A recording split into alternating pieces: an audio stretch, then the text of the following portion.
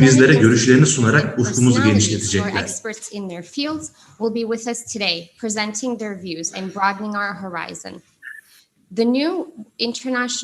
Yeni Uluslararası Düzen Sempozyumu toplamda 6 oturumdan oluşacak. Bizlere görüşlerini sunarak bir günümüz maraton olacaklar.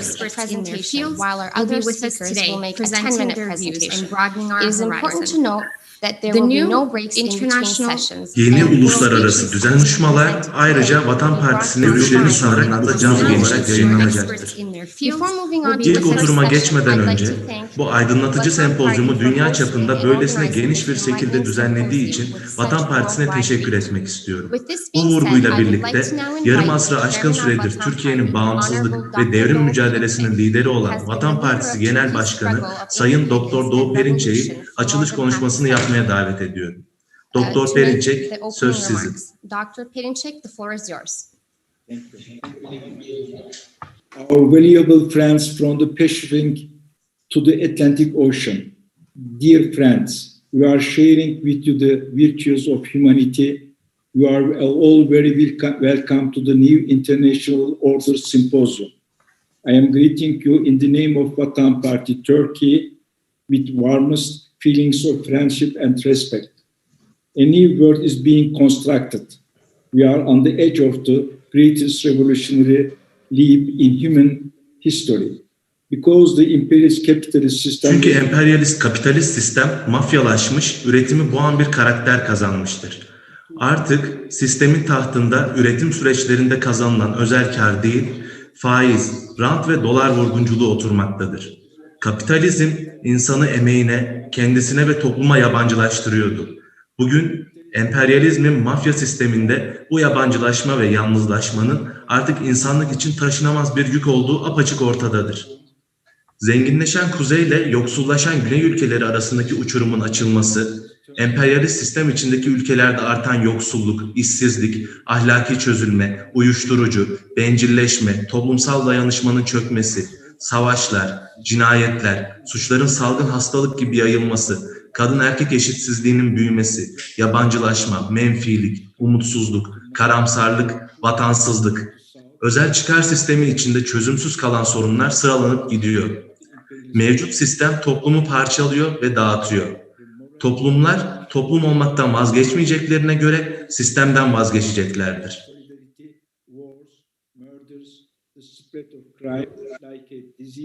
The deepening of inequality between men and women, alienation, pessimism, hopelessness, fatalism, and lack of patriotism. The current system is atomizing and dissolving this. Toplumlar toplum olmaktan vazgeçmeyeceklerine göre sistemden vazgeçeceklerdir.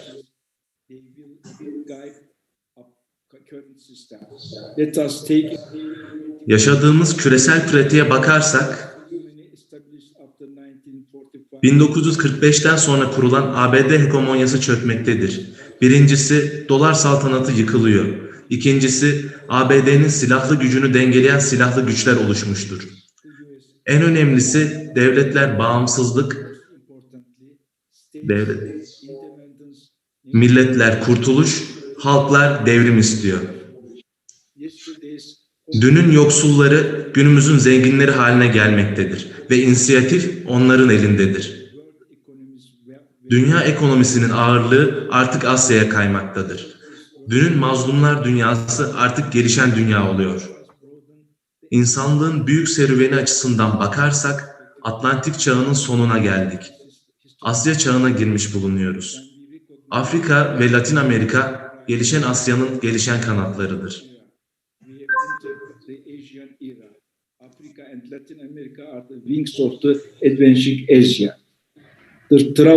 Koronavirüs belası insanlığı birdenbire çağımızın büyük gerçeğiyle karşı karşıya getirdi. Toplum ya özel çıkar sisteminden vazgeçecek ya da canından olacak.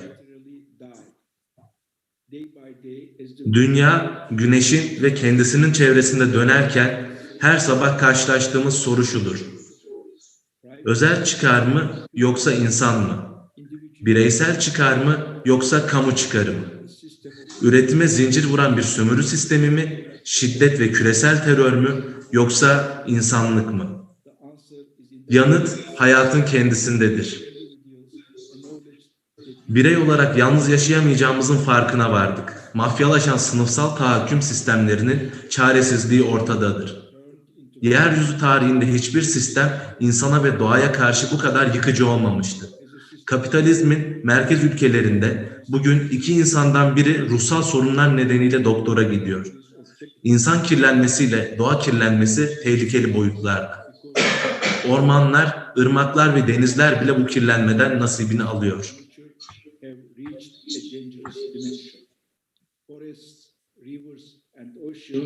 Are affected from this pollution too.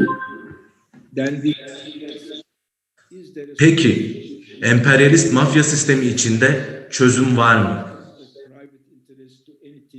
Özel kar sisteminin ozan tabakasındaki deliğin büyümesini izlemekten öte bir çaresi var mı? Hangi holding, hangi özel girişim dünyanın damındaki deliği kapatacak? Hangi holding insanın yalnızlaşmasına ve yabancılaşmasına çare bulacak? Küresel boyuttaki koronavirüs salgınına karşı emperyalist kapitalist sistem içinde insancıl çözüm var mı?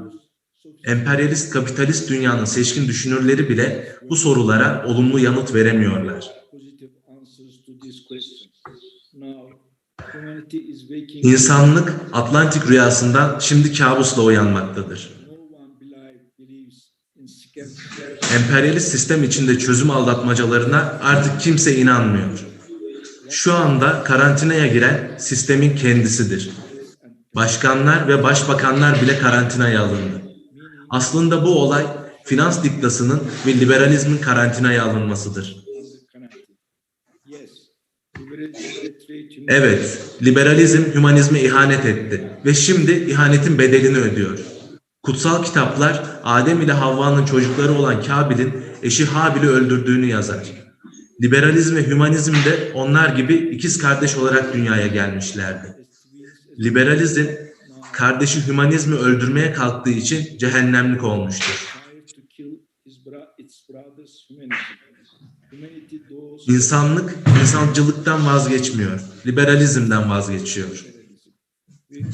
Hümanizmin kamuculukla buluştuğu çağa girdik. Bu buluşma ilk buluşma değil. 20. yüzyılda insanlık, insanca yaşamak için çözümü kamuculukta bulmuştu. 20. yüzyılda bağımsızlıkçı ve kamucu devrimler ard arda geldi.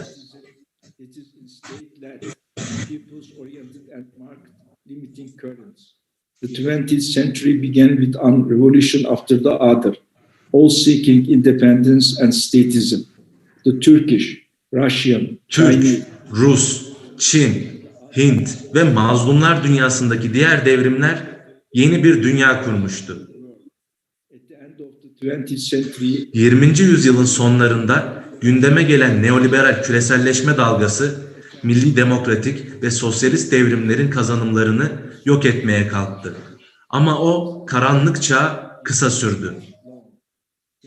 İnsanlık önündeki ağır sorunları özel çıkarcılık, bireycilik ve ABD hegemonyasıyla aşamayacağını görmüş bulunuyor.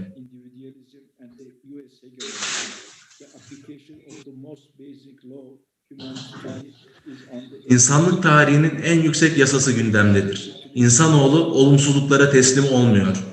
Toplumlar ölüm ile yaşam arasında her zaman yaşamı seçmiştir ve seçecektir.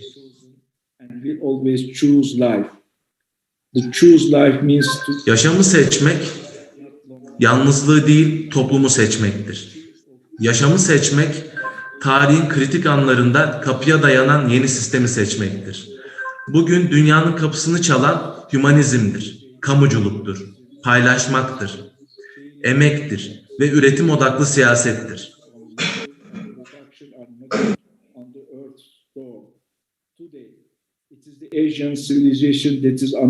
Artık yükselen Asya uygarlığıdır. Hümanizm bayrağı yine Asyalıların elindedir. Kamuculuk, Çin'e özgü sosyalizm örneğinde koronavirüs salgınına karşı verdiği büyük mücadeleyle hümanizmin çağdaş mirasçısı olduğunu kanıtlamış bulunuyor.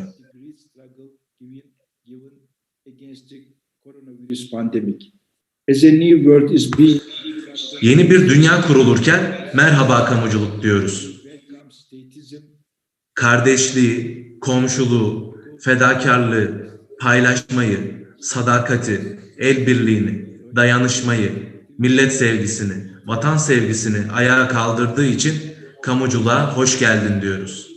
reunites humanity with the lost paradise.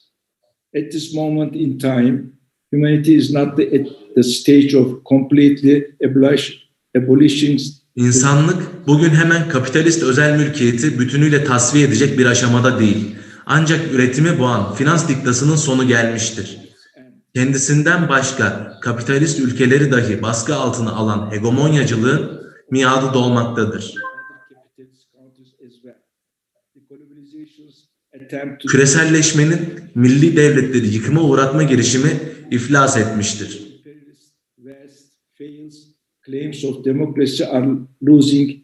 Siyasal düzlemde Batı'nın sahte demokrasisi bütün iddialarını yitiriyor. İnsan hakları düzenbazlığının foyası meydana çıkmıştır.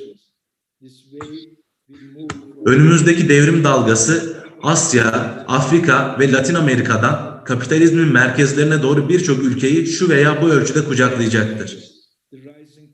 Yükselen eğilimler şunlardır: gelişen dünyadan milli devletlerin pekişmesi, korumacılığın geri dönüşü, devlet kapitalizminden sosyalizmin emekleme dönemine uzanan çeşitli örneklerde kamuculuk, dolar merkezli finans sisteminin çökmesi, bölgesel para ve banka sisteminin kurulması ve gelişmesi, ayrıca milli paralarla ticaret, daha paylaşmacı, görevi daha adil paylaşma modelleri. Increasing international trade in national currencies, spread of models that are comparatively more equal, more sharing, on the ideological level. İdeolojik düzlemde kamucu milliyetçiliğin ve bilimsel sosyalizmin kuvvet kazanması ve yayılması. Siyasal düzlemde halka dayanan disiplinli devrimci demokrasinin yükselişi. İnsanlığın karşılaştığı büyük tehditlere karşı uluslararası ölçekte işbirliği, enternasyonalizm. Çok kutuplu dünyaya doğru karşı konulamaz ilerleyiş.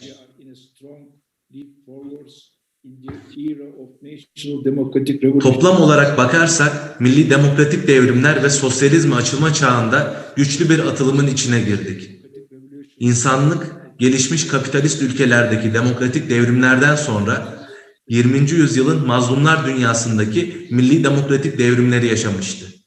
Şimdi 3. büyük devrim dalgası gelmektedir ve bu dalga aynı zamanda sosyalizme açılan atılımları da bağrında taşıyor.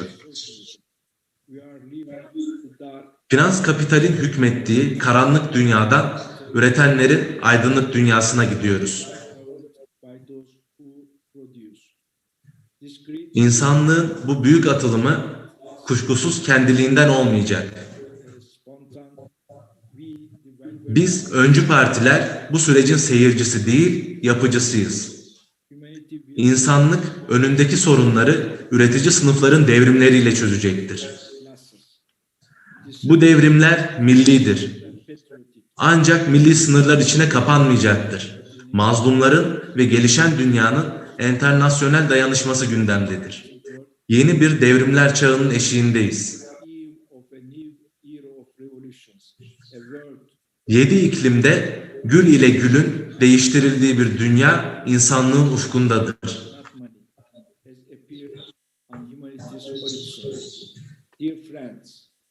Değerli arkadaşlar, siz katılımcıların birikimlerini bildiğimiz için sempozyumun verimli bir tartışmaya zemin oluşturacağından eminiz. Görüşlerinizi merakla bekliyoruz.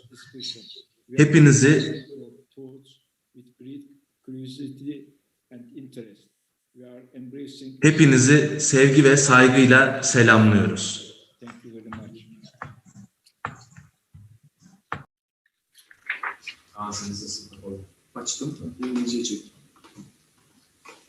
Thank you, Dr. Dol Perinçek.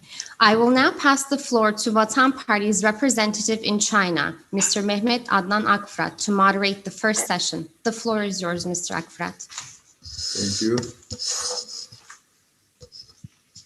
distinguished guests, friends, comrades, good morning. Welcome to our international symposium.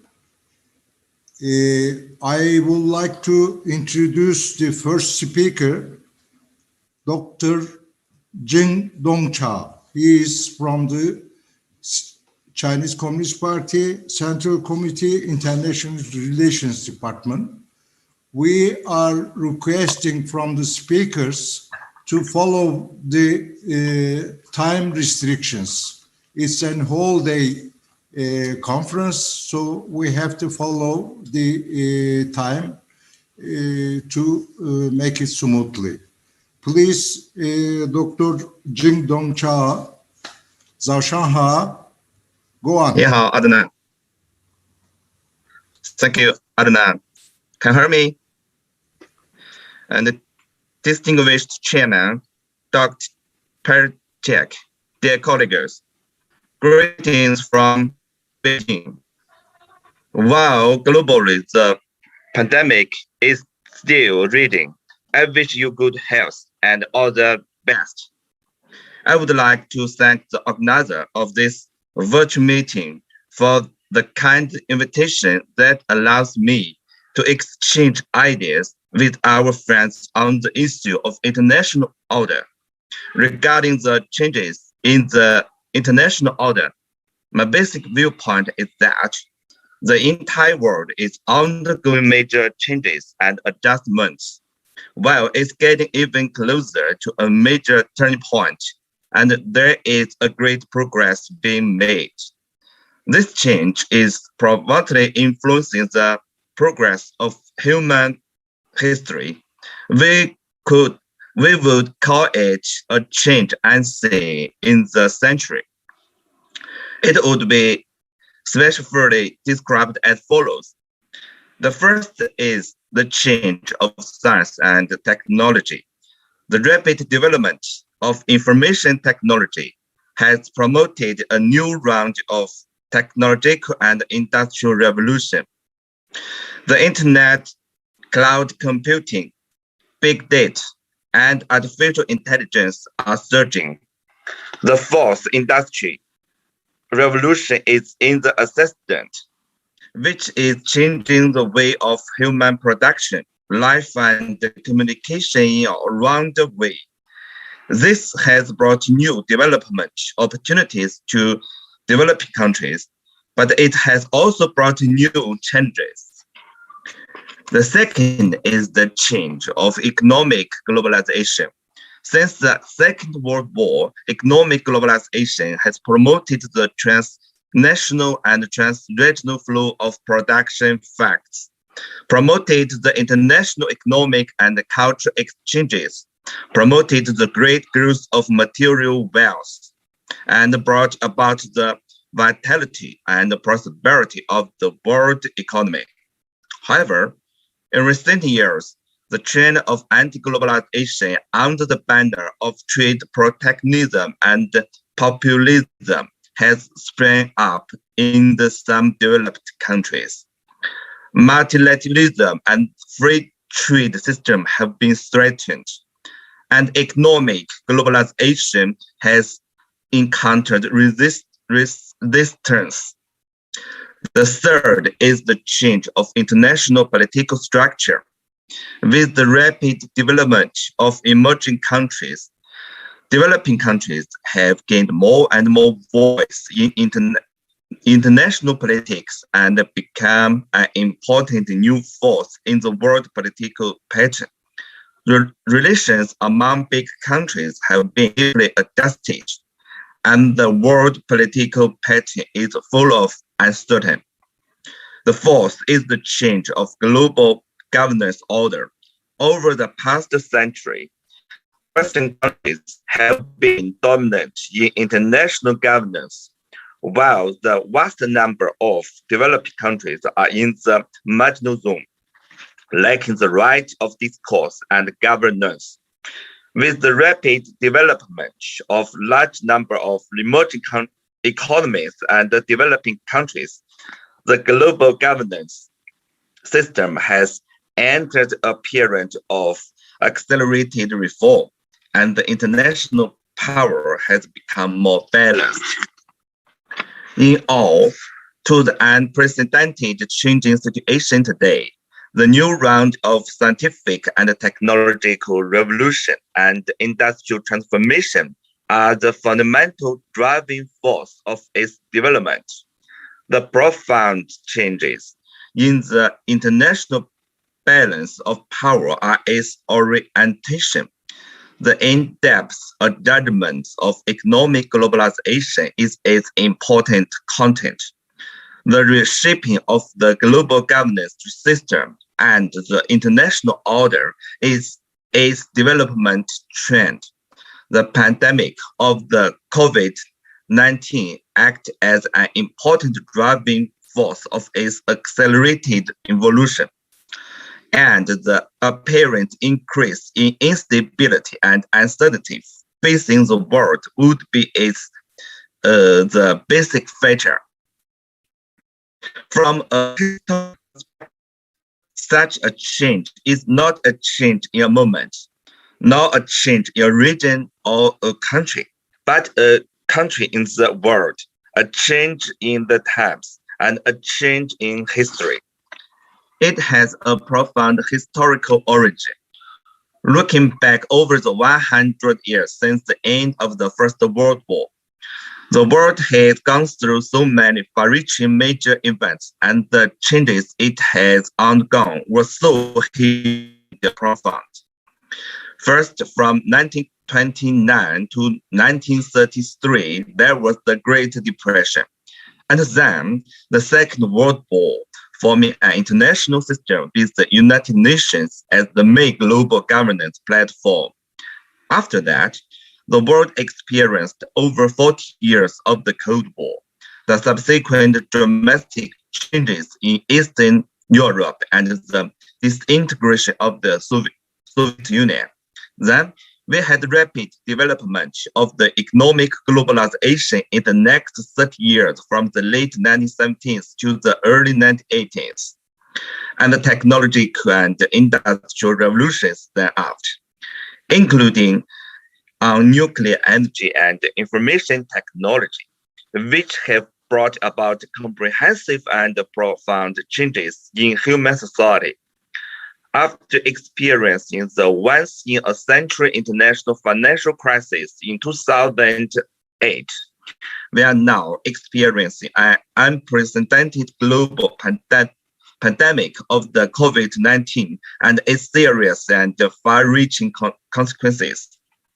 Observing from a perspective of covering the entire history of the world, human society has gone through twists and turns in the past century, from conflict and wars to peace and order. It's like the world is going round through a grand circle.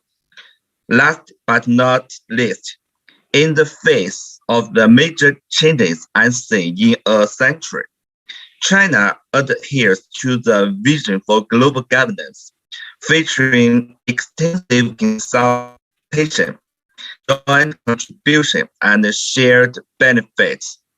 It insists that global affairs shall be handled by people of all countries through consultation, and that we shall actively work to make the global governance rules become more democratic.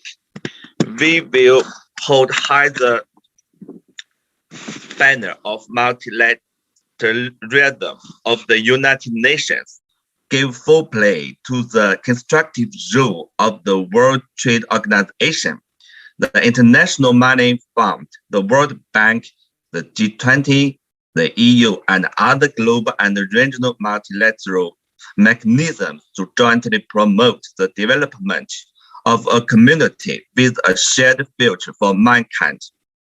My speech is finished. Wish the conference success. Thank you.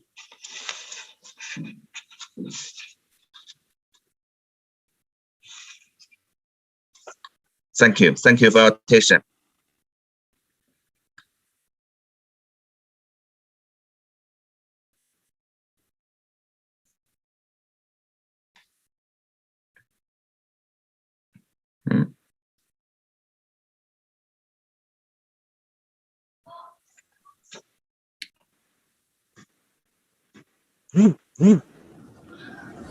Mr. Akfrat, please unmute yourself. Excuse me? Please, yeah. Dr. Jing Dongcha, we met in Beijing. I hope that we can meet again in Beijing after the pandemic is over. Thank you for your contributions.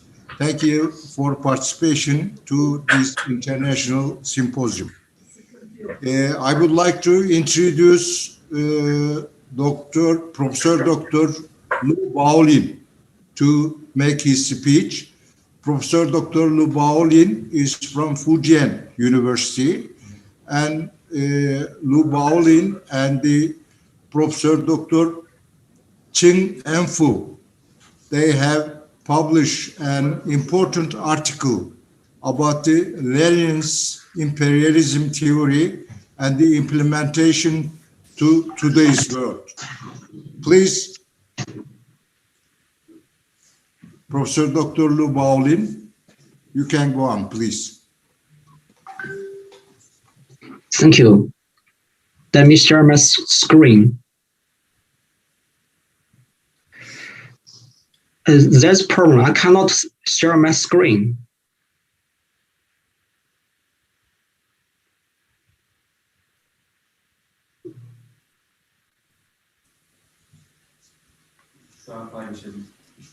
Professor Lu Baolin, please make your speech. There's a problem. I cannot share my screen, share my PPT. I cannot share. Ne yapacağım?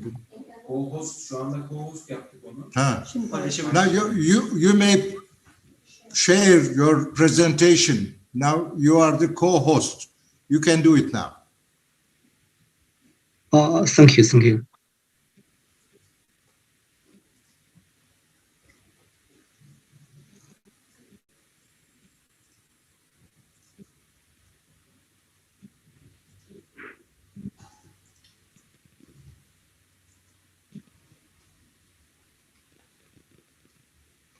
Professor Lu Baolin from Fujian University, and he's making his representation with the together with Professor Qing Enfu. Please wait a minute. Sorry. Please wait me. You are welcome. You are welcome. Take your time.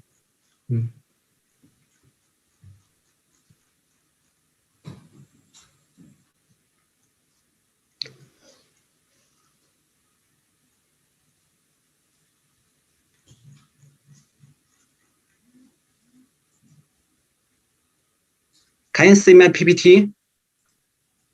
Can you see my PPT?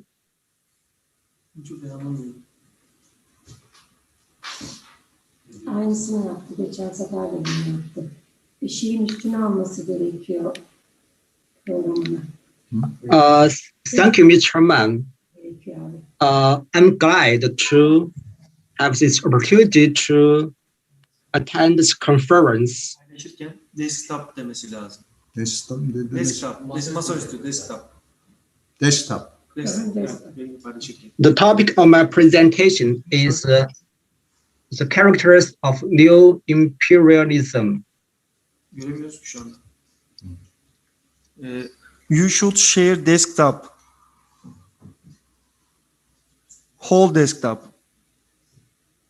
We can't see anything now. You should close your screen share and again sharing.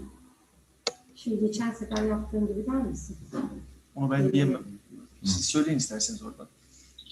Dur, iki ses olmaz. Yok.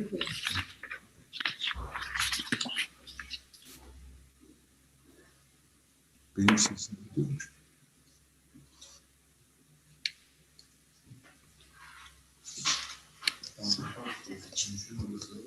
Professor Lu Baolin,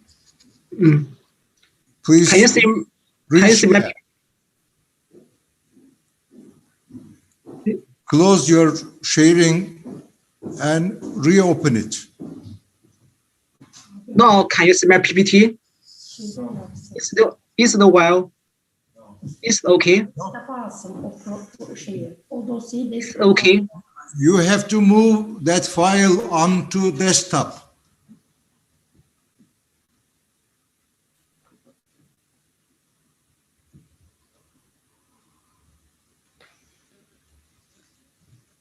Now is it okay? Oh, yeah, it's going to happen. Yeah. Please go on. Thank you. Thank you, Mr. Man, for your gracious introduction. I'm Lu Baoning from Fujian Normal University, China. I'm glad to have this opportunity to attend this conference. The topic of my presentation is the characteristics of new imperialism.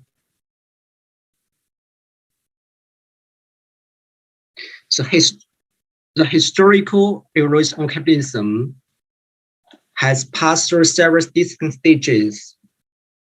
At the beginning of the 20th century, capitalism reached a stage of private monopoly, which their name termed the imperialist stage.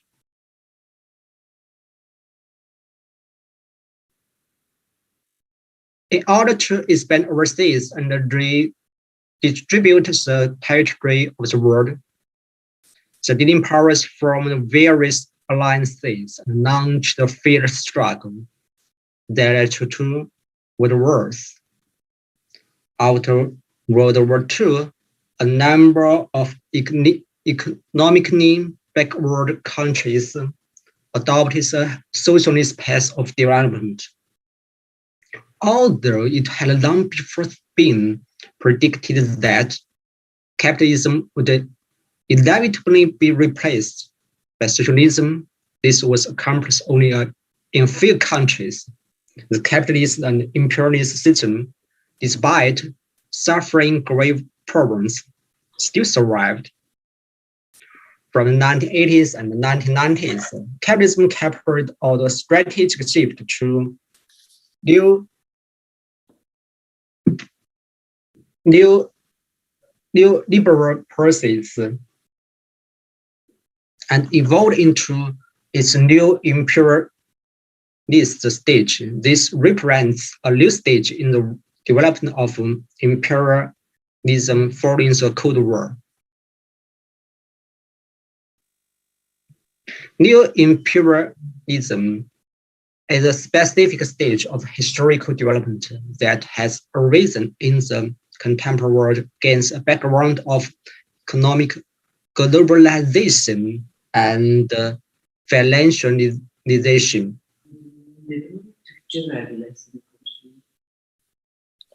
If we define new imperialism with regard to its economic nature and general tendencies, we may conclude that its four characters are demonstrated in the respect that the globalized contradictions and various crises of system frequently become intensified. It is this that determines the new situation of today's monopolistic and predatory, parasitic, decaying, transitional, and moribund capitalism. First, new imperialism is a new type of monopolistic and predatory capitalism. The economic essence of new imperialism is that it's a monopolistic financial capitalism established on the basis of gender transnational versions. According to the data on the 14 Global 500 for year 2017, the revenues of 318 of the world's top 500 companies, excluding Chinese firms, reached 22.83 trillion, equivalent to 29.3% of gross world products. the essence of new imperialism is its need to control and plunder. Its drive to predatory accumulation is not only demonstrated by its exploitation of labor in the natural state, but also by its plunder of our countries. True.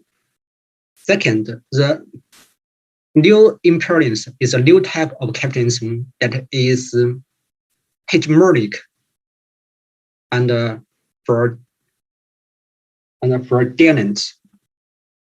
It is well known imperialism as represented by US employs hegemonism, bullying, and utilitarianism, and adheres to double standards in diplomatic policy. At one point, Secretary of the State, a former Secretary of State Mike Pompeo, publicly admitted that and expressed pride in his country's fraudulent actions. I was the CIA director, he said. We lied, we cheated, we stole. It was like we had an entire training course. It reminds you of the story of the American experiment. Economic hegemony and fraud. As Americans' international influence declines and that of China increases, right-wing parties spare no effort to stand and demonize China. Former U.S. Secretary of State Rex Tillerson called China new imperialist power and warned Latin American countries not to rely excessively on economic relations with China. While this trade has brought benefits, he stated the unfair trading practices used by many Chinese have also harmed those countries' manufacturing sectors, generating unemployment and lowering wages for workers. But contrary to Tillerson's standards, Chinese investment in Latin America is totally in compliance with business rules and local laws and regulations. According to statistics, Chinese enterprises create 1.8 million jobs in Latin America during the years from 1995 to 2016. Political hegemony and fraud. The United States has always labeled itself as a representative of countries advocating democracy, freedom, and equality. Using political and diplomatic means, it spared no effort to impose its political system on other countries, especially the developments it identifies as dictatorships. Cultural hegemony and fraud. American cultural hegemony is manifested principally through its control of media outlets and education, and through the propaganda functioning both at home and abroad of its literature and art, and of its liberal arts, academia, and of its values. The United States controls the authoritative genres, the mode discourse in the area of liberal arts, academia, and it is the US that determines the standards of any education. This situation provides a power tool for spreading deceptive Western universal values, Western constitutional views, the new liberal economic concepts throughout the world. Military hegemony and fraud. Since this integration of the Soviet Union, the United States has become increasingly presumptuous and has tended to resort to military force or threats in dealing with questions of international relations. In 2003, the US falsely claims that Iraq could produce and press chemical weapons and of mass destruction out occupies Iraq. However, US found no evidence to prove that Iraq could produce chemical weapons of mass destruction. The real purpose of the US in fabricating this lie was to control Iraq's oil resources by military means. Third, new imperialism is a new type of parasitic and decaying capitalism. In an era of new imperialism, the number of rentiers is increasing sharply, and the nature of the rentier countries is become more pronounced. The parasitism and the decay of a small number of capitalist countries is far worsened, as can be seen in specifically in the foreign aspects. The US is the world's largest parasitic and decaying country.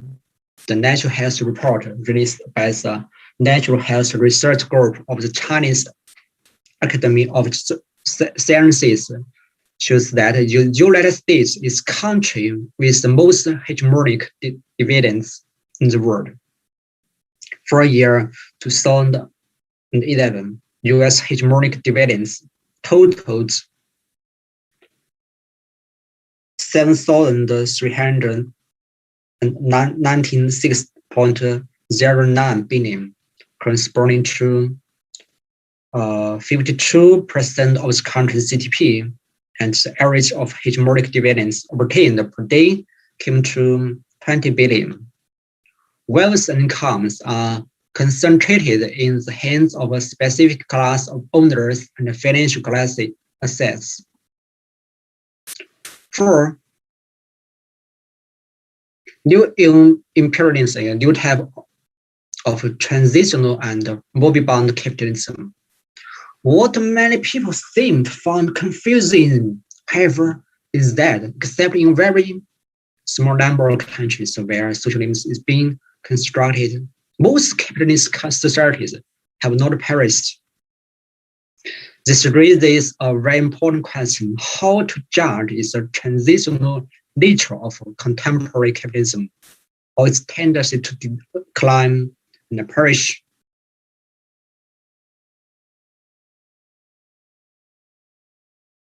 First, unlike everything in the world, the new imperialist system is constantly changing. It is a transient phenomenon in human history, and is not eternal. Second, its development follows a path from a low to high level. New imperialism will eventually turn into socialism through various forms of revolution. If we examine the current situation on the basis of the international forces of justice and development of the twists and turns of the intellectual class struggle, the 21st century is a new era in which the world working class and the masses in general carried out great revolutions and safeguarded world peace, in which the socialist countries carried out great feats of construction and undergo rapid development, and in which the progressive civilized nations work together to build a living community with a shared future for humankind, a world in which new imperialism and global capitalism gradually make way for global socialism. I have finished my speech. Thank you. Much, Professor Lu Baolin. We have enlightened with your presentation. Thank you for contribution. Now, dear guests, dear friends, I would like to introduce lawyer Faik Işık from Turkey. Mr. Faik Işık is representing the Belt and Road Initiative Quarterly. This is published in Turkish and English. This is the first issue, BRIC magazine. The aim is the road to fair international order. Please go on, Lawyer Faik Işık.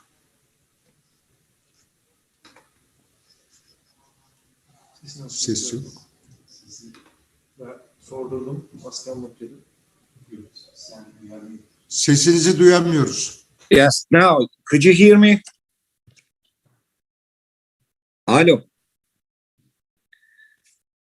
We can hear you. Okay, thank you. Now, thank you, Mr. President. Here is the last version of the brick. And I'm talking on behalf of BRIQ, BRIC. On the verge of the Second World War, the great revolutionary Mustafa Kemal Atatürk used the following words to stress how the world would be shaped in the new age. Look at the sun rising from the east. I see the rising of Eastern nations as I see the break of dawn today. Colonialism and imperialism will disappear from the face of the earth, and they will be replaced by an era of harmony and cooperation between nations in which discrimination with respect to color, religion, and ethnicity will not exist. The beginning of the 20th century marks the beginning of the East's rebellion and victorious against imperialism. In the 21st century, developing countries from East Asia to Far Asia and from Latin America to Africa are rising to demand a just international order. At a time when U.S. ambitions for a unipolar world order have lost their appeal, a new order is taking shape through the multipolarization of world politics and the acceleration of cooperation between developing countries, rejecting a globalism of imperialist states. Under these conditions, the new agenda of global cooperation should respond to the needs and aspirations of developing countries seeking joint development and solidarity under the guidance of public-driven projects. In particular, the Belt and Road Initiative, BRI, put forward 2013 by Xi Jinping, President of the People's Republic of China, provides a suitable opportunity and sound foundation for the implementation of this new agenda of global cooperation. Unlike the Western-centric world order, BRI seeks peaceful collaboration for improving global trade and production towards common goals for humanity. It firmly rejects crude imperialist exploitation.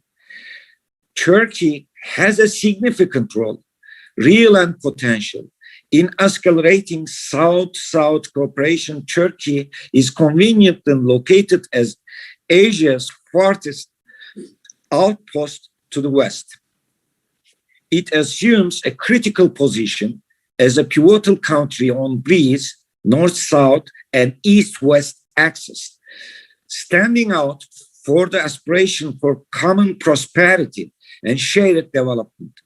The BRI is developing a new kind of cooperation model that has the potential to shape the world order beyond the economic benefits it provides to the participating countries. As the East develops and progresses, the West is increasingly shrinking and strained. With its position as an intercontinental bridge connecting Asia, Europe, and Africa via the Mediterranean, and thanks to its 1,000-year-old state tradition and its vast cultural heritage, Turkey will play a key role in the construction of this new order. Moreover, Turkey experiences a cycle in which the necessary conditions and opportunities have emerged for this potential to be actualized. In this 21st century, Silk Road, the Belt and Road Initiative, Turkey comes together not only with China, but also with the rest of Asia and with Africa and Latin America. Turkey is starting to take its honorable place among the emerging Asian nations and getting the opportunity to establish equal relationship with European countries and the United States of America. In parallel with the advancement of multipolarity in the world, it appears that a power shift has been occurring from the Atlantic to Asia. After September 11, 2001, the doctrine of the global war against terrorism and the attempts to actualize the war can well be interpreted as an effort to prevent the emergence of multipolarity. In the geography extending from Africa to China, virtually all developing countries have increasingly suffered terrorism that exploits ethnic separatism and religion since the beginning of the 2000s.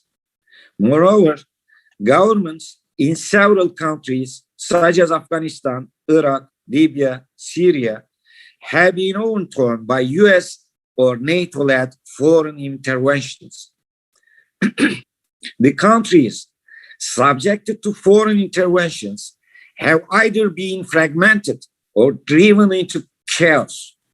This situation leads to the strengthening of a new tendency of cooperation among developing countries in both economic and security affairs. One could observe that the effort to jointly respond to common threats has improved among developing countries that were in rival camps before 1991. Countries that are targeted by the Atlantic Front are able to protect and to strengthen their national states to the extent that they succeeded in solving problems among themselves. A strong case in point is the Astana partnership formed by Turkey, Russia, and Iran during the Syria crisis, which marks perhaps the most successful and fruitful example of such cooperation attempts. In order for the Belt and Road Initiative to turn into a success story, it is imperative to provide security along the roads that form the new Silk Road, the backbone of BRI. Therefore, cooperation in the field of security has inevitably an important place in the agenda of BRI. The realization of such cooperation, as is envisaged in the Belt and Road Initiative, will not only create a safe environment for individual countries taking part in this cooperation, but will also provide international security as a global common good. While security concerns are also growing in developed countries, it stands out with the greatest potential to ensure trust among nations. The COVID-19 outbreak has revealed the collapse of neoliberalism, which disintegrates nation states in the developing world, both economically and culturally. Asia is now home to newly proliferating values such as the public interest, solidarity, shared development, socialism, and collaboration on the basis of equality among nation states. These values stand in contrast in the socio-economic model of Atlantic system, which is rooted in individualism and profit maximization. In the present era, the USA has been engaging in provocations and conspiracies in every strategic point of the sea and the waterways, especially in the Eastern Mediterranean and the South China Sea. US attempts at undermining Turkey's rights and interests in the Eastern Mediterranean does not only concern Turkey, but they also target the interest of China, Russia, and Iran, directly or indirectly. Similarly, US attempts at undermining Chinese sovereignty rights in South China Sea are related not only to the interests and rights of China, but also the interest of Turkey, Russia, and Iran. A similar situation goes for US attempts at confining Iran to the Persian Gulf through sanctions and military threats. Developing countries suffering from problems created by Atlanticist globalization must find common solution to common threat. In this connection, BRI has already made significant progress in building solid cooperation between Asia, Europe, and Africa. Significant collaboration over BRI have been established not only between China and neighboring countries in the region, but also among several countries across Africa and Europe. As the consequence of the COVID-19 pandemic demonstrate, Atlanticist globalization and the socio-economic implications of neoliberalism pose a great threat to the present as well as the future of humanity. Atlanticist globalization, contrary to its own claims, constitutes the major obstacle to free trade, development, and peace. Another important point to be noted here is that this situation is not only valid for developing countries, but also for all other countries in the world. US sanctions against Turkey, China, Russia, and Iran undermine the interest of Europe as well. For this reason, the gap between USA and Europe is becoming larger in terms of policies to be pursued in world affairs. This situation creates favorable conditions for the developing world to resist US pressures. The expansion of BRI by engaging Europe will help to buffer the aggressive policies of USA. Moreover, Turkey's resolution to protect its own rights and interests in the Eastern Mediterranean and Cyprus against USA provocations directly contributes to the advancement of BRI with its role as a strategic bridge between continents. Turkey's active participation is crucial for the construction of the West Asian feed to BRI. This being said, the positive effect of Turkey's participation is not limited to this role alone. Turkey's participation would also disrupt plans for restraining BRI within the borders of Asia. At the end of my presentation, I would like to inform you, our distinguished participants, about the BRIC journal, of which I am a member of the advisory board. Our quarterly magazine, published in Turkish and English, has published 6 issues, which includes articles evaluating scientific and concrete issues on the basis of developing countries' search for fair world order. We have specified the purpose of our journal in the principles of publication as follows. BRIC assumes the task of providing direct exchange of views and information among Chinese and Turkish academics, intellectuals, and policymakers. In the meantime, this journal will serve as a platform to bring together intellectual accumulation of the whole world, especially developing countries, on the basis of the Belt and Road Initiative, which presents a historic opportunity for the common future of humanity. BRIC is also devoted to publishing research and offer intellectual contributions that underline the transformative power of public-driven economies, where popular interests are upheld as the basic principle ahead of individual profit. The fundamental tasks of BRIC are to demonstrate how BRIC can contribute to implementation of these public-driven model and to help potential BRIC partners, including Turkey, to realize their real potential. BRIC stands for the unity of humanity and a fair world order.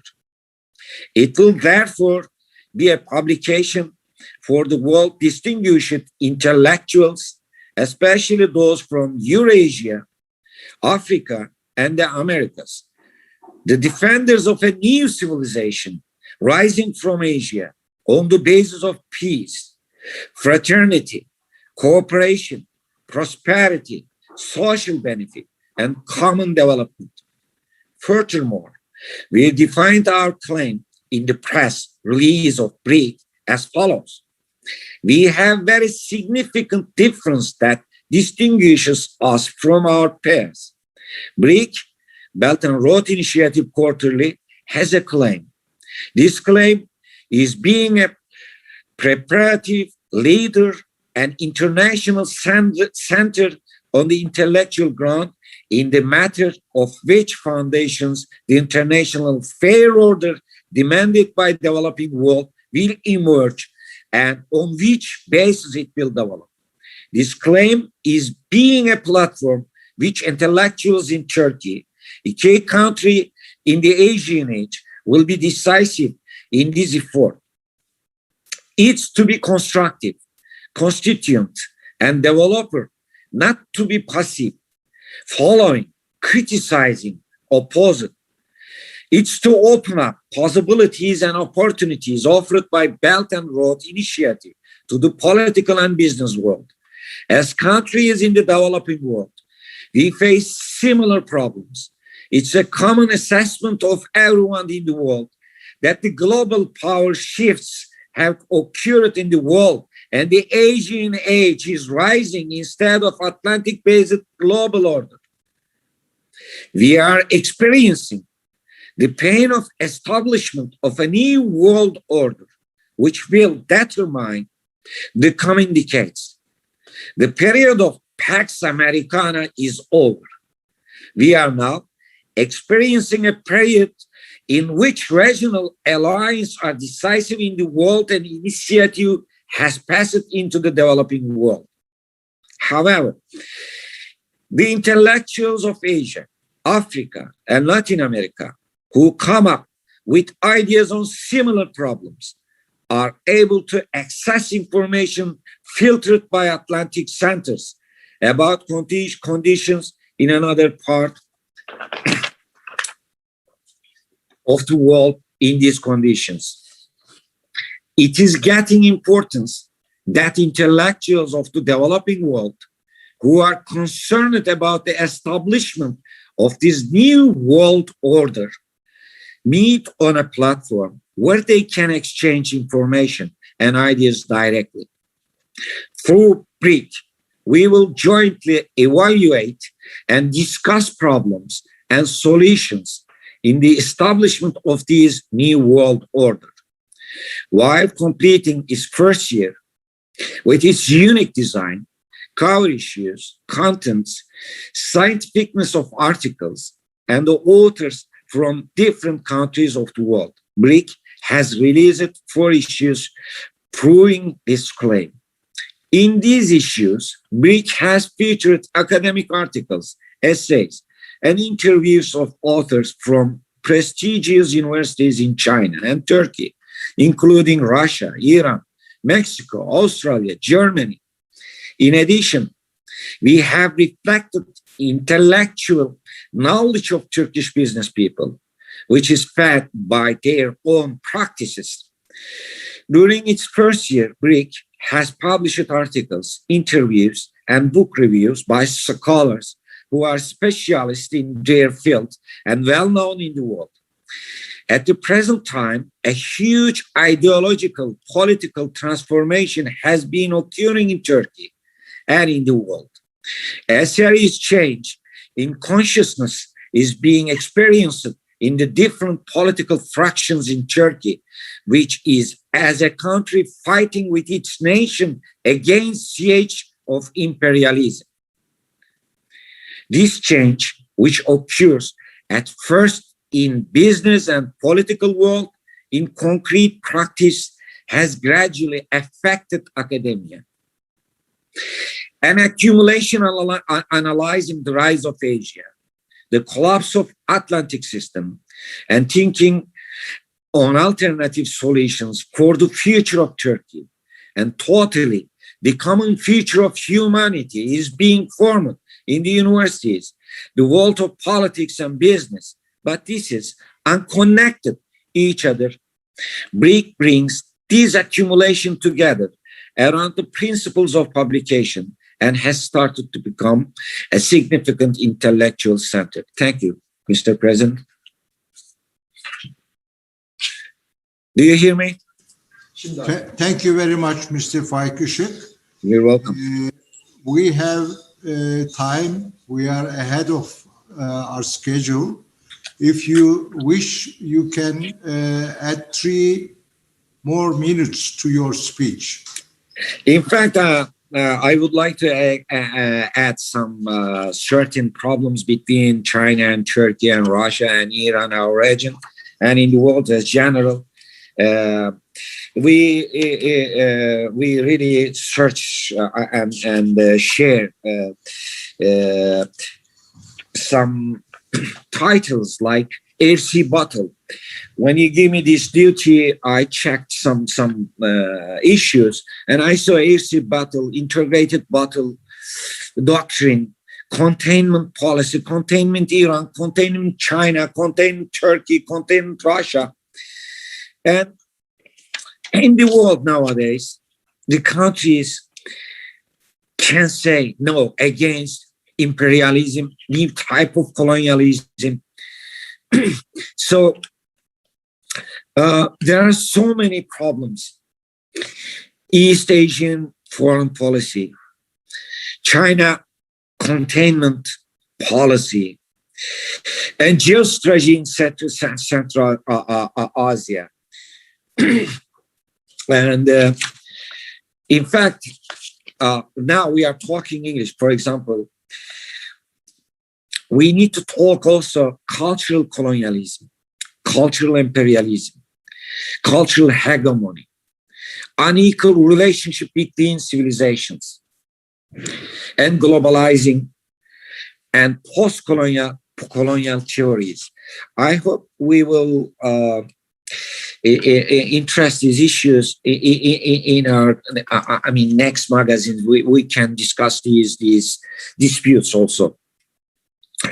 And when we look at, when I check, look at some newspapers and books or some articles from internet, beyond multilateral policies and security dialogues, China-US relations, India-US relations, Japan-US relations, Philippines, Indo-Pacific problems, and quadrilateral security dialogue against China. Blue team in US politics. There are some guys in USA, as you know, some journalists, some politicians are making, preparing some games against China, as well as Russia, Turkey, and Iran. And there are another military preparation in Indian and Pacific Ocean, Malabar, naval exercises. So we really need to work hard together. My mind, in fact, confused with such kind of really big problems, and I hope we can find a way, common way, with our friends, distinguished friends from all over the world, with their articles, with their thoughts. We can develop common policies against imperialism and colonialism in our age. And there are some legal issues also. We have to focus on legal civil rights or human rights redefined according to our culture, according to our civilization. I have, for example, I would like to show you a book And in this book there are so many pictures, so many arts works, sculptures stolen from Asia. You can see the fortune of East countries, the fortune which belongs to the rest of the Europe. You can see your own sculptures or arts in the Museum of Europe, America. They stole our civilization, in fact, and this is really shocking.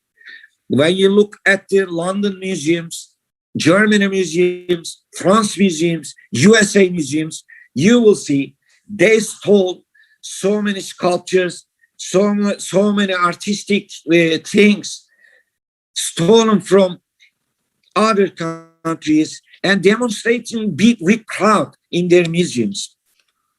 This is also cultural imperialism, also linguistic imperialism.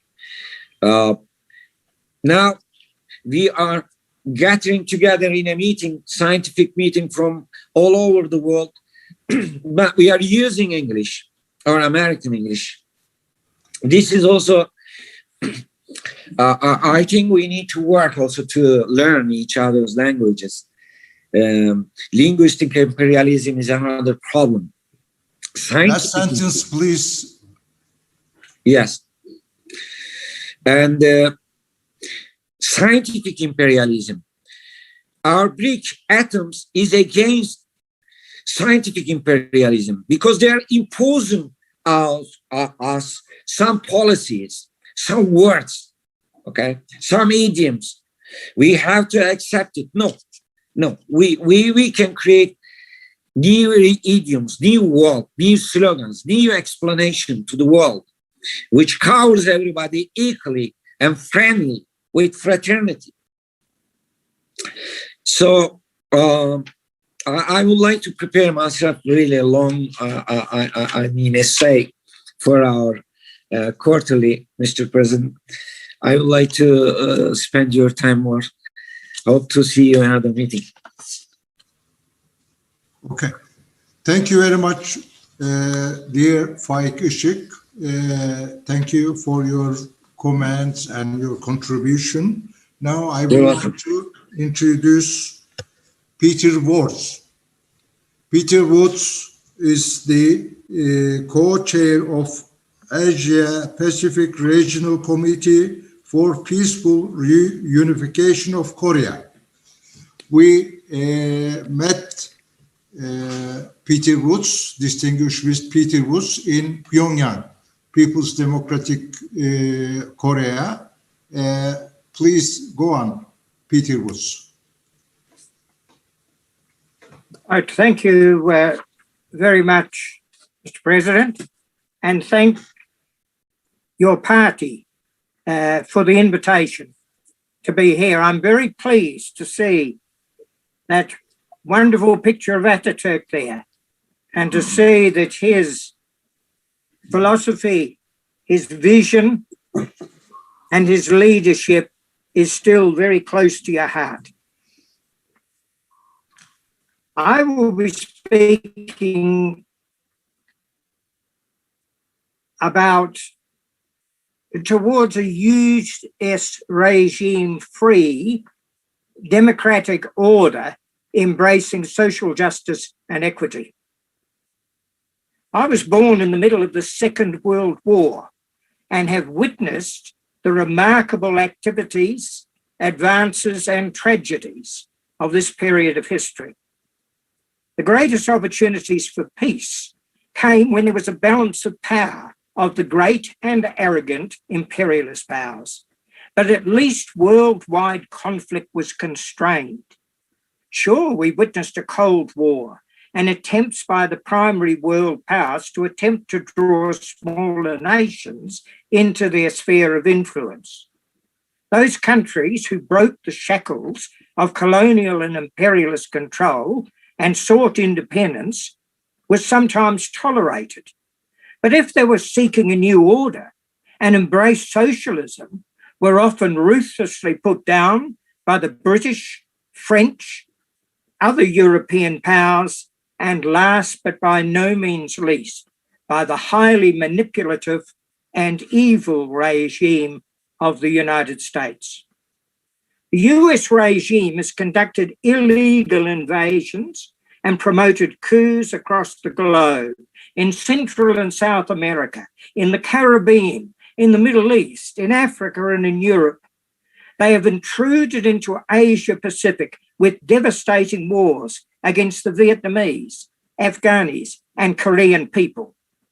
The US is the only regime to have used nuclear bombs against women, children, and men in Hiroshima and Nagasaki, and the chemical agents orange and napalm in Vietnam.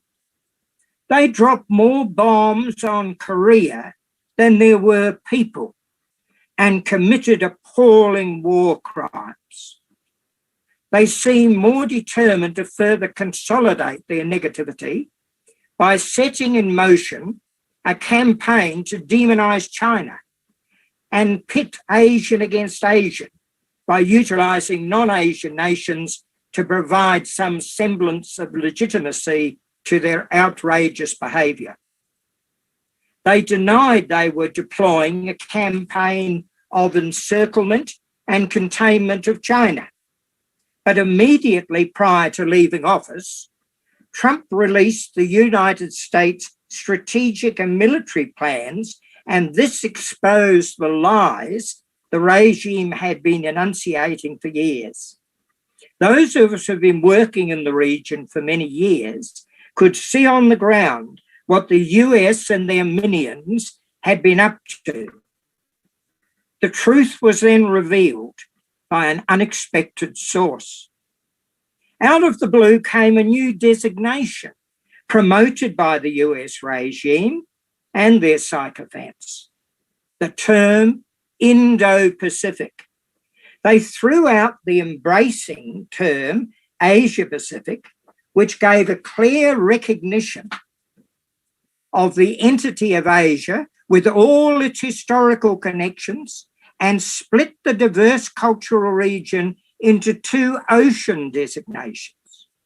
The people in the small island nations identify with Pacific, and the larger ones in the north identify as Asia. The people living on the islands of the Indian Ocean do not identify with Indian, but connect with Asia or Africa or Australia. It would appear that the US regime is endeavouring to manufacture regional identification to somehow promote India as a challenge to China, and their actions seem to attempt to accentuate the differences rather than promote harmony within the region. This is also evident in Korea, where the US regime has refused to sign a peace treaty with the DPRK, that is North Korea, which it committed to on the signing of the armistice in 1953. They use every excuse to avoid this action, and the rest of the world remains silent, just as they do in forgetting the long-suffering Palestinians. By keeping a state of conflict, they can continue to deploy 28,000 troops in South Korea, together with much weaponry and a naval base on Jeju Island.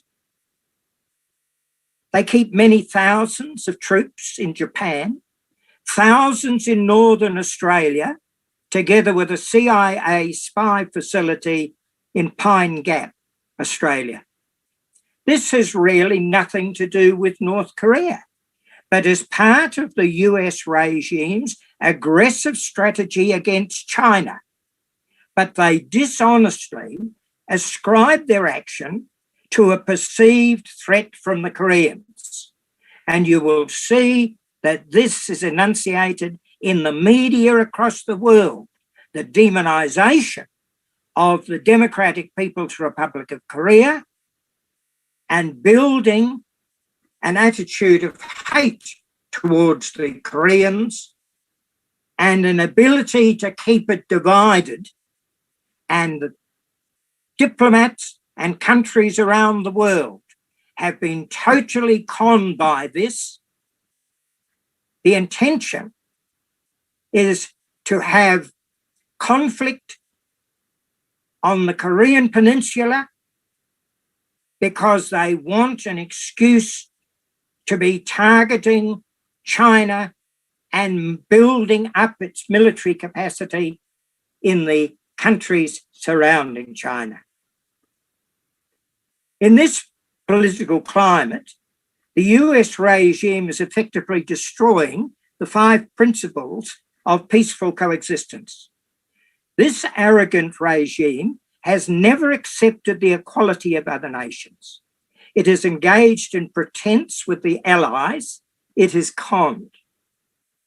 The pacts, alliances, and treaties have been demonstrably one-sided and pernicious. Julian Assange of WikiLeaks clearly demonstrated the duplicitous behaviour of the US regime with their illegal and violent acts and how they spied on their so-called allies. Upon these revelations being exposed, the so-called allies condemned Assange rather than the criminal regime they had trusted. As an Australian, I was disgusted that when all was revealed, the then Prime Minister of Australia condemned the Australian citizen, Julian Assange, rather than the dishonest US regime. The US has then spent years aided and abetted by their allies to try and have Assange deported to the United States to face American justice. Punishment to the purveyor of the truth. That would be the justice likely to be attained from that system that purports to be democratic. The same sort of justice meted out in Guantanamo Bay, or in Iraq, or Vietnam, or in the torture and rendition programs initiated by the self-styled leader of the free world. The US is not one country, but 2. An observant visitor can clearly recognise that there is a first world America and a third world America. The very notion of capitalism relies on there being the haves and the have-nots. The inequitable distribution of capital ensures that the perpetuation of capitalism US style, entrenched racism and cultural and religious bigotry, ably assisted by a proliferation of guns, provides the social atmosphere that no other responsible nation would endure. This is the model that the US promotes to the world. They emphasize the first world America and not the reality of the third world America, nor the arrogant stupidity of a great bulk of its leadership. Yet many international leaders still clutch at the apron strings of Uncle Sam in order to preserve their own political power. At the start of the COVID-19 pandemic, the Australian Prime Minister called for an investigation on the virus in China outside of the World Health Organization. He also banned Huawei 5G and a number of other initiatives clearly mimicking the US actions and propaganda. He couldn't work out why China would then ban a number of imports from Australia, causing much criticism from farmers towards the stupidity of the Australian government. The US regime has constantly relied upon unthinking sycophants across the world to carry out its propaganda bidding. However, the people are awakening. We can all thank social media and the distribution of communications outside the heavily controlled and increasingly diminishing media outlets for exposing the reality of the world. In the light of this new exposure, people in their millions are now challenging the old social order and are seeking to extend their rights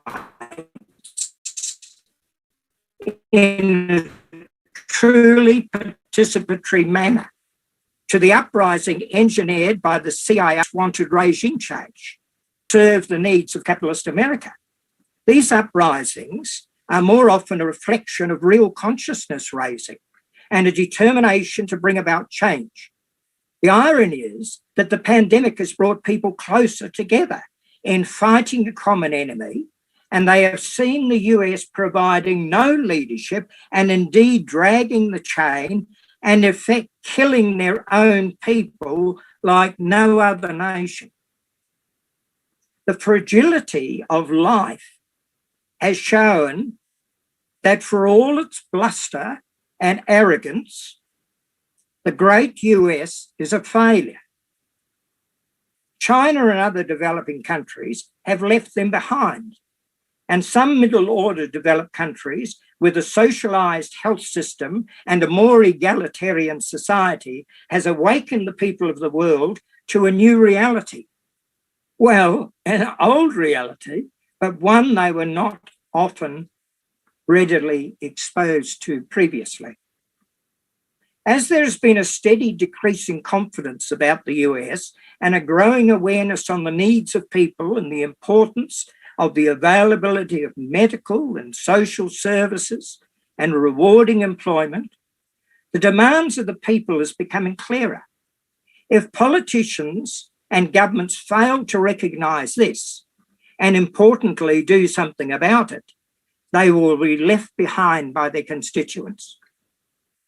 On the international front, the world financial bodies are failing to keep up with their assumed role.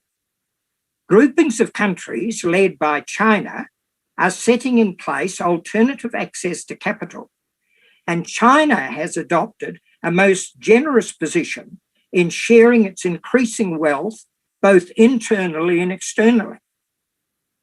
Having visited China since 1978, I have seen a mighty nation climb out of poverty to become the potential wealthiest nation on earth.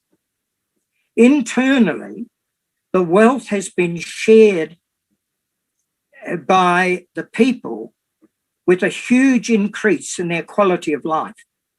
Physical infrastructure has been provided far better than most other countries, and certainly far better than the current United States regime. And those isolated regions are assisted in catch-up through sponsorship from the larger, wealthier cities in China. Such is possible in a socialist society. Externally, China is sharing its newfound prosperity through the One Belt, One Road initiative, providing substantial injection of capital into development projects around the world. Of course, the US regime is doing it all it can to harm China's economy and trying to destroy its assistance to other countries. How could they ever accept that a socialist country could be so successful? This, they believe, is the preserve of capitalism. It is vital that we all expose the contradictions of the failed world order. It is imperative that we assert the sovereignty of countries and a peaceful coexistence of all. The warmongering campaign against China must be thwarted, and the continuing demonization of the Democratic People's Republic of Korea and Palestine by the forces of darkness must cease. A prime example of the outrageous treatment of Korea continues with the US regime failing to sign the peace treaty and continuing to manipulate economic sanctions against the Korean people. Out of time. Can I just finish up? I would just remind you of the author George Orwell when he appropriately reflected, and I quote, "Political language is designed to make lies sound truthful and murder respectable, and to give an appearance of solidity to pure wind," unquote. There must be something better for us to engage in than this. Thank you. Thank you very much, Peter Woods. From Australia, Peter Woods is the co-chairman of the reunification of Korea. We have finished the first session with distinguished Peter Woods. Thank you very much for all the participants for the first session. Dr. Jing Dong Cha, Professor Dr. Lu Baolin, Lawyer Faik Işık, and the Mr. Distinguished Peter Woods. I would like to invite Professor Dr. Cüneyt Akalın, the member of the International Relations Bureau of Patriotic Party, Vatan Partisi'ni. The second session will be under his moderation. Please go on, Professor Cüneyt Akalın. Thank you very much, Mr. Adnan Akfrat. I hope you hear me without any problem. We can. Right? We can. No problem. Okay, Dr. Doğu Perinçek, Chairman of Patriotic Party, and the other participants. I salute everyone from a rainy and cool Istanbul. We haven't the spring yet, but it is, I suppose, it's close. I am very happy to be with you. It was unimaginable for me 50 years ago, 40 years ago, to be at the same session with Australians, with Chinese, with Pakistanis, and with Europeans at the same session. But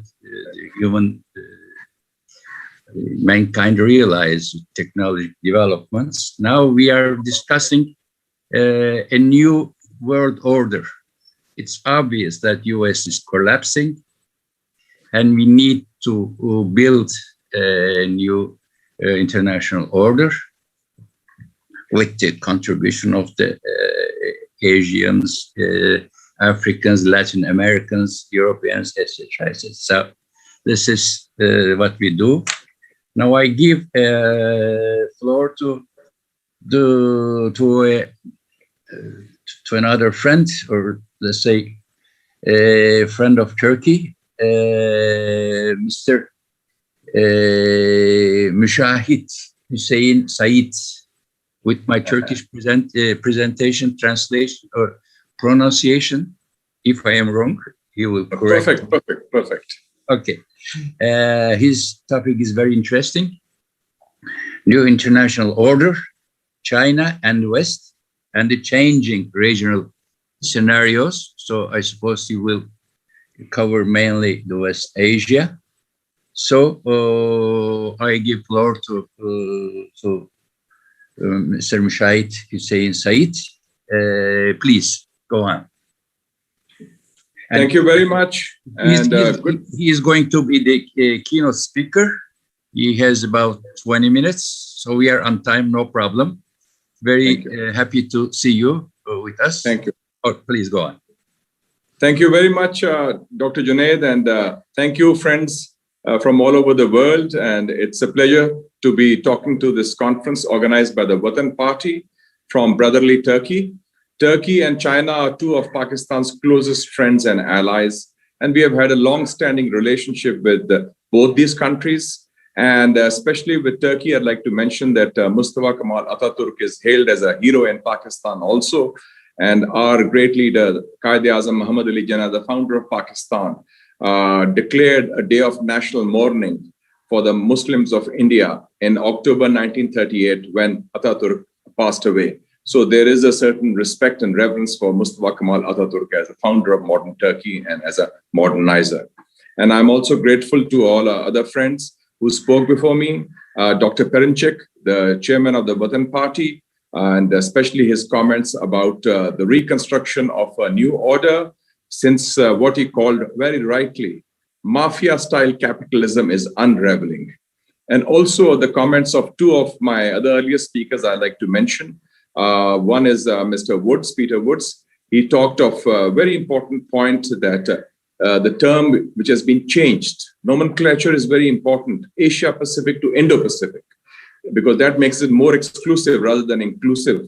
And it's a more an ideological and geopolitical connotation to prepare for the new Cold War by roping in India as an ally of the West against China.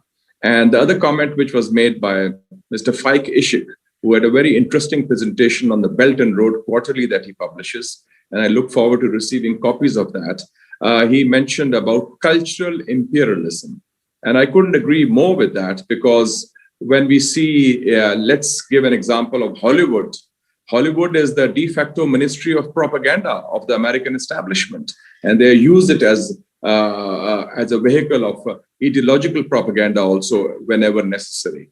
So I think it's been a very instructive session. And ladies and gentlemen, I'd also like to use this occasion today as a very historic day, because I'd like to pay my tribute and salutations to a very great leader of the third world, Mr. Raul Castro, who has resigned today as first secretary of the Communist Party of Cuba after 62 years of revolutionary service and duty. And the Cuban Revolution is a symbol of defiance and determination, and a symbol of inspiration for third world countries. And it is the leading expert on health and medical sciences in the third world, thanks to the revolution, which was launched by Fidel Castro, including Che Guevara, and also now Raul Castro. And we wish him a long life and good health in retirement. Ladies and gentlemen, we are living in an age of profound changes, transformations. And I think some new realities which are there should be first taken cognizance of. First, there is the inexorable shift in the global balance of economic and political power away from the West to the East. And we see the emergence of what is termed as the Asian century. So that is a fundamental reality which is facing us. And by West, I mean the decline of the United States of America, as well as what was termed as Western Europe. The second one is that new reality is that humanity is now facing collectively new threats, emerging threats, often non-military threats. The coronavirus pandemic is one example. Climate change is another example. And also a very important new threat of disinformation, propaganda, fake news. I've been a former Minister of Information of Pakistan, and I've been a former journalist. So I'm well aware, and I visited China several times. I first went as a young teenager in the 70s of Chairman Mao's China, and then I saw Deng Xiaoping's China, and then Xi Jinping's China. So I'm aware, and I studied in the US also as a student in Washington, DC, in Georgetown University. So I'm aware how propaganda is a weapon, and that's a very new weapon that is being used. So this is a new kind of threat. And if you talk of a new Cold War, the preparation comes not through military power. It comes through the battle of ideas, promoted through fake news, demonization, stigmatization, and propaganda. So I think these are common challenges for humanity requiring collective response to meet these common threats. Then the third important reality we have to cope with is that the power of public opinion is emerging as a major factor, an instrument of change in the world at large. Look at the United States. It's the third world also, in the US also. Black Lives Matter was a popular movement. And I think one reason why President Trump was ousted and he lost the election was because of the Black Lives Matter, which mobilized the African-American people of US, the progressive American, white Americans also. And this became a popular movement, an outrage against injustice to the Black community. That is one example. We have the Occupy Wall Street movement, which has already been ongoing against capitalism, which is a very powerful force. Then we have in neighboring India. I come from South Asia, Pakistan. In neighboring India, the farmers' protest, which is probably the biggest and the most potent peasant movement in Asia since the Chinese Revolution. It has shaken up the Indian state.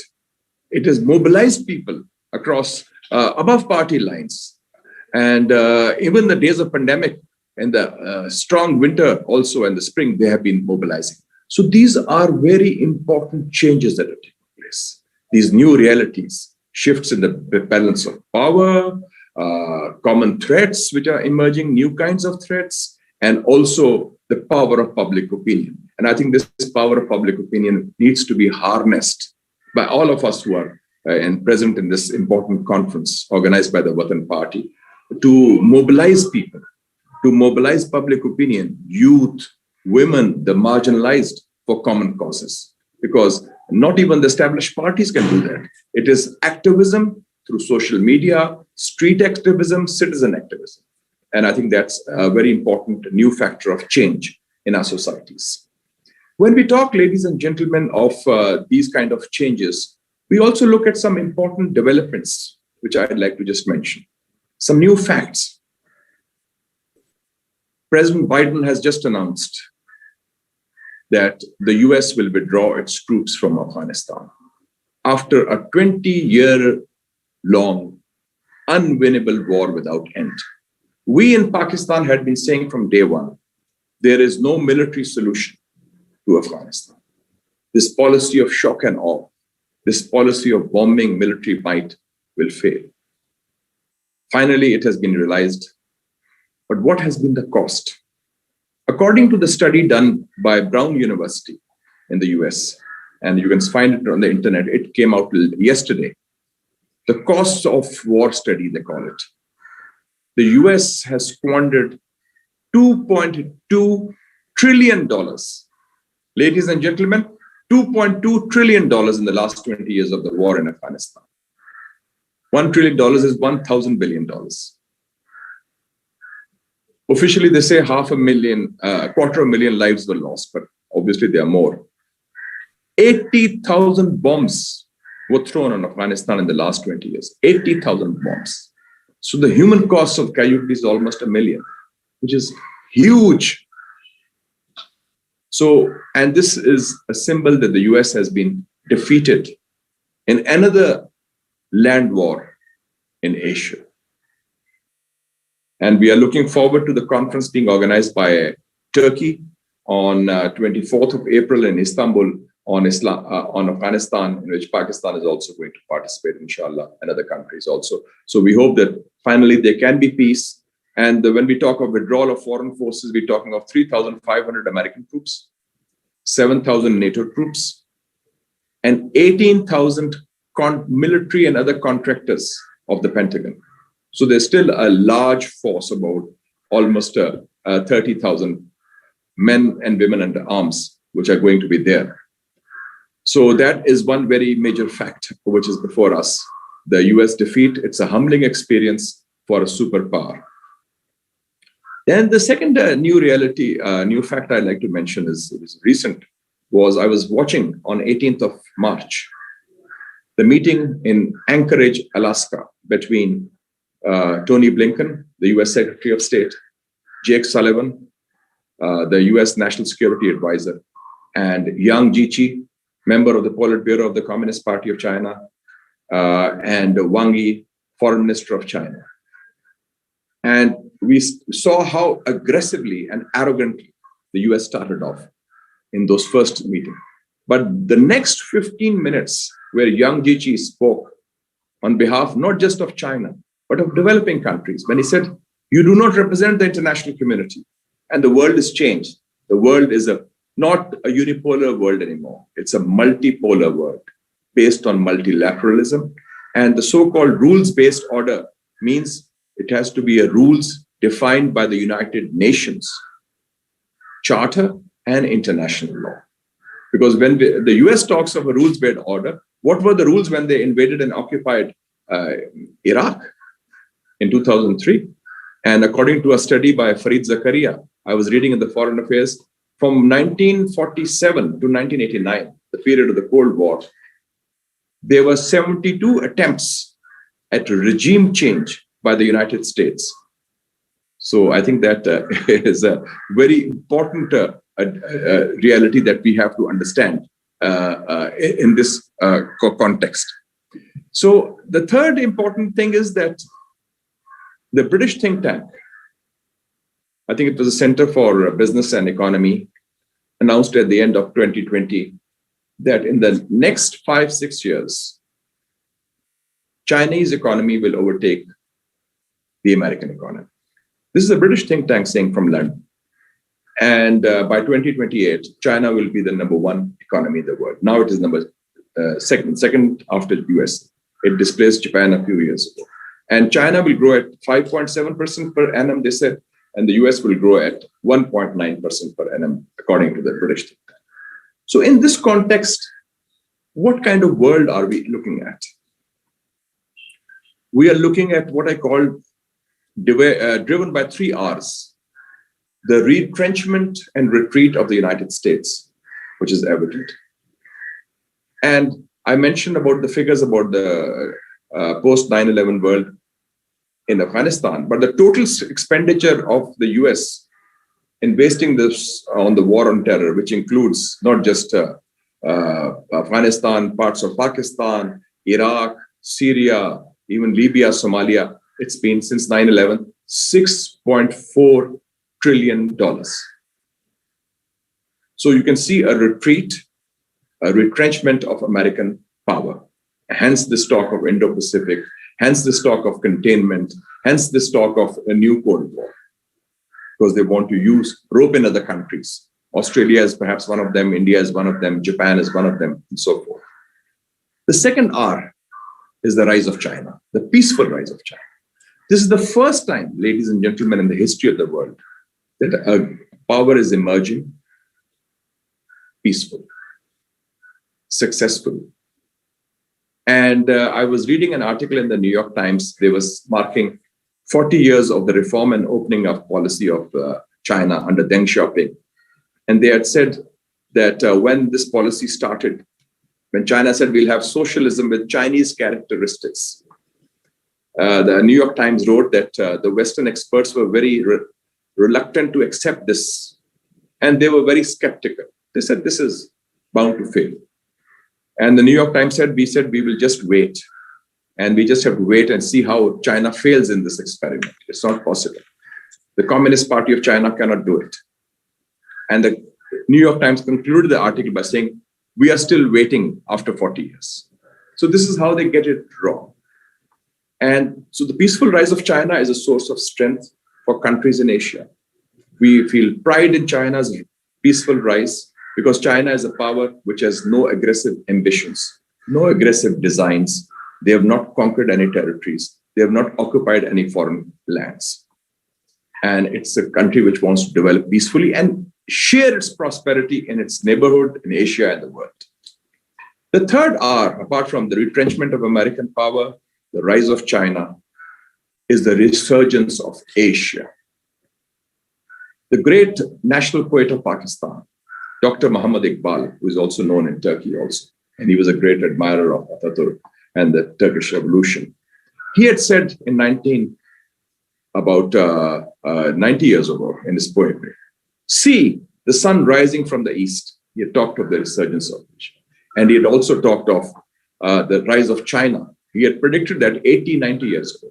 when he said, the great Chinese nation is rising from slumber and the springs of hope are bubbling with optimism in the Himalayas. How this nation is rising. Gara khab chini sambalne lage, Himalaya ke chashme ubalne lage. This was his word in Urdu language, which again is Urdu is from Turkish. So this is a very important development that we face. Looking at this world, we see two contrasting models, two contrasting visions.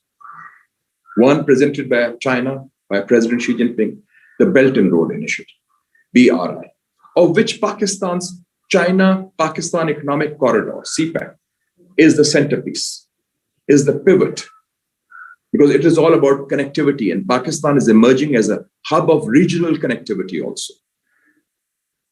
South Asia, the Central Asian republics of Kazakhstan, Kyrgyzstan, Tajikistan, Turkmenistan, Uzbekistan, Iran, Afghanistan.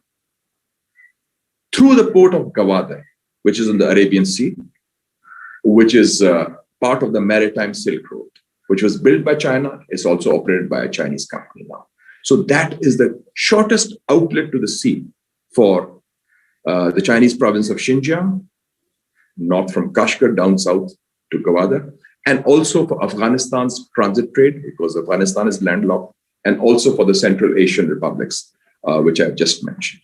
So we are having this very close cooperation, and this is driven by ports and pipelines, economy, energy, roads, railways, and there is also now a project of Pakistan, Uzbekistan, Afghanistan, rail link going from Peshawar, then to Mazar Sharif, then up north to Termez in Uzbekistan.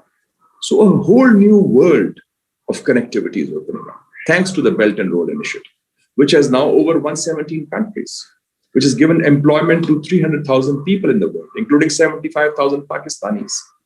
And the projects in China has invested over $25 billion so far in Pakistan, and 28,000 Pakistani students are studying in China in different fields. So this regional connectivity is the need of the hour, and linking up with not just Afghanistan and Iran, we have Turkey, a great friend, a great brother, a great leader in the whole Muslim world. It's also playing a very active role. So there's this connectivity is extremely important, and we feel that this will be the element which will reinforce the future.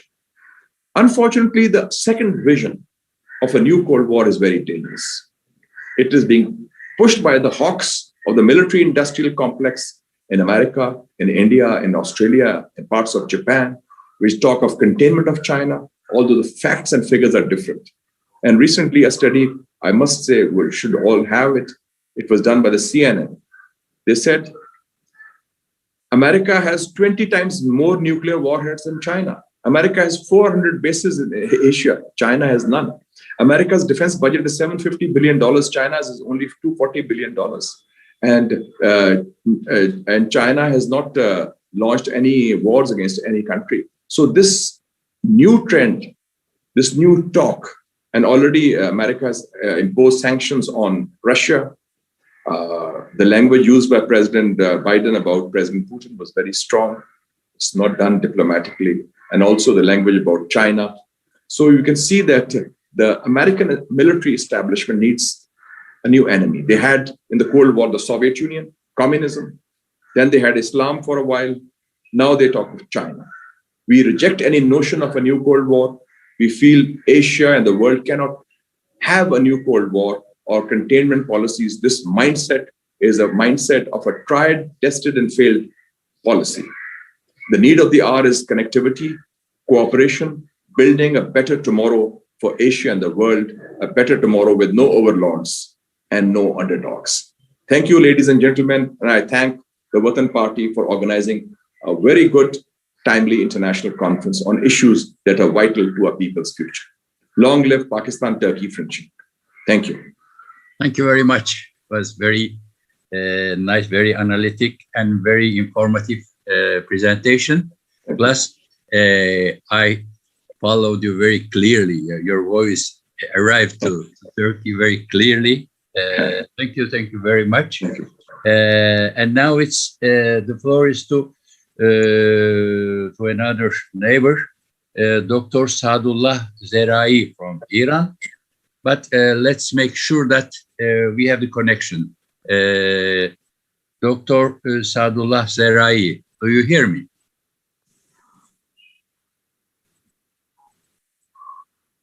Dr. He's not online, Professor. He's not online yet. All right. But we are in contact, so he will be in a few minutes. Okay. So, okay. Then while we wait him, I would also I forgot something. While I presented Mr. Mushahid Hussein Said from Pakistan, he is also a member of the Senate Defense Committee, right? Yeah, also. So I'm the chairman of the Senate Foreign Affairs Committee now. Okay, he corrected me. So it was very nice, and I'm sorry I forgot to present you in a proper way. But no, that's okay. Now we are. Professor. Yes, please. This is Erman. You may continue with the following presenter while we are try to connect Zarei. The president, well, the following presenter is also problematic. Mr. Ahmet Cevat. I think he had another presentation, so he will join us later on. We now have Fuat Izadi from Tehran University. The following speaker is Dr. Fuat Izadi from Tehran University here with us.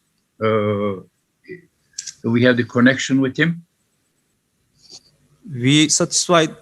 I suppose we satisfied the connection with Sadullah Zarei, if he confirmed me. Yeah, all right. All right. We go on with Dr. Zerai from Iran. Okay. I think he's going to have his presentation in Persian, and then we have the translation. That's also nice to hear a Persian presentation. If he's ready, he can go on with his presentation. Dr. Sadullah Zerai.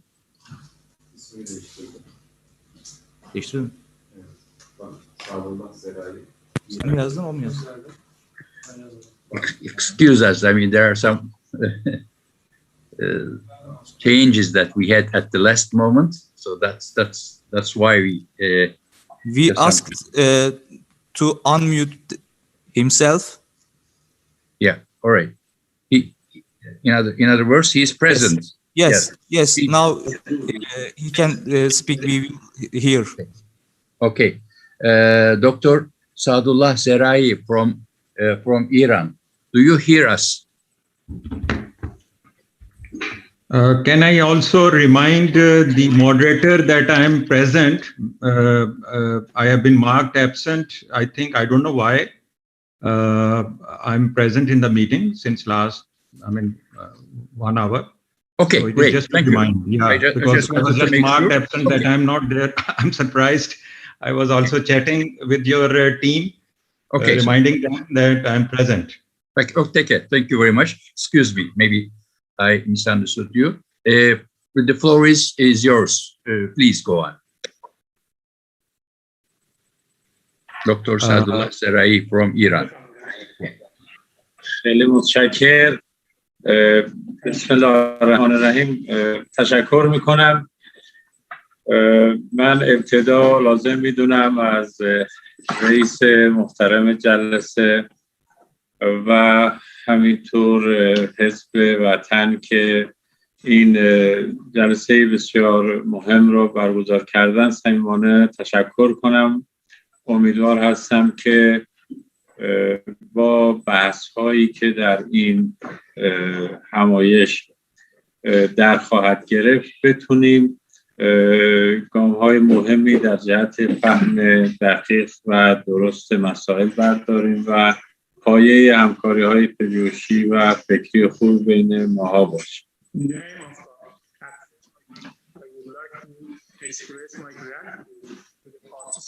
Yeah, now the translation, right?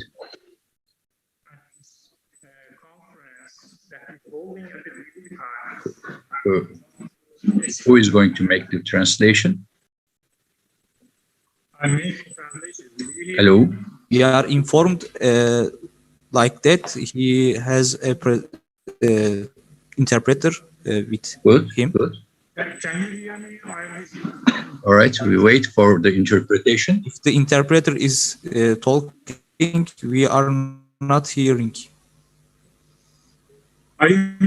Excuse me, I did not understand. I'm translating. Can you hear me? I think an interpreter is speaking from near Sadullah Saray, but we don't hear. Yeah. Dr. Sadullah Saray, can you help us? Can you hear me?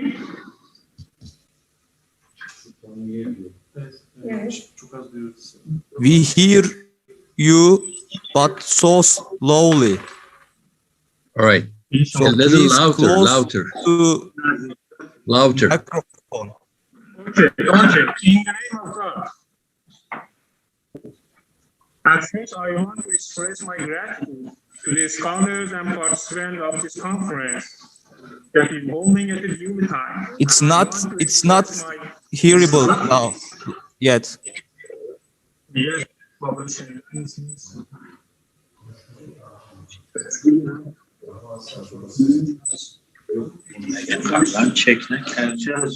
You should close the microphone. You should be close to the microphone. Get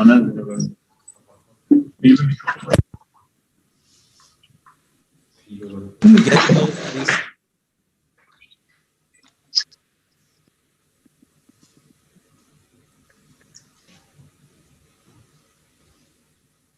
Ama bende olmuyor değil mi sadece? Onlar da oluyor. Evet. Hayır. Can you hear me? Yes. A bit good.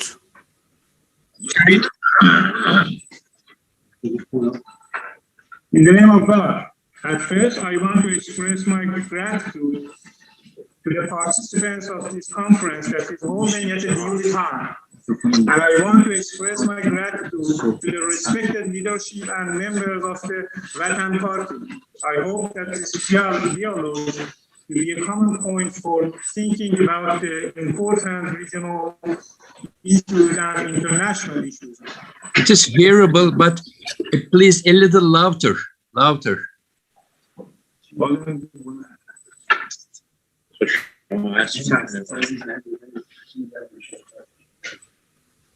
The bipolar system, that was collapsed after the collapse of Soviet Union and the Berlin Wall has divided our region into two parts, one controlled by the United States and another controlled by the Soviet Union. 3 decades after this collapse, our world has turned into a...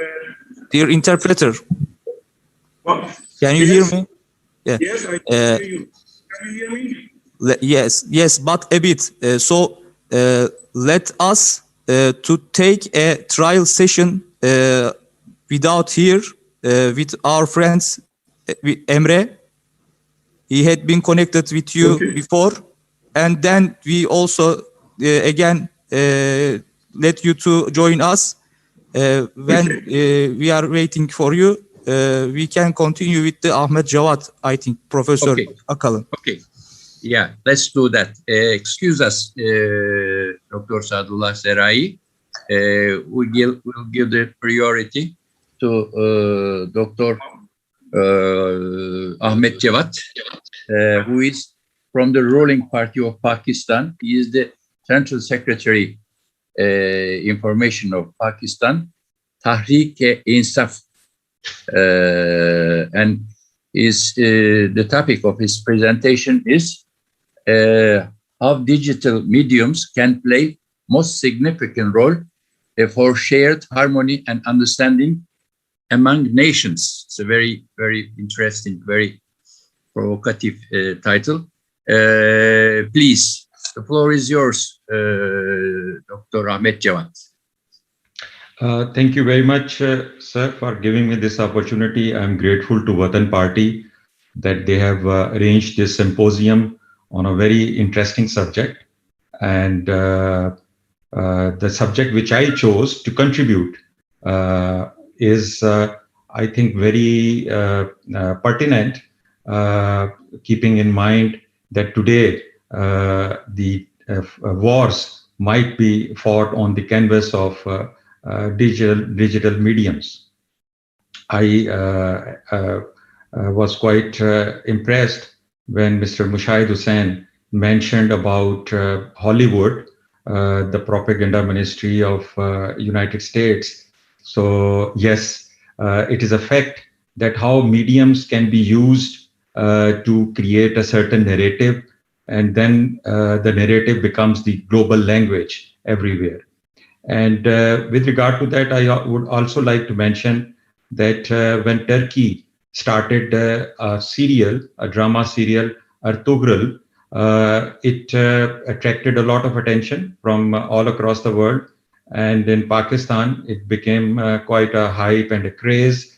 And all Pakistanis would like to see Ertugrul and like to see the reflection of glory of an Islamic state in the past, which was Ottoman Empire. So that shows the power of the medium. So it is not just the movies. Today we have the digital mediums in many forms. It is in the form of social media. And I also like to mention that today we from different countries, from different cities are talking to each other, listening to each other because of this digital medium. So this perhaps in the past, it perhaps might needed a lot of resources and efforts to gather people at one place and talk and discuss and listen to each other. But today with a few clicks, we are able to see each other, we are able to talk to each other and give our opinions. So this is the power of digital mediums, which will play a very important and significant role in the coming years. It is already playing a very important role. The subject of today's discussion was basically hegemony, dominance, and monopoly of countries, nations, and groups. And digital medium are going to play a very important role how to counter hegemony of one country or one region or the monopoly of one group. And here I would like to remind the audience that dawn of digital medium, which started somewhere 91 when first WW website was launched. So it's almost 30 years that we are into the digital medium. And today the narrative, which is given on the digital medium, has become a new battlefield. And this battlefield has equal opportunity for information and disinformation. So if the disinformation is strong, it will be able to create its narrative. If information is strong, it will be able to create its narrative. I give you a few examples in the recent years. If you can recall that how European Union complete mindset was changed when the body of a Syrian child was found on the beach. That was the power of social media. That was the power of digital medium, that how a simple image and a few words can change the mindset of the countries and the nations. I also give you the example that which is quite unique and which is related to Turkey, that when there was a military coup in Turkey, and it had some indications, some investigation later on that some external forces were involved into this. So that was also fought with the help of digital mediums. So how the narrative was created in minutes and hours, and how the nation was inspired, motivated to stand against the military coup. So these are very interesting examples and indicating the power of the digital mediums. So it is very important, I think, for us, for countries which are developing countries, and those countries who might have been victim to the hegemony of one country, or they have been being victim because of the monopoly, whether in the trade or in the business or in the economy. So it is very important that we use this digital medium significantly, effectively, to guard our interest and to build our narrative, and tell the world what we, how we see the world. I mean, I was listening to the different speakers. So everything what the different speakers said, it has a message. Now, how far this message can go, and there is no other medium in the world which can take these messages as vast as social or digital mediums. So this is call of the day that political institutions like Vatan Party has organized this thing, that we discuss, deliberate, that how in the future we can use this narrative building for the good of the nations, to fight against the hegemony, to counter the dominance and the monopoly of the groups using these tools. So I think this is all from my side. And if there is any question later on or now, I would be glad to answer. Thank you again to everybody, and especially the Vatan Party, Turkey, for giving me this opportunity to speak on this subject.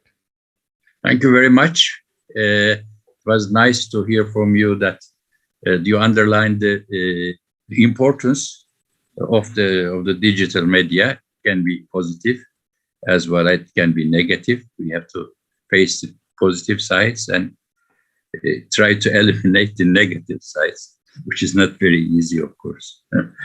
Okay, thank you.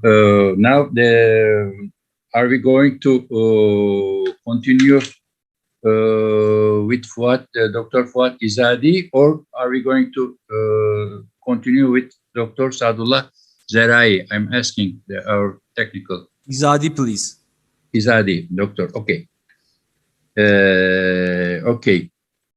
Yeah. Now I present you Dr. Fuat İzadi from Tehran University. It's a well-known Iranian university. He is going to have a presentation on culture of resistance and Iran's foreign policy, which is very interesting. I repeat, culture of resistance and Iran's foreign policy. All right, Dr. Fuat İzadi, do you hear me? Yes, I do.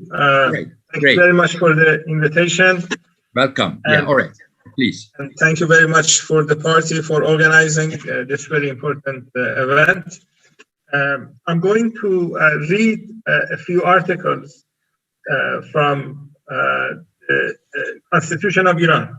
Since I'm going to talk about Iran's foreign policy, I think it's appropriate to basically find out what Iran's constitution says, that how Iran's foreign policy should be conducted. But before I read the parts of Iran's constitution, as some of you may know, the Biden administration issued a national security strategy, version of the national security strategy last month, basically listing the difficulties that the US government has, highlighting 4 countries. Last week, we had the head of US intelligence community going to the US Senate and presenting this report that they call a worldwide threat assessment. And again, in that document, they list 4 countries that the US government has serious difficulties with.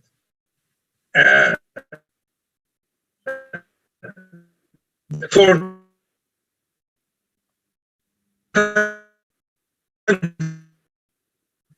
and North Korea. Given the theme of the conference that were present,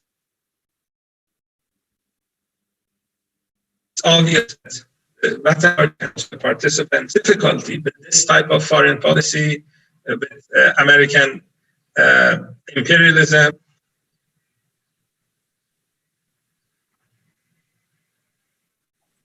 Dr. Fuat Izadeh, we have some problems with the sound. I mean, it was very good at the beginning, but it became problematic after a while. Can you hear me now? Are you okay now? Yeah, perfectly. Okay. I hope we can go on with this. So the question, very good, very good. The question is why the United States has difficulties with these 4 countries: China, Russia, Iran, North Korea. We had the speakers from China. I think we're going to have the speakers from Russia. I'm not sure to see any, but I can tell you the reasons why the United States has difficulties with Iran, and I believe goes back to the nature of the government and the constitution that Iran was founded on. And so I'm going to read a few lines from Iran's constitution to basically prove my case and point. In Article 3 of Iran's constitution, Section 5, it calls for the complete rejection of imperialism and the prevention of foreign influence. As you know, before the revolution, Iran was a US puppet. We had the Shah ruling the country very much in line with US foreign policy interests. And one reason there was a revolution in 1979 was to get rid of that type of relationship between Iran and the United States. And the constitution that was written after the victory of the revolution wanted to highlight the problem that Iran had with imperialism, so that in Article 3, Section 5, you had that. In Section 16 of Article 3, it requires the organization of nations' foreign policy based on Islamic criteria, fraternal commitment to all Muslims, and unrestricted support for the impoverished people of the world. In Farsi, we have this word, also in Arabic, mustaz'afin, the impoverished, the segments of society that are doing not well economically. So in Iran's constitution, you have a commitment to not only support Muslim brothers and sisters all over the world, but also deal with the impoverished people of the world. And you see some examples of that in recent foreign policy of Iran, the help that Iran is giving to Venezuela, for example, selling gas, given the harsh economic sanctions that the United States has imposed on Venezuela. Iran is doing what Iran can. In Chapter 10 of Iran's constitution, Article 152, we have this sentence: the foreign policy of the Islamic Republic of Iran is based on rejection of any kind of domination. This is a problem the United States has with Iran, because they want to dictate Iran's foreign policy, they want to dictate Iran's security policy and defense policy, and because the revolution was formed on rejection of domination of any power, they are having problem with Iran. And we see the US government having the same problems with Turkish government as well. Whenever Turkey adopts an independent foreign policy, then generally the US government doesn't like, and they engage in sanctions with regard to Turkey, the same way they do with Iran. Last time I counted, there are 36 countries that are sanctioned by the United States. So rejection of any kind of domination, both its exercise and submission to it. So Iran's constitution requires not only Iran should not accept domination, Iran should not exercise domination. That's against Iran's constitution.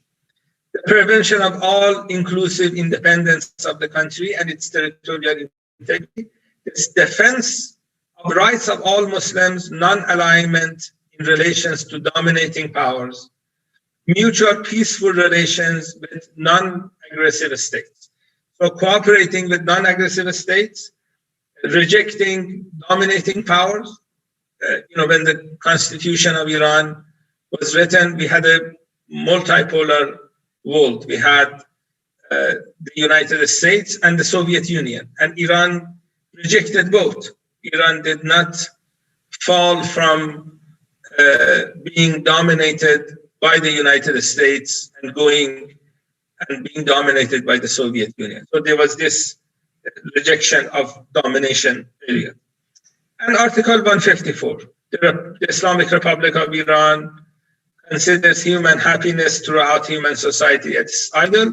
It considers independence, freedom, and governments of justice and truth as the right of all people of the world. Consequently, while it completely abstains from any kind of intervention on internal affairs of other nations, it supports the struggle of the oppressed for the rights against the oppressors anywhere in the world.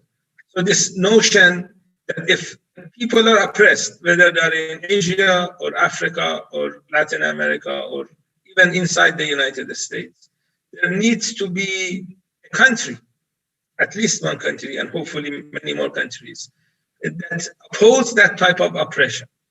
And that has been a principle of Iran's foreign policy. And more or less, in the last 40-some years, since the 1979 revolution, the Iranian government has tried to basically follow this constitution. The only point that since my time is finishing, the only point, this is going to be my concluding remark. No. We still have some few minutes. Please go on, please. Very good. Your sign here says, yeah. I don't... Just to remind. Yes, so this is going to be my concluding remark. That what we saw today in your conference, in Vatan Party conference, was very interesting, because we have people from different parts of the world saying the same thing. So there is this common interest, common level of understanding, this sense of unity and brotherhood that you can hear from people's remarks. This is very good. Occasionally, in foreign policy, we see also competition. And there is this rule of divide and conquer. So we have the imperialists, we have the United States, for example, who want to create this unity among the oppressed.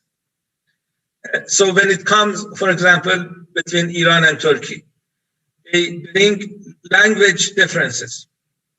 So Turkish people speak Turkish, Iranians speak Farsi.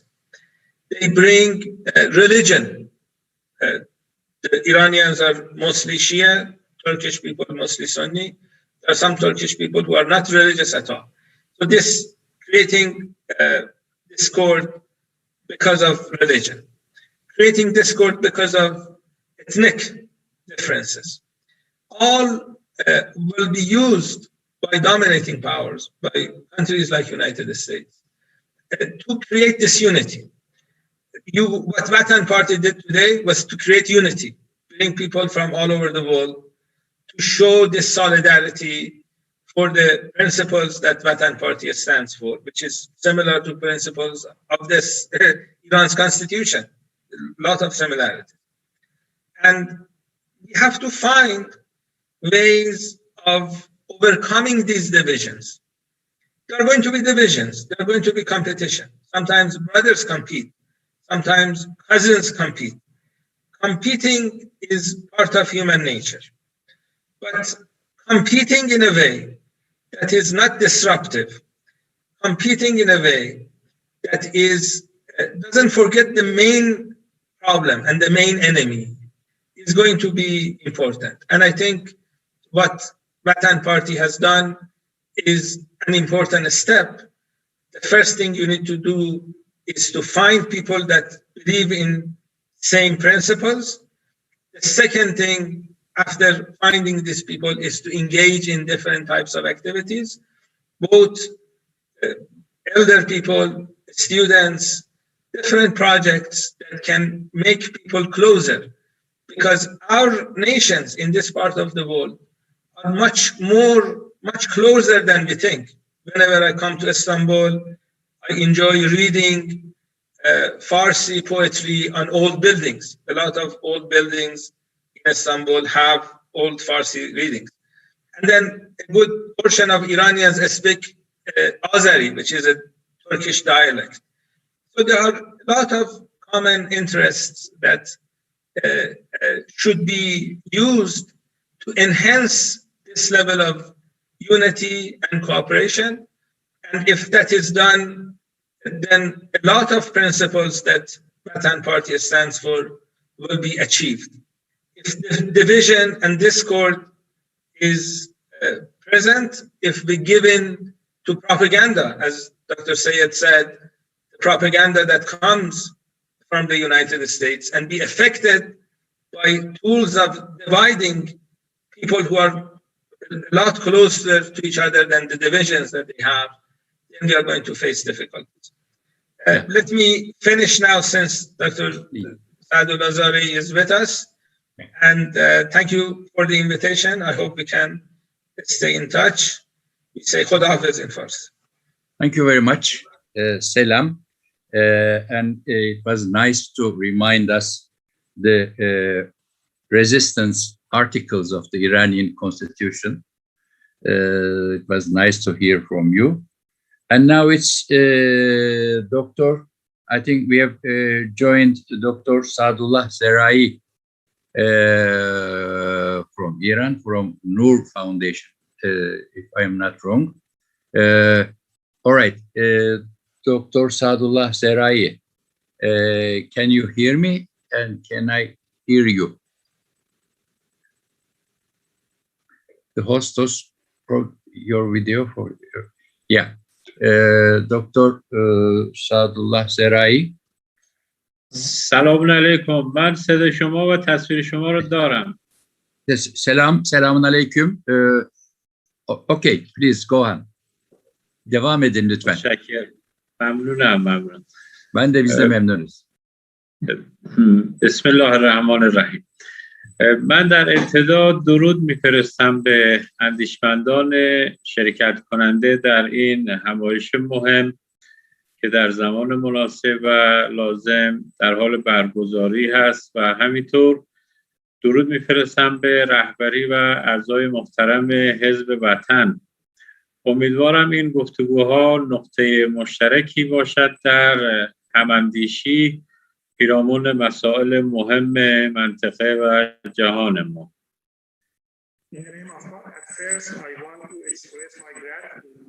Evet, translation.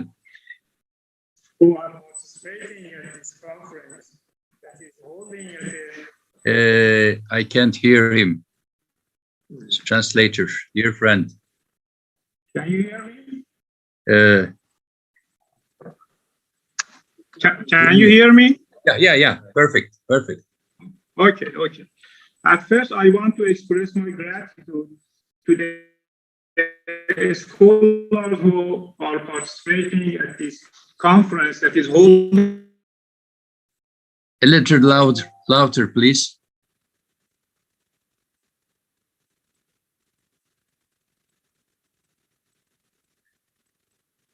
Yeah.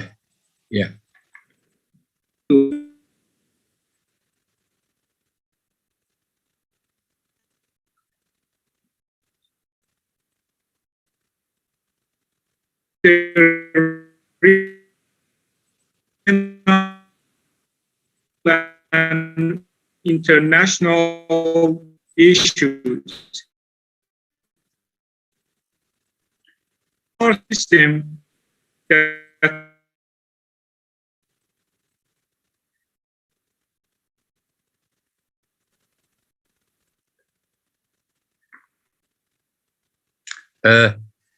I'm sorry, we can't hear you. What I connection suggest is lost, is to, Professor. Huh? His connection is lost. As lost. Okay. Then once again, we while we wait, we give the priority to our Azerbaijani friend.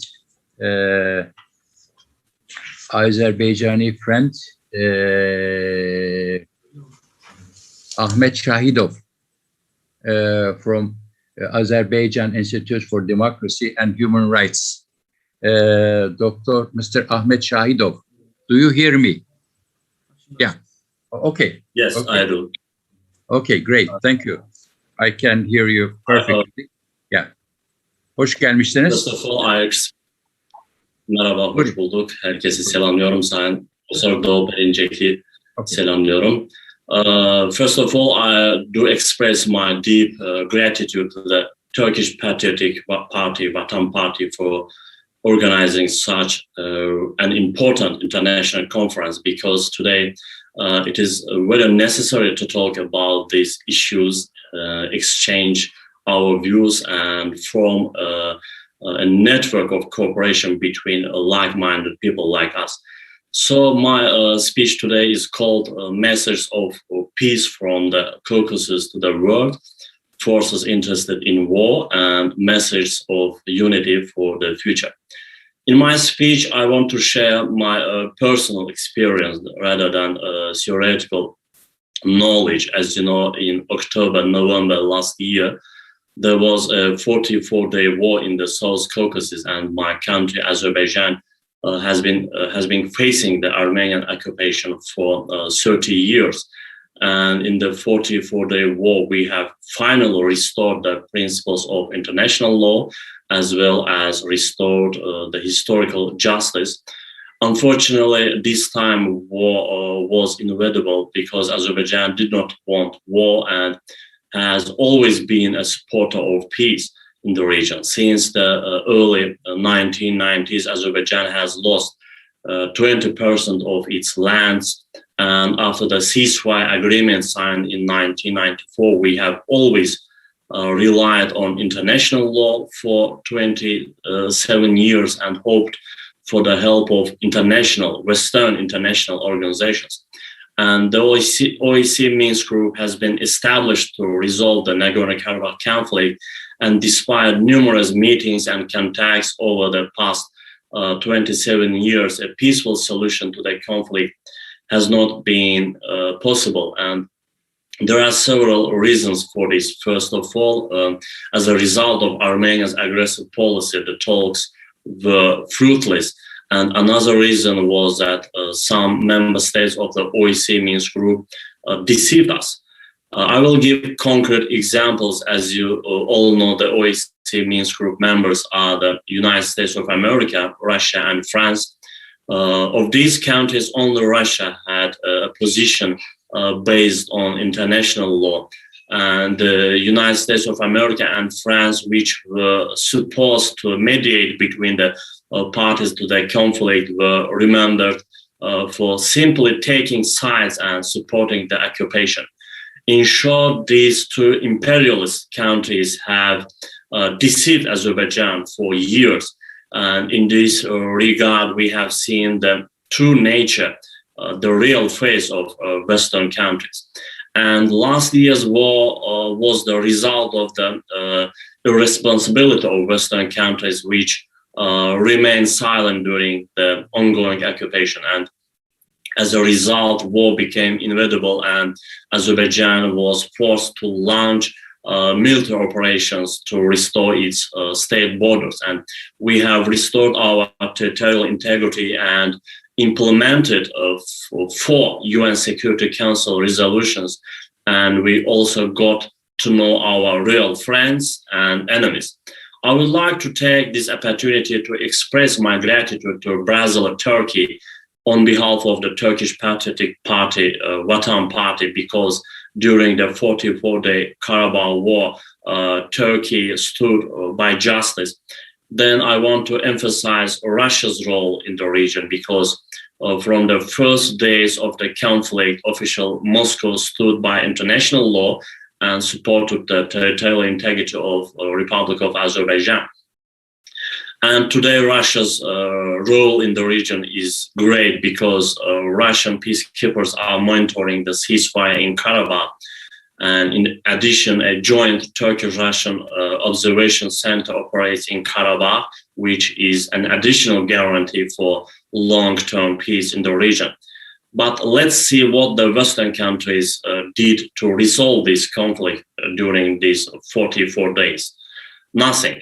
I even remember during the 44-day war, France openly supported the occupation and even blamed Azerbaijan.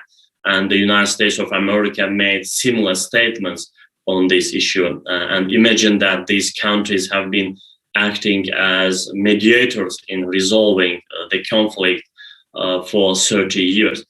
By sharing the experience of my country, I actually want to send a message as well.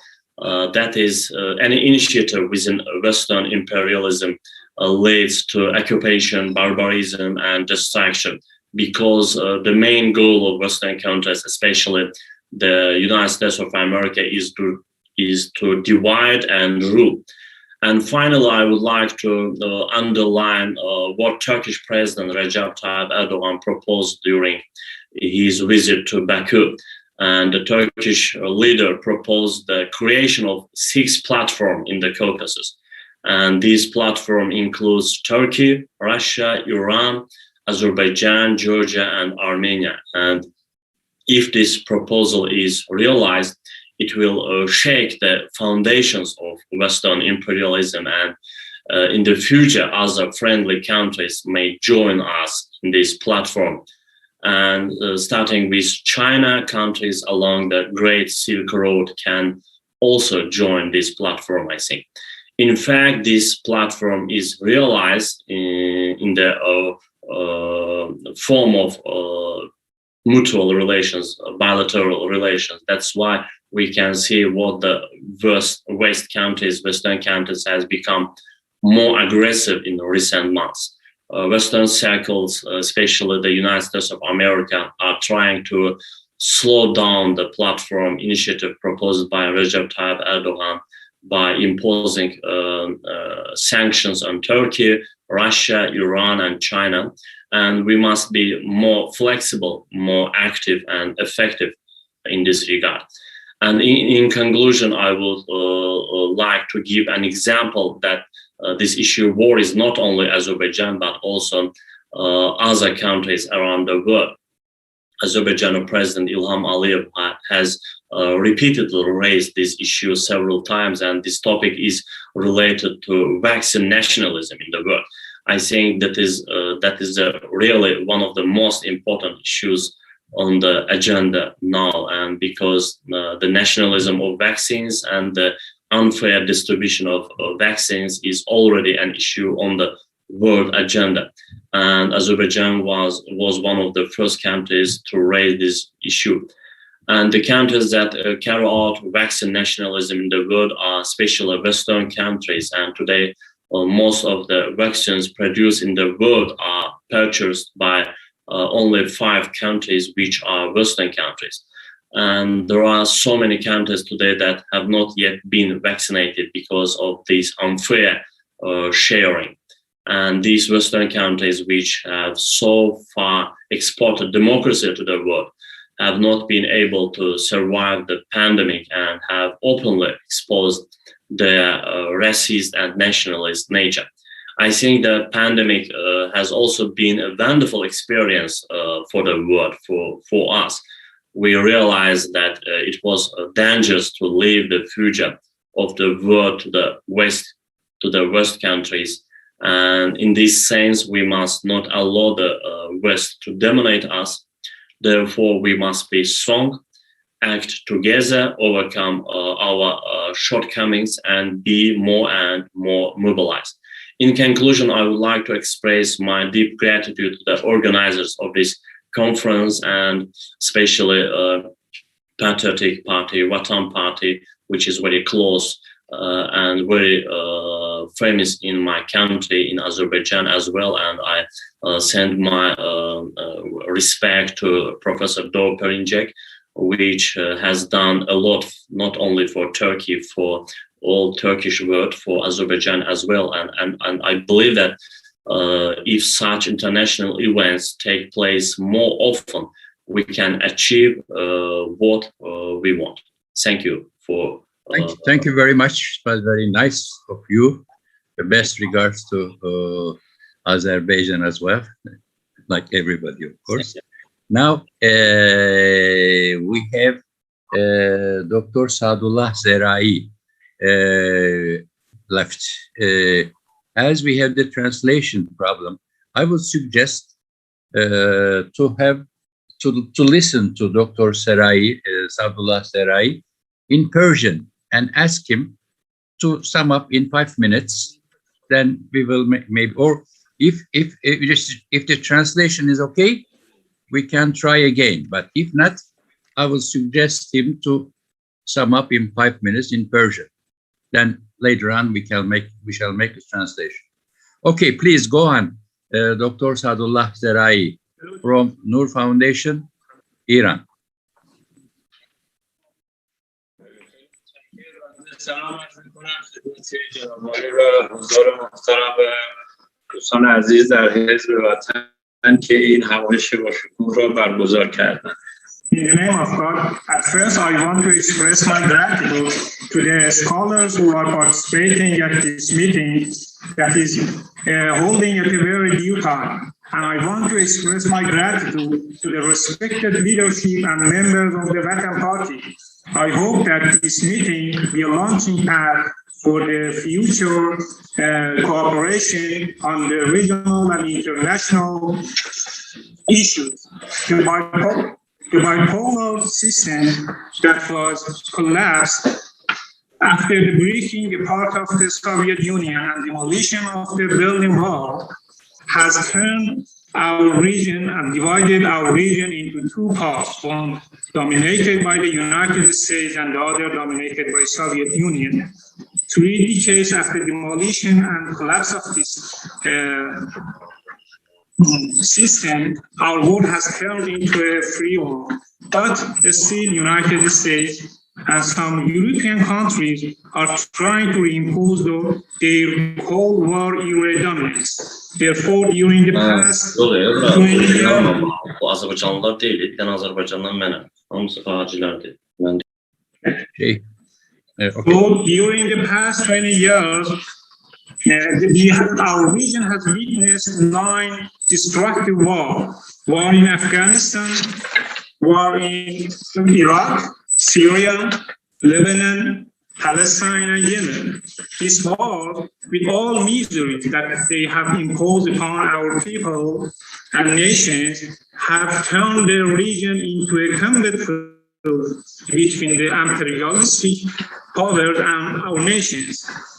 War in Afghanistan, as the Americans themselves confirmed, is ending, and the self-sufficient nation of Afghanistan has overcome an army that was the essence of the Western culture.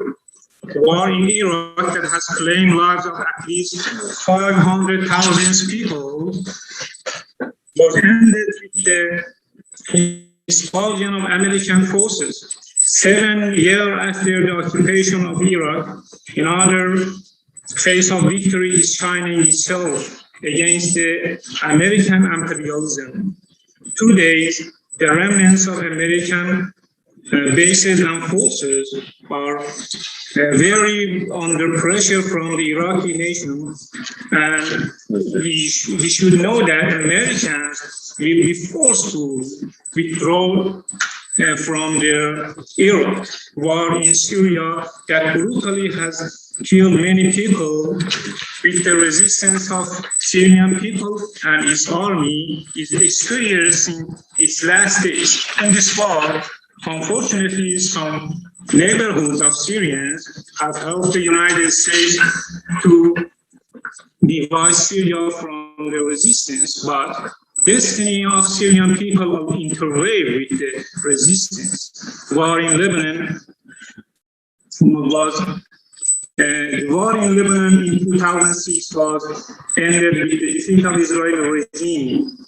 Israel at 1982 in Lebanon, but in 2000 was made to live there, and 6 years later it was defeated. Today, again, Lebanon is facing a conspiracy, but it is for sure that no foreign country and power can impose its views on the Lebanese nation. Israel regime have launched several wars against the oppressed Palestinian people, but with the resistance of children of Sheikh Ezzeddin Qassam, Ahmed Yassin, and Khalid Sharawi, they was failed. War in Yemen has entered its 7 years with the resistance of Yemeni nation against the Saudi and Emirati aggressor that was overtly supported by the United States and America. Today, we see that ever is talking about the end of the war, but we know that Saudi regime neither is able to continue the war, nor is it to end it.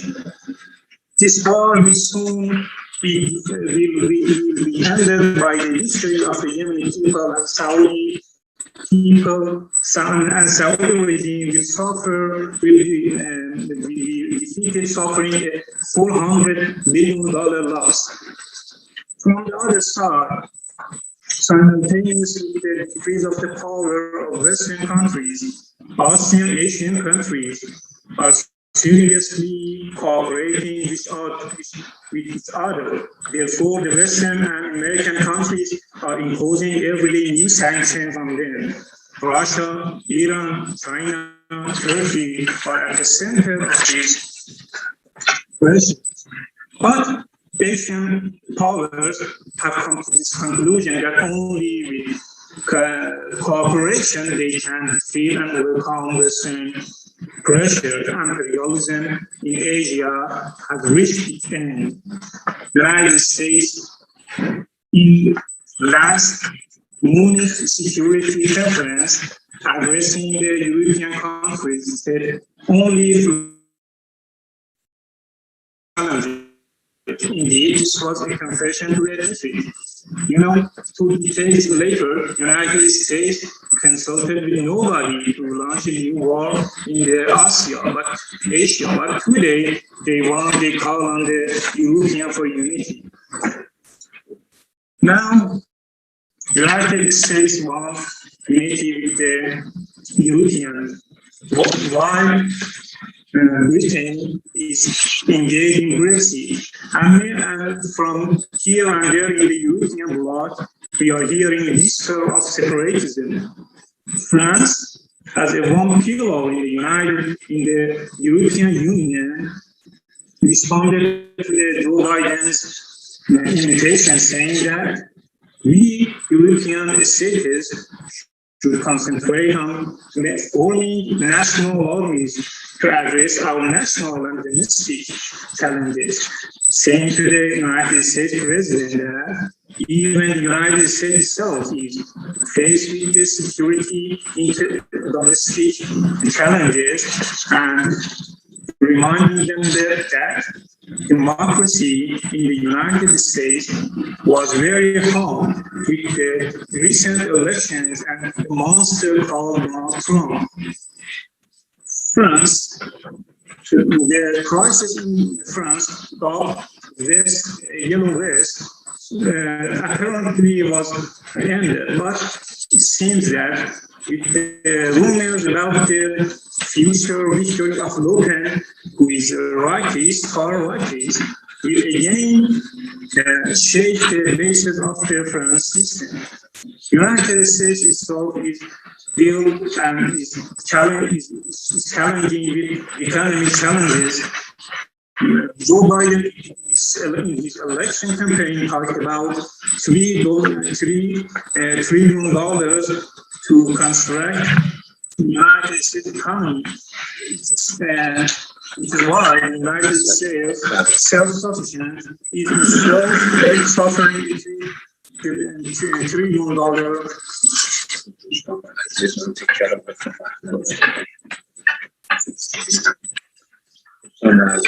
Dear friends, do you know what will make the future of our region?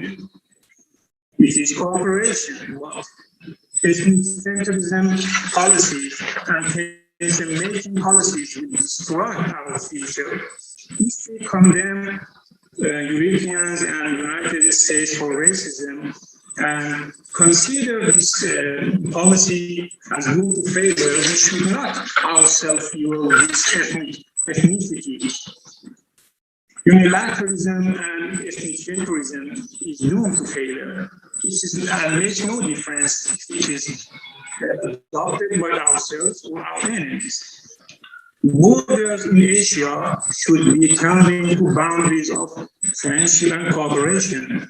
Dr. Sadullah, I would ask you to sum up.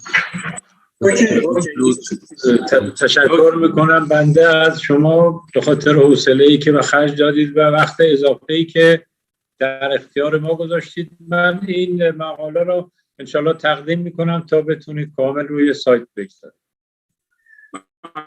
Şükran, selam, memnunuz. Thank you very much for the solution that you found. Thank you very much for the cooperation. We were able to follow the translation, but quite difficultly. In any case, thank you very much. Your contribution, your participation was important for us. Thank you, and salam for our Iranian friends. Teşekkür ederim. Sağ olun. Okay. Now the session is over. Thank you very much to all contributors, and I will give my place to Dr. Mehmet Perincek. Okay, is he here? Is he ready to? Yes. Okay. Bye-bye. Thank you. Excuse for the technical difficulties. We were expecting some technical difficulties. Well, we had some, but I think next time we shall get better prepared to such problems. Thank you. Bye-bye.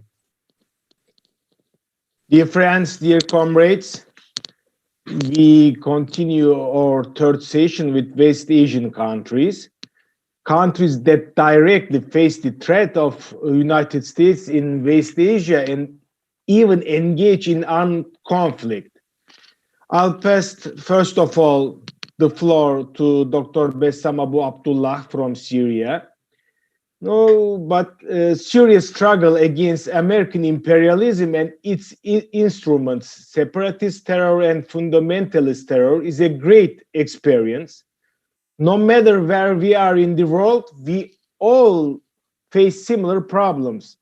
In this regard, Syria has achieved significant success and these experiences are very important for all us. Here, Dr. Bessam Abu Abdullah, the floor is yours. He is a professor of international relations and Syrian political analyst. You have got 20 minutes. Please go on.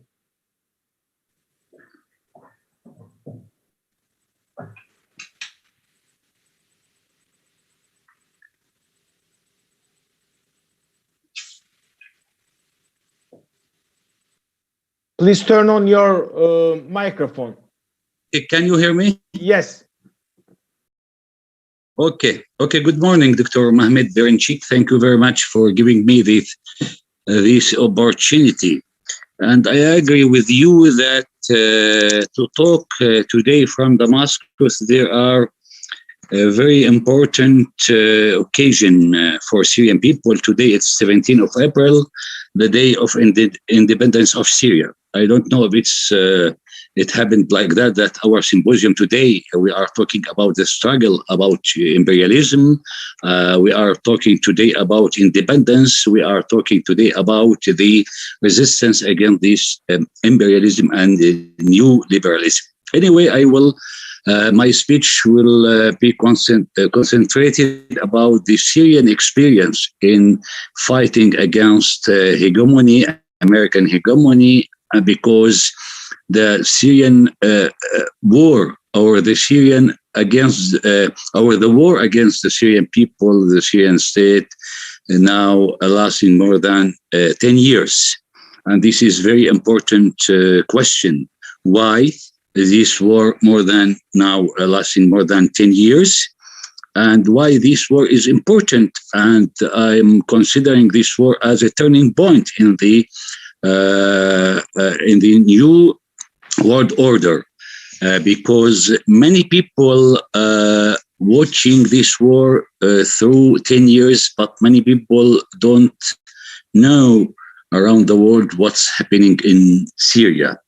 After 75 years of independence of Syria from the French colonialism, the Syrian people returning to defend its independence after 100 years of Sykes-Picot, which divided the region into the different states: Lebanon, Syria, Israel. They create Israel, and we know what happened with Turkey. Anyway, I think that I should mention that one of the more barbaristic war against a state and a people, it's going now in Syria during 10 years. Why this war is happening against Syria? What is the targets of this war? I think the United States, since the 19th of the past century, and the intellectuals in America talked about the Greater Middle East Project. Then they revised this project and called it a New Middle East Project. This project based on the alliance between the Muslim Brotherhood International Organization plus dollar regimes in the Gulf states as a financial resources for this project, besides the extremist organization like Al-Qaeda and ISIS. The main goals for this project is to bring the Muslim Brotherhood organizations to control the Arab states under the title Arab Spring. Then the model was in Turkey through the AK Party. We should mention that. It was succeeded with them in Tunisia, then Egypt, then Libya through the NATO aggression against Libya, then Yemen. The main target was Syria because for many reasons. But before that, I want to mention three important things. What was the agreement between the Muslim Brotherhood and the United States at that time? The first condition is the security of Israel. The second is to connect the economies in these states with the new liberal system in the world and America. The third is kicked off Russia, China, and Iran from the region. besides using the sectarian and ethnic wars in the region as an instrument. It's absolutely they succeeded in Tunisia, but in Tunisia still there are progressive powers who are confronting this project. In Libya, they could collapse the Al-Gaddafi regime in 2011. Then the last target was in Syria. I should mention that when they started their aggression against Libya, the events in Syria started in the city of Daraa. Why Syria was the target? Because of its foreign policy, which is based on the independent foreign policy. Syria was or faced the occupation of Iraq, and I think all remembering that President Assad refused the conditions of Colin Powell in April 2003. Its relations with Iran, China, Russia.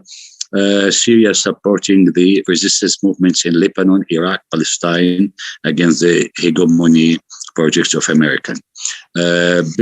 So after 10 years, the resistance of Syrian people, Syrian army, President Bashar al-Assad was very strong, and we could they couldn't achieve all its goals, because if the project against Syria succeeded, it means the region will be under the control of United States and the new liberal systems, and they wanted to divide this region, including Syria and Turkey and other states in the region, into ethnic and sectarian cantons for controlling our resources and producing a new political regimes in the region as the toys in the hands of Washington.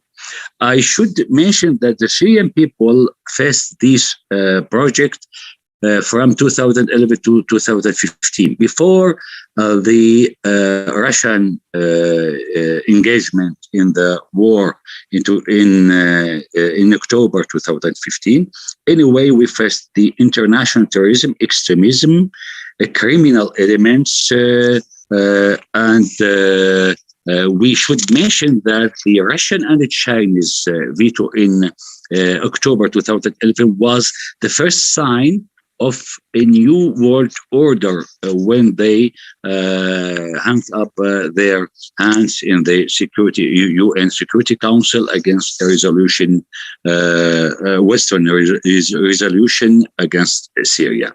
The fascistic war against Syria was one of the worst wars since the end of the Second World War. Some sources talking about $1.2 trillion as they spent on Syrian war. Syria lost more than $500 billion from its growth, from its economy, and during these 10 years.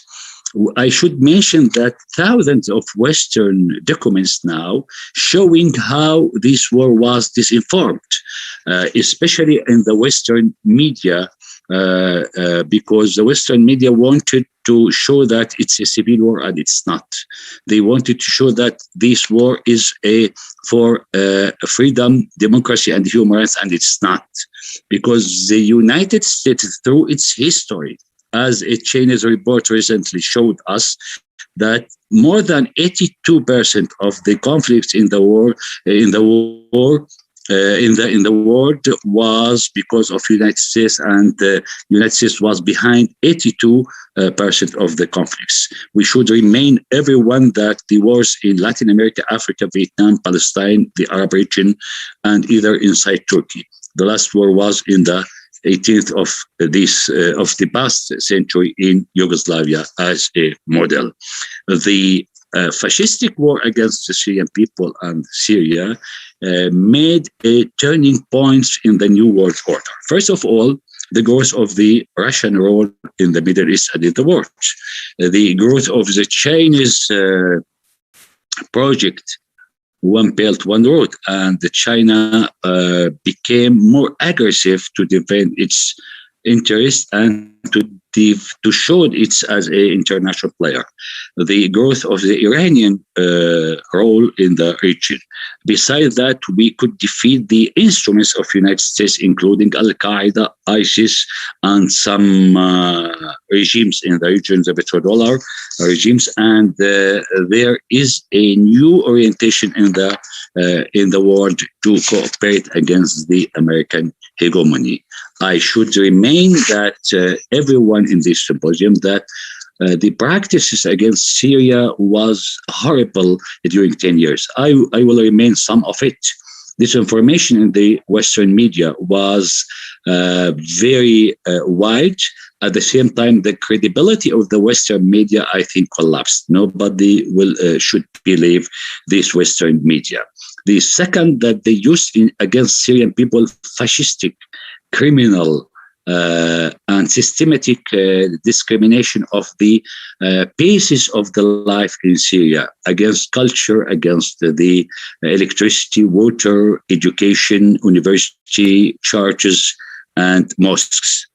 They used one of the worst criminal extremist organizations like Al-Nusra now in Idlib, and ISIS and other extremists from Europe, from America. The Pentagon recognized that there are more than 82 nationalities in Syria. They used chemical weapons and as an instrument to say that the Syrian government behind that. They used narcotics as one of the instruments in this war. They tried to divide the Syrian community on the sectarian and ethnic basis, and they are now supporting the separatist movements like YPG. And at the same time, now America is controlling and occupying part of the Syrian territory, and they are stealing the resources of Syrian people. They are stealing the water, the cotton, and other resources of Syrian people. Besides that, I should mention that the Turkish government should change its policy towards Syria and should stop its attempts to make demographic changes in Syria, because it's not acceptable. If the Turkish government looking for the future, they should understand that that dividing Syria is achieving to divide Turkey. The main dangerous things against Syria is the embargo against the Syrian people, the Syrian economy. One of the model is a Caesar law. It's one of the models of economic terrorism against Syria and against other people. They are now trying to making this embargo and these sanctions against Russia, against Iran, against Turkey itself, which I think it's a very good lesson for Turkish government to understand what is the goals of this war against Syria. And I think so because of that, I invite everyone in the world to ask the United States to leave this embargo against Syrian people. I think if we will talk about a new world order, it's first of all, it's a interest of the all independent states in the world. It's the time to say stop to American hegemony and globalization and neoliberalism, which want to which achieve to destroying the values of our societies, the values of our families, the values of our states, and they want to enforce their culture. Because of that, we should face these attempts in our mutual cooperation. The last point which I want to mention, that I should appreciate a lot the position of Vatan Party, and especially his chief president of party, Dr. Dovbrenchik, who didn't stop its support to Syria, Syrian people, Syrian leadership, and Syrian army. And his position didn't change since 10 years, and he visited Syria. And I think that his position is appreciated a lot in Syria and in Syrian public opinion. the price which the Syrian people paid is very high, very expensive, and but I think that Syria put a very important model in front of the other people to face the old world order. I think our dream in a new world order is not a dream now. We are in front of thousands of people who paid their life for this new world order. We should working together with China, Russia, Iran, and the progressive parties in Turkey, in Latin America, and we are seeing now that a lot of changes in the world. I think a lot of, or one of the big intellectuals in America recently wrote an article in the Foreign Affairs, and he said that the time of Western hegemony, which continued more than 2 centuries, is already finished and end, and there is a new world order is pouring, and he talked about a new basis. He recognized that the new world order should be based on the China, EU, Russia, Japan, India, and USA. And he invited for a new regional order, which in this point I want to invite and to talk to the Turkish government directly, that without a direct talks with the Syrian government, there is no exit for the problems which is Turkey facing. And I think after 10 years of the war in Syria, the Turkish government should understand that it's impossible to continue like that. The occupation is not acceptable for Syrian people and for the free Turkish people who are looking for a good relations between Syria and Turkey. I invite everyone to solidarate nowadays with Syria, with its people, with its leadership, to finish all kinds of occupations, the American one, the Turkish existence in the north, and to combating together the separatist models, which is getting support from America. We should say together, stop the embargo against Syria, stop terrorism against Syria and Syrian people. And I want to thank you very much for giving me this opportunity to talk from Damascus in this day, the day of independence of Syria. And I want to tell everyone in Turkey that Syria is still important for the national security of Turkey, and we should, the Turkish government should revise its policy. Turkey should looking for its interests and should leave the NATO and looking for the future with its neighbors and with the new uprising powers in the world. Thank you very much. Shukran, Professor Bessam Abu Abdullah. And we congratulate the Syrian people on the day of liberation from French colonization. And we are sure that Syria will defeat US imperialism this time. In the meantime, I'd like to tell you a short anecdote. It goes like this. A delegation from Ukraine comes to Stalin and they say, Comrade Stalin, how would you like us to present or report? Briefly or detailed? Stalin says, as you wish, some brief or detailed, but you have got 10 minutes. Yes, dear friends, you can present your reports as you wish, brief or detailed, but now you have only 10 minutes. Now it's Russians' turn. In the strategy of the USA to siege Russia and Turkey and, of course, whole Eurasia, Eastern Mediterranean and the Black Sea are inseparable. While the US is encircling Turkey from the Eastern Mediterranean, it is encircling Russia and whole Eurasia too. And the same applies to the Black Sea as well. The US efforts to enter the Black Sea is not only a part of the Russian siege strategy, but has a role in the containment plan of Turkey and all Eurasian countries too. For this reason, developments in the Black Sea, especially today, concern us all closely. And Leonid Savin knows the region and geopolitics of this region very well. The floor is yours, Mr. Savin. Thank you, Mehmet. Sound is okay? You listen me? Yes, very good.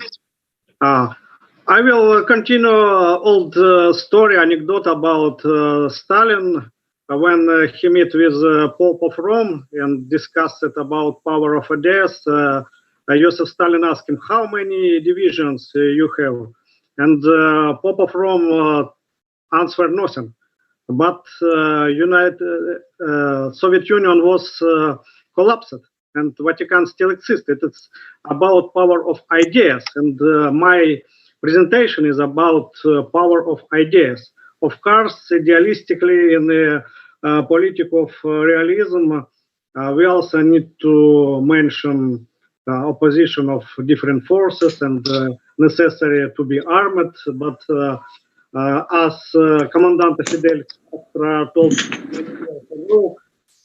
word is our arms. So because dimension of intellectual sphere is also front line. So my proposal is to act personally in the domain where you are the most effective, reputable, and credible. That does not change the opportunity of political activism or social agenda with same goal, but intellectuals should change the world mostly through intellectual practice. And there are many things we need to do. The problem is that we live in a world where many phenomena, things, and processes are not designated by us. This means that we must follow the formulas and cliches that are imposed on us by force or suggestion. In 1977, for example, Stanley Hoffman, in his article on American Social Science, International Relations, claimed that international relations is an American social science. Of course, he mentioned Aristotle, Machiavelli, Hobbes, and many European philosophers, as well as politicians, but Stanley done very important accent that it was in the United States, not UK or Europe, that international relations became a discipline. Besides institutional activity linked with state interest and especially defense and special services, he noted that American universities resulted in part from the fact that mass higher education was already a fait accompli. They had large departments of political science which could serve as the matrices of the discipline of international relations. And many scientists in the United States, but also in many countries around the globe, till now still agreed that the United States has the most influential system of the distribution of the knowledge. If we follow the thesis of Michel Foucault, that knowledge is power, there will be clear understanding that political science is another sector of the war that United States and its allies conducts against other states and nations. They're interested to grab as much power as possible, including way of thinking or people mentality. It's attempt to get domination in the noosphere. And now this approach is more visible because in open source we can find many different documents about informational psychological operations of different American units, military and non-military, and under the umbrella of North Atlantic Treaty Organization. In the countries of NATO founded many think tanks, special groups, and centers in universities dealing with the strategic communication and hybrid warfare, where narratives and discourse are important, most of them acting as engines of anti-Russian propaganda, but also anti-Chinese propaganda and anti-Turkish propaganda and anti-Iranian propaganda in a battle for the hearts and minds of our citizens. And about 10 years ago in the United States was introduced a complex approach named memetic warfare. because of global distribution of the mobile applications and social nets, American military scholars became focused on this type of propaganda and manipulation. It's well-organized practice implemented in daily activity, and the political science going the same way. If theory of political framing mostly used as practical tool during American elections, political scientific machine works for decades in more refined method. There is set of rules imposed in academic sector mostly by two centers, the United States and the United Kingdom. Technically, they do it by implementation of determined standards like California Index and Chicago Style of Quotation, Scopus, etc. But they also pioneering for many terms and concepts and specific manner where some limits from one side, but also backdoor for our reconfigurations. And when we discussed, it's just my personal experience, about terms of multipolarity in one famous university in Moscow a few years ago, one professor who is follower of Western liberal political ideas, he is from Moscow also, told the term multipolarity was proposed by American scientist, Deutsch. So we must follow this concept only, proposed by American scientists. Actually, concept of multipolarity in the United States was proposed initially by Richard Rosecrans, not Deutsch. It was his first mistake. Second, why we need to follow American understanding of geopolitical polarity in general, or understanding the pole in pure geographic term.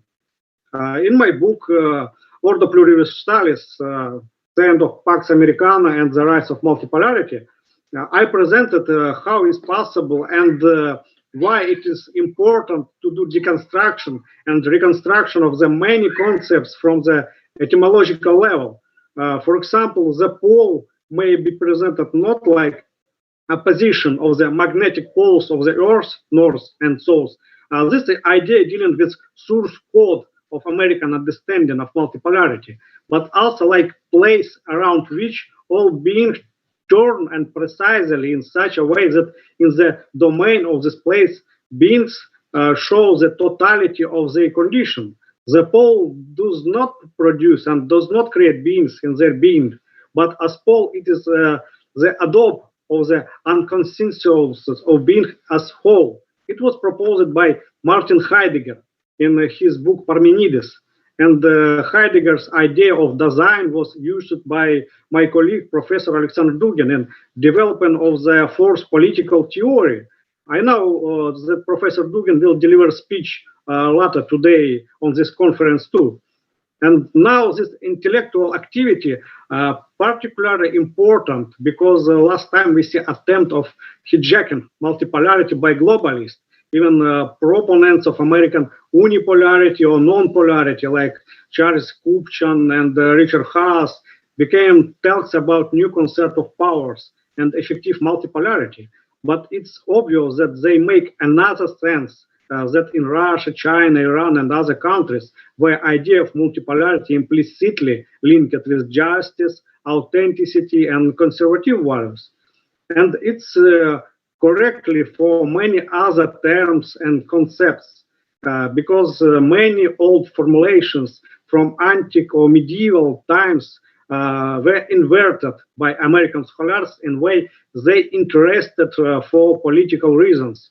So we must bring it back to the initial original sense and to unite our scientific effort and to propose a new, more just world order. Thank you for attention and thank for invitation to this conference to share my ideas.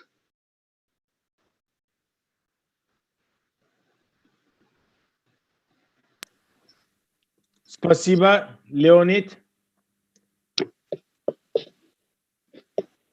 And Abkhazia is another country in the Black Sea and Caucasus that has disturbed US plans.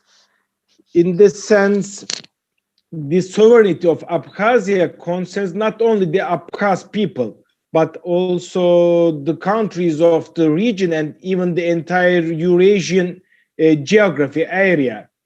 Now it's time to speak from Abkhazia. I want to present General Secretary of Communist Party of Republic of Abkhazia, Victoria Asvaturyan. Please go on, dear comrade. Good afternoon, everybody. Thank you for your attention and for your invitation to ask with you. The term of our topic today is the future of the world. It's a socialistic idea. The severe crisis has hit the global economy. It causes all of the pandemic of coronavirus and the awakening of the world financial empire, the loss of the United States of the leading positions of the world superpower, and an environmental crisis. In the certain political situation, strategic nuclear parity between the United States and Russia has an important stabilizing role. This is a deterrent force that prevents American expansion. The modern world stability can be achieved only if the world-leading countries fight poverty and protect the interests of ordinary citizens. Only the idea of organized society can lead the world out of the crisis. Modern capitalism itself creates the prerequisites for establishing a better social system.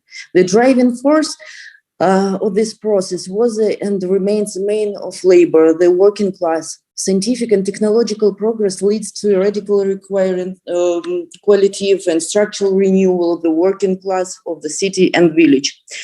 Engineering and scientific workers, service workers, or the most part, mostly employers today. As a result, we have formed the core of the modern working class. In the communists see their main social support. They address it primarily with the ideas and promote the awareness and realization of workers' interests nationally and internationally. The following Cuba, the desire for socialist choice in Latin America is increasingly evident. The national liberation struggle is intensifying in many countries of the world, depriving capitalism of the most important reserve and source of extension of existence. The movement of opponents of imperialist globalization loudly declares itself. This is why there is every reason to believe that in 21st century, socialism is a doctrine, a mass movement, and the social system will receive its second breath. A lot of the socialistic idea in terms of a just social structure of society was perceived by European countries. In China, the communists who carried out the largest modernization of cities in history are in power. In the United States, under the coronavirus pandemic and the election of new president, unprecedented steps are being taken to improve the lives of ordinary citizens. To improve the lives of ordinary citizens. The role of trade union organization defending the interests of the workers is especially significant in the modern world. Nowadays, when society is faced with problems of corruption, high crime rates, suicides, death and road accidents, injustice distribution of significant material benefits, a decrease of the standard of living of the majority of the population, only parties such as communists can return to society faith in the future. Our task is not to build a paradise on earth, but to prevent hell on our planet. We cannot deprive the person of suffering because they are given to him by God, but we can round a person, dress and feed him.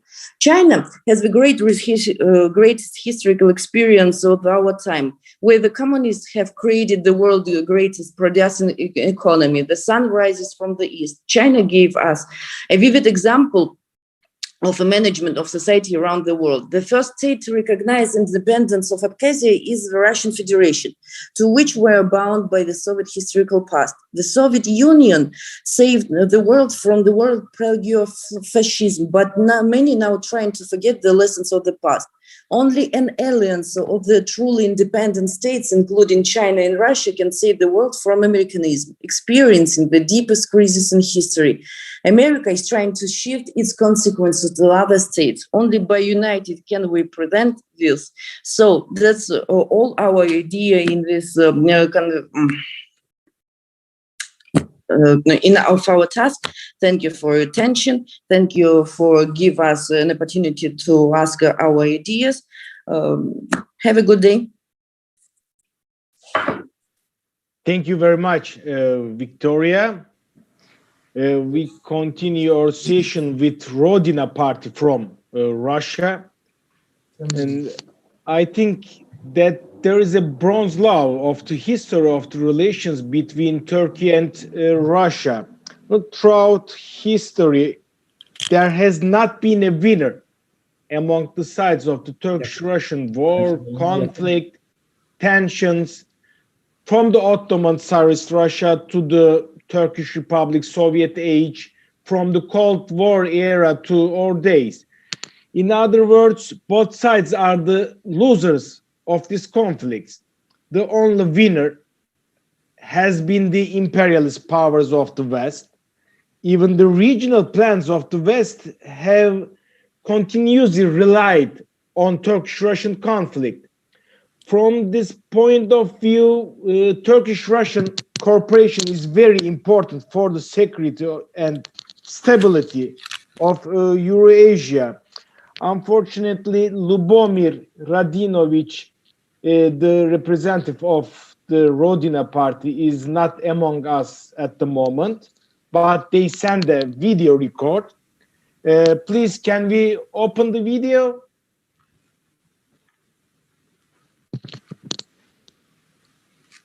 Уважаемые коллеги, всем доброго дня. Мы сегодня обсуждаем давно актуальную, злободневную тему. Я хотел бы выразить благодарность за возможность участия, а прежде всего за идею обсуждения сегодняшней темы. Dear colleagues, good afternoon. The issue we are discussing with you now is a long-standing, yet burning and true topic of the day. I would like to express my gratitude to the organizers of this conference for the opportunity to participate, and especially for the idea of discussing today's issue with you. Империальный глобализм уже буквально съел и доедает многие страны и народы. Я бы даже сказал, и суть самого человека, и человечности на планете как таковой. Imperial globalism has literally swallowed many countries and peoples, and it is chewing up even more of them now, destructing not only the peoples, but, as I would say, the very essence of human and humanity on the planet. Я бы хотел вспомнить сегодня одну из первых жертв так называемого нового мирового порядка, мою родную Югославию, народы, которые до сих пор кровоточат после тех трагедий, через которых проходили под конец 20-го столетия.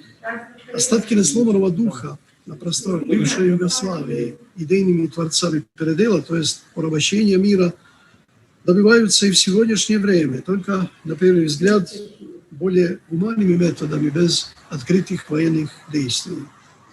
I must recall today one of the first victims of the so-called New World Order, my native Yugoslavia. It's peoples that are still bleeding after the tragedies they suffered at the end of the 20th century.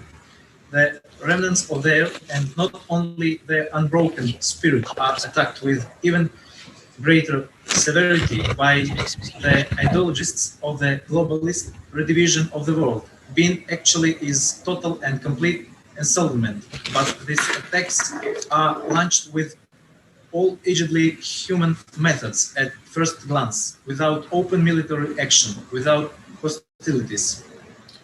Особую цель на Балканах представляет непокорный сербский народ. Прежде всего, из-за его схожести и близости с русским народом и Россией. And their special goal is the rebellious Serbian people in the Balkans represent, primarily because of their similarity and affinity to the Russian people and Russia. Мы видим активную ежедневную работу заговорщиков нового мирового порядка на территории Украины в развязывании вражды искусственной между братскими русским и украинским народами. We are observing the activity daily, subversive activity of the New World Order conspirators. I would say the evil itself in today's Ukraine, their vile rule in unleashing artificial enmity between the fraternal Ukrainian and Russian peoples. Mi svjedočimo ежедневному переписыванию истории, бессовестным и беспочвенным обвинениям в адрес России, поскольку она считается главным врагом нового мирового порядка, а с другой стороны основной надеждой свободолюбивых народов и стран мира на самосохранение. Dear colleagues, what we are witnessing now is the day-by-day rewriting of history, a shameless and groundless accusation against Russia as the main enemy of the New World Order, and I would even say the main hope for self-preservation of all freedom-loving peoples of the world. Мы на самом деле с вами, уважаемые коллеги, многое видим. И не только на упомянутых территориях, а гораздо шире. Наша обязанность говорить об этом открыто и явно, объединяться группами, странами, народами против явления, которое уничтожает наши культуры, традиции, самый фундамент нашего существования. In fact, dear colleagues, too much have been exposed, and not only in the territories I have mentioned above, but much wider. It is our duty to speak about this openly and explicitly, to unite in groups, countries, peoples against the phenomenon which destroys our cultures, traditions, the very foundation of our existence. Методы нашей самообороны могут быть самыми различными, и не надо стесняться их применять. Мы имеем дело с оккупацией духа, которая не всегда и не для всех выглядит именно таковой. Our self-defense methods can be very different, and we should not hesitate to apply them. What we are dealing with is actually the occupation of the human spirit, yet seeming and looking quite different sometimes and not so obvious for everyone. Поэтому наша задача – открывать людям глаза, влиять на кадровые и другие решения в собственных государствах, делать все для сохранения подлинного суверенитета наших стран, как единой гарантии сохранения свободы, традиций и материальной базы для наших народов. Therefore, our task is to make the people's eyes wide open, to influence the staffing policy and stimulate many other decisions in the social and educative policy in our states, to do everything to preserve the true sovereignty of our countries as the only guarantee of preservation of freedom, traditions and material base of our peoples. Всем успешного проведения конференции добра желаю. Спасибо. I wish you a fruitful and successful work at this conference and a lot of good to everyone. Thank you.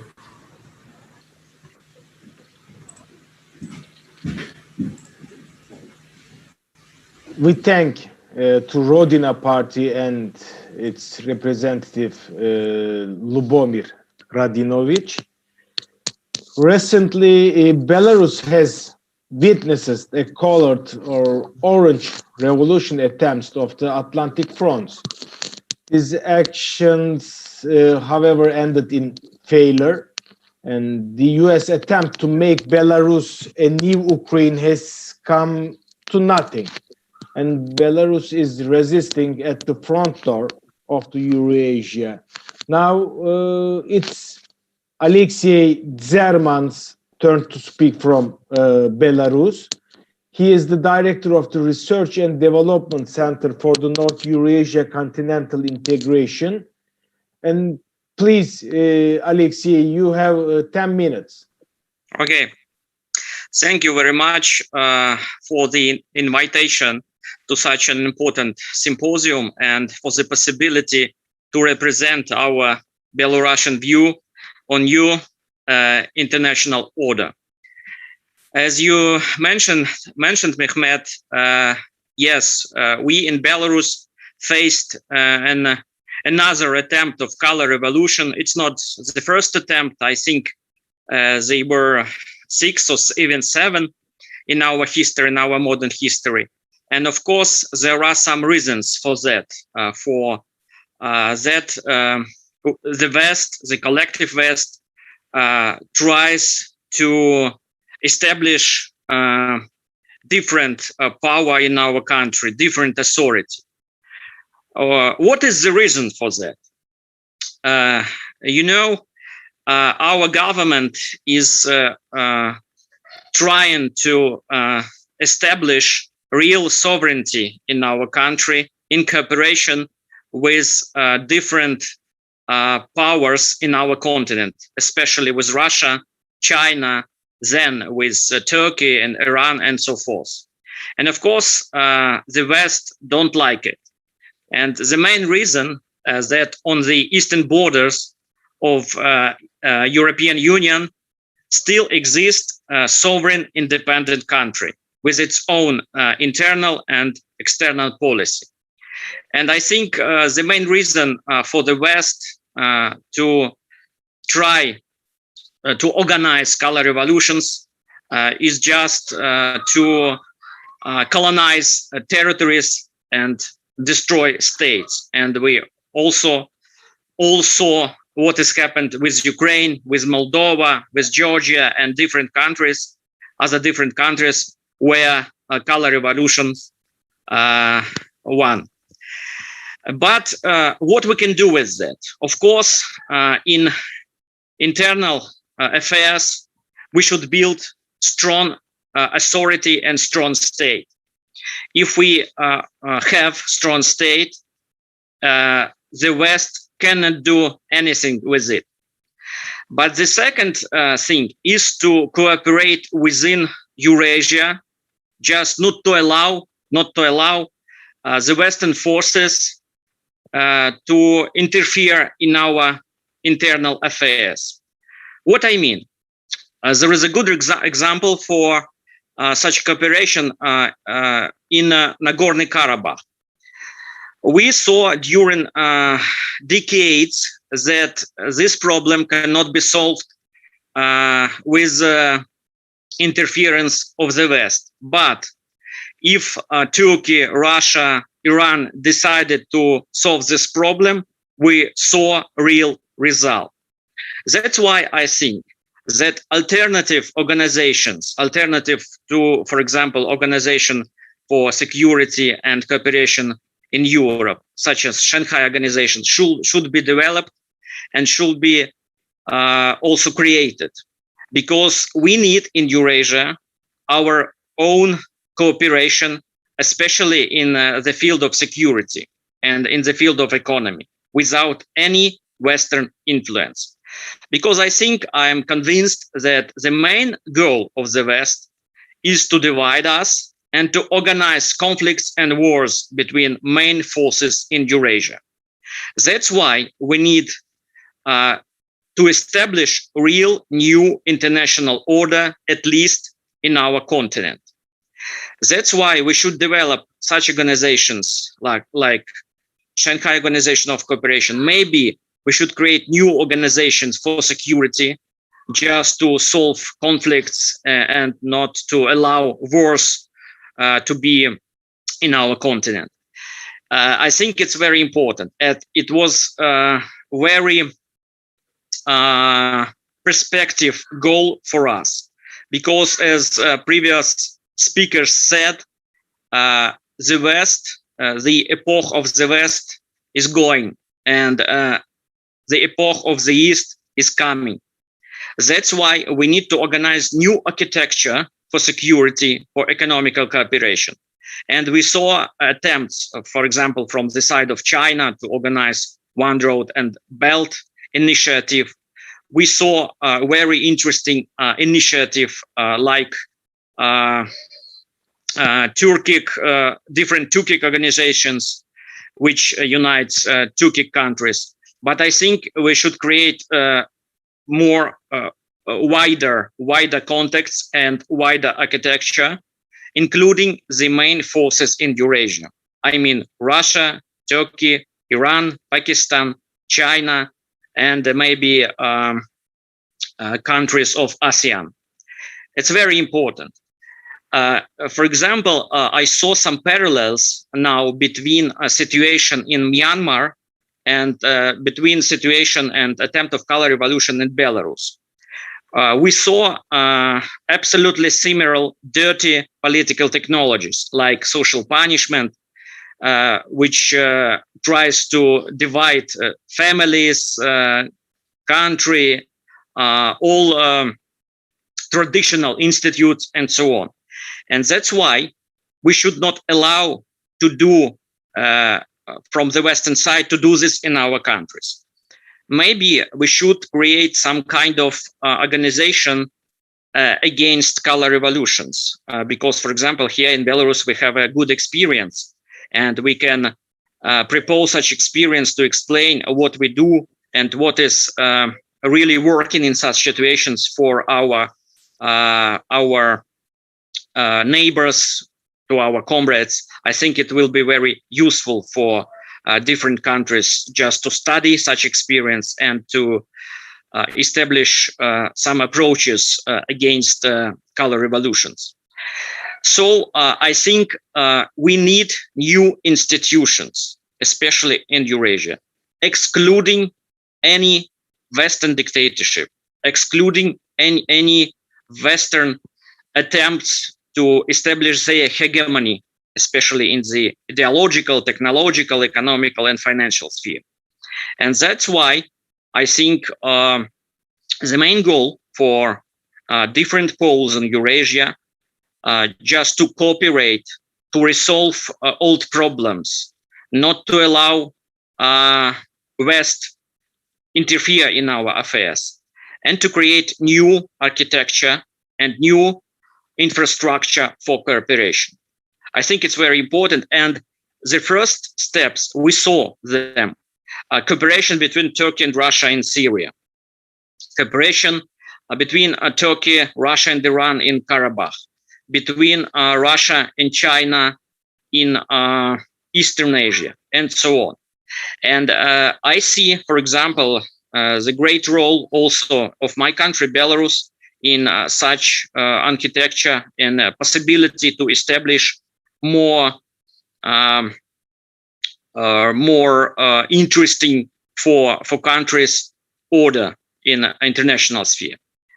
Thank you very much for attention and for possibility to propose our view on international affairs. Thank you very much.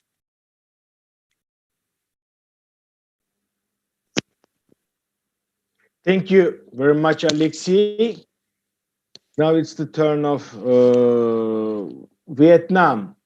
And there is a monument of Ho Chi Minh in Moscow, here in Moscow. And underneath it's written his words of Ho Chi Minh.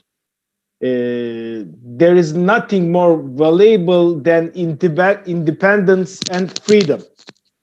I think these words of Ho Chi Minh are the most concise expression of the purpose of our symposium.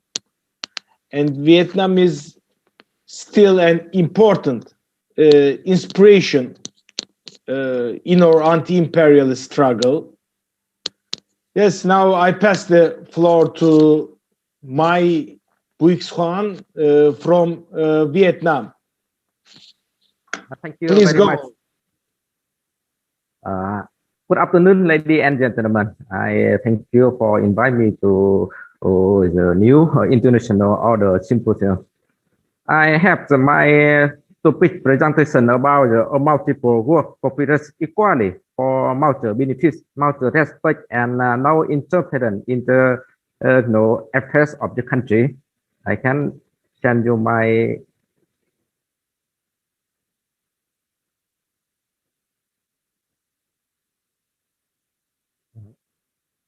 one moment because I have some.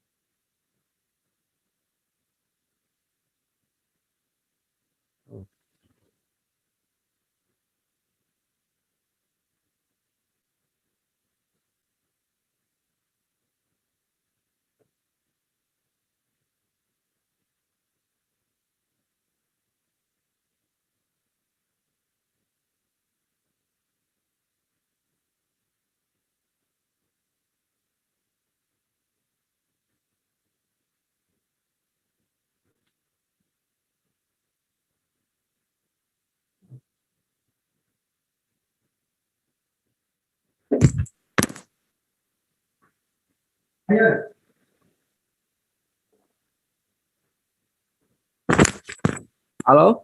Yes. Can you hear me?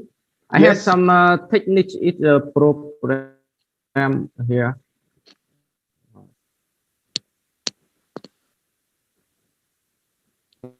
Yeah, it's my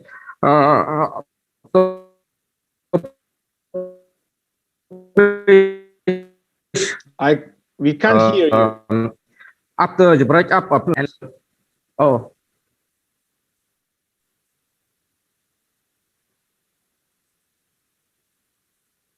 You can hear me? Yes, we can hear you now. Okay, thank you very much. Oh, okay. Can and, you share your screen? Mr. Buyukshian. Yes. We can see your screen, your whole screen, and we see the Google Chrome. I open the presentation file. Yeah. And we will see it. I wrong about.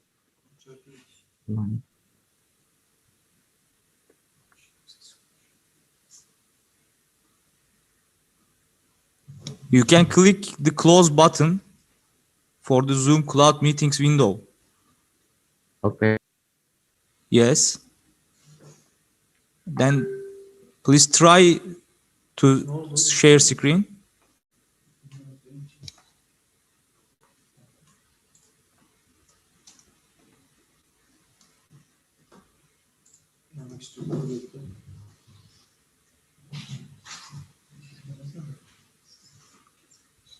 Yes, Mr. Buyukshian, now you are here again.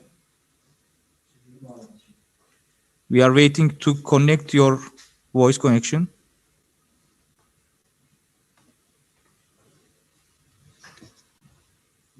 Okay, your microphone is open. Yes, I want to share my. I couldn't share my file. Please open file first. Okay. And then share this file. I open my presentation.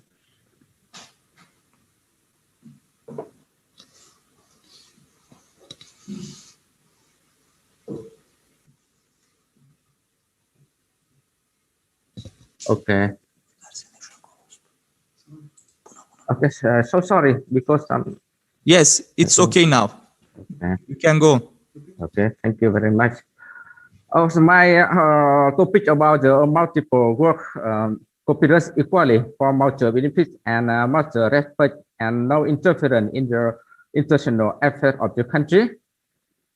After the breakup of Soviet Union, the United States, the only remaining superpower, launches a new global strategy, attempting to capture the entire world in the ego of America view, making the 21st century the American century with the strategy overcoming prevention, overcoming peace. President George Bush, the father, on the September 11, 1990, declared establishing a new world order, launching the World War, and sent for to participation in the Middle East.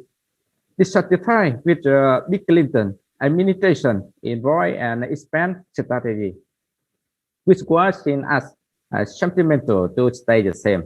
The George Bush administration introduce a new global strategy with three cost content, expanding the right to the unilateral preemptive blow into a new preventive war doctrine, democratization of the Muslim Eastern country, and change is a political regime in the country where America ranks as asset of ever that's to on traditional all in the international organization, including the United Nations. International nations are introduced in the U.S. international security strategy in 2002, follow a real war introduced through the Taliban and the Iraq.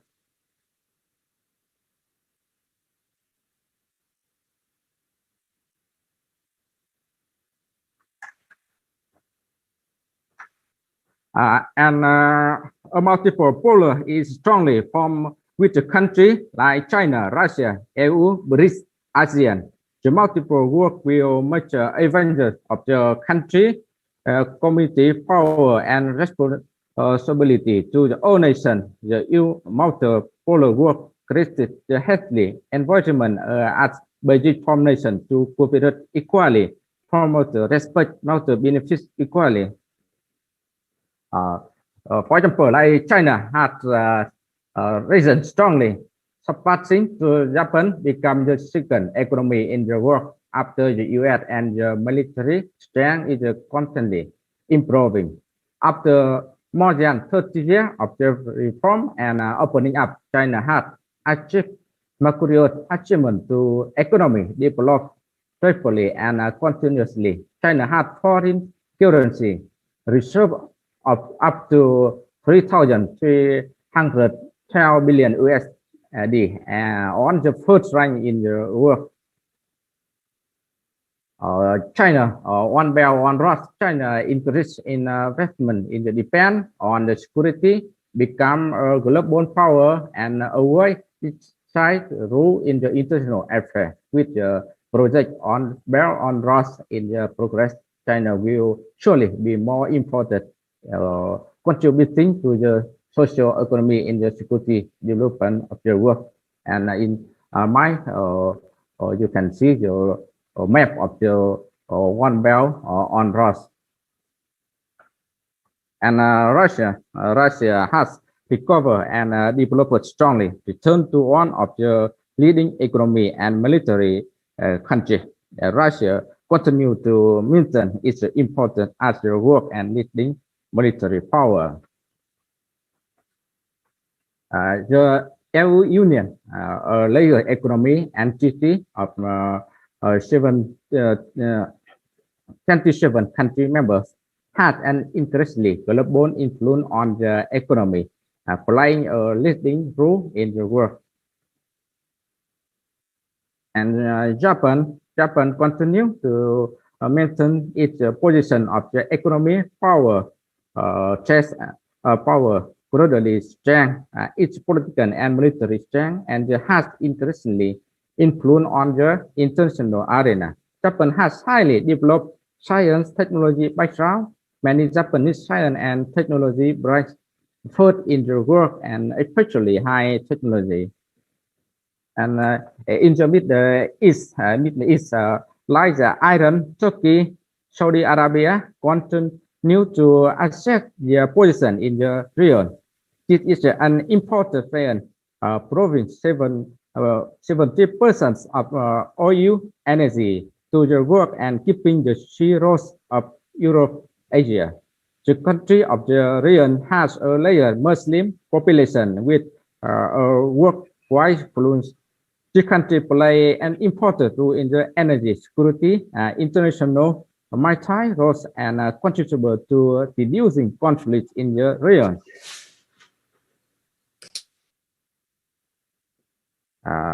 All the countries cooperate equally for mutual benefits, respect for each other, and do not interfere in the affairs of security.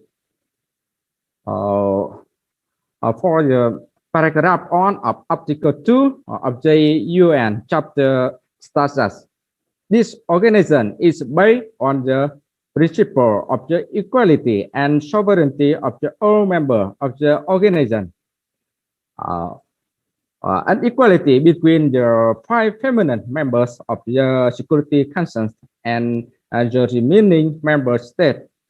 Great Britain, the United States, France, Russia, and China are away on the Security Council, while 10 non-permanent members will be elected for a 2-year term, and many not even assume the position of the member of the consecutive term.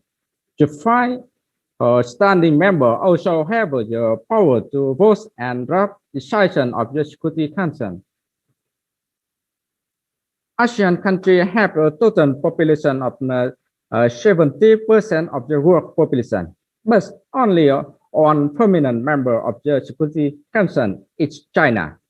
For the Middle East Africa, It is even worse when there is no country as a permanent member of the Security Council.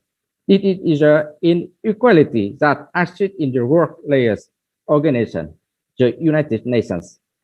Of course, it both historically and now affects all the countries when the resolution of the Security Council area passes. In fact, when the cooperation between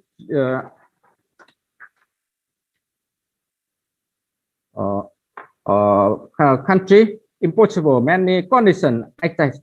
The developed Western country often offer human rights, democratic citizenship, and opposition on the less developed country. But in fact, the undeveloped or the developing country, they need established environment to build the economy, improve the living condition of the people before democracy. It is the unrealistic imposition of the Western rules and country with a different culture and religious view.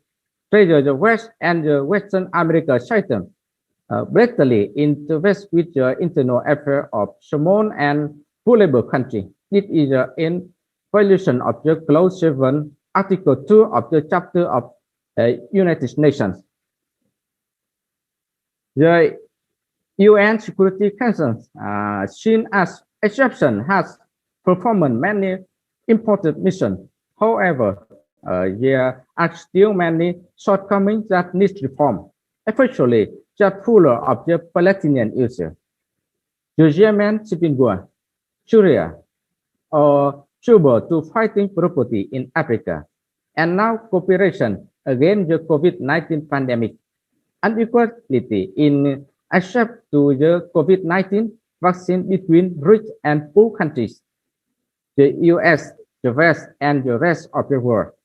The US and the West continue to monopolize in the keep costs high in the order to benefit from vaccines. Western countries have the right to choose which vaccine to use, while many poor countries do not have a single dose of vaccine access. COVID-19 will certainly last for the next 2 to 5 years until the country of the world and fully vaccinated. So from now to that time, more people will die because of inequality in the vaccine distribution. So as a reason and example I give in the present work order, personally, I support a new multiple work order. States have a right to equal cooperation, respect, and non-interference in the domestic affairs. Thank you for listening my presentation. Some technical mistake. I'm so sorry. No. Thank you very much, and thank you all speakers and all participants. Our session is over, and I am passing the floor to Çimen Filiz Pasha, moderator of the 4th session. Thank you.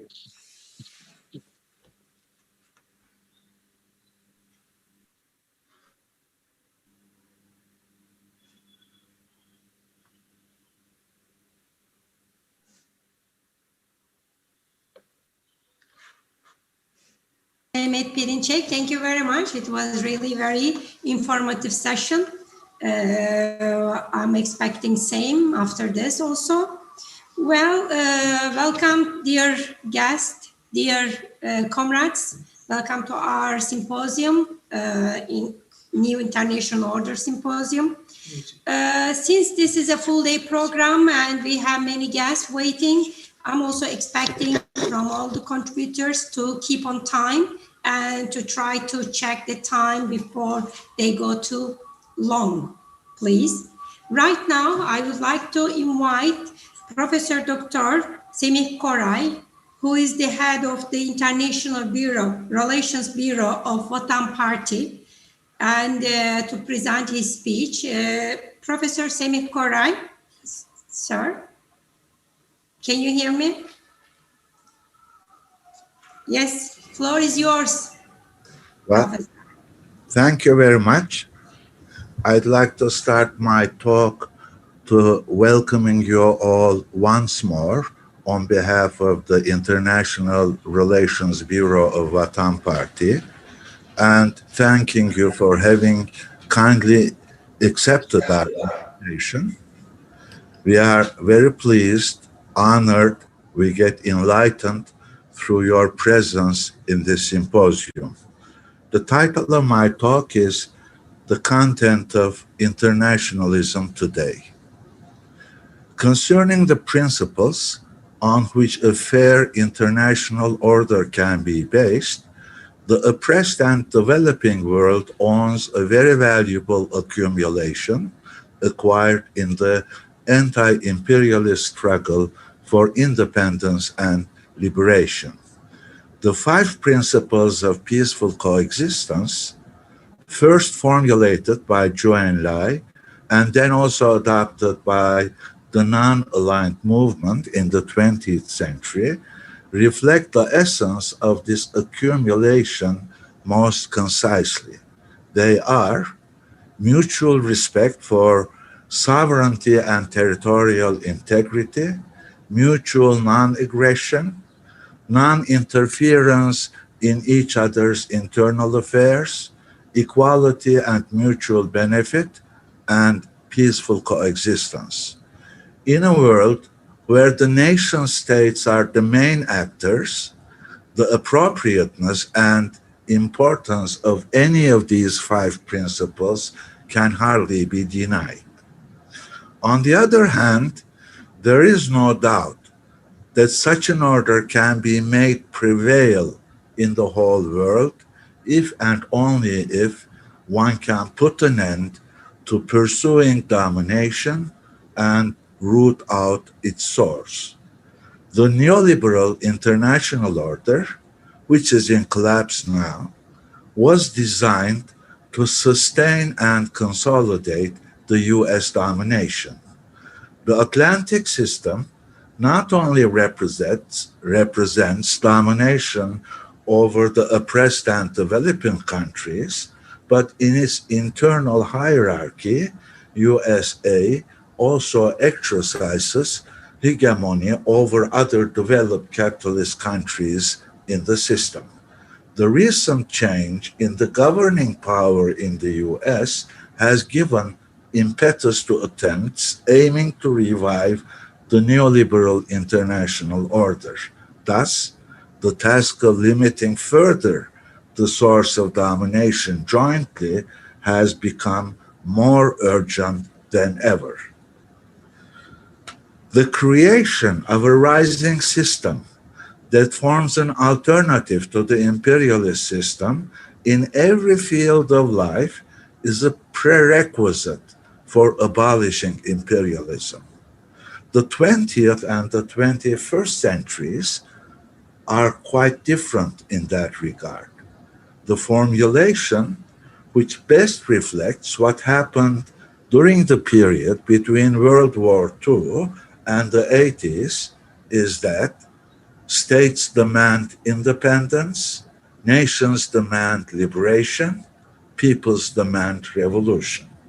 It was during that period that naked colonialism was ended. This was a great victory won on the part of the oppressed world with great sacrifices. Although it reflected the great progress on the political plane, the oppressed world was still far from competing with the Atlantic system on the economic, scientific, and technological planes. The era we are going through now, on the other hand, is rightly referred to as the age of rising Asia. The roots of the rise of Asia naturally lie in the 20th century. At the beginning of the 20th century, when the capitalist system entered its imperialist stage, mankind also witnessed a rising wave of democratic revolutions in Asia. In the first decade of the 20th century, Russia, Turkey, Iran, and China became the stage of democratic revolutions, which were followed by the October Revolution in Russia, the National Liberation War and the Kemalist Revolution in Turkey, and the Chinese Revolution following World War II. It is interesting to witness that these same four countries are currently among the main targets of the sanctions, oppressions, and threats of the imperialist system. It is even more interesting to see that the strategic relations and cooperation between these four countries are on the rise, paralleling the rise of Asia. After the so-called Cold War was over, the clash of civilizations was introduced by Huntington, not as an objective forecast, but it was meant to provide a ground on which the new imperialist policy system could be based. The maxim that would best reflect Huntington's approach is, let them clash. Perhaps even said better, make them clash. However, China, Russia, Turkey, and Iran belong to different civilization categories according to Huntington's classification, but are able to develop strategic cooperation among themselves to oppose imperialist domination. On the other hand, Huntington's approach should also be taken into account seriously for two reasons. One is that the past does not consist of contributions to human progress upon which further social progress can be built up. The past also contains a scrap heap providing a suitable ground for manipulations aiming to make civilizations clash.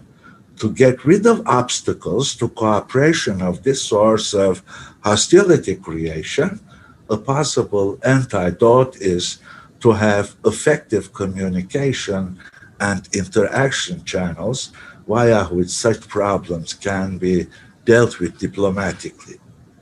It is the objective needs of the oppressed and developing countries which drives them to come closer and cooperate.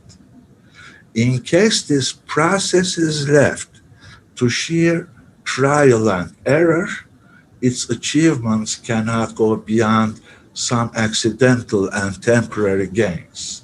However, today we live in an era in which not history itself, as Fukuyama claimed, but spontaneity in social progress has historically come to an end. As technological progress that is not based on basic sciences has become impossible, the guidance of science has also become a categorical imperative for human progress. A holistic and strategic approach formed under the guidance of science is needed to make tactical priorities subject to strategic interests. The absence of such an approach may lead the country to the adoption of a follower's position, which opens the way to manipulations via inducing short-run, fake best responses that may damage strategic partnerships. The only way out for imperialism today to lengthen its life is to force the countries fighting against domination to make errors so that the anti-imperialist front can be divided. The era we are going through can rightly be described as the age of national democratic revolutions and opening up to socialism. Around the turn of the millennium, the world witnessed two crucial breaking points, which USA was not able to take into account, as it was left as the unique superpower on the globe. One was the rediscovery of the nation as the main social force to overcome imperialist domination. The revolutionary movement seems to have been set back at first glance when one compares the last 30 years with the 60s and 70s of the 20th century. There is no doubt that the targets of the worldwide revolutionary movement were more advanced and more comprehensive in the latter than in the former period. Nevertheless, following the climax of the revolutionary movement reached in 1975 with the victory of Vietnam over the US, the imperialist system was able to organize a neoliberal offensive that became temporarily successful and even managed to put an end to the Soviet Union. Today, the targets of the revolutionary movement in the world may seem to be much humbler in a sense. Reaching a classless society may seem to be shifted to a farther future. But yet, the oppressed world gave birth to a developing world in front of whose strength the Atlantic system entered a process of rapid decline. The internal fragmentation of USA reached a depth never paralleled since its foundation, except for the period of the Civil War. It is the US itself who taught the whole world how valuable the nation states and the nations themselves are in the struggle against imperialist domination by attempting to destroy the nation states of the oppressed world and to liquidate their nations. The second breaking point is insistence on revolution. The two legs of the so-called Chinese miracle can be stated as the aim to rejuvenate the Chinese nation and insistence on socialism. The imperialist system has got so rotten that now human dignity can only be protected by revolution. It is this fact which also drove, quote, conservative, unquote, sections of the societies in several countries into the anti-imperialist front. On the other hand, especially starting as of the 1980s, the neoliberal ideology has started to forge concepts, that is, to empty the social content of reputable notions as freedom, human rights, democracy, and turn them into gilded packing materials. Thus, the yardstick of what is socially progressive and what is reactionary have changed today. The invariant major yardstick of political and social stance today is its positioning against imperialist domination. This yardstick also applies to alliances of countries and has to be taken into account in forming a strategic anti-imperialist front. Globalization has gained two entirely opposite senses within the last 30 years. In the lexicon of the imperialist system, the globe is something to be dominated. In our lexicon, it is something to be shared. The nation states of the oppressed and developing world have been regarded as the main obstacles to the formation of a global market dominated by the imperialist system. Thus, they had to be destroyed. The nations themselves represented an outmoded, backward social category. Thus, they had to be dissolved. This is globalization according to imperialism. On the other hand, it is true that the rapid development of communication and interaction technologies has brought remote corners of the world closer to each other. This equipped different countries with means enabling them to interact and cooperate politically, economically, scientifically, technologically, and culturally. Although each sovereign country is to determine its own way of development, depending upon its own characteristics, international cooperation from which all the participants can benefit has now become possible. Nations to share their experiences and learn from each other. The coexistence of different cultures can now genuinely be turned into a source of richness as a more advanced and more common culture can be produced out of them via active interactions of the oppressed and developing world face threats coming from a common and global source. If the obstacle is global, then the social power which can overcome that obstacle is also to be constructed globally. For new international orders, which will meet the desires and needs of mankind to be sustainable, the corresponding international mechanisms and institutions have to be designed and formed so that the planned aims can be implemented under the guidance of science. The very design and construction of a new human-focused international order doubtlessly requires the formation of an international network with a broad spectrum of channels between different nations. This symposium is a humble attempt to contribute to the construction of such a network. I wish to close my talk with a short abstract reflecting its title, which was The Content of Internationalism Today.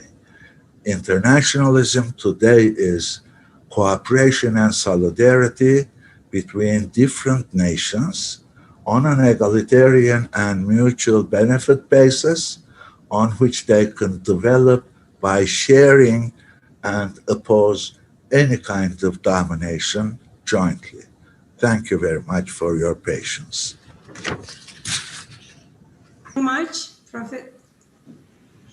Thank you very much, Professor Dr. Semih Koray. Thank you for your very clear, informative inputs. Now I would like to continue and invite Professor Dr. Alexander Dugin, who is the leader of Eurasia Movement. Professor Alexander Dugin, are you ready? Yes, yes. Yes, here you are, sir. Please. Thank you very much for invitation. I'm really happy to see all my Turkish friends from long date. So I'm a long-term friend of Vatan Partisi when it was İşçi Partisi, and of Mr. Perinçek, and all of you and your friends and all who support you, your ideas and share your views. Thank you once more for inviting me. My panel, my discourse will be dedicated to the topic, the last agony of unipolarity and irrevocable emergence of multipolar world order. So what we see now, it is precisely transition. And transition has clear frame in the international relations. One world order is finishing, is ending, the other is beginning. But that is the process. It is not just the fact. So there is still ending order, and there is already emerging order. And that is very, very important. That makes our analysis difficult because it is not yet absolutely certain where we are. Because we are at the same time in two different levels of the reality.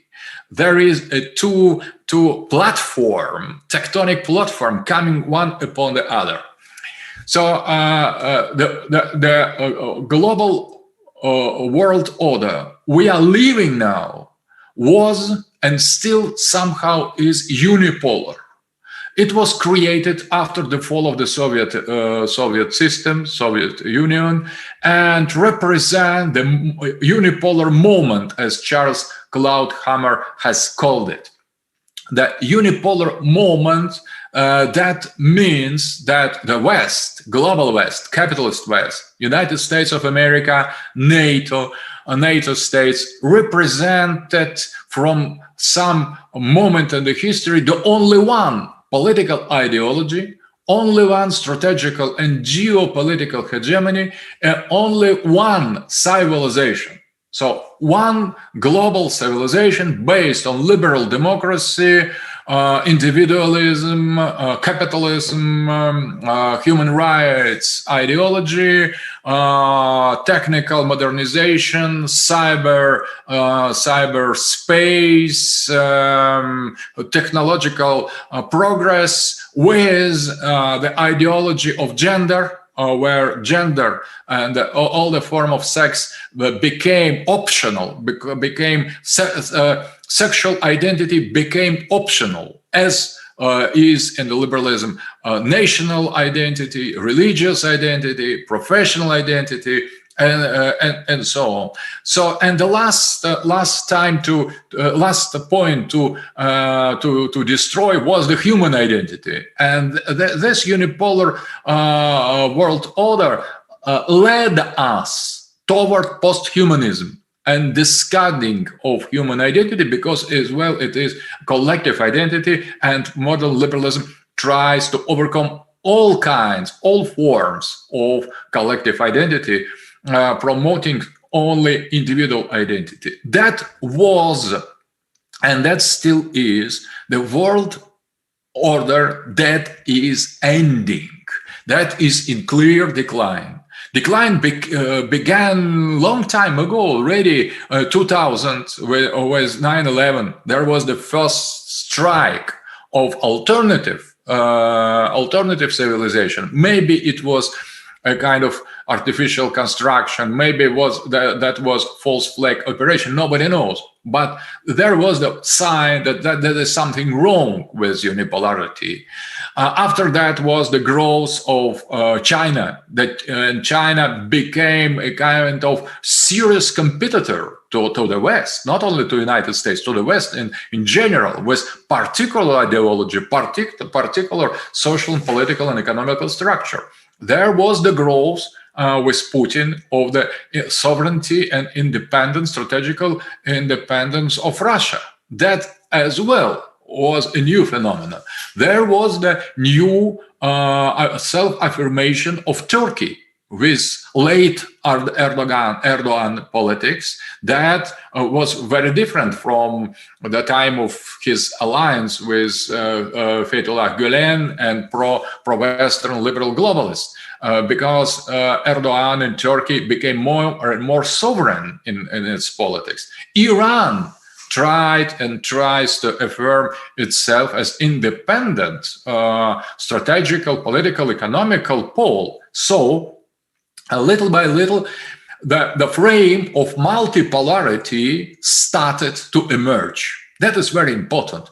It was in the beginning, that was just competition between Russia and China, some regional rivalries and competitions between Turkey and Iran for the influence in the Middle East. By little, that was accompanied by a growing decline of possibility of the West, of United States, to solve regional problem, to find the real solution for economical growth, and some incapacity of the global West to lead the world became more and more evident. And the last element in this manifestation of the ending of the unipolarity was Trump's presidency, because that was agonizing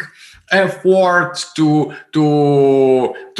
change the main direction, to America to concentrate in the domestic affairs, economic affairs, fighting against immigration. That was awkward. That was not consistent. That was really successful. But nevertheless, that was self-acceptance and recognition of United States of America of the end of the globalism. And Trump's discourse was oriented against globalization, against this unipolarity. He wanted to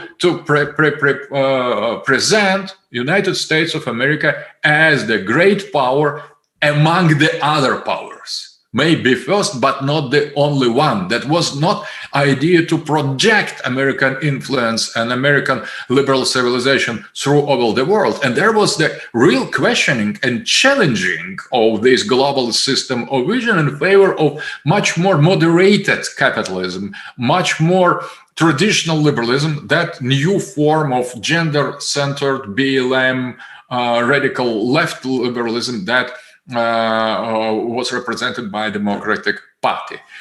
So, if Trump wins elections, we could affirm in this moment, after half a year of his possible and probable second term, we would say with absolutely certainty the unipolar world is over. It was recognized by the United States themselves. So let us define the new conditions. Let us explore more what will be new alliances, or what else poles can emerge, because we have three already existing poles: American or Western, Chinese and Russian. And we have Turkey and Iran as very, very important regional poles that pretend to be the poles of attraction for other countries and peoples. And so multipolarity would become something irresistible. So India would join in some point this process. Europe, Western Europe can find the other way, not only follow NATO Atlanticist tradition, but affirm its own strategical identity. Africa and Latin America could turn into poles, or future poles as well. And there are some tendencies in Latin America to organize the continental bloc, Southern American continental bloc, at lesser scale Africa, but as well the growth of some African powers and regional big state and economy and socially politics. The awakening, some beginning of the awakening of the Africa could be interpreted as well as African first manifestation of will of the African peoples to affirm their own civilization. Pan-Africanist movement and Urgence Africaine, very interesting African movement led by Kemi Siba, young African leader. All that could be the sign of very important growth of the multipolarity. The idea to transform African continent in the independent pole as well, it is a part of that.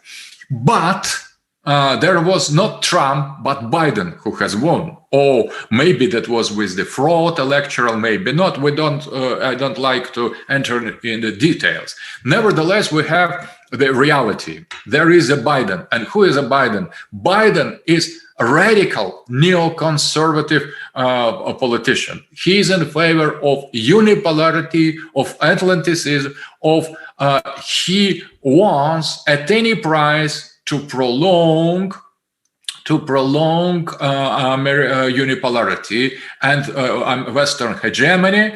And that is why he is so radically anti-Russian, anti-Chinese, anti-Turk, and anti-Iranian. So he tries to save unipolar world.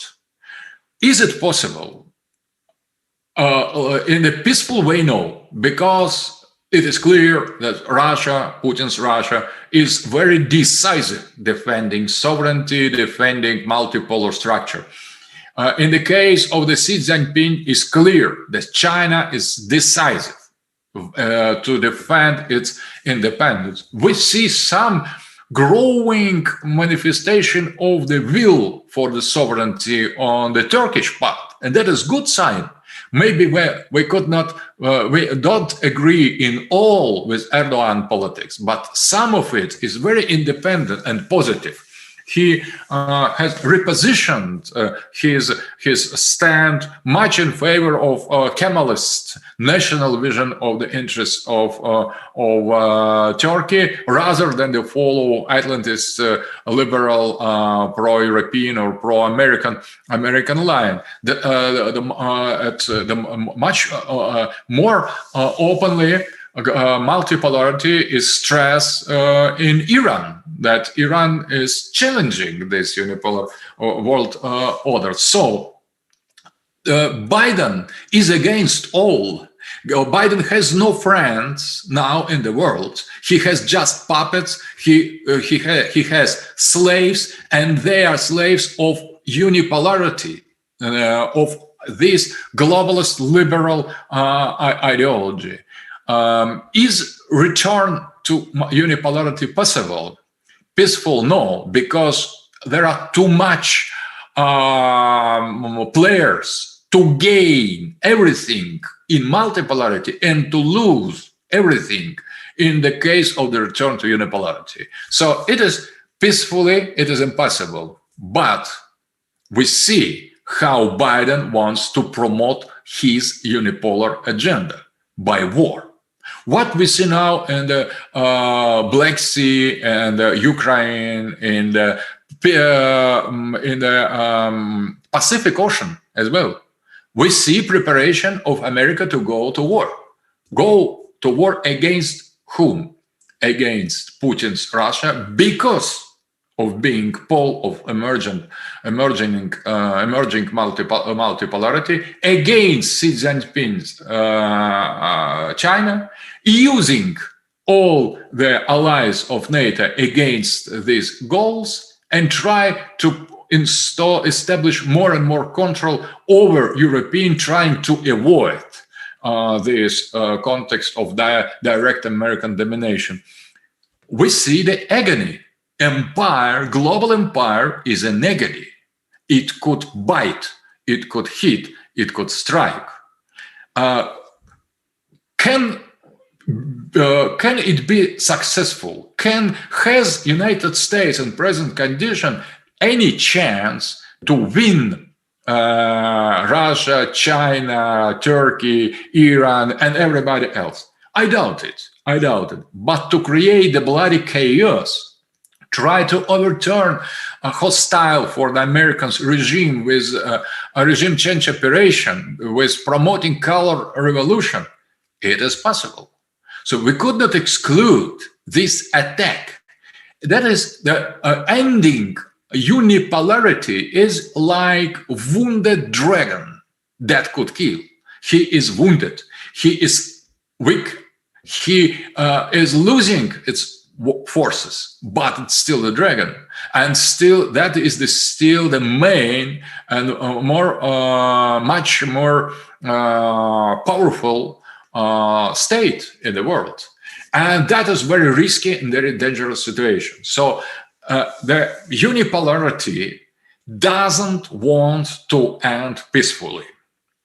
That doesn't mean that I don't see any possible rational solution for unipolarity to win. And the main bulk of the American experts, they agree with that, including more globalist Council on Foreign Relations specialists recently have published the article in the Foreign Affairs, Richard Haas, about necessity to accept multipolarity as the fact. But Biden considers situation differently. So there is last possibility, last chance of neoconservative, of unipoliarists to keep their position is to start the war. So I see no probability, no possibility in this possible ongoing war to be won by Americans. But I should recognize that it is possible. That doesn't depend on how Putin will conduct himself or Xi Jinping. Xi Jinping always choose the peace, because the peace is on our side.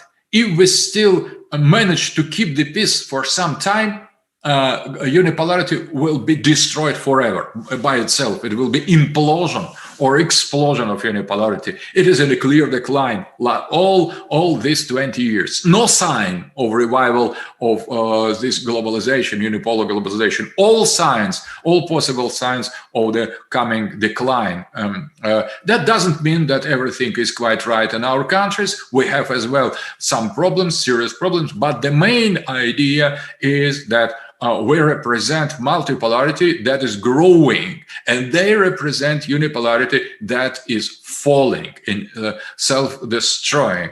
But they could not win, they had no chances, but they could start the war. And the war is always the great tragedy for all of us.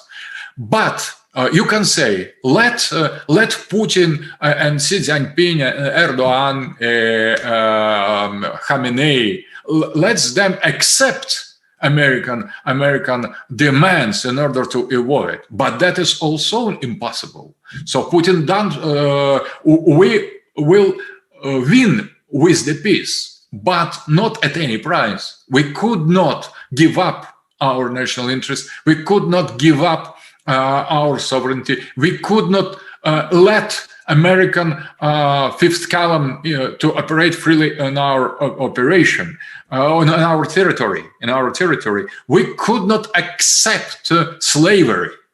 And that is impossible, and Americans know that. So they have no chance to win.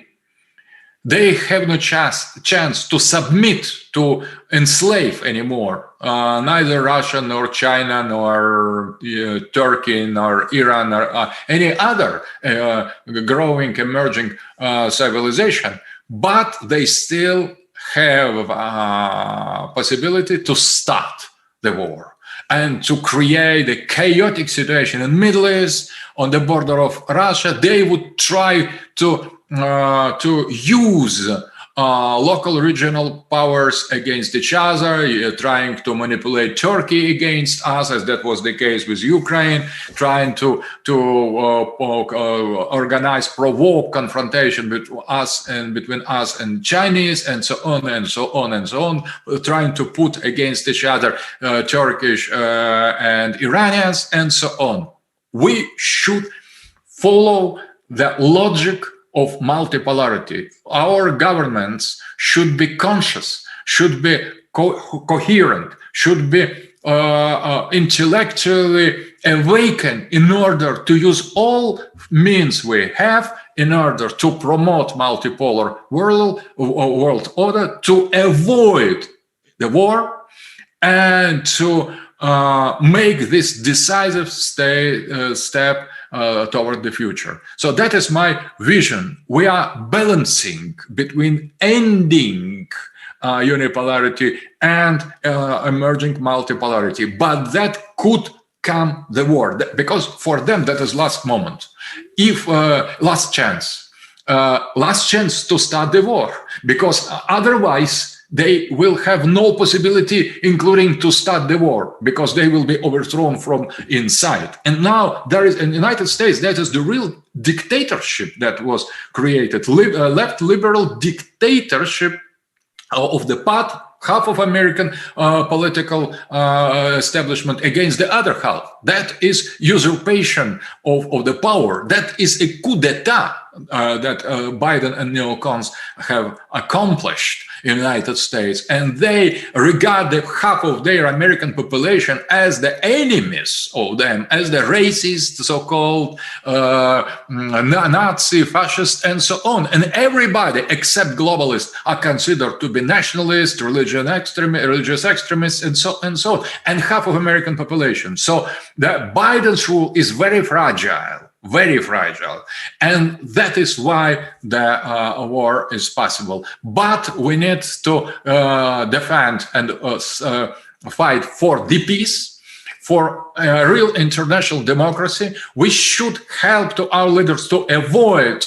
confrontation, emphasizing that that is not moment for Russian, Turkish, Iranian, Russian, Chinese confrontation. We should fight together against the same common enemy of this, against this wounded dragon. But we should fight not with the war means, by the means of the peace, because peace is our weapon, main weapon, but not on the price of the defeat.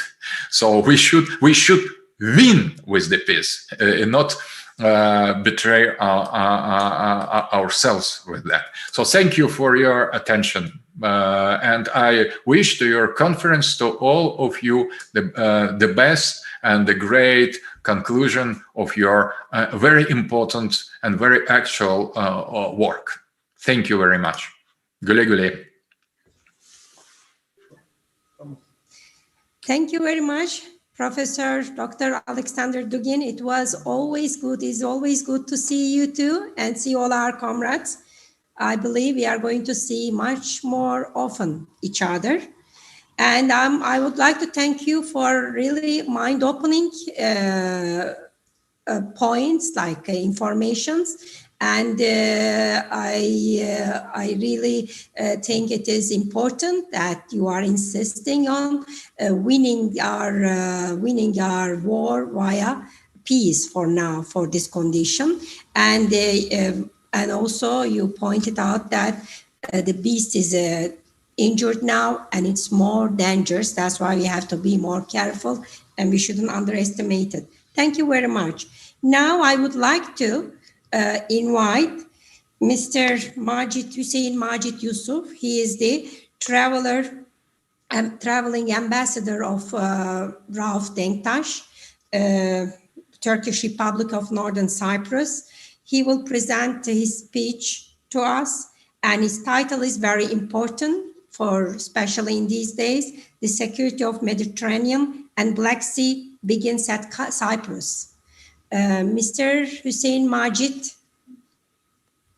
Yusuf, are you there? Good morning. How are you? Can you hear me? We do hear you, sir. It was nice to meet Dugin, Mr. Koray. I haven't seen Mr. Dugin since, 15 years now. And he was very cooperative in our Cyprus affairs with the Greeks. He was very supportive. I thank him again that he took some time to visit our late President Denktaş in Cyprus. And I am honored to meet him again here. And I would Thank you very much. Thank you, Mr. Dugin. I would like to start my speech by presenting the greetings and good wishes of TRNC, Turkish Republic of Northern Cyprus President, Mr. Ersin Tatar, and the Foreign Minister, Mr. Tahsin Ertuğruloğlu, to all the symposium participants. And I myself want to thank all the organizers, and of course, Patriotic Party, Vatan Partisi, for inviting me to talk in this, to make a speech in this important symposium at an important time for Cyprus. And in 2020, there was a revolution in Cyprus. A revolutionary development took place in Cyprus. The elections, the presidential elections, which was supposed to be held in April 2020, took place in October, and we have a new president now.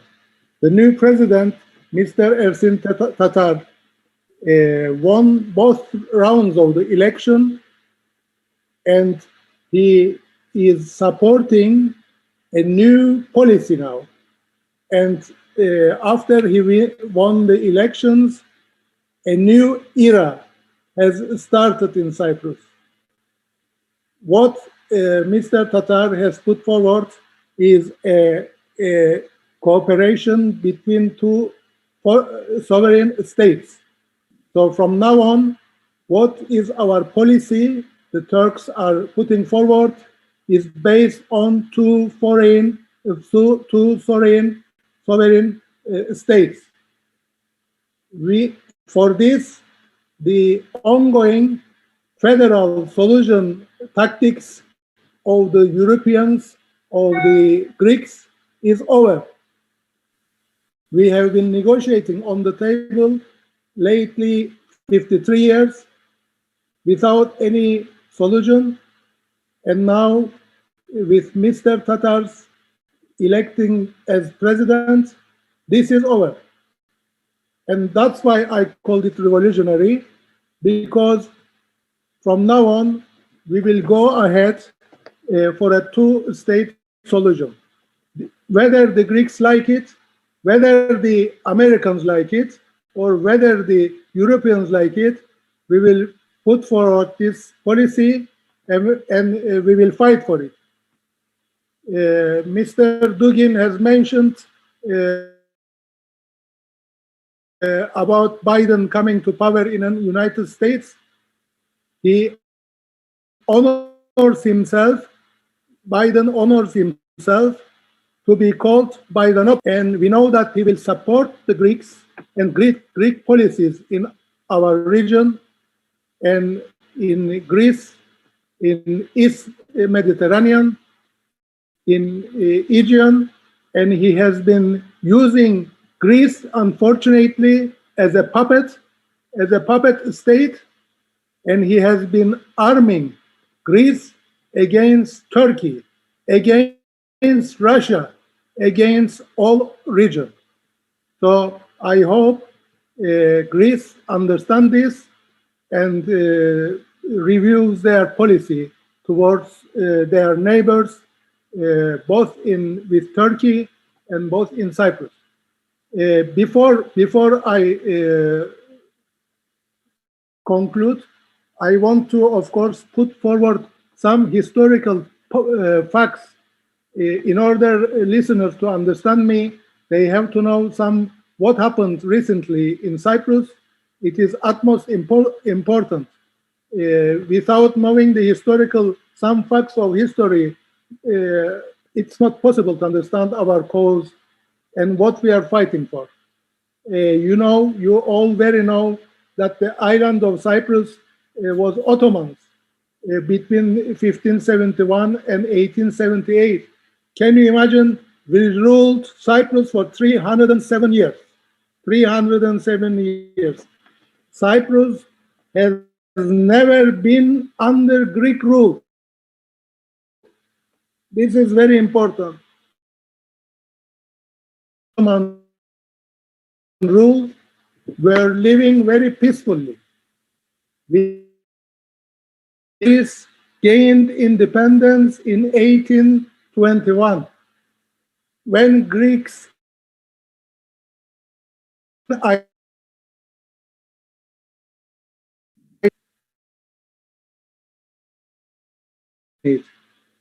Enosis meant union of Cyprus with Greece. So the Greek population of Cyprus, with the independence of Greece, tried to gain their independence from the Ottomans. They had made several movements for that, but thanks to the sultans of the Ottomans, it was not possible. So when time came in 1878, the British rule came into Cyprus, and the Greek community was very happy. It would be easier for them to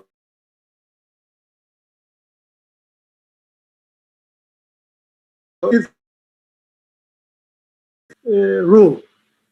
Of course, this was not the case. The Greeks tried several times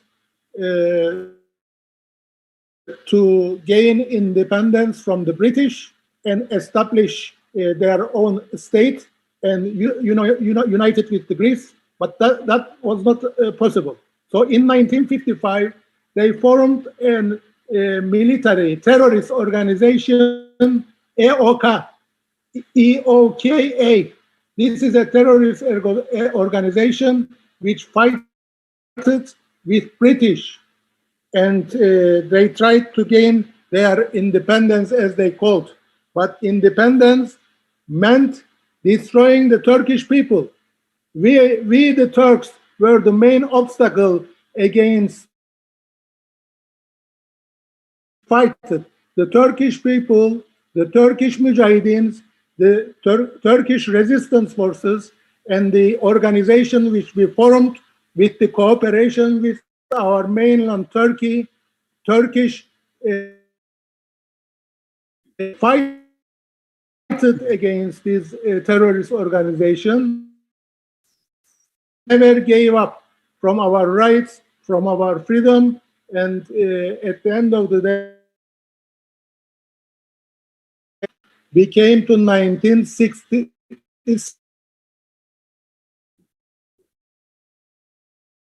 And there republic.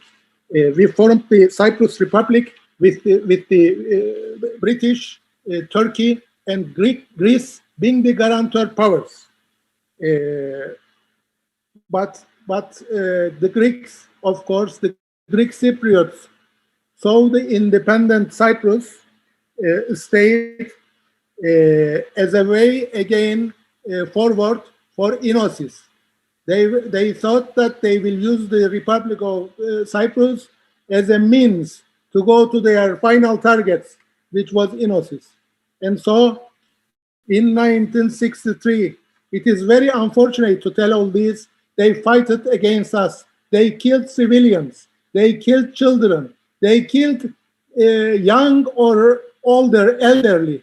They didn't mind, women or men, and they killed, as you know, in 1963, December, they attacked a lot of locations, Turkish locations. The Turkish people didn't have enough weapons. So many villages, 103 village people had to leave their homes, had to leave their properties to save their lives. So they moved to several enclaves to save their lives. And in 19, after all these incidents, there was a conference in London.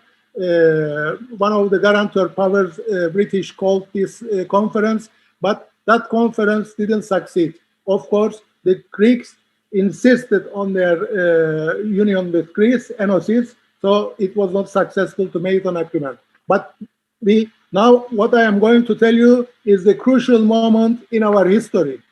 1964, United Nations Security Council came together to discuss the situation in Cyprus.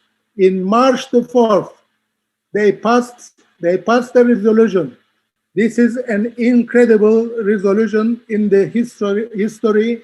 It's a great injustice, and it's an illegal decision and illegal resolution. It doesn't match with the realities of Cyprus, and it gave, unfortunately, this resolution 186 of March 4th is a disgrace for the world, is a disgrace for United Nations, and this, according to this resolution, they start to treat the Greek government there as the Republic of Cyprus government. And they avoided the Turkish Cypriots' rights. They kept us aside.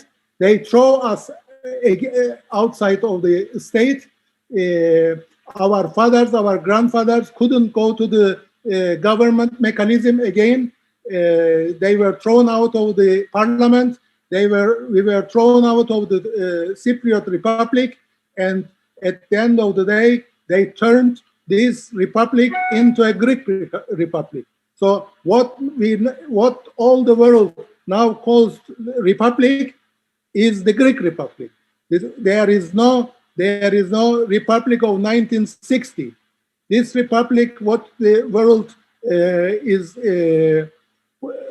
recognizing, is not Turkish. And what is the fight for us after this 1964 resolution is asking our rights as a co-founder, equal side in the 1960 Republic. We have been asking our rights. We asked to return to our post in the Parliament of the Republic, which was avoided. When my father and my grandfather was a member of Parliament, when they went to enter into this Parliament, they were avoided by the EOKA terrorists. They were threatened with their lives. The late President Denktash has been tried to be killed by these EOKA militias. So what we have been fighting was our equal sovereignty, for our equal rights in this state. So please, whoever is listening us must see this injustice and must know that this 186 resolution, as long as they see the Greeks as the legal, the only legal, the sole republic legitimates administration, this is not correct. So our efforts has been to change this towards with the negotiations which started in 1963 until recently in 2017. For 53 years, we worked to find a solution to the Cyprus problem. A bicommunal, bipolar solution has never been possible. 53 years, can you imagine? I am 59. I was born into the Cyprus problem. My father was born into the Cyprus problem. My grandfather was born into the Cyprus problem, and we couldn't solve it. Why we couldn't solve it? As I tried to explain you before, we couldn't solve it because the Greeks want to Hellenize the island. The Greeks wants to make the island unite with Greece. And we will never let them do this. We are fighting for our independence. And in 1983, we formed our state, Turkish Republic of Northern Cyprus. Whether the world recognizes us or not is there. And you know, at this point, I don't know how much time I have, but I cannot hear you. 1 minute. 1 minute. I will ask you 3 minutes, please. Because I know everybody tolerates Turkish. We already. I need this special tolerance from you. So okay. Now, at the end of this month, there will be in Geneva There will be a 5+ conference. There we will put forward our new policies. 2 sovereign states on Cyprus, which matches with the realities of Cyprus, and which is a just solution, which will be for the good of the 2 sides, the Greeks and Turkish Cypriots. So, since I have 3 minutes, I can tell you it is not possible to reach an agreement with the present framework and the conditions that the Greeks are putting forward. We cannot accept that the legitimate state is the Republic of Cyprus. We have our own state as well, and we cannot accept to be the minorities, as they tell us, as they pressurize us. We are not the minorities on the island. We have an independent state. Of course, the USA is helping the Greeks. They lifted the arms embargo with them, and they are at the moment helping the Greeks to fight for their causes. Thanks to Turkey, our mainland, we are embraced with Turkey, and we will do whatever necessary in Cyprus, in East Mediterranean. It's on our blue mainland to do what is needed to fight with this. Mr. Dugin has put forward that the USA is a sick dragon. It's not a sick dragon. He is a dead dragon. USA is a dead dragon under intensive care. USA will never be cured. They lost all the wars. They lost in Syria. They lost in Cyprus. They lost in Middle East. They lost in East Mediterranean. So we will never let them to win again. And this is a multipolar world, and United States will never be again a superpower. So I am finalizing. 1 minute more, please, because we will now be asking the recognition of Turkish Republic of Northern Cyprus.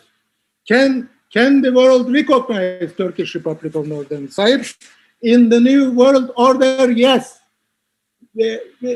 I want to before I conclude, I would like to greet and thank to Mr. Perinçek, the president of Vatan Partisi'ni, who has, and many people that I see on the screen that are helping us to make our cause get, which is the recognition of our state.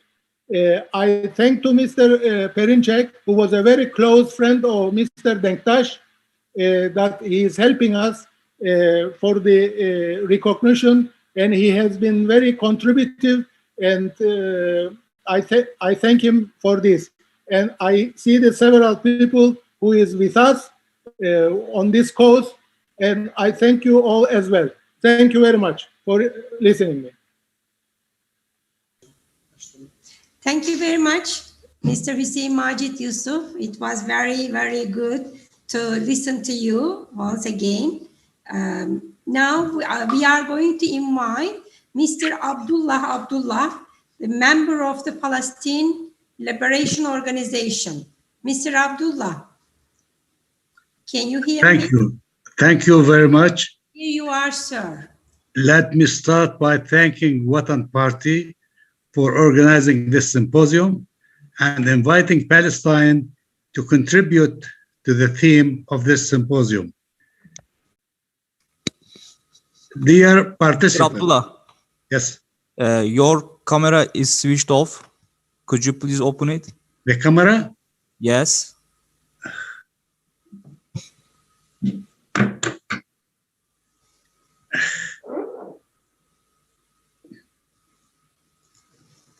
Ayat.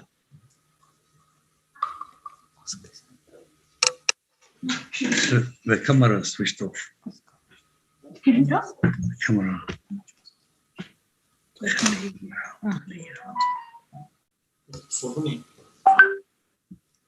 Ses var mı? Is it okay now? Mr. Abdullah. Yes. Next to the microphone, there is a camera icon. Yeah. If there is a red line over there, would you please click on it? Then we can see you. Oh, sorry.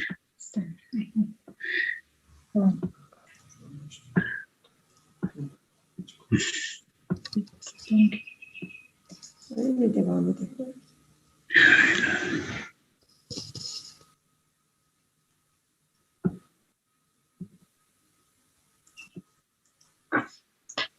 That take us 2 minutes. Can you go to the next speaker? Go to the next speaker until we fix the camera here. Is that possible? Okay, değiştirelim mi şey hazırsa? Let me switch your turn with the next our next participant, Mr. Professor Dr. Recep Recepov. If he's ready, he will be participating on behalf of Sahip Kıran Center for Strategic Researches. Merhabalar. Merhaba. Buyurun. Herkese By ilk the way, önce bir saniye Recep Bey. Mrs. Sıla Özer Çelik, she is going to be translating. Yes, please come this way.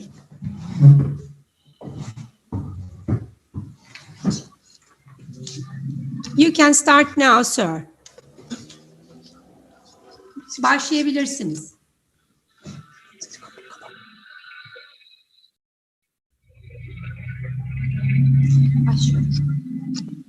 The Evet. situation in the world that is undergoing profound shocks, leading to exasperation, contradictions, growing tension, and various threats for different countries. In various regions of the world, the consequences of the global and financial economic crisis are not abating. The immediate vicinity of Russia in the European part, in Ukraine, with unresolved issues inherited from the past. Exacerbations periodically arise associated with both territorial and border delimitation. A prepared and provoked conflict in Ukraine with the aim of isolating and weakening Russia. Added to the problem above was the renewed tension in relations with Russia, which stem from cooperation with China, along with public accusations against the leadership of two countries. As an example, 2 words from a short interview with the US President Joseph Biden. Biden's insulting statements about Putin shocked the Putin regime, led to the only solution to unite with the other authoritarian rulers or countries. And this will require much more resources from the United States to implement its plans than they had expected to date. The joint solution of global problems experiencing by Russia and China, which are 2 neighboring states that adhere to similar or close positions on the main issues of the world politics, pushes them to establish powerful organizations in the region and the rules of their interaction. They are gaining specific weight and changing the accustomed balance of power previously adopted by both the rules of the United States and the West.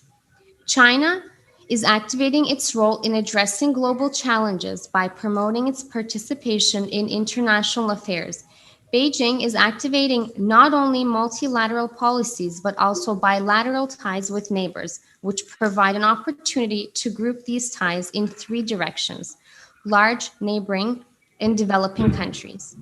China's intentions to develop and strengthen relations with neighbors can be traced in the interactions between China and Russia. Following the above logic, we can say that the relations between Russia and China on rapprochement are important and necessary for both sides. And the rapprochement between Russia and China to oppose the United States and the West leads not only to criticism, but also to their recognition as dangerous neighbors. This definitely makes both Russia and China behave more cautiously. Raising the stakes by Biden in relation to Russia and China returned the United States of America to a tough policy of simultaneously confronting Russia and China. The policy of the United States and the simultaneous confrontation to Russia and China, for which the collapse of the USSR did not become a lesson, increased the likelihood of the start of the Second Cold War. The Cold War, the prerequisites of which were pointed out back in 1994 by the former Russian President Boris Yeltsin, who called a cold peace the relations between Russia and the West, led by the United States. The cold peace became even colder and less peaceful. A less peaceful and colder world began to strain relations not only between the United States and Russia, but also with China. The cold peace of the 1990s and 2000s is in the past, giving way to a new Cold War. The biggest mistake that Washington can make is confronting Russia and China at the same time. Against the background of increasingly tense relations of Russia and China with the United States, there is a higher level of trust between Moscow and Beijing. After intensive negotiations between the Chinese Foreign Ministry and the U.S. State Department in Alaska, as well as Russia's recall of the ambassador to the United States, tensions have increased. The analysis provides an opportunity to predict the essence of the U.S. intentions, having analyzed the United States' intention of the plans to simultaneously start a new Cold War against Russia and China. One can come to a conclusion that the Biden administration is pushing two major nuclear powers towards each other. If the simultaneous confrontation to Russia and China continues, the United States may make the same mistake that the USSR committed during the First Cold War. Naturally, with the continuation of the simultaneous confrontation led by the United States, Russia and China will rebuff the United States in the new Cold War. This raises the question of how Moscow can help Beijing, or how Beijing can help Moscow in the confrontation to Washington and its allies and alliance. The First Cold War was between Moscow and Washington, and it cannot be said that Washington fought that war unsuccessfully. The confrontation that is intensifying between China and the United States can be called a prerequisite for the Second Cold War. The first high-level talks of Biden administration with China and Alaska that started quite tough can be considered the beginning of a new round of Cold War II. Maybe the United States is making strategic plans to win the Second Cold War in the hope of China's internal weakness. The idea of internal weakness in America is associated with the leading role of the Communist Party in the political system of the country that reminds them of the Soviet principle of leadership. But this association of Americans is deceptive because they forget that the Soviet principle does not work in China. The state pretends to pay and the people pretend to work. Bearing in mind that parts of the American establishment counting on internal factors that can supposedly weaken China in the future, Moscow and Beijing can enter into cooperation in the confrontation to Washington in the following ways. Russia, having inherited the experience of a superpower from the Soviet Union, can share it with China, its most important ally.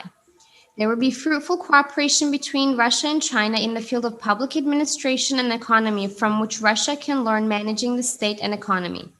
Cooperation with Russia in three directions would help China's confrontation against Washington in the new Cold War.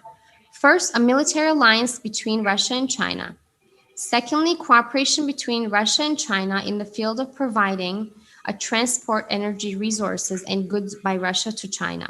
Third, Russia's political assistance, mainly assistance to China in the integration of Asia-Pacific region.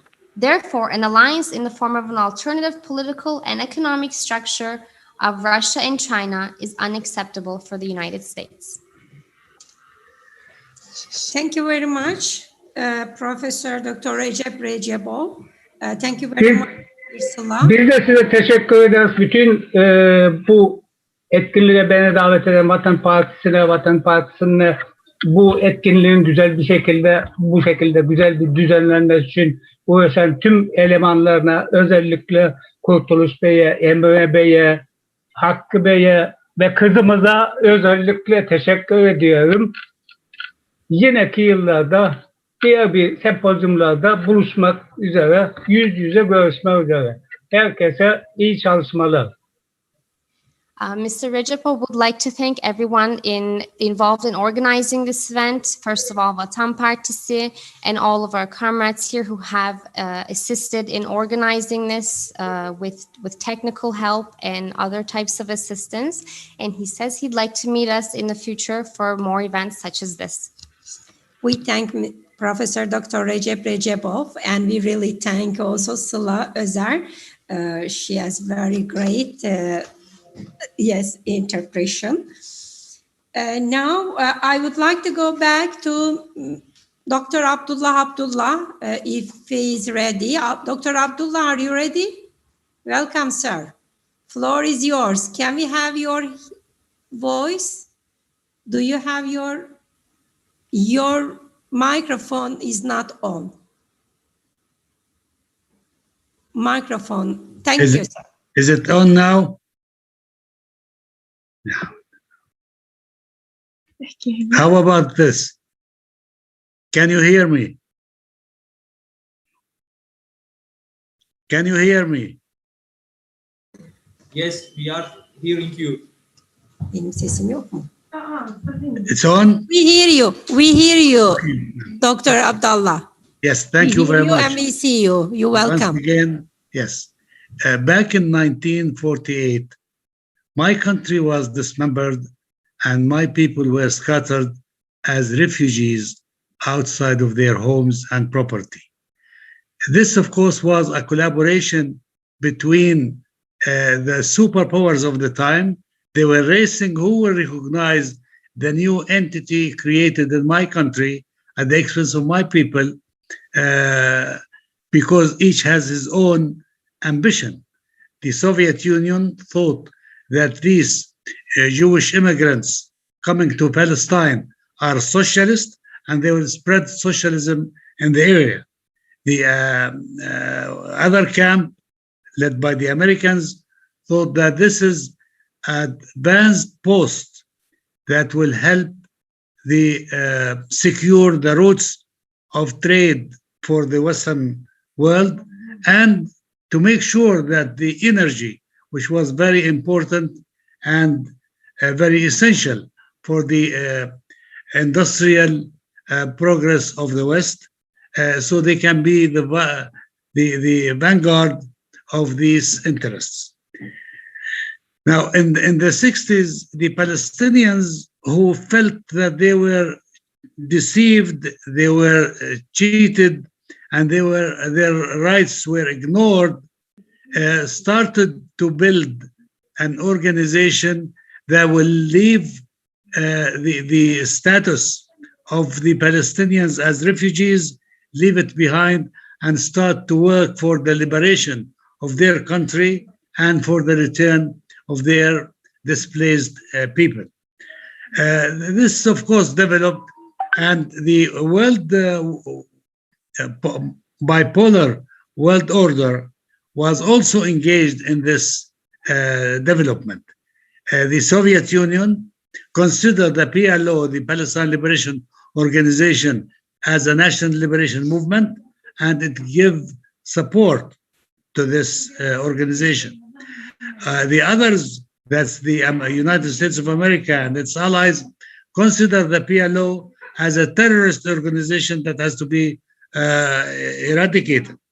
Now, with the development, of course, the determination of the Palestinian people, the steadfastness of these people, they reached a point where, by talking to the rest of the world leaders, not only the two polar system, but beyond that, and they got some sort of understanding, in some cases, some recognition.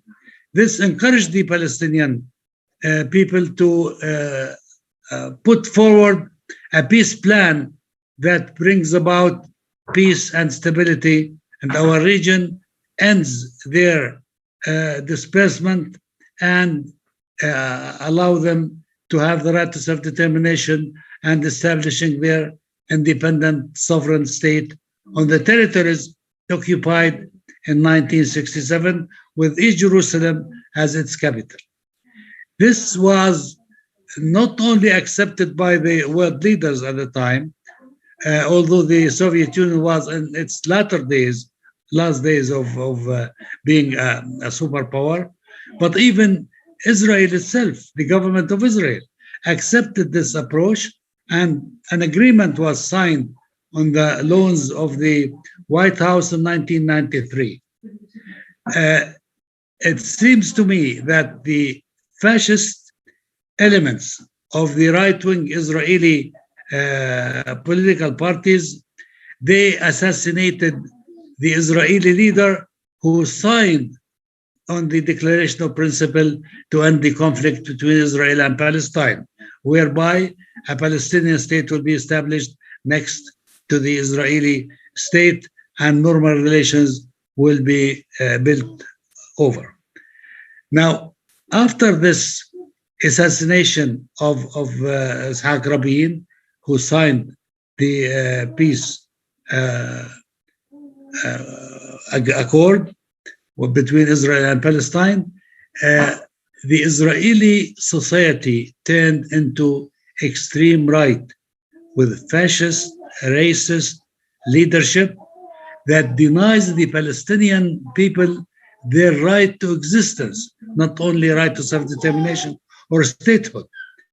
Now, with this, of course, they started a new policy of which is considered colonial settler plan, whereby they confiscate the land that's supposed to be the state of Palestine in the West Bank, the Gaza Strip, and East Jerusalem.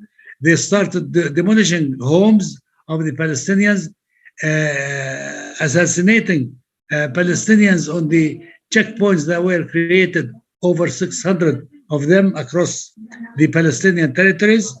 And the world leaders were not, although they have condemnation, they have opposition to these Israeli practices, but they never took a decision to confront, to deter the Israeli colonial settler policy against the Palestinians. This, of course, was faced by the Palestinian people inside their country by steadfastness, by resistance to all these designs. Many Palestinians were imprisoned. In fact, more than 1 million Palestinians passed through Israeli jails since 1967. And more than that, the lives of the Palestinians were controlled.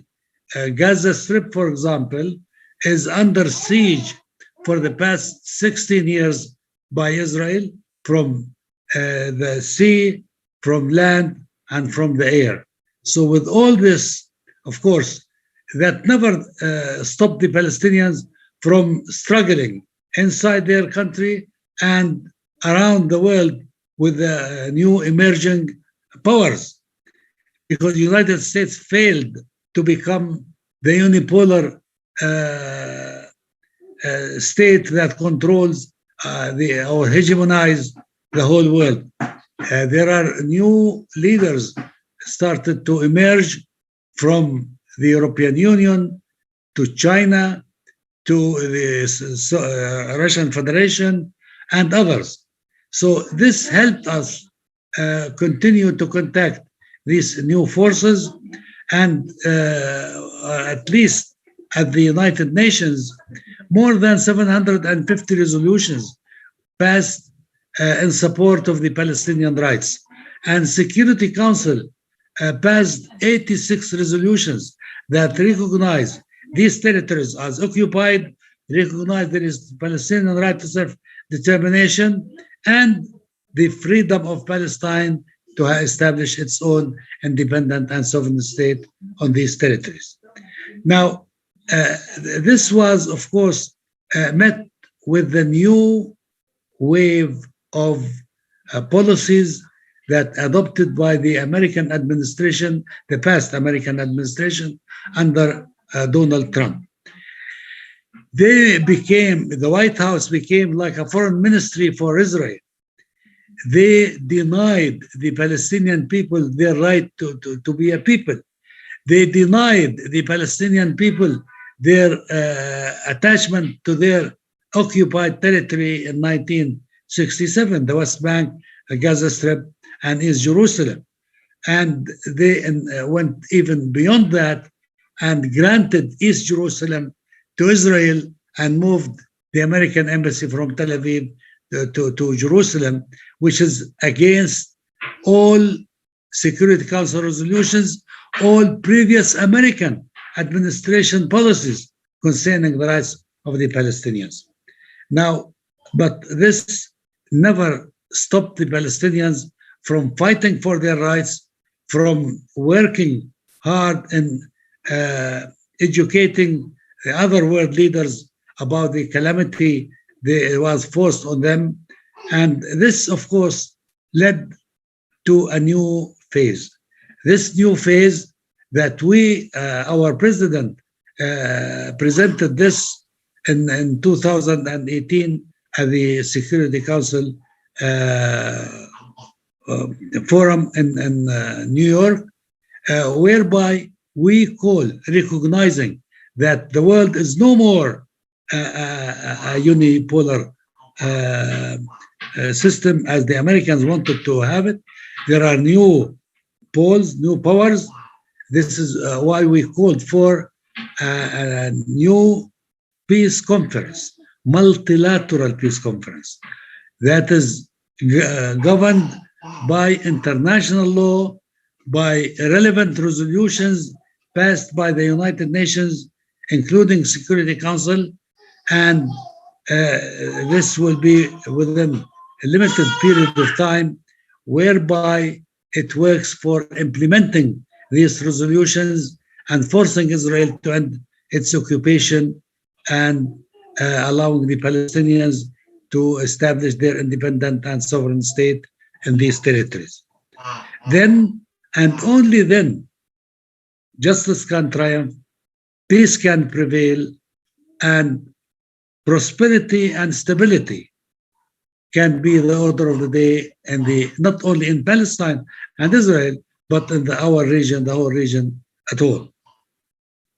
I just want to conclude by reminding that we Palestinians, we experienced in our country some 2,000 years ago a miracle of resurrection. We are confident with our steadfastness, with our strong will, with our determination, that we Palestinians will resurrect once again. Thank you very much.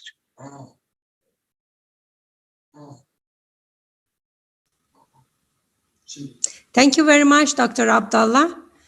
Thank you. Thank you very much. It was really very open-minded and reminding what was going on over there for everybody. And now, dear comrades, this symposium is the declaration of the new international order that is establishing. And it's real, yes, the new international order established. The Asian age produces fruit in Africa, triggering independence revolutions. 2019, Algeria, 2020, Mali, Ivory Coast, and Guinea. Revolutions are the leading symbols of the new international order in Africa. Our guests now, two guests, Mr. Ismail Dibesh and Mohamed Akratane, are pioneering patriots from Algeria and Mali. I'm just happily inviting now Professor Dr. Ismail Dibesh is from the Faculty of Political Sciences and International Relations, Director of the Laboratory of Researches and Studies in International Relations, in University of Algeria. Mr. Ismail Dibesh, are you ready, sir? Here you are. You are on stage. You have 10 minutes. Could you please turn your microphone on?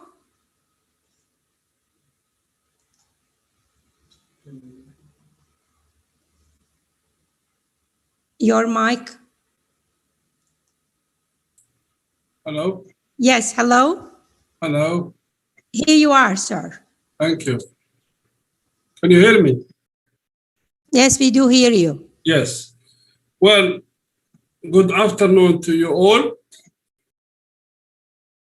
I am Professor Ismail Dibesh, as the Honorable Lady Professor introduced me.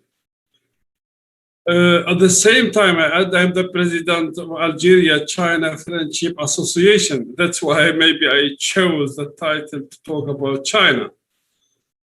First of all, I thank the organizers for giving me the opportunity to participate in such a highly important conference with distinguished professors, experts, and personalities who I share with them ideas and views. I'm especially delighted that I met and I heard Professor Düzen, who is a major reference for our students and researchers here in Algeria. I hope I will host him one day in our faculty. My intervention is titled The Belt and Road Initiative, a base for a new international order.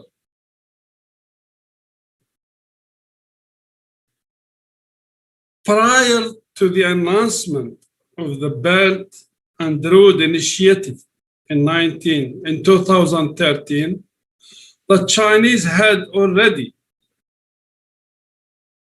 been able to successfully set up a scientific and economic developed peaceful ideas basis for the initiative in China itself for over 1,300,000,000 people. That's 25% of world population. 70% of the Chinese people rose out of poverty by 2010, with the aim of eliminating poverty within the next few years. China owes the world the recognition of such achievement for humans, for one out of four of the world population, humans, by respecting its national unity, stability, as well as hailing its model of development. A model constitutes a great contribution for an alternative world system valuable for all, a sharing world guided by the Chinese meaningful 5 principles of peaceful coexistence: mutual respect for sovereignty and territorial integrity, mutual non-aggression, non-interference in each other's internal affairs, equality and mutual benefit, and peaceful coexistence. The historical content, experience, and exercises of the Silk Road 2,000 years ago, and the Belt and Road Initiative concepts and dimensions in the 21st century of coordinating states' policy for land routes, railways, airports, dams, sea roads, or sea networks, ports, reduction of customs and trade barriers, financing of infrastructure and trade connectivity aimed at increased trade volumes and exchange of culture, science and people.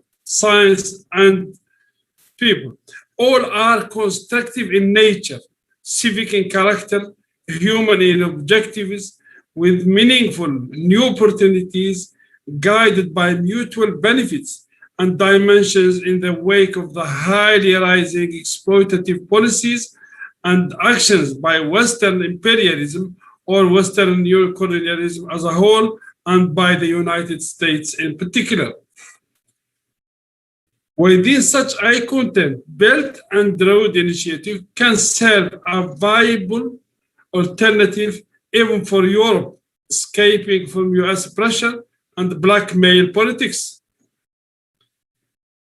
The initiative is a major link for European and Asian Pacific economies, providing great opportunities and benefits to promote China-Europe relations based on win-win cooperation. The original aims of the Belt and Road initiatives are to promote the connectivity of Asia, European, and African continents, and their adjacent seas, establish and strengthen partnership among the countries along the Belt and Road Initiative, set up all-dimensional, multi-tiered, and composite connectivity networks, and realize diverse, independent, balanced and sustainable development in these countries. The timing of the Belt and Road Initiative coincides with the gradually and globally progressing refusal of unipolar world led by the United States, a position resented even by US Western allies in Europe, not to mention the developing countries. The latter's governments under escalating pressure of their own people are heading for adopting policies and taking actions outside the Western orbit. Western world is shrinking, giving way to a balanced and multipolar international order. Outside the West, the world is already witnessing new emerging alternative poles, especially China as a world economic and industrial great power, and Russia as a major technological and military power. Both together can set the lead to a multi-order, especially with the wake or in the wake of Russian independent policy. The West is no longer the dominant source of technology and industry. Western countries themselves are market for the Chinese economy. The coronavirus pandemic has confirmed the fragility and the failure of Western health system. Many of others may face the same destiny in the following years.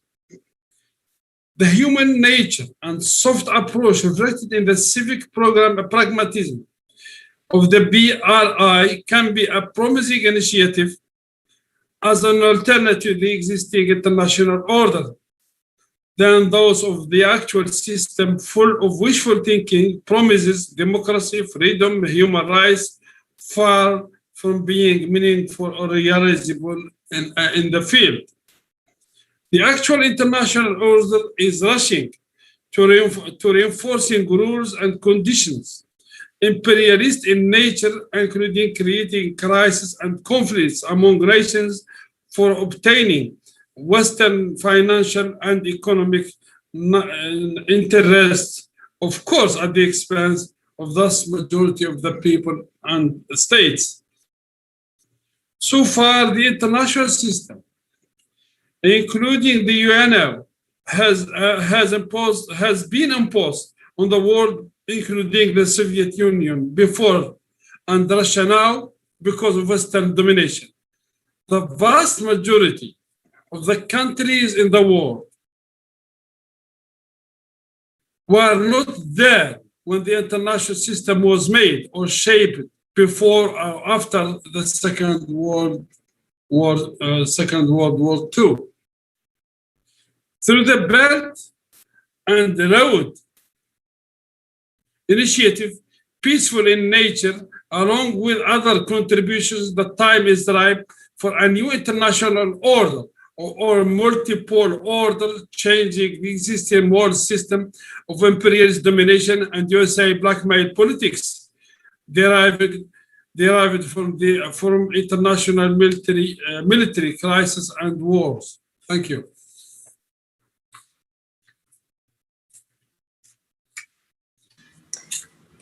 Thank you very much, Ismail Dibash. Thank you. And now, yes, from Mali, our guest, Mohamed Akaratin. He is the General Secretary of the African Solidarity for Democracy and Independence in Mali. And are you ready, sir?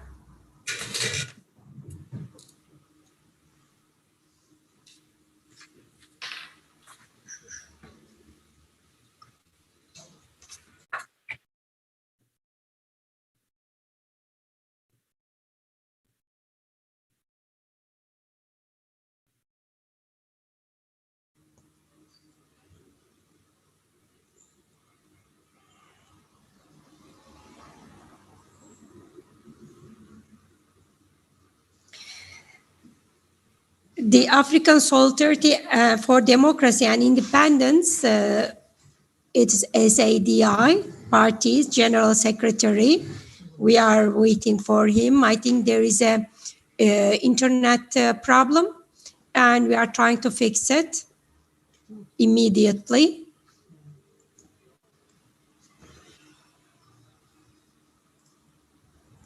Africa is getting very important, and it's just giving us big happy excitements when we hear, Mr. Dibash, this from your side, all the news coming very good.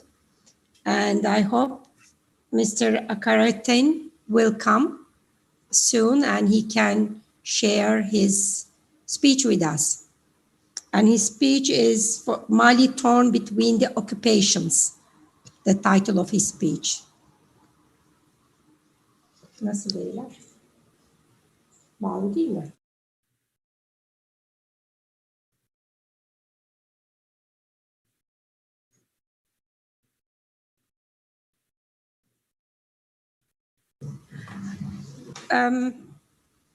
We are going to move, and as soon as we get in touch with Mr. Mohamed Akaratin, we will get him back in our session.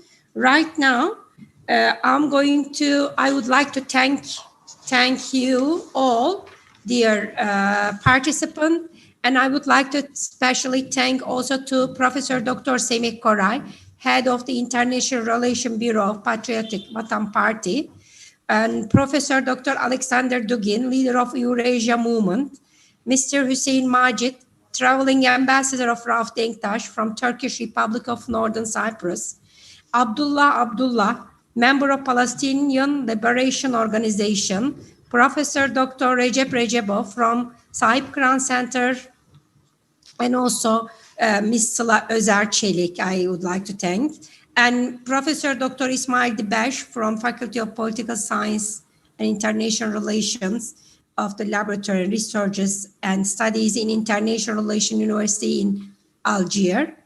And we are going to try to get again in touch with Mr. Mohamed Akaratin from Mali, General Secretary of SADI Party, the African Solidarity and Independence.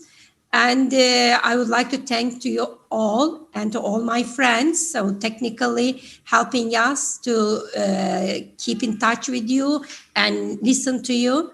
And now I would like to invite Mr. Kaan Cenk Salihoğlu to take his moderation session. Hello, Kaan, and here you are. Hello, can you hear me? Yes, we do, Kaan. Thank you for introducing me. And And hello, welcome to the New International Order Symposium also from my side. We now continue with the fifth session in which several young politicians and political scientists will have their say. This session is maybe one of the most important since the youth is growing up with and witnessing the global technological change, and also a new world order is being formed that will be tomorrow led by the youth of today. My name is Khan James. I'm joining you from Germany. We'll hear now young talents from different countries of the world, from Bangladesh to Switzerland, from Palestine to the US, will explain to us mainly from the point of view and that of their countries what the new international order will look like. We have a full program, so let's get started. Our first speaker is Mr. Ushkin Akfrat from Vatan Patriotic Party Vanguard Youth International Relations Bureau, and is joining us now live from Istanbul. My dear friend Ushkin, welcome. Nice to have you on the program. Can you hear me? Yes, I can hear. So Ushkin, you're very experienced in international cooperation and you have a very close view. Okay, you can hear me, right? Yeah. You have a very close view of international politics. Please explain to us and the world how the future of youth and the new era of revolutions will look like, especially from Turkey's, your party's, and your personal point of view. Here you go. The virtual floor is yours. Thank you very much.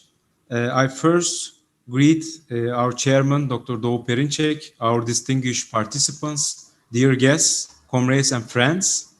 I would like to start my speech with a short poem from Rumi.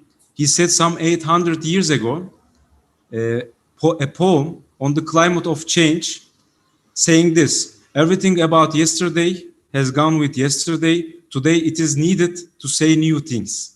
In Turkish, dünle beraber gitti cancağızım, şimdi yeni şeyler söyleme zamanıdır. Today our world has been through a great period of change. We all speak of the defeat of the US hegemony, the collapse of dollar dominance, the rise of a multipolar world. The molds of the bygone era that captivate even our imagination are being broken now. Now is really the time for saying the new words. And our chairman, Dr. Doğu Perinçek, has said these new words in his speech. He said that we are at the threshold of a new era of revolutions. It can be taught as the third wave of national democratic revolutions and opening to socialism. Yet this new period has an important difference from the previous ones. This new climate of revolution will not only break the links of imperialist chain one by one on a country basis, but it will give rise eventually to a brand new international order, as all the speakers stressed. This is because the current system has exhausted all of its options. The system based on the insatiable profit greed of finance capital, this system which has made its democracies basically nothing but a mafia order, the system consuming humanity and the earth more and more greedily is rushing now to its debacle like a truck that brakes fail. On the other side of the coin, there arises a new civilization that shares, that leans on its own culture, human accumulation, and answers the perennial aspirations of humanity. In such a period of upheaval, at the dawn of a new order, we youth, as the biggest shareholders of the future, would and should ask rightfully, where do we stand in face of this development? What kind of life, what sort of future does it bears for us, holds for us? Will youth be a passive bystander of this process or become an active subject that partakes in forming the future? I will try to give a revolutionary answer to these questions in the following. First thing to set, the principal contradiction of our era has not changed. Our world is still in the age of imperialism. At the end of it, yes, but not yet out of it. So this means that the contradiction between the oppressing and oppressed nations remain to be the principal contradiction. According to this conception, the world is divided into two camps. On the one camp, there are oppressing nations. On the other, there are oppressed. But the latter, if does not act on this very fundamental fact, fact of imperialism, would never be able to break the yoke of systematic oppression. Today, the oppressing nations are the Western countries and their allies. However, the whole system is based upon an institutional architecture in which the US gets the lion's share in exploitation and has a central control even on the other countries of the West. Even though they have formed an alliance of profit on the exploitation of the oppressed nations, there is ever-growing contradictions between the rest of the oppressing world and the US government. The oppressed nations, on the other hand, are basically the rest of the world. It is Asia, it is East, it is South. We might call all of these. But recently, it is much more preferred to term developing countries. From Latin America to Africa, from Balkans to Caucasia, and to the whole Asia. It is the majority of humanity. And as our great poet Nazım Hikmet once said, it is the great humanity. And the US relation of oppression with the rest of the world is not only through capital export or crude military control or intervention. The US empire today is continuing its way also through an underground control organization called Gladio in NATO countries, the special warfare operations in the developing countries, and its great hegemony on the big capital fractions, educated segments of society, and the realm of ideas by academia and media. In other words, by the virtue of this covert empire, the revolt against US military bases, revolt against cultural invasion of American way of life, revolt against irrational dominance of the dollar is contained. For that very reason, all the movements that does not position with regard to the fact of imperialism would find themselves in a place in this system of worldwide exploitation. And this means they would become a part of the problem, the biggest impediment in front of the progress of a nation, of a society, and humanity at large. Therefore, we should understand this point very clearly. One can very well be an anti-imperialist without being a socialist. However, one cannot be a progressive without being an anti-imperialist. The position against imperialism is the litmus paper for all political people and organizations. And the nation and national state are still valid and primal categories of the world politics. The claim that nation and national states are outdated is nothing but an imperialist mythology.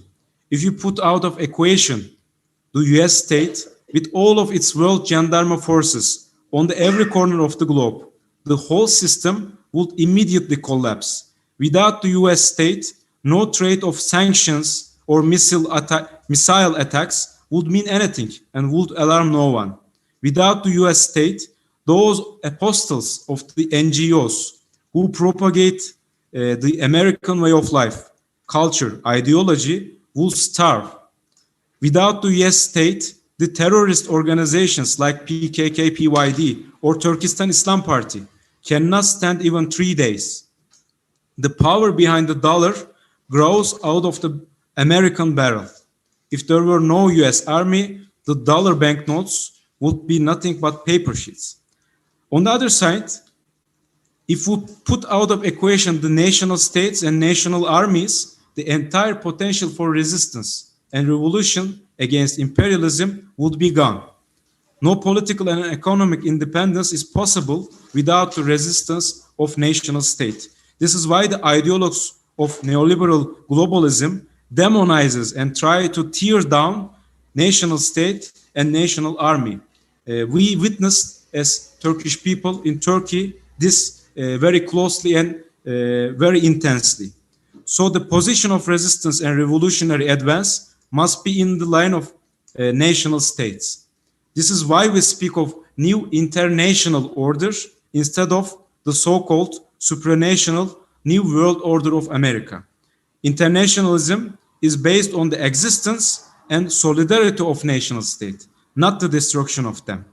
So in the new era of revolutions, the main character of revolution is still to break from the ties of the imperialist system.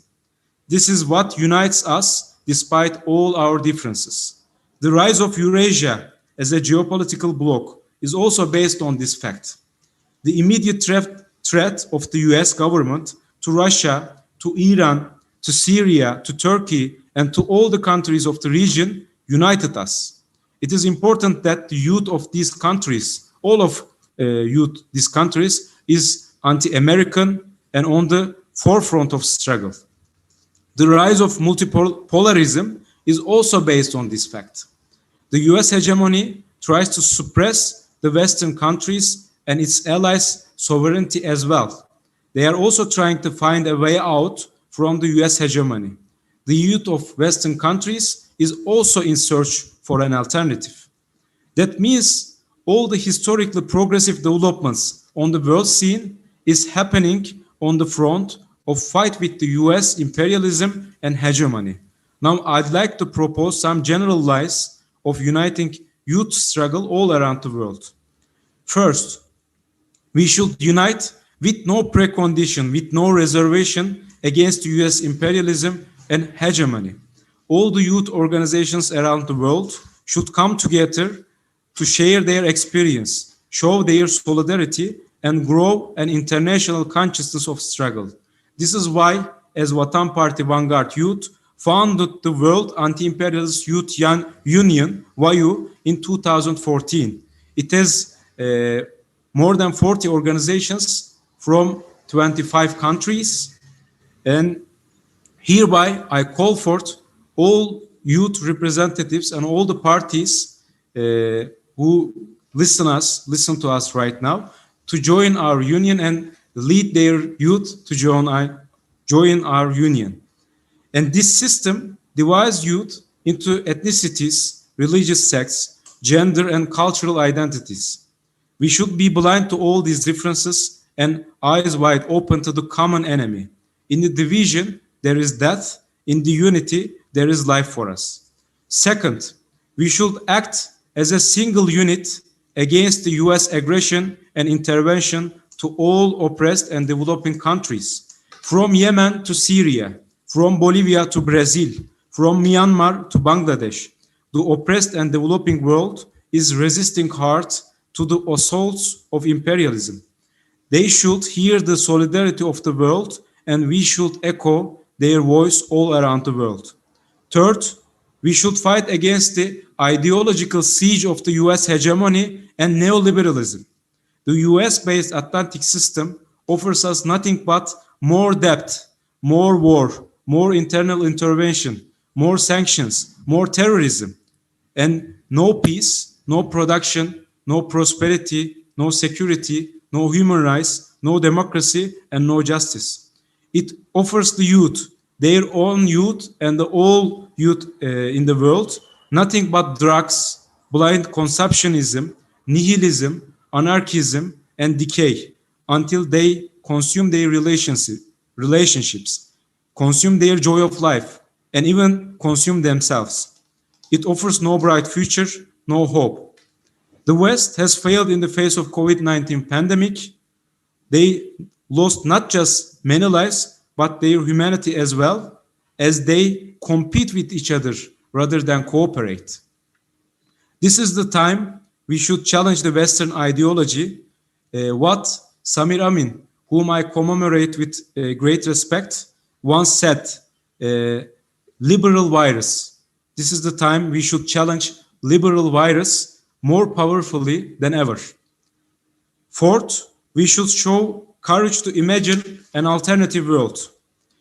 Frederick Jameson once said, an American Marxist in 1990s, it is easier to think the end of the world than to think to the end of the capitalism.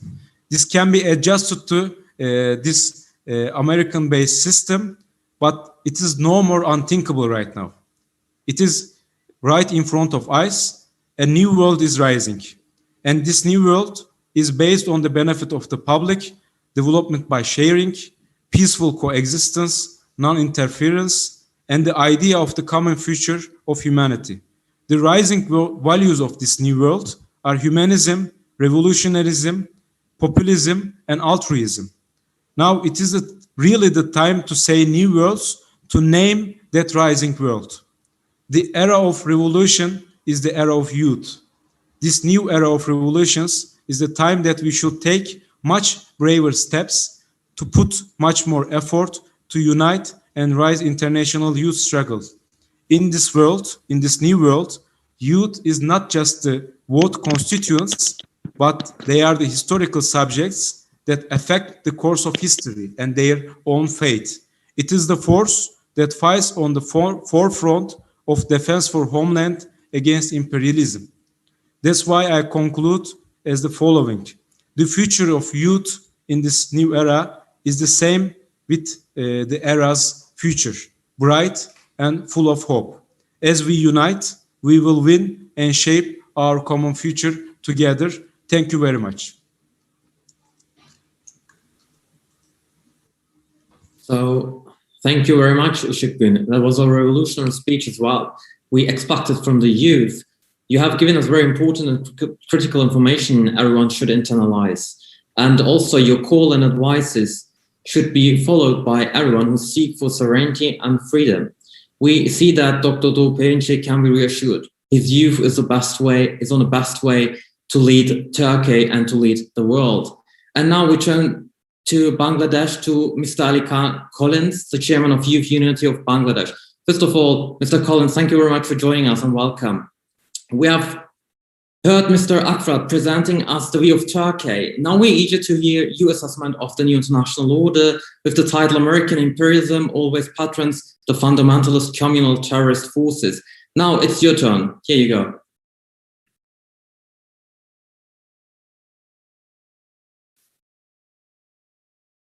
Mr. Collins, we can't hear you.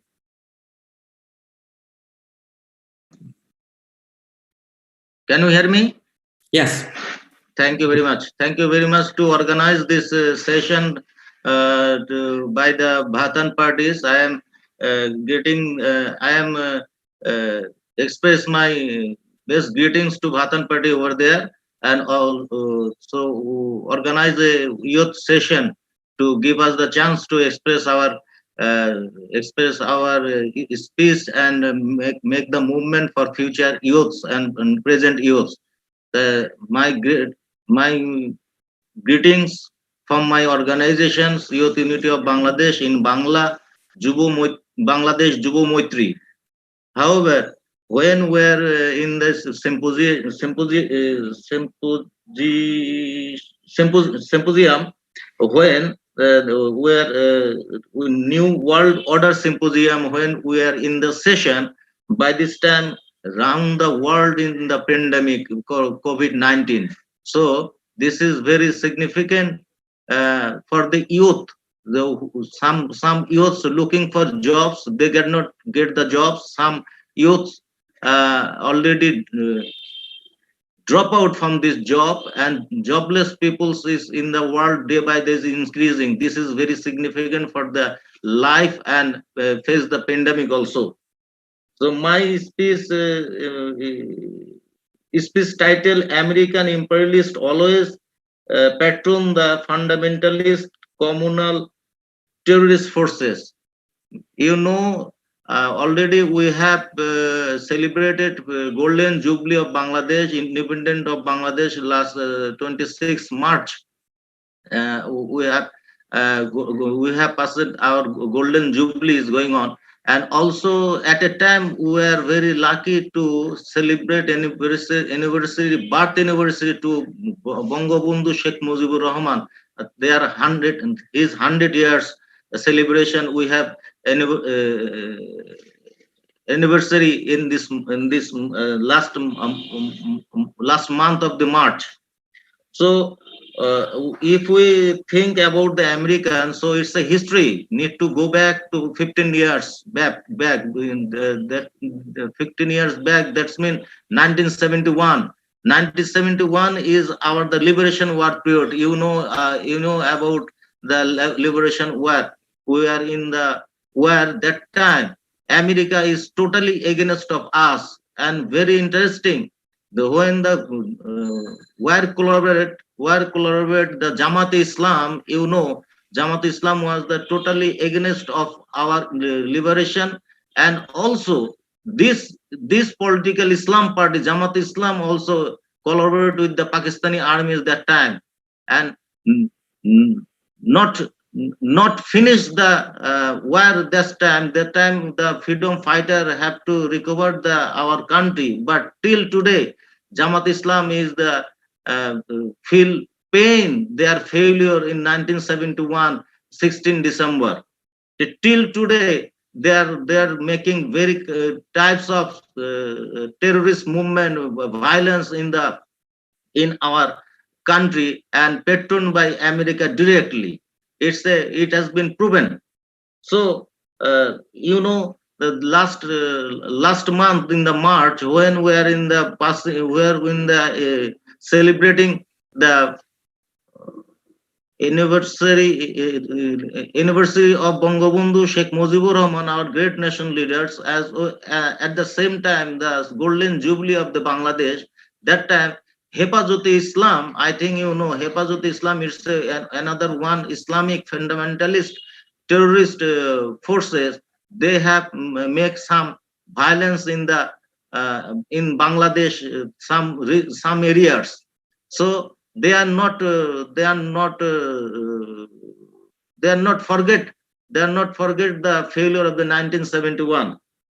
Anyway, where in Bangladesh is sharply divided the politics, in one side is the pro-liberation forces, and one side is anti-liberation forces. This is the scenario is here.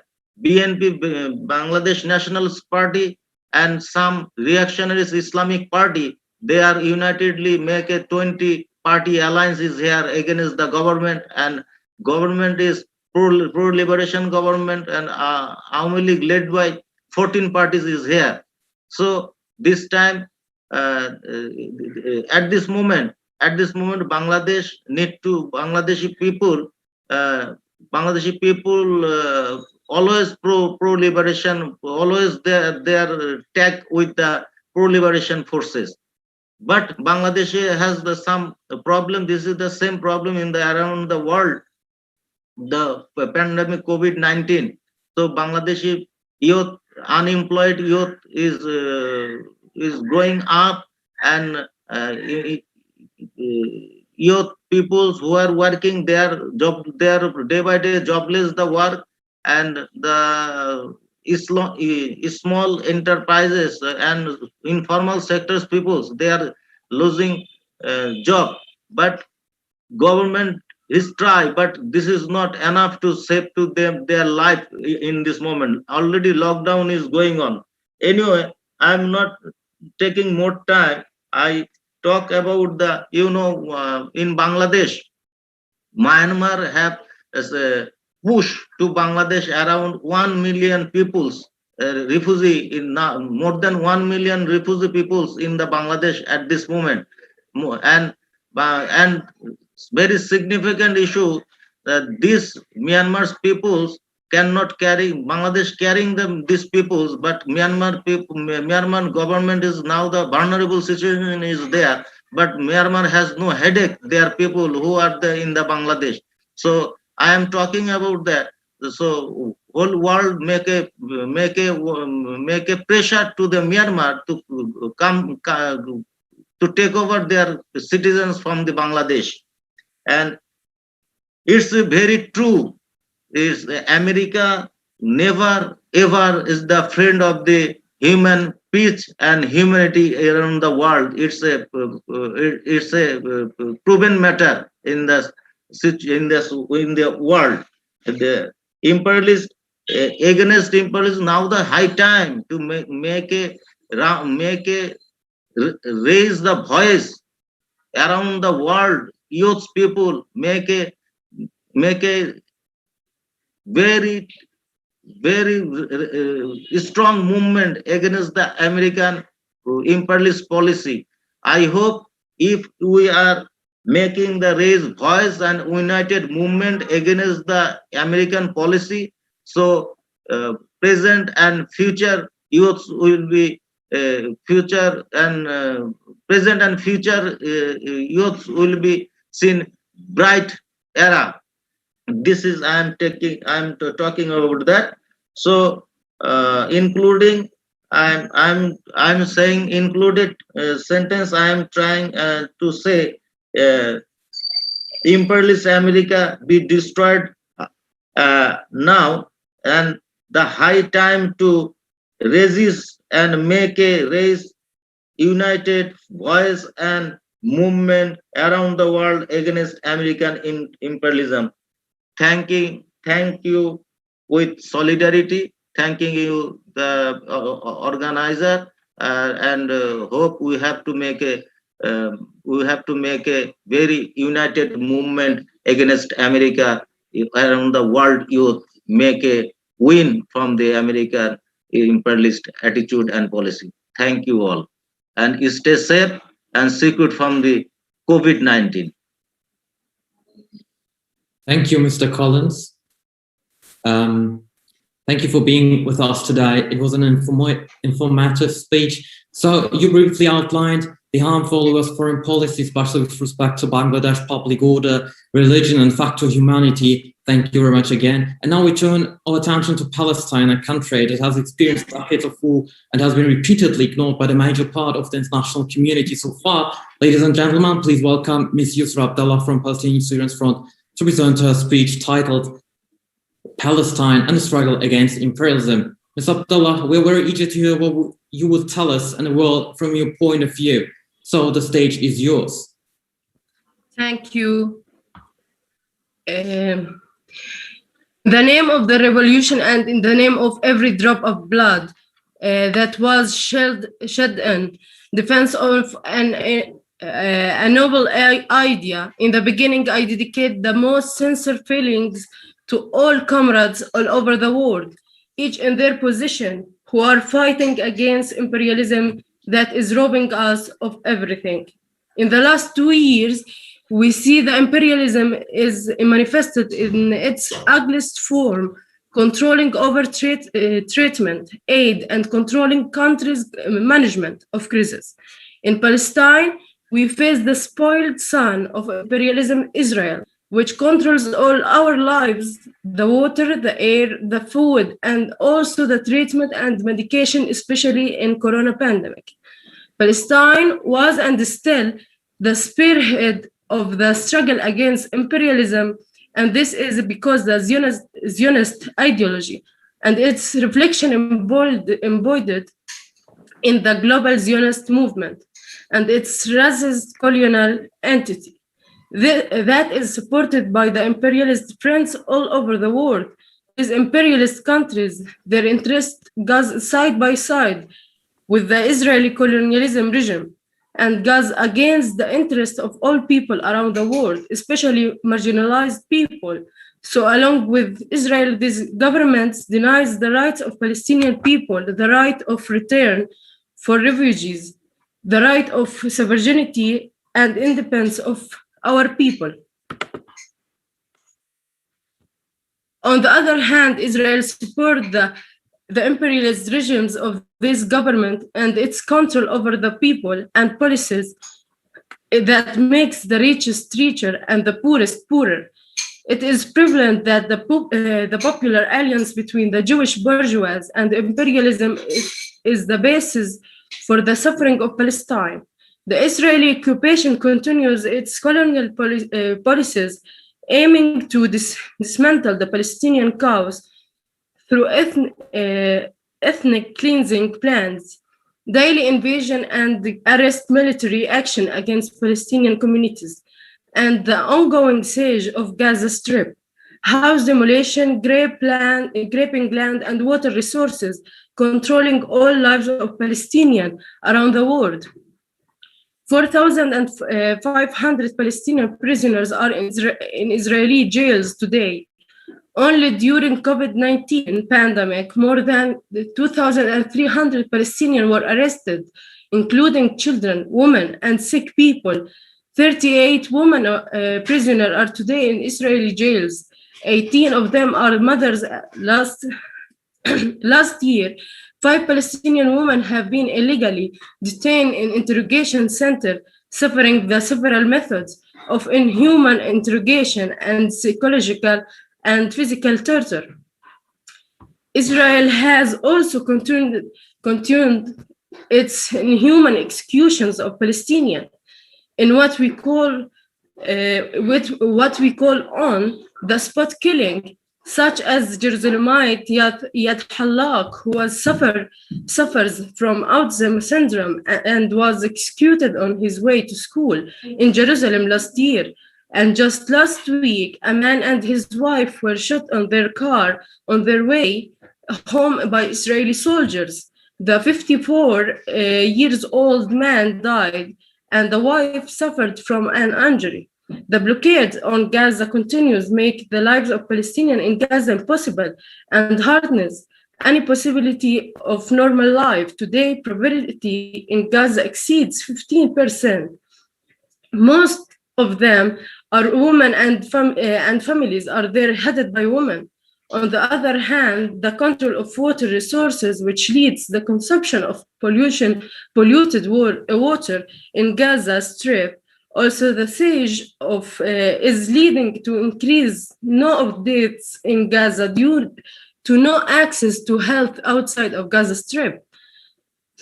Also, the Palestinian students have the largest part of suffering, that more than 15 students from Birzeit University and other universities were arrested in the last 2 years, and many students were prevented from obtaining entry visas to European countries and United States for security reasons.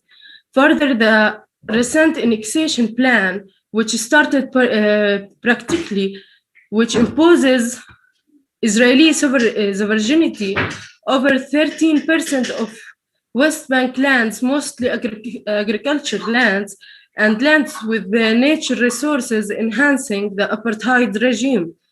Toward the Palestinians, which is an indirect ethnic cleansing for the Palestinians, COVID pandemic showed that Israeli occupation seeks to make use of the COVID-19 pandemic to make more pressure on the Palestinians, especially in Jerusalem.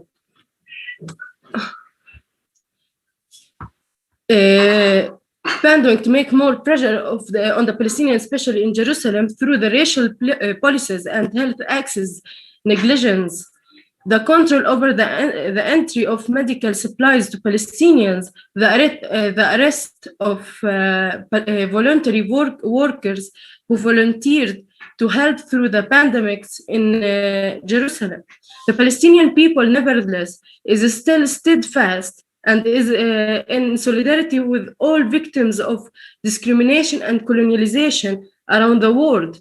We call people around the world to fight against the Zionist colonial regime occupation of Palestine, and we emphasize on the importance of solidarity among us, all to fight against imperialism and neo-imperialism. And in the end, I would like to send all moral support and love to all revolutionaries against imperialism all over the world, and in particular Latin America, which suffers a lot these days, and to Iran, Lebanon, and Syria, and for the strongest and most beautiful continent, Africa. Much love and thanks to our comrades in Vatan Partisi'ni for their hard work and for this great meeting. The comrades united, never be divided. Viva la revolution, and thank you.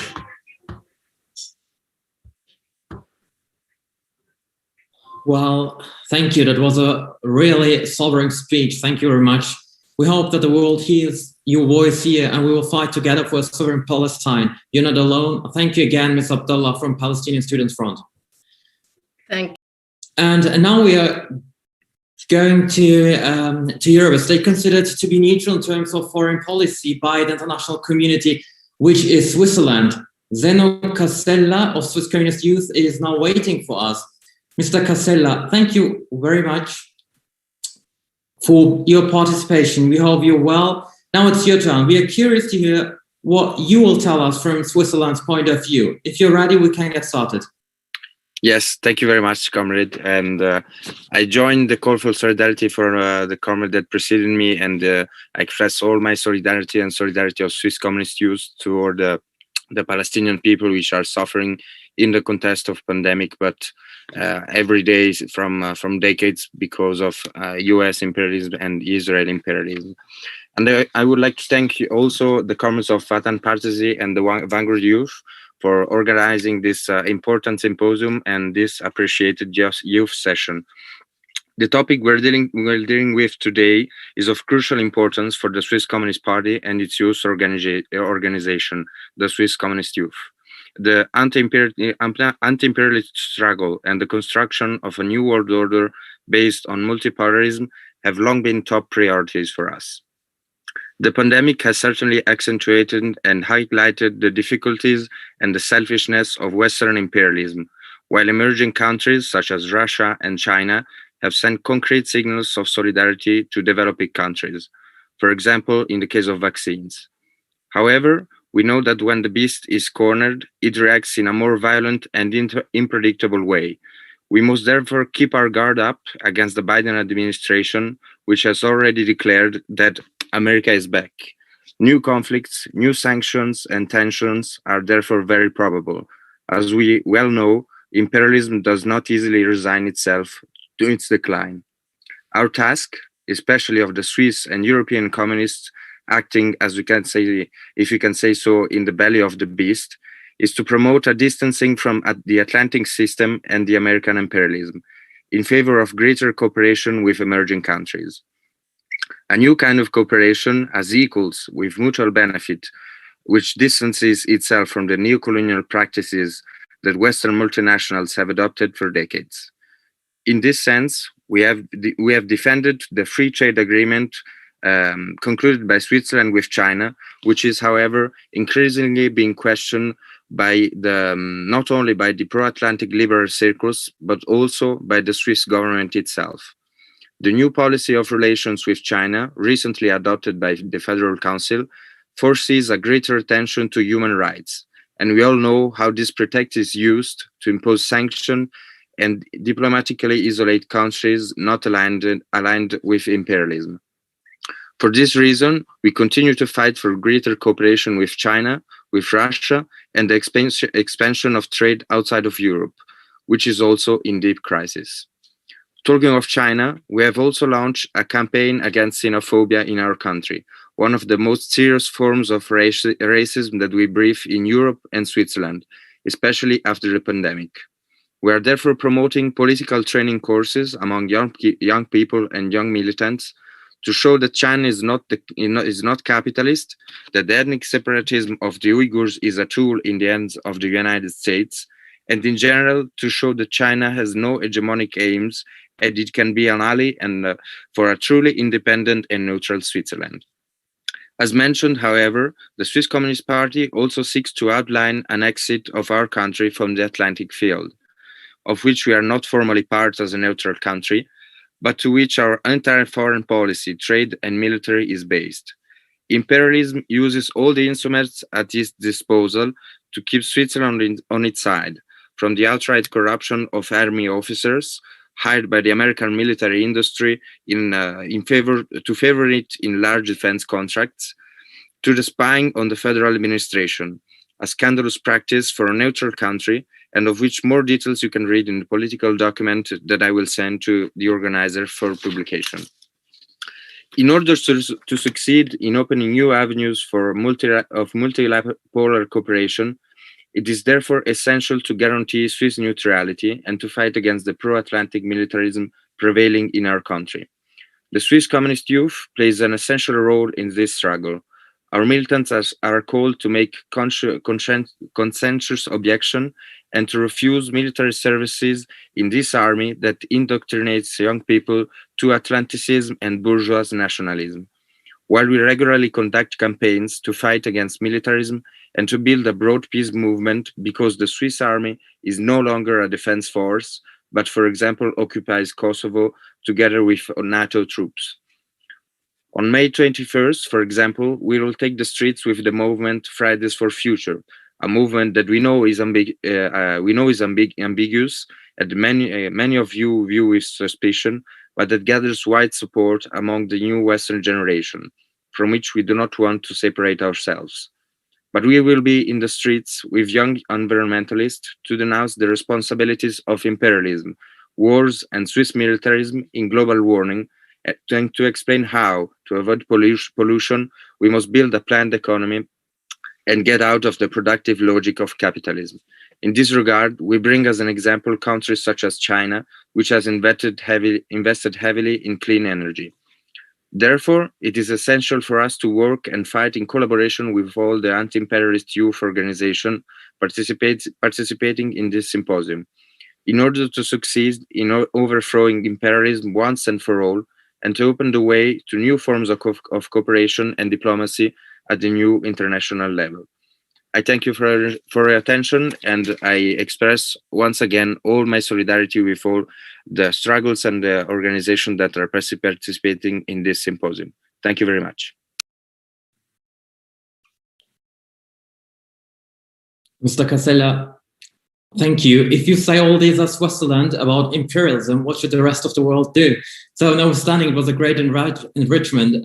Thank you much for your informative speech. So we have especially underlined Russia's and China's importance in this regard. Later, we will hear the Secretary General of your party, Mr. I, and we are curious to hear what the elders have to say about this in Switzerland. Thank you again. And now we're going to Russia, one of the key states in Eurasia and in the New World Order.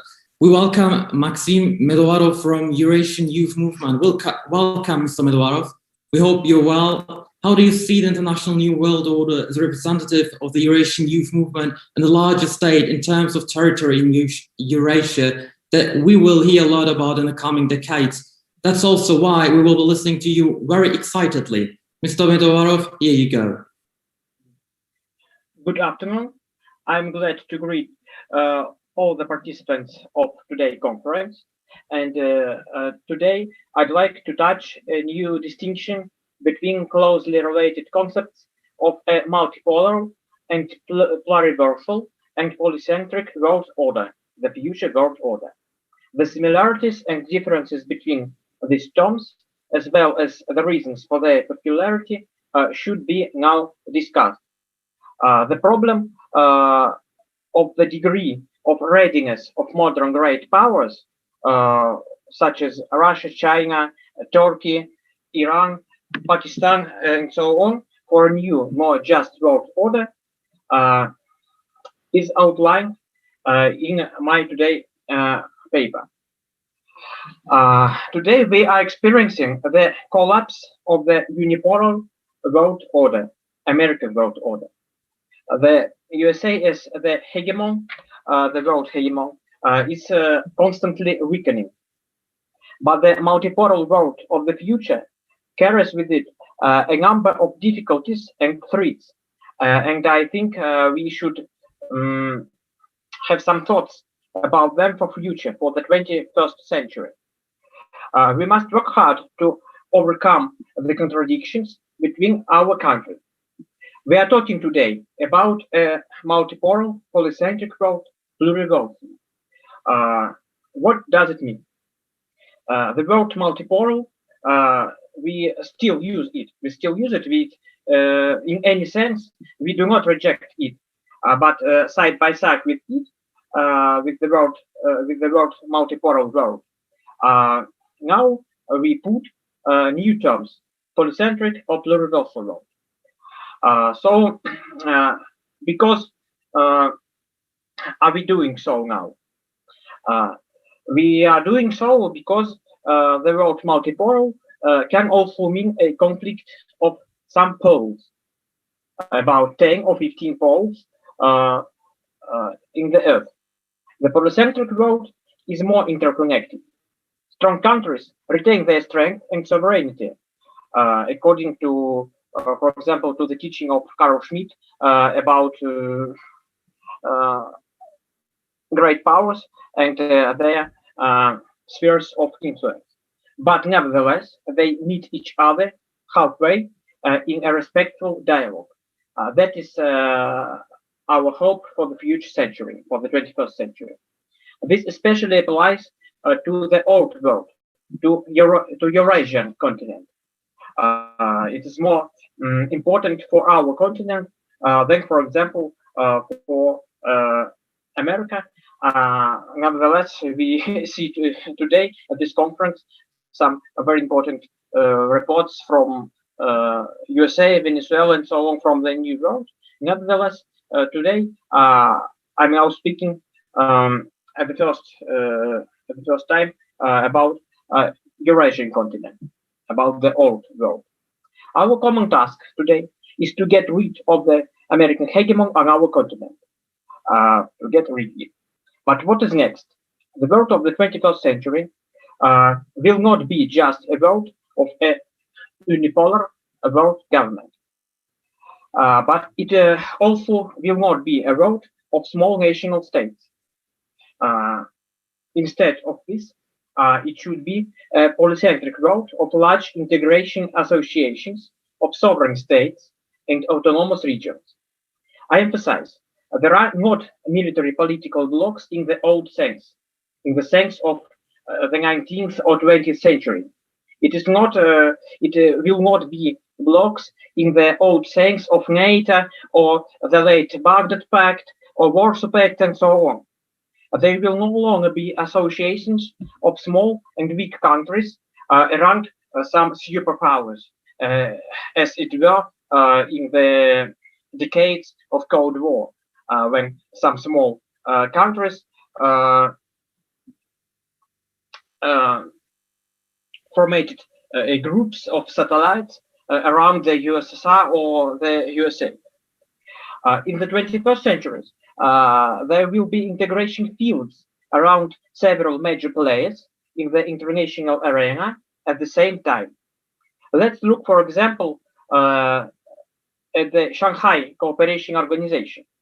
We see in one organization such huge powers as China, Russia, India, Pakistan, and as its members. And we also hope in some recent future, in nearest years, to see Iran also as a member of Shanghai Cooperation Organization. We are waiting for Iran to join. This is a good example, and of course, we will be glad to see even Turkey in this union, in the case if Turkey will get out from NATO. A less successful example is the contemporary Eurasian Economic Union. It is now a quite weak and soft union. Its members now include only Russia and 4 post-Soviet countries. But if also great powers, Iran, Vietnam, Venezuela, Turkey, if they would come its members, then in the geopolitical sense, it will be a prototype of the future polycentric world, where in the world where not just 1, 2, or 3 countries would be strict hegemons instead of the USA, but a world when the dialogue between some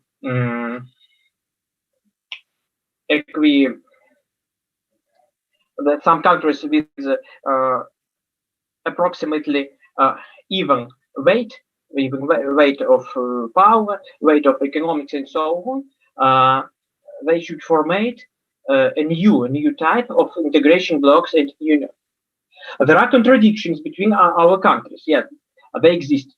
But the main thing is that they are less acute, less sharp than the contradictions between all of us and the contemporary hegemony of Atlanticism, of Atlantist countries and the Atlantist authorities such as the USA and the United Kingdom authorities and their financial allies with their neo-imperialism. I urge the representatives of different countries and as a representative of Eurasian Youth Movement of Russia, we urge them to realize this and not to bring contemporary conflicts with neighbors to the fore. Our common conflict against the neo-imperialistic hegemony of the Atlantist countries is more important now than any border conflicts and neighboring conflicts between our countries, which are presented today at this wonderful conference. So, for the future of the polycentric world, it is in the exclusive role of the large equal integration blocks of the new type of blocks of the type of the 21st century. I'd like to emphasize this moment. So the main question for today is raised about the exclusive role of economical, political, and military integration blocks of the new type in the process of building of the new anti-imperialist world order. Thank you for your attention. Thank you, Mr. Medovarov. Ladies and gentlemen, this was the position of Russian youth on the New World Order.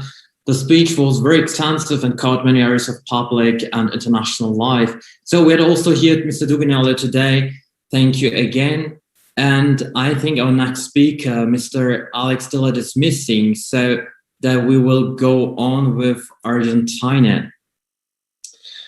Okay, and let's switch to one of the most developed countries of Latin America, to Argentina. We now listen to a pre-recorded video from Juan de Vida from Partida para Todos youth, who unfortunately cannot be live with us today. Latin America will play a very important role as Africa in the New World Order. First of all, Brazil, Argentina, and Venezuela, but also other countries from the continent. Hence, we are pleased to hear the Argentine perspective today. The speech has the title, Multipolarity as a Necessary Condition for a Viable World. The technical committee can now play the video.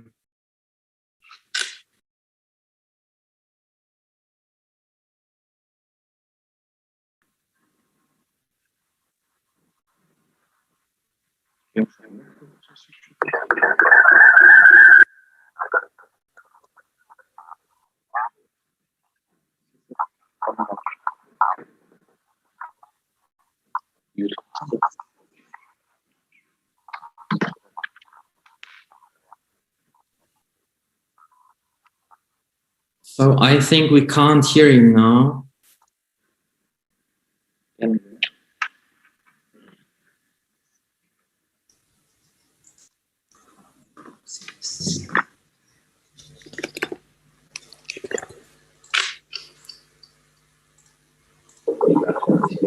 My name is Juan de Vida, Vatan Partisi'ni,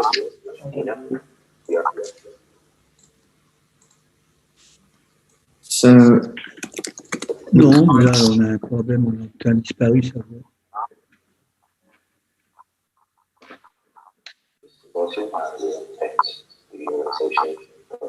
Oui, oh, tu sais. Oui. Voilà. So technical committee, we can't hear him now.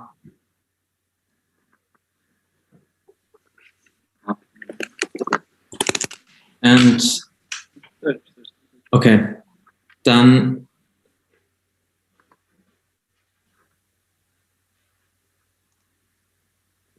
okay, once again, try it again, please.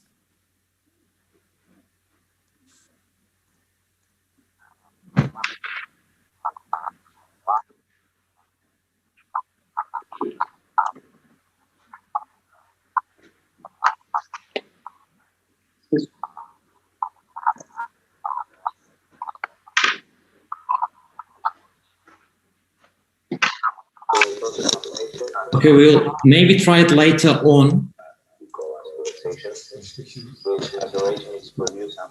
And now with this last presentation of Mr. Medovarov, we close the 5th session, and I would like to hand over the moderation to my friend Gökhan Tatikin. He's joining us also from Germany. Gökhan, here you go. I wish you good moderation in the 6th and final session, and I hereby take my leave. Thank you and goodbye.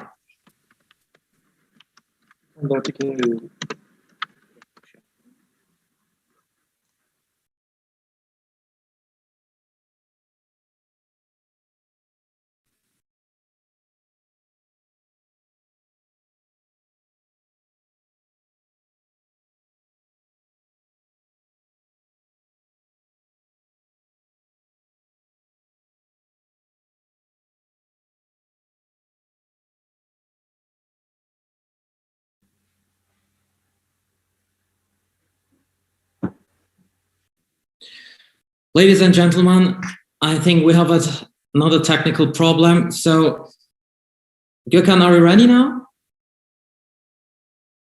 Okay, maybe we can go on with Mr. Akaretane from Mali. He couldn't connect to us before, so I think he's with us now. Mr. Akaretane, can you hear us? Friends, dear guests and viewers, I welcome you to the final session of our symposium on the new international order.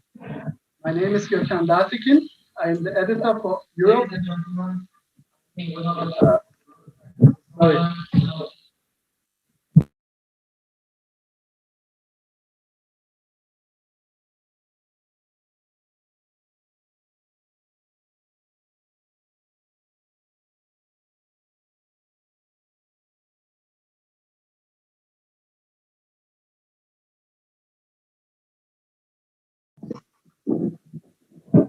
Gökhan, I'm sorry for the technical difficulties. I will start again. You can all hear me? Do you hear me, Gökhan? This is Hakkı Ergincan. Can all hear me? Yes, we hear you. But let me talk first. I hear an echo. The participants from Mali is here. We couldn't reach him at that time. If you permit us, we can invite them to the stage. And then I will take over after. Mr. Akaretane, do you hear me?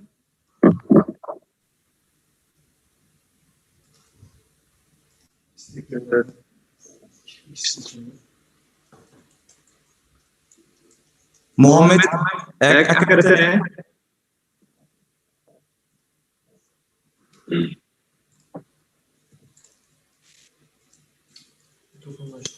Muhammed Akaretane from Mali. Yes, I'm here. Yes. It's your turn. Please go on.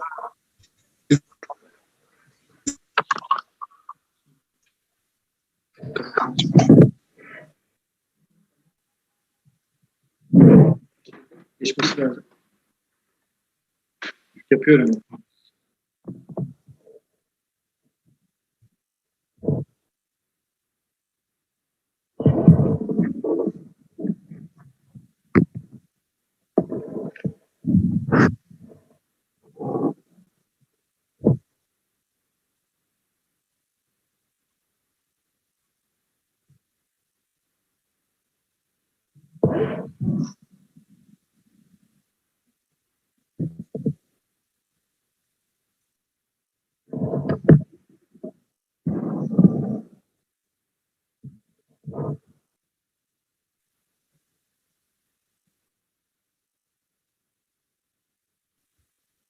He seems to be connected, but we can't hear him.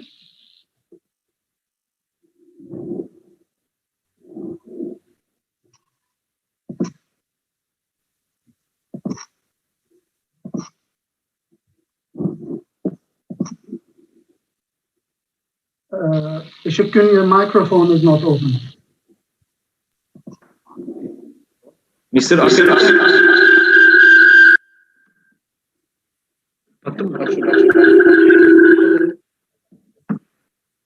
Mr. Akaretane, do you hear me?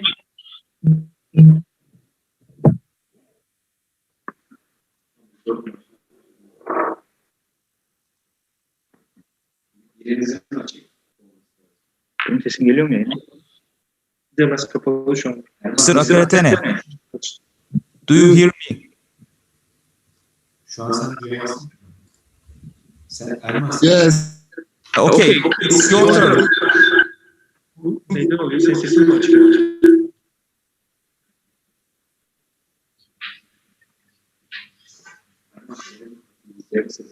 Evet, onu diyorum. Ben şu an kapattım ben sesini. Tamam, şimdi nereden duyayım peki? Şimdi sen neyi duyayım ben? sonra buradan açacağız. Bu sayede sen onun cevabını konuştuktan sonra duyabileceksin. Evet. Şimdi konuşabilirsin.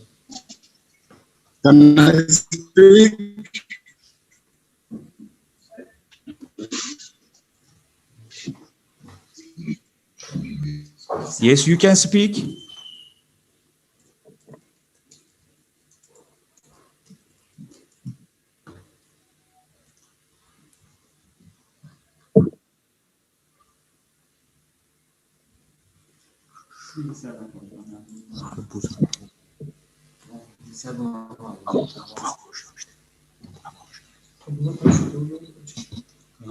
Konuşmadığımız zaman kapatır mısın?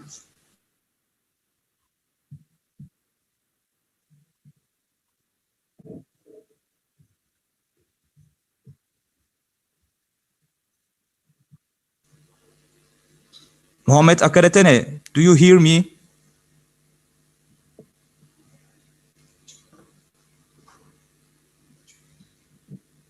Kulaklık takıp baksana beni duyuyor musun?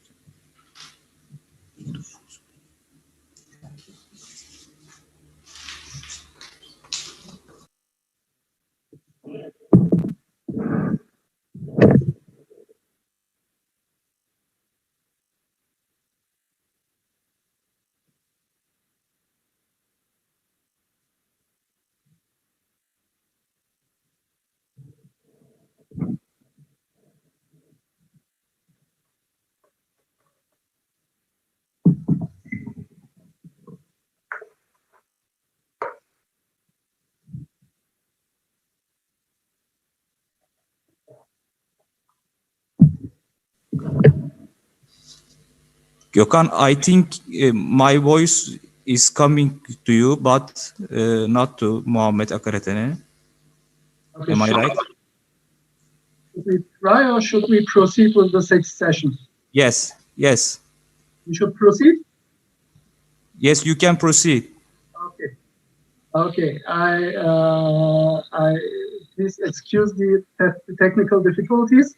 It's not always that easy. We have participants from all over the world, and so we can't avoid technical difficulties. So, dear comrades, friends, dear guests and viewers, I welcome you again to the final session of our symposium on the new international order. My name is Gökhan Dartekin. I am the editor for Europe of Theory magazine, which is the official theoretical publication of the Vatan Party, Turkey. I'm the moderator for this last session of our symposium. I am saluting you from Frankfurt, Germany. We have here a quite sunny but cold day, but the climate of our event is warm and sunny. I hope you all agree with me.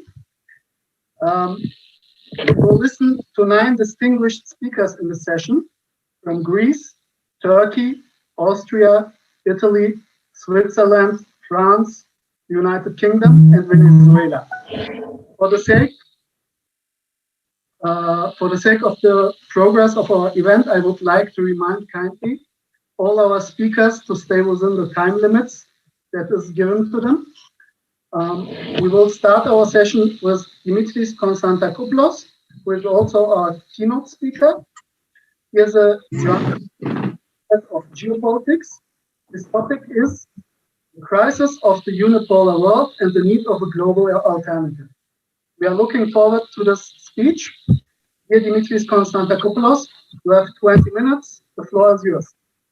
Thank you very much. Although for a Greek, it's a terrible torture to impose him timeline. We are known for speaking too much, and we want to say everything we have in our mind, which is an advantage and a disadvantage at the same time.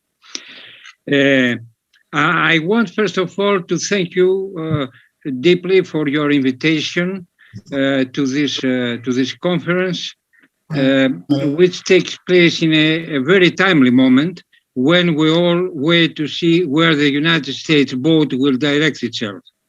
But a conference which is organized also from one of the centers of the geopolitical contradictions of our world, that is the greater Middle East.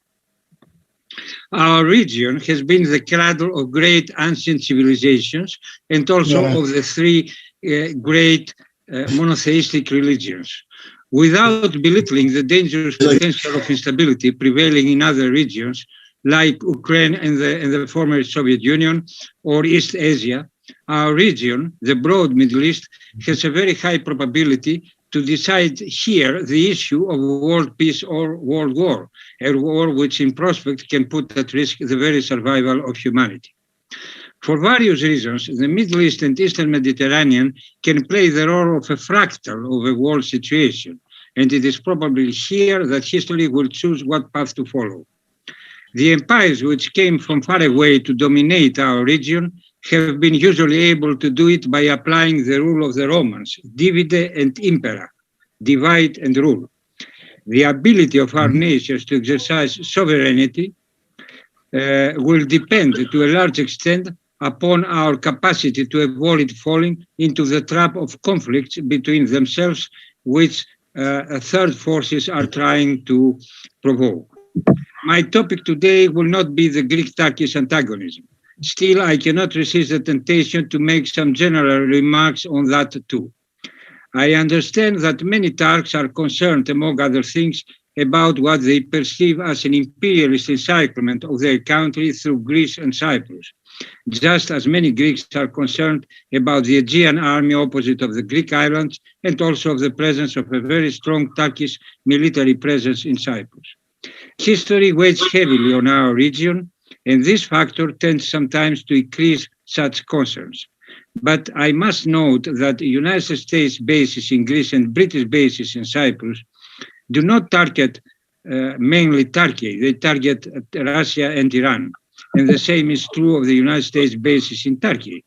It is a pity that there is not today a strong movement against the presence of those bases in all our countries, like the one that has existed during the past, and I hope that such a movement will exist in the future. It would be a great progress for both our countries and for Cyprus to be able to solve the problems between ourselves accumulated during past decades in a just, equitable, and stable way.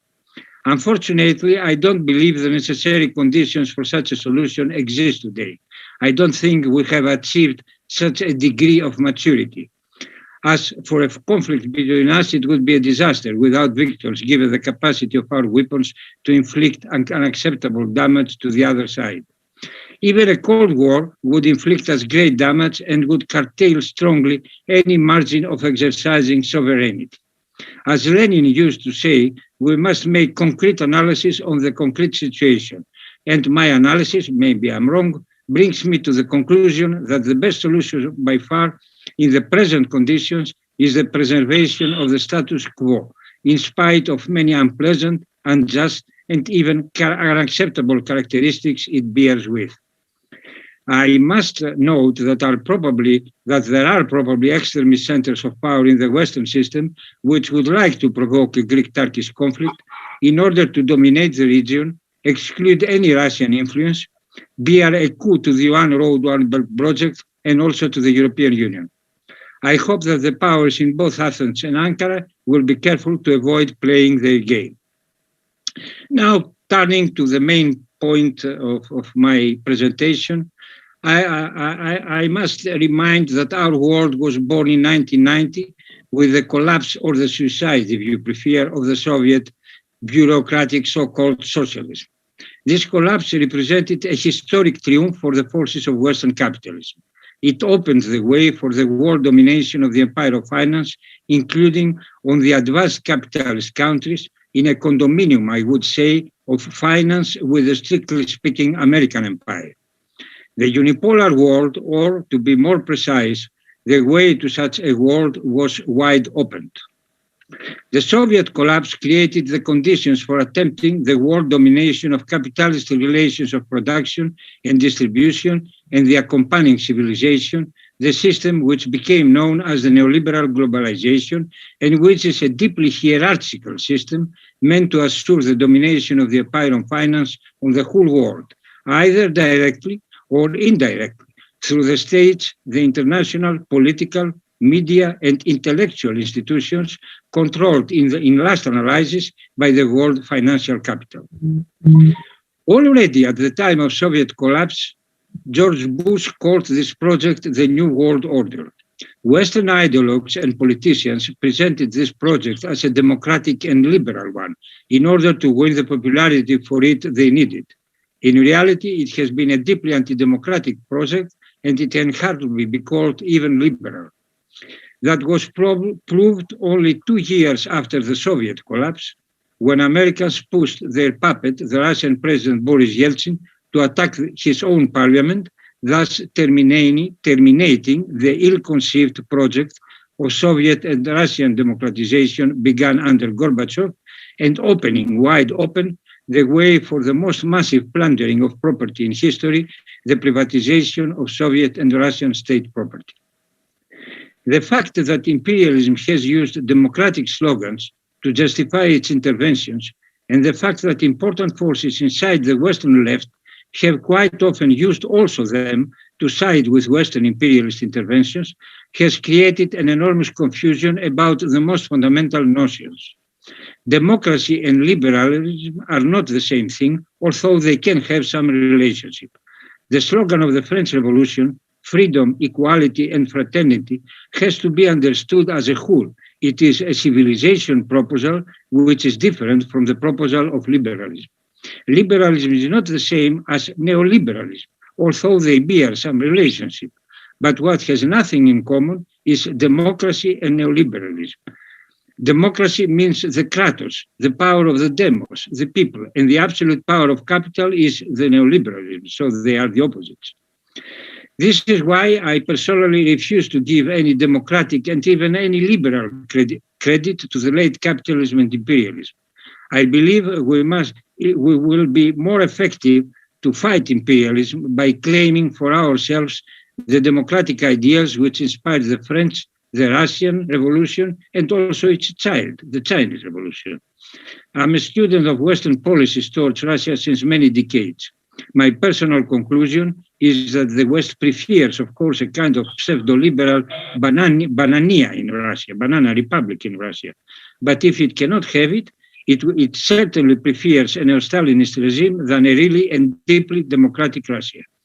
By the way, by insisting on opposing liberalism and not so much capitalism and imperialism, we run the risk to help inadvertently far-right movements which are against the liberal establishment because they need a different ideology to create the prerequisites for great wars.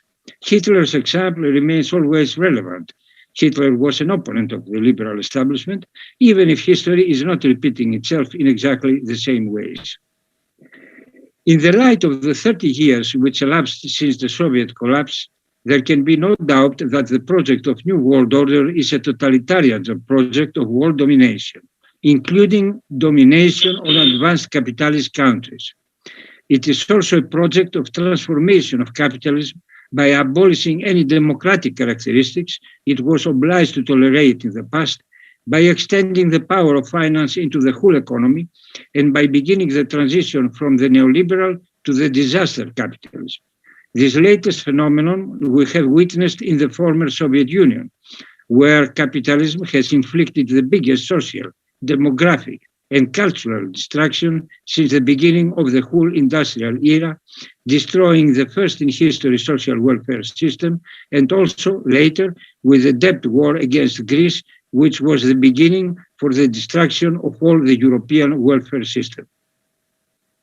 The project of the New World Order was presented in the beginning as a sort of project of eternal candy and peace, but very quickly acquired also the characteristics of generalized wars against Yugoslavia, against the Middle East and Islam, indirectly but clearly against Russia. It is developing into a kind of war against human civilization and even nature through climatic change. Here we have also a transition from the imperialism of conquest to the imperialism of destruction. There is a very significant, I believe, difference from the imperialists of the past. Now, imperialism does not want so much to control the process of accumulation. They don't want so much to control and conquer countries. They want to destroy countries, to deny the use of their accumulation and productive capacities by others. For instance, the Americans essentially controlled Iraqi oil. If the aim of the war would be to control, it would not have a meaning. They destroyed Iraq. The imperialist change of the wars in the Middle East, Afghanistan, Iraq, Lebanon, it is the most important example of interventions after the collapse of the Soviet Union. And I must remind here that the known project of neocons was the overthrow of the regimes of the whole Middle East and also of the regime of North Korea within 2 years. It was an exercise of imperial power which was not aiming only to seize the Middle East, but also to send a terrible message to the rest of the world. If this plan had succeeded, the empire would have traveled would have crossed 80% of its way to full world domination. This is why all mankind owes a great debt of gratitude to the masses of Afghanistan, Iraq, and Lebanon, who their resistance and paying a terrible price with their blood did not allow this project to be completed, and they inflicted a first and very serious defeat. Many other, I will not stop to the other incidents of this long travel of interventions. What I want to say is that every time that imperialism has encountered a defeat, it is reacting in there is a double kind of reaction. There are the forces which propose to go ahead to escalate the war. When it became clear that the war in Iraq was not so much a triumph, and that there was the risk of letting Iran reigning over the region, then there was a proposal which is repeated systematically since that time by the extremist forces of the empire around Benjamin Netanyahu, who was also the architect of the whole neocon project, and also the mentor of Donald Trump regarding at least Middle East. So there was always the proposal to escalate the war, to go to Iran, and probably, as we know, even from the leaks from the Pentagon, this war would lead to the use of nuclear arms, of tactical nuclear arms. On the other hand, we see that there are forces inside the establishment, the imperialist establishment itself, which begin to be afraid of the consequences of the extremism of the neocons. For example, we have Obama, who has been able to stop the invasion of Syria in 2013, which was prepared with the so-called chemical weapons of Assad. Obama also signed the agreement with Iran on its nuclear program. But even he was contradictory, because at the same time, he permitted the generalization of the conflicts inside the former Soviet Union, in Libya, etc., and also with the encouragement to ISIS. So we see that there is a constant escalation. There are also attempts of some kind of retreat and re-equilibration, but then we'll go and forward. The great defeat of this project was China.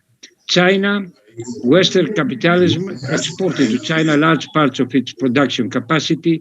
It sought to lower this way the cost of production in the West and to damage the strong position that Western popular classes had acquired after the Second World War. It was also they were also hoping that the introduction of foreign capital would undermine the Chinese political regime, the rule of the Communist Party, and the alliance of farmers and workers, and the economic regime of the planned economy. In other words, it would lead to a Chinese perestroika developing into a catastroika. The calculation proved wrong. The Chinese Communist Party, unlike the Soviet, maintained the image of the West as an enemy at the center of its communication policy. Unlike the Yeltsin regime, they did not agree to implement the neoliberalism recommended to them by the Westerners. They did not adhere to financial globalization, that is, to the control by the power of the world power of the empire of finance. I'm not a specialist on China. I adhere to the opinion of my friend, the great Marxist Amir Amin, who said that China is not a capitalist country, is not a socialist country. So it is an open question, and we will see to which direction it will evolve. But it is sure that it puts the United States and the West in general into a huge dilemma. Now, we don't know. Now, under Trump, we had a radicalization of the United States policy in the Middle East towards Iran. We had also the destruction of the whole system of nuclear arms control. We had a terrible program of modernization of nuclear weapons. We had also the United States bombing in Syria, in spite of the presence there of Russian troops, which was a test of the Russian nuclear reflexes. We had the threats against North Korea, which were a test of Chinese nuclear threats. We had in general the threat also of annihilation of North Korea, that is the legalization of the nuclear threat of using nuclear arms into public consciousness for the first time since 1945. Now we have the interesting phenomenon of Biden. Trump was defeated. For me, I know that this is a source of difference with many friends and comrades, but I believe that Trump was representing the party war, in spite of his anti-war, so to say, the party of war, in spite of his anti-war demagogy.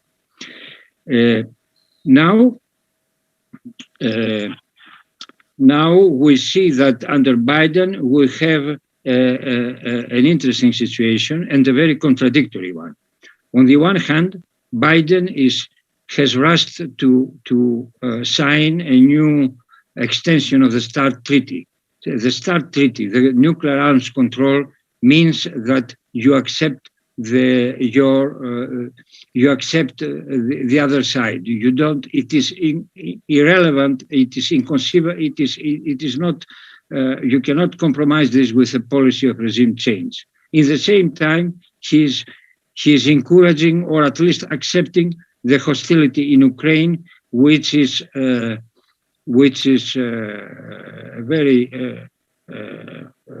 situation which can easily lead to a huge international crisis. I don't have the time to speak about Ukraine, but it is ridiculous to speak of not to understand that Donbass and Crimea are Russia, as maybe more than Moscow itself.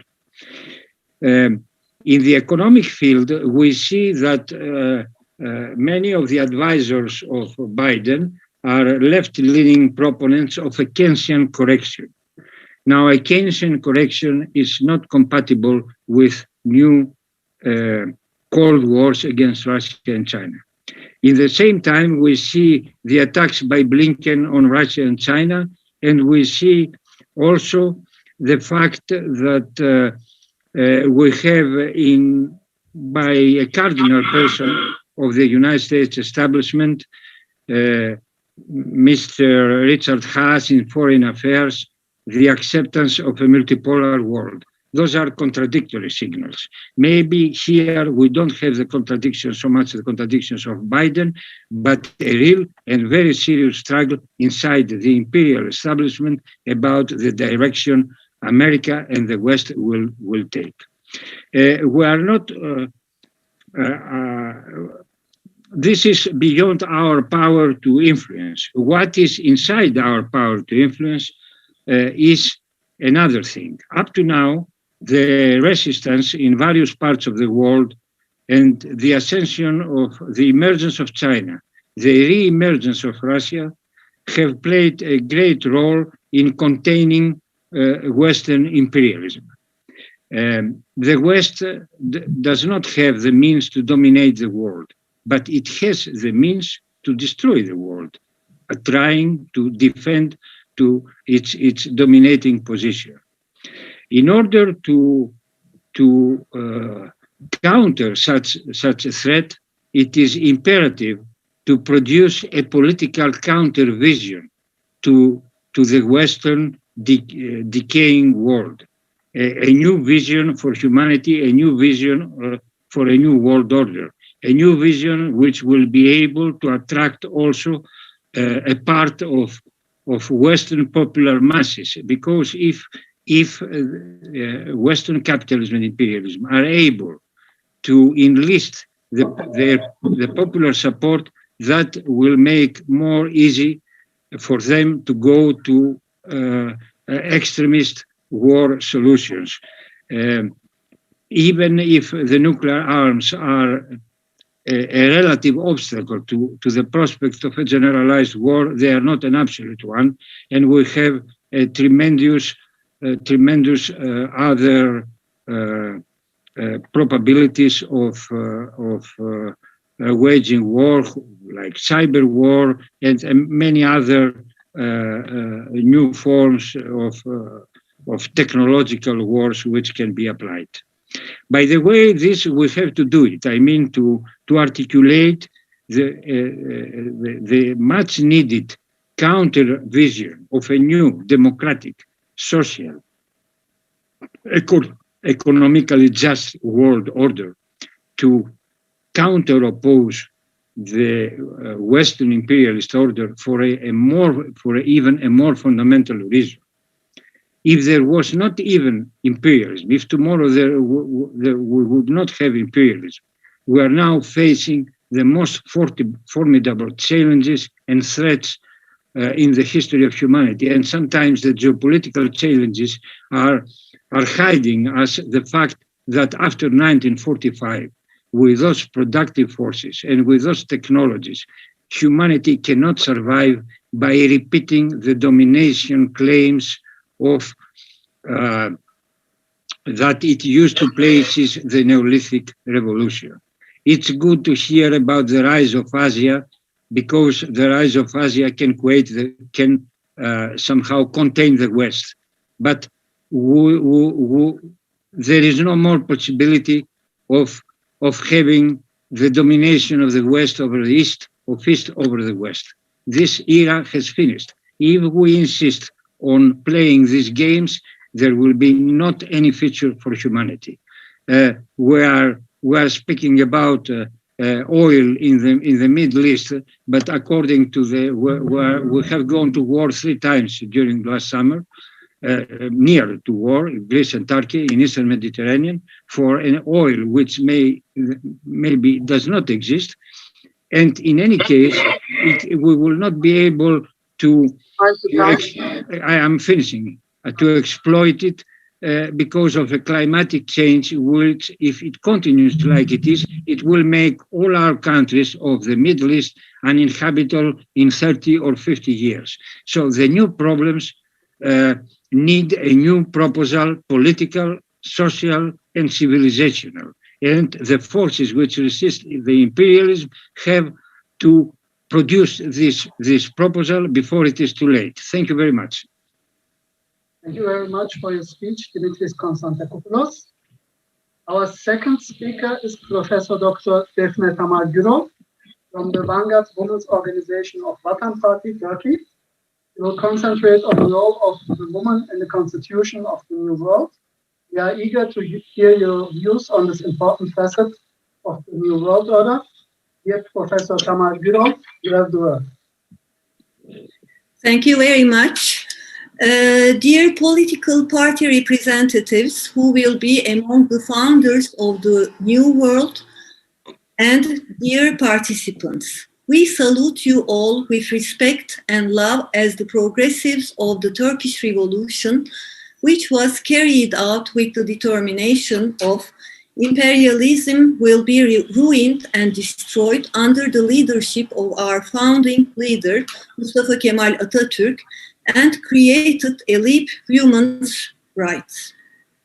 We demanded to raise the issue of human at the new International Order Symposium, which we believe will build the unity that will pave the way for humanity as well. Because the eradication of the inequality between men and women, which begin with the transition of humanity to class society and deepened by neoliberalism, will be possible by the construction of a new world order that will bring equality based on rights and justice. The achievements of the universal struggle for human rights, which rises in the face of male-female inequality, can only come to life with the destruction of the existing system, which naturalizes the phenomenon of oppressed people. The period ahead is a period of historical opportunity in terms of women's freedom and equality. By sharing this understanding and approach with you, our valued participants, we hope to weave networks of cooperation and solidarity between women's organizations. In Turkey, we know the history left behind by imperialism is full of the destruction it has left to humanity. Attacks on oppressed and developing countries are based on destroying the independence, economy, culture, and people of countries. Iraq, Vietnam, Libya, Syria, Afghanistan are living examples of the bloody boots of imperialists in our recent history. Turkey is at the historic turn today called the Second War of Independence and is fighting with the United States in the first place on many fronts. Oppressed and developing countries are no strangers to invasions, coups, assassinations, terrorist acts, sanctions, interventions. The world is witness to the deaths of millions of innocents, rapes, tortures, babies whose lifeless bodies turns up ashore, mothers whose children were taken away. Photo frames full of pain and shame remain fresh in international memory. In Turkey, we know the force that grows and supports separatists and reactionary terrorist organizations such as PKK and ISIL, which we are resolutely fighting. Today, we are faced with the bloody actions of various separatists and reactionary terrorist organizations that are supported by imperialism in China, Russia, Iran, India, Pakistan, Turkey, Syria. As Eurasian countries, although their names are different, in essence, we are fighting the same threat in this regard. Our country is going down in history with the resistance of mothers, who are as effective as an army alone in the fight against separatists and reactionary terror. And we are proud of this. As vanguard women of Vatan Parti, we consider taking leading duties in the struggle for independence of our countries against imperialism as the greatest struggle for women's rights and human dignity. we combine our struggle to become an upright and honorable citizen of an independent country with the case for the elimination of male-female inequality, one of the most deep-rooted and petrified problems in history. It is clear that we are the target of armed political and economic attacks of imperialism, as well as an ideological and cultural offense. The new lifestyle and culture imposition has gained momentum today. When technological developments have limited the borders of the country with the speed of the internet, the female body and sexuality to be turned into an object of consumption by being a woman unworthy of unnatural sex and ideological propaganda render the normalization of gender. And the sexual revolution of pornography under the name of breakdown taboos, pedophile, the dissemination of incest, a resurgence of individualism with an increase in depression and suicide, alcohol and drug addiction, prodded the opposite face of the freedoms we are exposed to cultural and human values, reveals the opening of the war, the size of the attack. Cultural effects of imperialism are also our common problem, although their weight in our countries varies, and are major obstacle of women's freedom. Although there are time differences in social transformations on Earth, the inequality to be experienced by women and over the years has progressed in similar ways in every geography. A woman who broke away from production relations once lived lives that were no different from being imprisoned in a cage in terms of her rights. It began to get rid of the cage that she was bound by her chains only with the revolutions that begin in the 18th century and continued to increase her gains until today. However, the path we have to move forward is quite long. Our world will no longer carry this injustice on the shoulders. It should not. Dear participants, we should see that the injustice to be experienced by our women at this historic turn in front of oppressed and developing countries is a humanity problem. Our founding leader, Mustafa Kemal Atatürk, said, "The human community is the total of two sexes called man and woman. Is it possible that we advance one part of this mass, neglect the other, so that the integrity of the mass can move forward? Is it possible that as long as half of an object is bound on the earth with chains, the other part can rise to the heavens? We have to move forward without leaving a part of us in chains." We find that imperialist hegemony has collapsed and that neoliberal economic models remain unresolved. The stagnancy, looting, profiteering, and unequal development to be imposed on oppressed and developing countries by neoliberal economic policies are disappearing.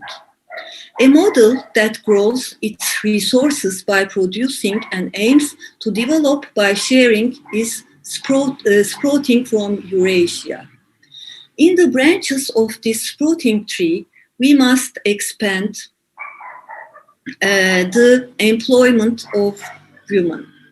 Women should be part of their country's economic breakthroughs in all business lines and play an active role in production. Opportunities for cooperation encourage women's entrepreneurship in national and international trade are ahead of us. The women's struggle is part of the struggle of power. Women cannot just deal with women's problem.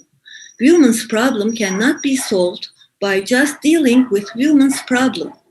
Just as the problem of women will be solved by the joint struggle of men and women, political problems will be overcome by the joint management of men and women. Our countries and our world belong to all of us.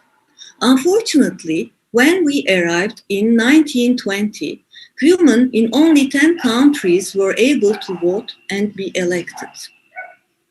Today, although she has the right to vote and be elected, we see that woman who has been left out of public life for centuries has not been able to participate enough in political life. We call for a common struggle to come to the days then when we increase the representation of women in politics and do not need to emphasize this sentence. We face the fact that women are not being given equal access to the right to education. Societies that leave their women uneducated are doomed to decline and even extinction. Access to education, which is one of the most basic human rights, is unfortunately still a problem in many countries. Women should have access to education so that they can take leading roles in science, sports, art, politics, working life, production. Violence against women is one of our common problems. Especially during this pandemic period, we see that discrimination and violence against women are fueled. In addition to legal regulations on violence against women, we should be able to bring radical solutions to the problem. The pain of our sisters, whose right to life has been taken away because there are women anywhere in the world, is in the hearts of all of us, and the responsibility belongs to all of us. Today, we all observe that an important problem, such as women's problem, is deviated from the essence through neoliberal feminism and pushed into a deadlock. The feminist movement, which expresses progressive demands at its birth, targets nation states and women's freedom from identity politics. It turns into a prisoner and a toy of the system in our country. The events that occurred together with the adoption of the Istanbul Convention have shown the neoliberal attack in all its essence, an area of struggle that everyone should share, such as the prevention of violence against women, has been used for imposition that cannot be accepted. It is women and children who suffer the greatest harm. Declaring the ruination of the neoliberal international order, this symposium instills hope and for the real struggle for human rights.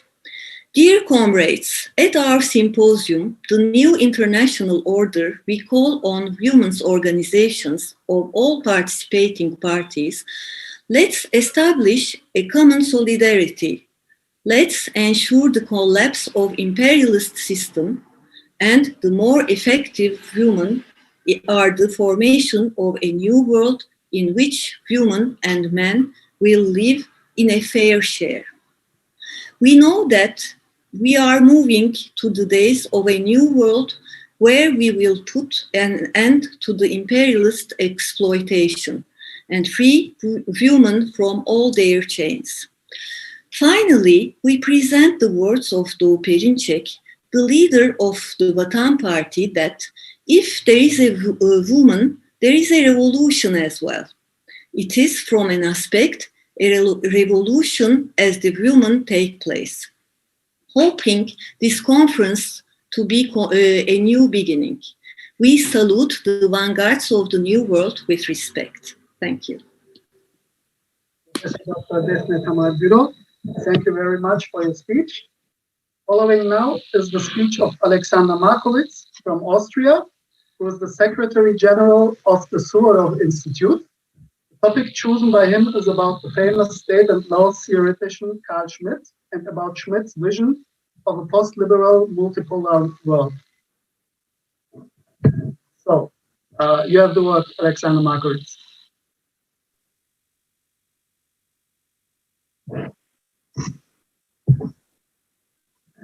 I can't hear Alexander Markowitz.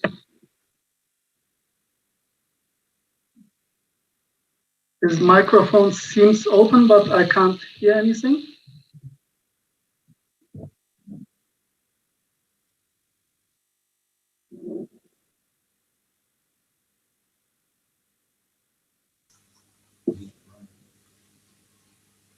Go ahead and speak. Your microphone is on.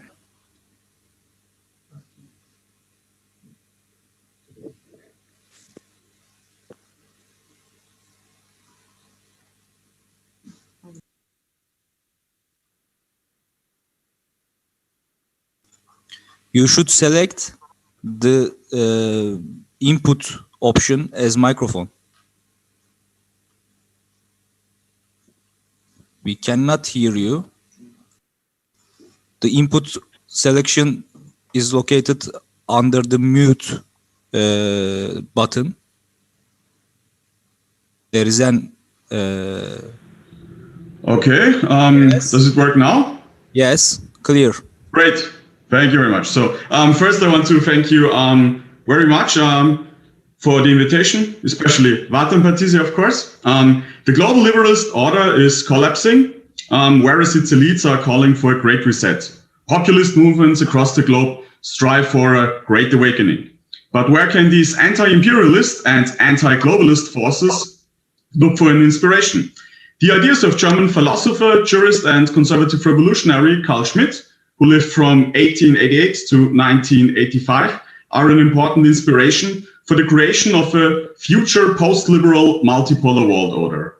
A controversial thinker for the liberal capitalist intelligentsia in the West, Schmitt's thinking influenced the radical anti-capitalist left after World War II, but also the emerging new right in France, Germany, but also Russia.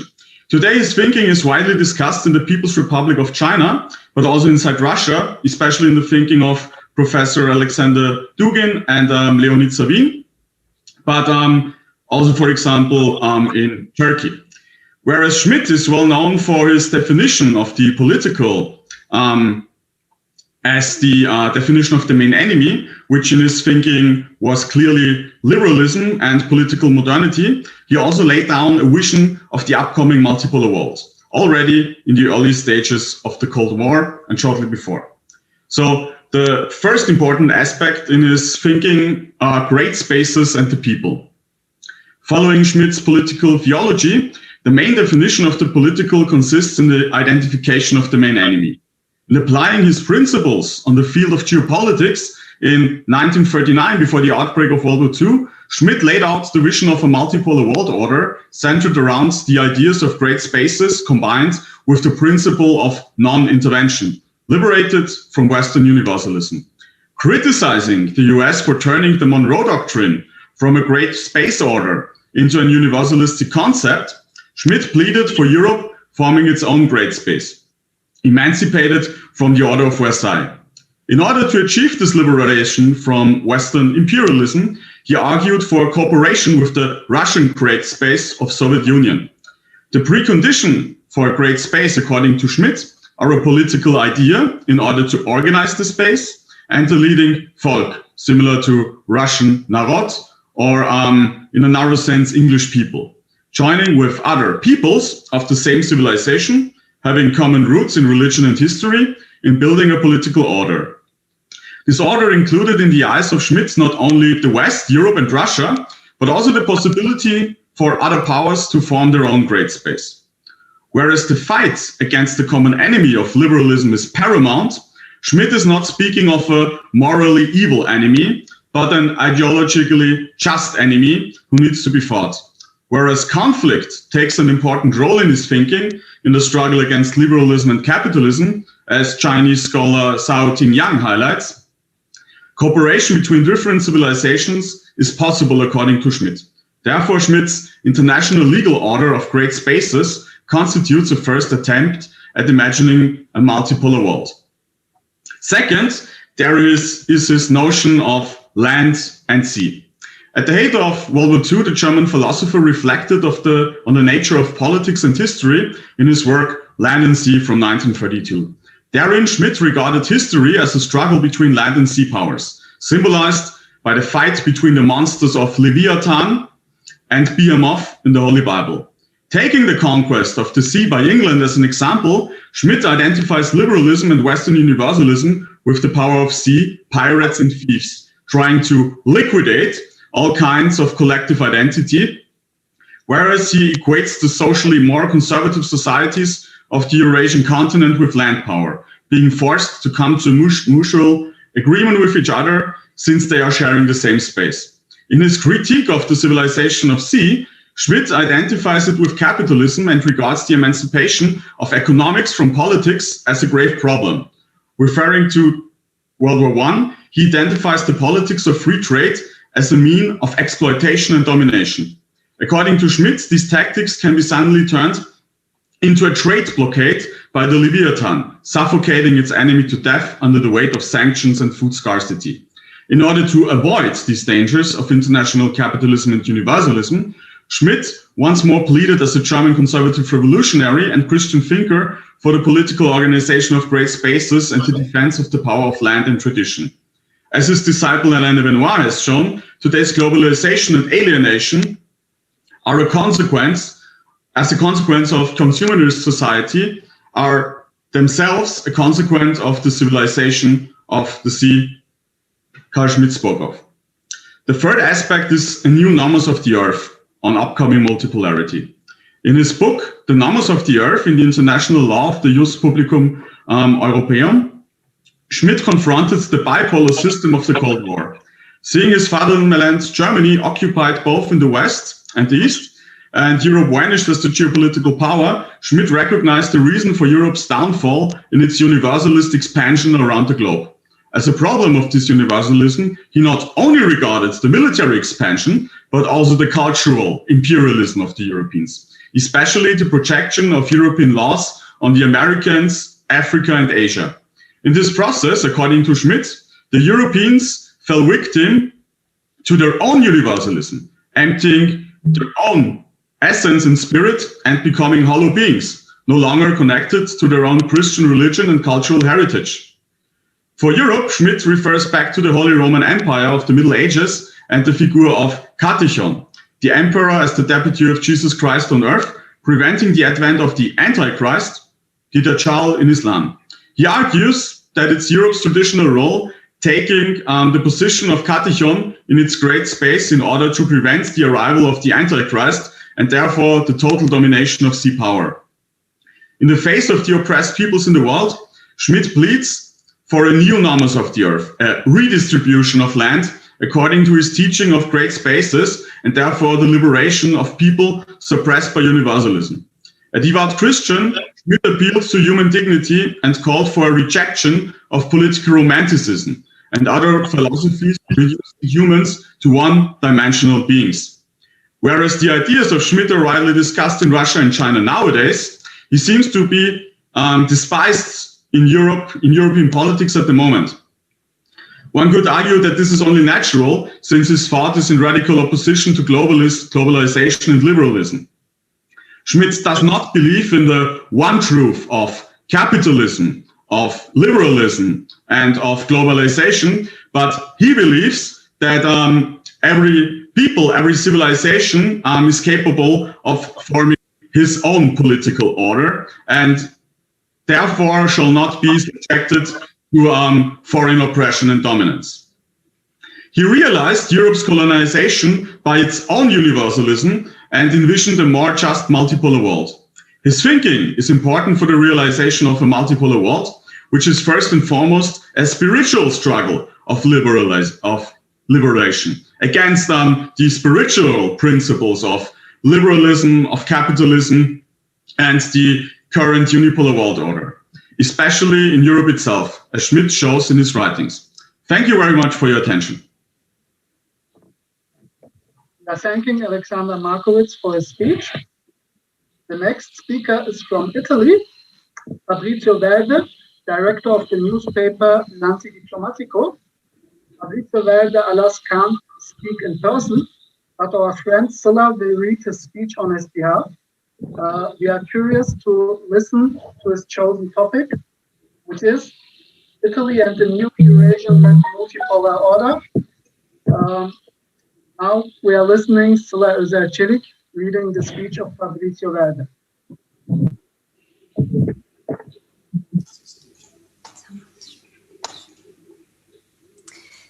The US-led unipolar order has entered a phase of inevitable decline. The time has come to build a just system of international relations. The old order has passed. The rise of China and Russia, the economic growth of the developing world, and the move of a number of nations in Latin America toward a socialist agenda are the realities that facilitate the advent of the new multipolar order. Trade between Russia, China, Iran, and South America is booming now, and it will continue to grow as their economies trade with their own currencies, bypassing the US dollar. In a vain attempt to stop the rise of China and Russia, the United States attacks these countries with imperialist fury. But the alliance between Russia and China represents a mighty shield of peace and global security.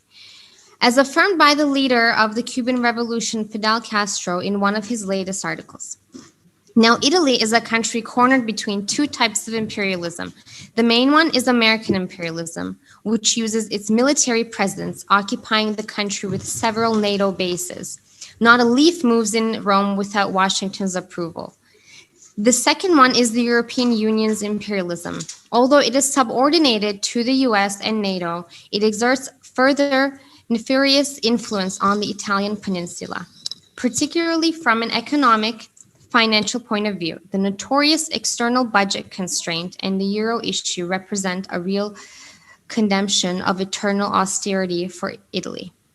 Rome is actually imprisoned by the action of these two imperialist forces and needs to turn its gaze eastward towards Eurasia to free itself from this infernal grip.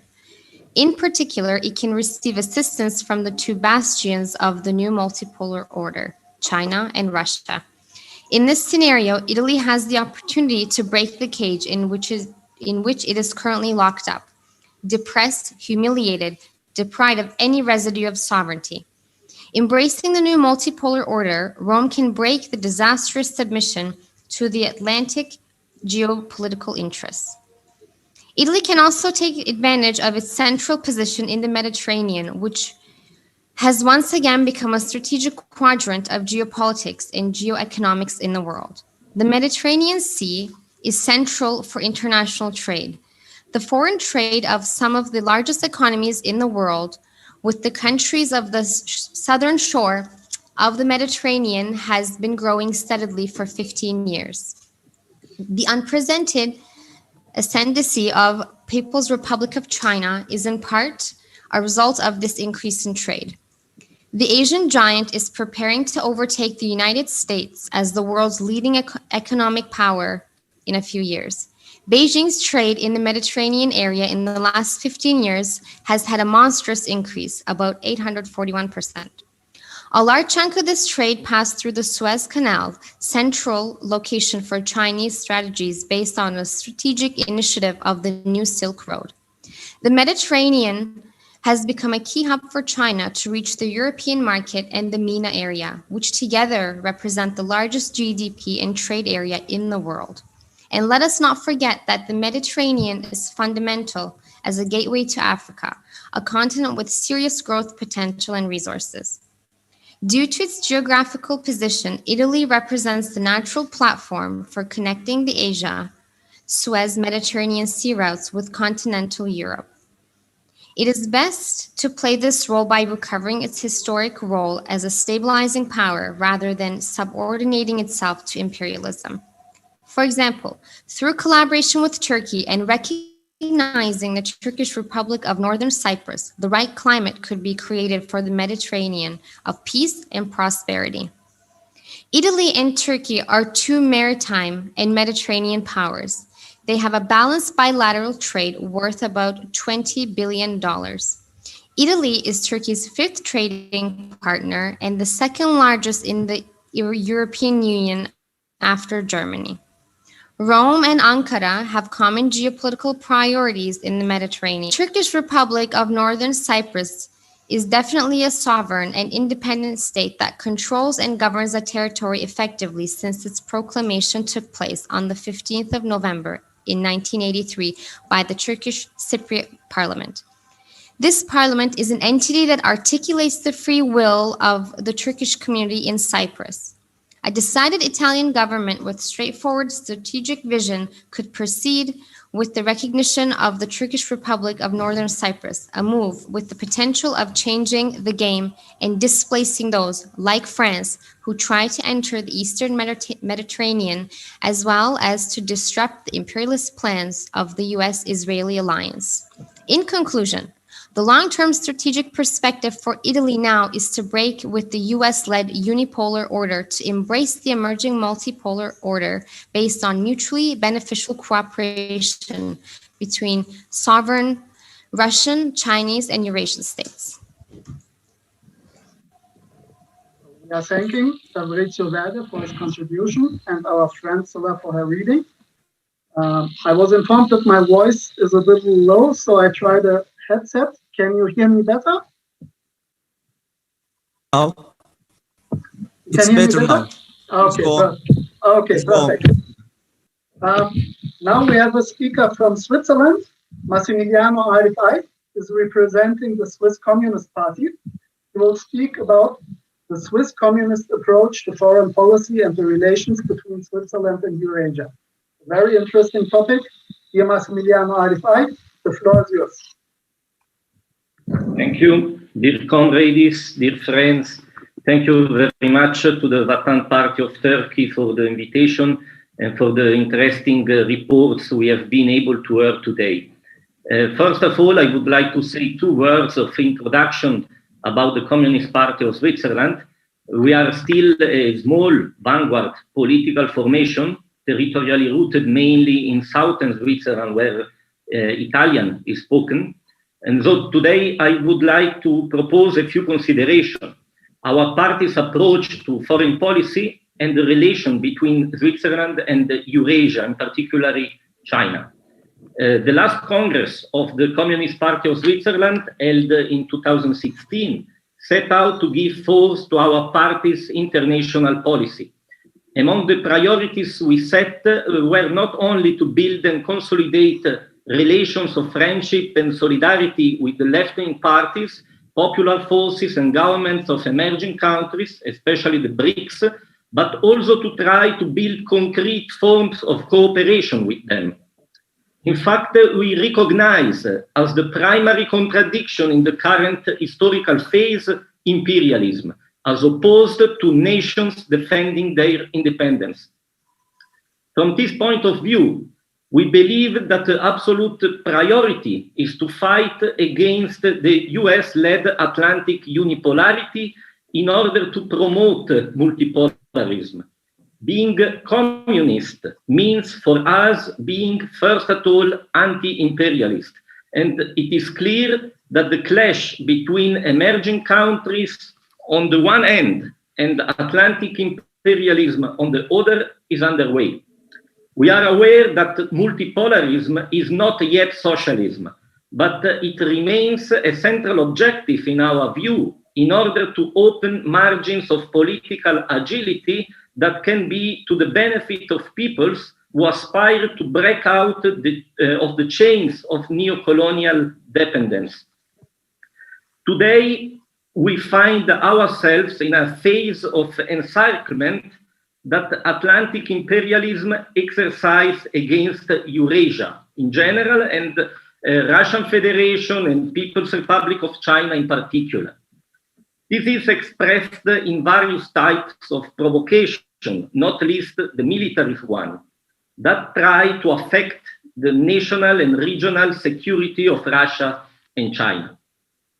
As Swiss communists, we are convinced that it is necessary to act so that the internal contradiction of the European and of the Swiss bourgeoisie are identified and used to make a change, so that our country, for example, can act as a bridge between West and East, diversifying its economic, cultural, political, military partners. We hope that Switzerland can open up more and more towards China, also promoting the project One Belt and Road that will radically change the opportunities for all the peoples. In short, it is necessary to renew the practice of internationalism so that it may once again become not a simply testimony of solidarity, but rather an effective instrument of cooperation to have an impact on reality.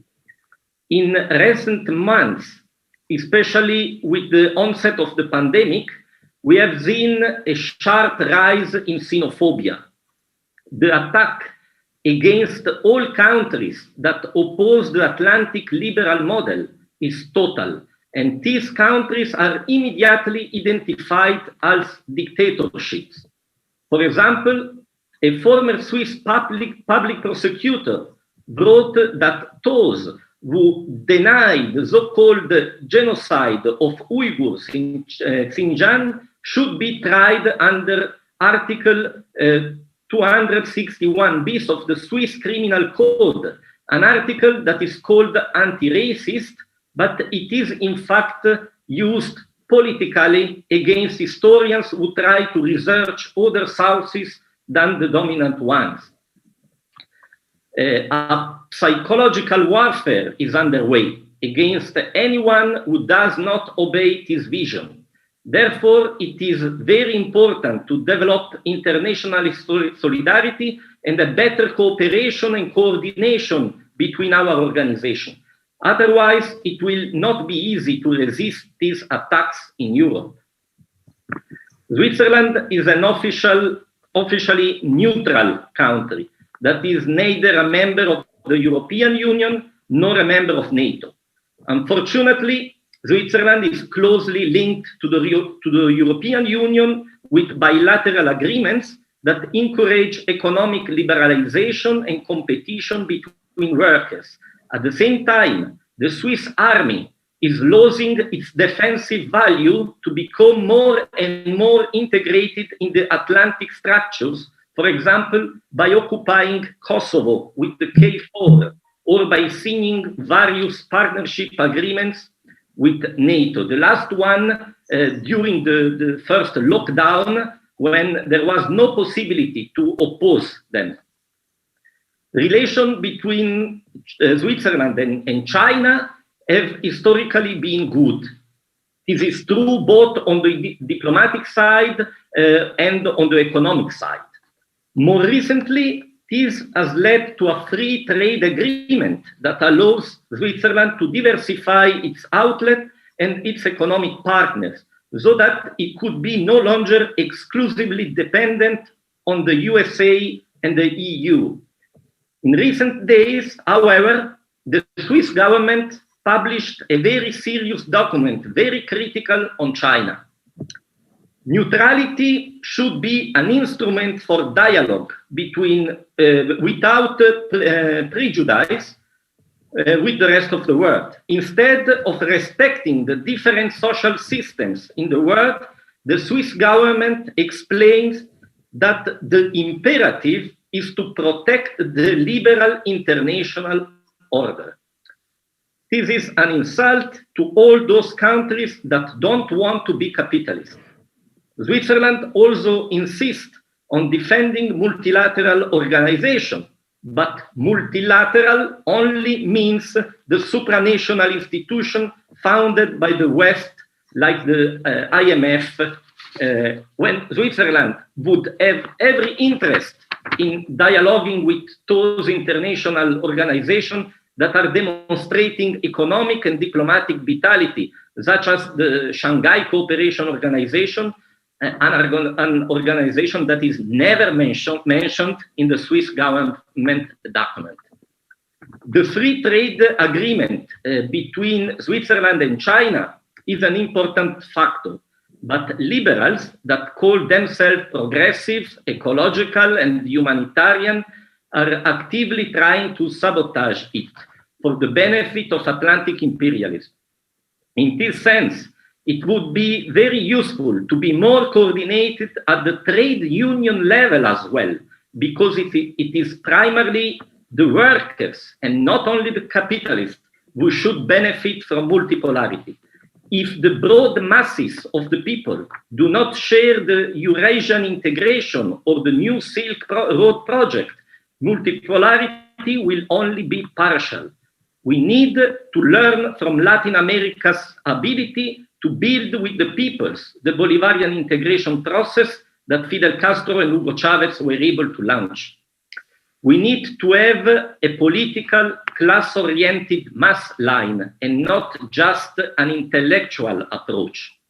We must first realize that xenophobia is not only racism against the Chinese people, it is also the resurgence of anti-communism that wants to prevent the existing minor revolutionary party in the West from raising their voices. It is now important to discuss how to relaunch what Fidel Castro called the battle of ideas, so that the cultural hegemony of socialism and national liberation can prevail over the popular classes in the imperialist countries and over the youth. To do this, it is necessary to act on soft power. First of all, in our view, there must be more exchanges between parties and organizations with a view to greater political coordination between revolutionary in Switzerland and in the Eurasian countries, including in terms of the political training of people. Secondly, it would be useful to coordinate in terms of communication. It will be necessary to invest in the alternative mass media in a way that is appropriate to the culture of the place, because in the West, we communicate differently than in the East. Creating, for example, counter-information networks that can be used by a broad masses of the people, with particular attention to the younger generation. In addition to the media, it will be useful to speed up cultural and academic work. With the collaboration of the Revolutionary Party of the various countries, we will therefore have to evaluate new way of winning this form of class struggle. Thank you very much for the attention. Thank you very much for your speech, Massimiliano Arifai. We have, relating to your speech, a comment on the chat function of Zoom from Professor Alexander Dugin.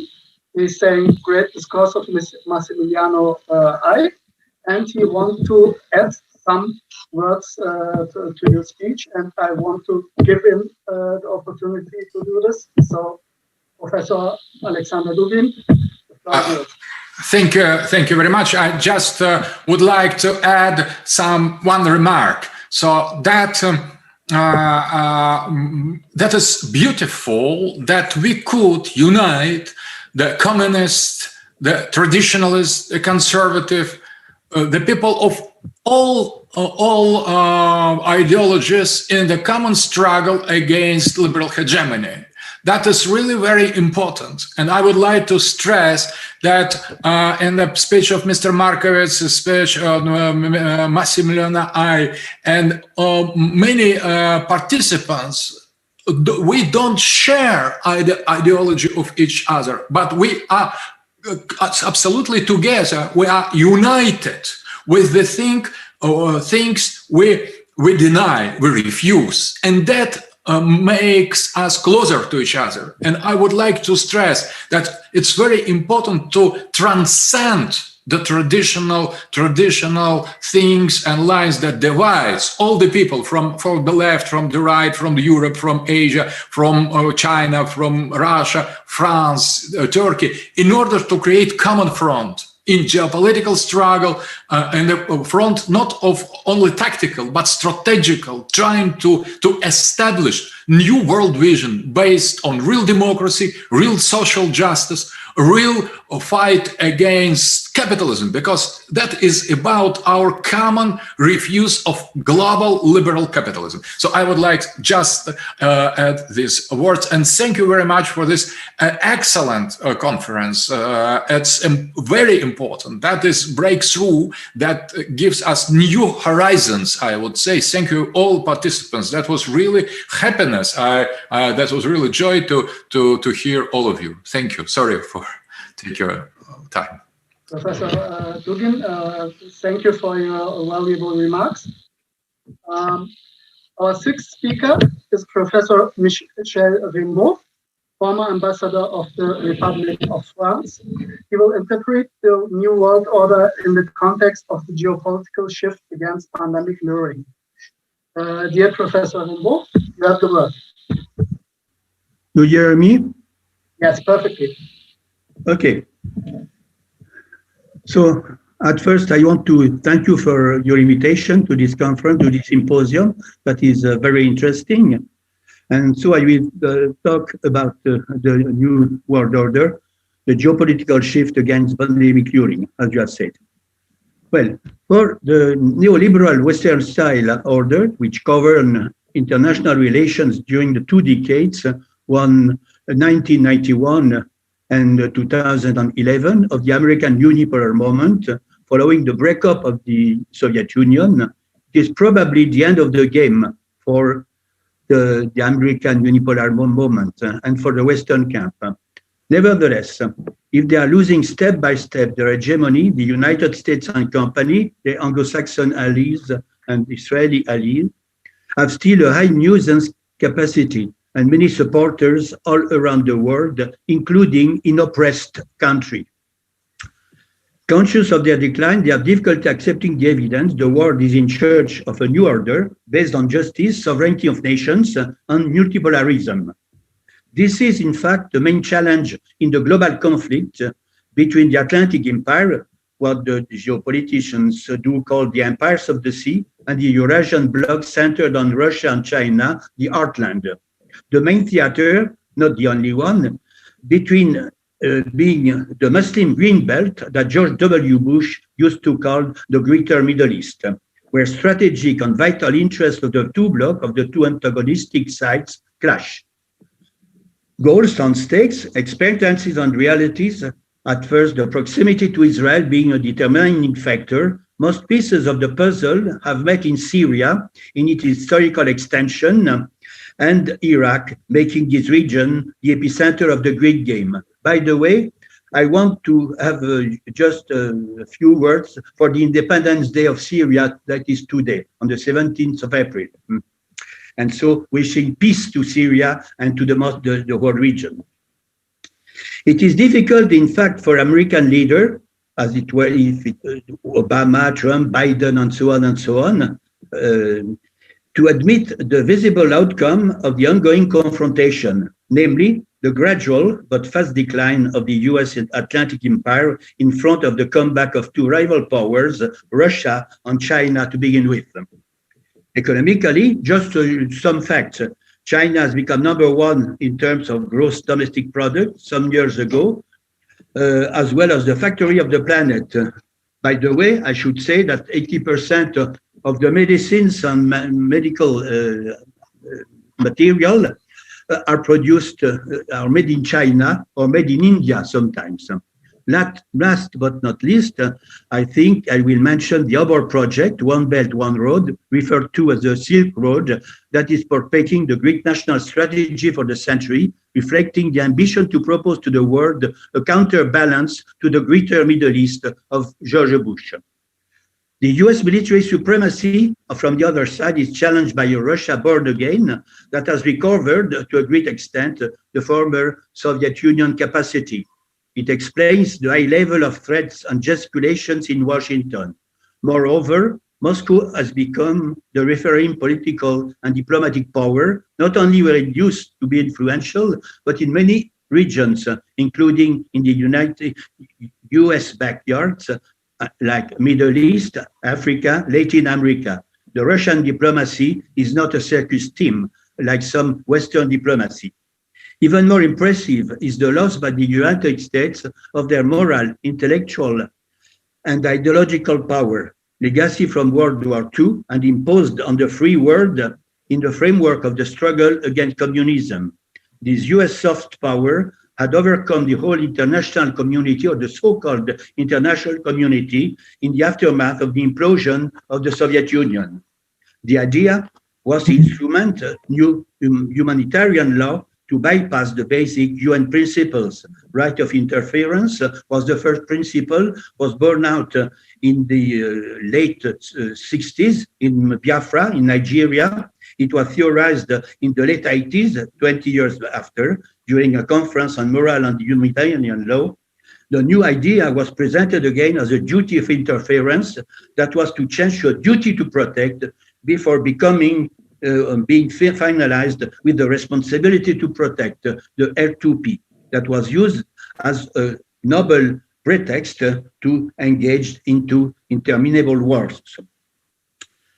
Presented as a subsidiary responsibility of the international community, reduced to the 3 Western permanent members of the Security Council and some like-minded countries. This démarche was in contradiction, of course, with the international law, since it violated the Westphalian principles of the United Nations Charters. Let's recall that the L2P became operational after going a very long way for 25 years.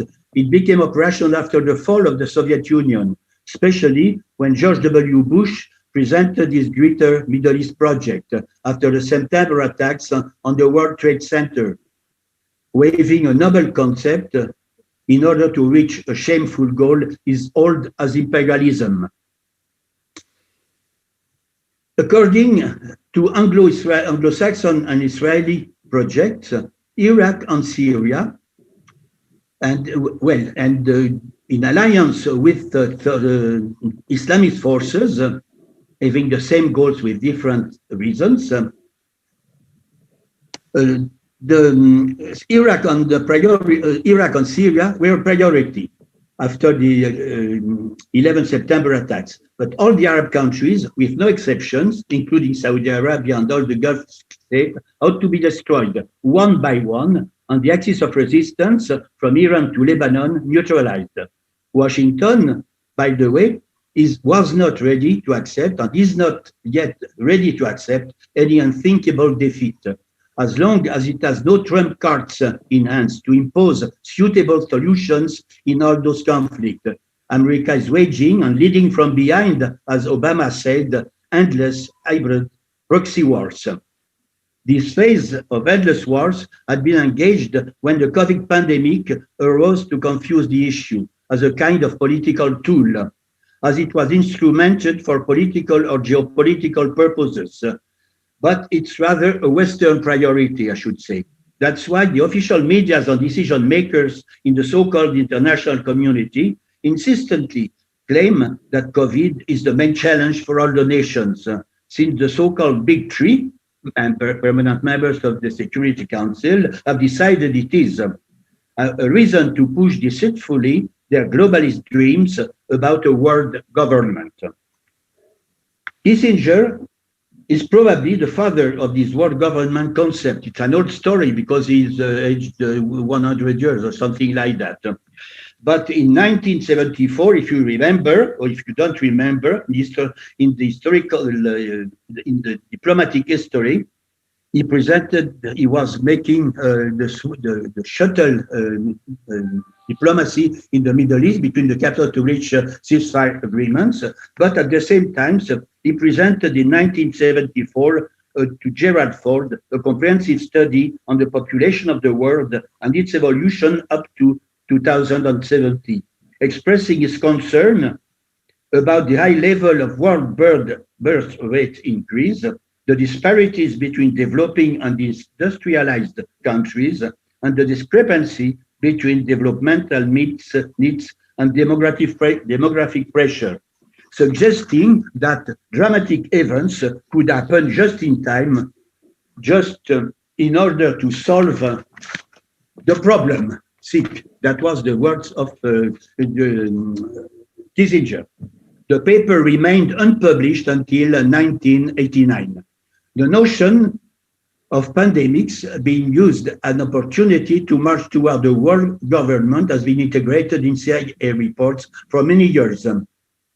This new global order is to the world what the international community used to be years ago, an updated version of the US hegemony. The American deep state is attempting to seize the pandemic opportunity to save Atlantic leadership, presenting as a fatality a great reset, amounting to create a so-called worldwide government imposed by a sanitary emergency. That's why it integrates into the system like-minded countries, an international UN institution like IMF, World Trade Organization, the World Bank, World Health Organization, World Economic Forum, World Bank, UNICEF, Sanitary Organisms, Foundation, etc. Try to find in the staring list of leading figures involved in this world government project any non-Western, non-Anglo-Saxon big man you won't find anyone. The only exception is Tedros Adhanom Ghebreyesus, an Ethiopian doctor with a British trained background, Director General of the World Health Organization, in the clutches of the lobby. Those prominent figures leading from behind or from the front line, the world government project, are misguided by the conviction that the world will remain and has the vocation to remain forever under Western rule. And I will go to the conclusion. Nevertheless, given the shift of the balanced forces and the fall of Western leadership in all the fields, economy, military, scientific, intellectual, moral fields, where the Eurasian bloc took the lead, the Western official or deep powers are very unlikely to be able to impose their vicious plan. Between pandemic and geopolitics, there is no contest. It doesn't mean that the future will be a paradise on earth. It depends, of course, on the real prospects of the forthcoming leadership, but even more on the strength of popular aspiration. Anyway, let's hope that this future will be juster. Thank you very much. Professor Remo, thank you for your contribution. Following now is Klaus Jürgens from Austria. He is an analyst and journalist of DRT World.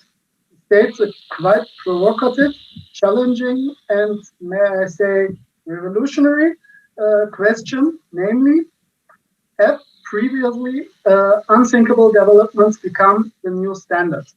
I'm looking forward to your insights in relation to this question. Dear Klaus Jürgens, the floor is yours. Thank you. Am I fine with the connection?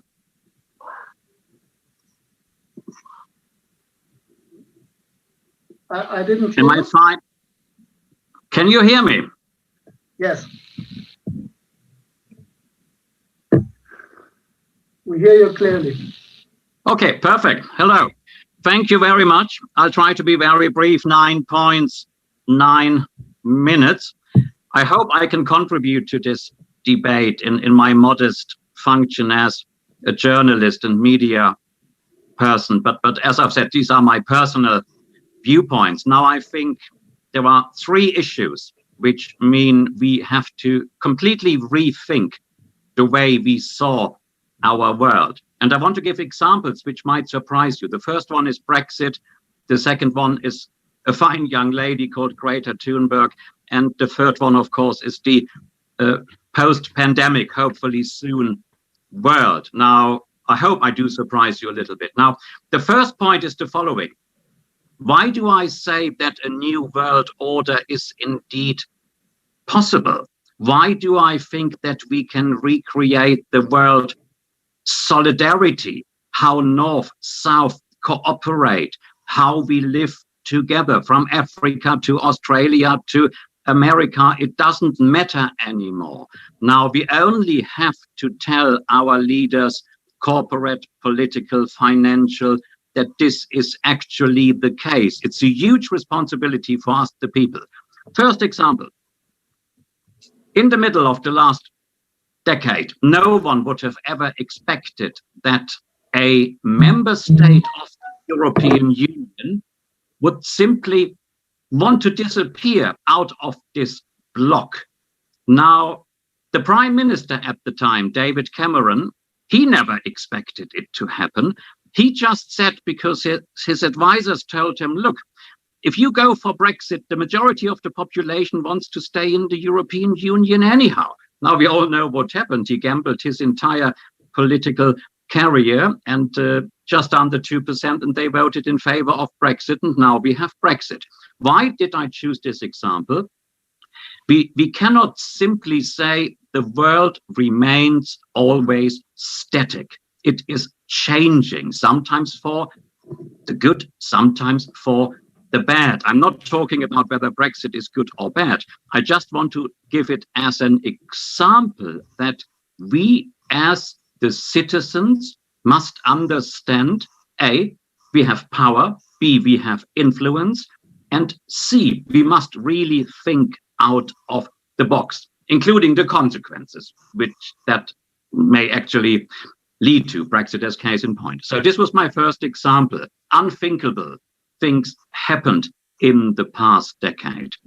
Now, second, there was a young lady who decided, and again, same like Brexit, you may agree, you may not agree that we do have a climate change situation.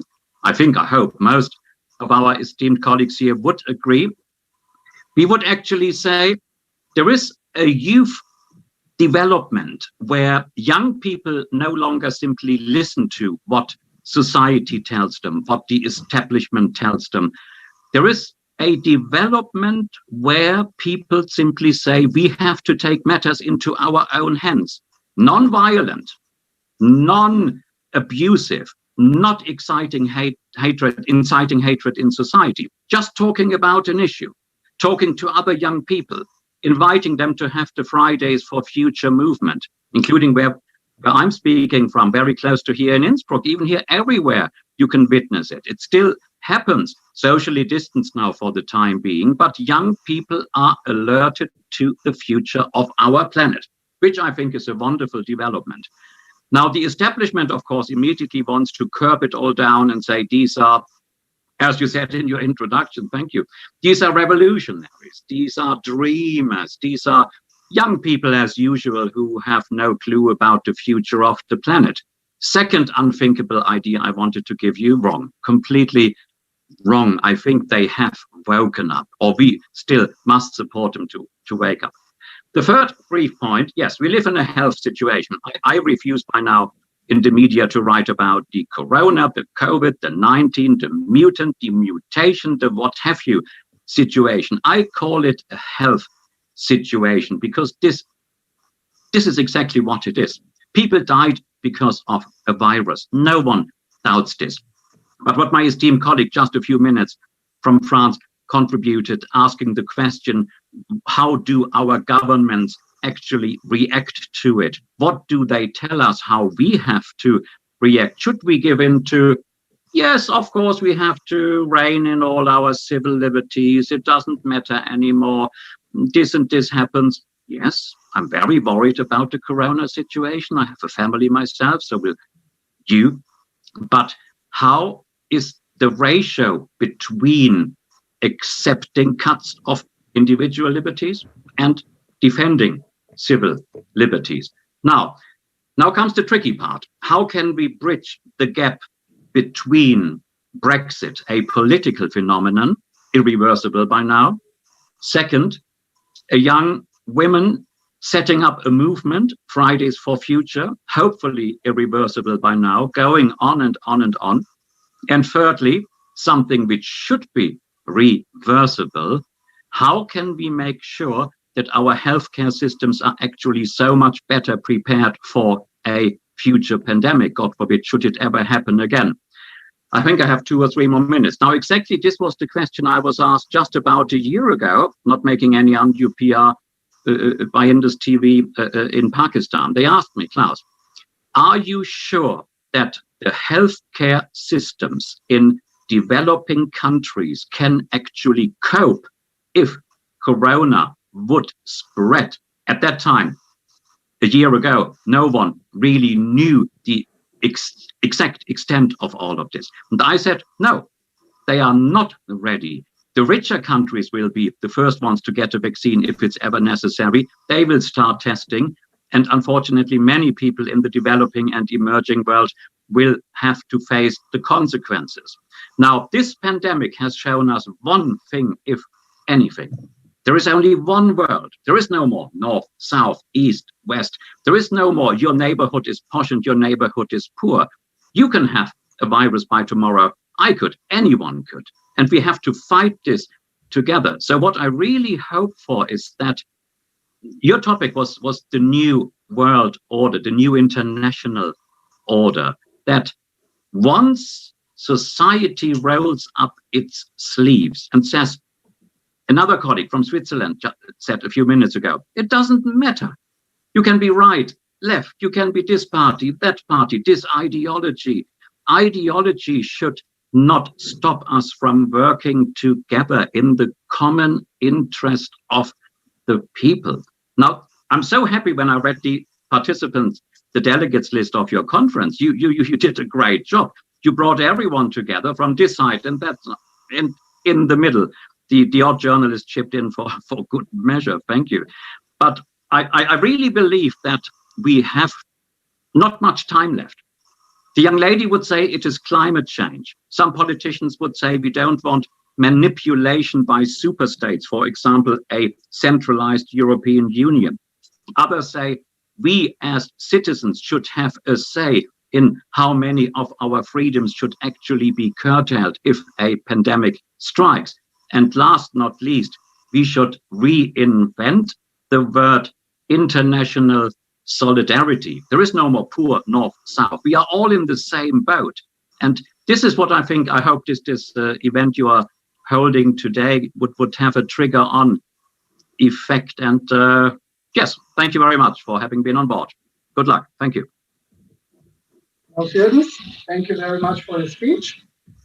Our next speaker is from Britain, Dr. Marcus Papadopoulos. He's a leading expert on Russia and appears frequently as an analyst of contemporary Russian affairs. The title of his speech is as follows: Confronting and Countering the Psychological Hold of Neoliberalism. We are eager to hear his speech. Dear Dr. Papadopoulos, you have the word. Can you hear me clearly? Perfectly. Ladies and gentlemen, distinguished speakers, colleagues, I would like to commence by congratulating Vatan for having organised today's timely and much needed symposium on the neoliberal international order. Further, I would like to convey my gratitude to Vatan for having me as one of today's speakers. Notwithstanding the actuality that the world has never experienced a golden period in its human history, it is painfully evident today that not only is the world ailing and becoming ever more unwell as each year passes by, but that the world is facing a most dangerous menace which, if not halted and then vanquished, will devour mankind and civilization. And the disease which is at the root of the world's ill health today is neoliberalism, an ideology which began to take shape, as we know it today, in the period following the demise of Soviet communism. Neoliberalism is not to be equated in any way whatsoever with classical liberalism, because the two are completely distinct from one another. It is with great sadness and regret that the word liberalism has become terribly tainted over the last 3 decades or so, because of how the word has been hijacked by people whose values and convictions are profoundly incompatible with the tenets of authentic liberalism. Indeed, neoliberals such as Bill Clinton, Hillary Clinton, Barack Obama, Joe Biden, or Tony Blair must be making the true and great liberals of the past, David Lloyd George or Henry Asquith, for instance, turn in their graves at the knowledge that the aforesaid neoliberals are some of the key standard bearers in the world today of liberalism. It must also be said too that neoliberalism is utterly alien to socialism, communism and Marxism. Irrespective of whether one is an advocate or opponent to the ideology of the genuine left, one need only familiarize oneself with the works of Karl Marx or Peter Engels or Vladimir Lenin or Mao Zedong to learn that neoliberalism is as foreign to socialism, communism, and Marxism as the latter three are to capitalism. One can only imagine what the response of the Communist Party of Cuba would be to the notion that, for example, Obama or Blair are socialists. I suspect that the reaction of the leadership of the Communist Party of Cuba to this idea would be no different to how they would react to being told that 2 + 2 = 5. So that raises a highly pertinent question. If neoliberalism is neither liberal nor left, then what precisely is it? What is the nature of this accursed ideology which has caused untold suffering in all four corners of the world and yet purports to be a force for good and morality? What is this ideology which professes to be one of equality, diversity of thought, progressiveness and peace, and yet, in truth, is a malignant cancer devouring the fundamental pillars of human existence and enslaving hundreds of millions of people in the process? Well, the term neoliberalism has its roots in the early 1980s, when it started off as a set of economic principles, as was being constructed, implemented, and promoted at the time by Ronald Reagan in America and Margaret Thatcher in Britain. Since then, and especially over the last quarter of a century, neoliberalism has taken on a very different meaning and appearance. And it is this actuality that I base my definition on of this ideology.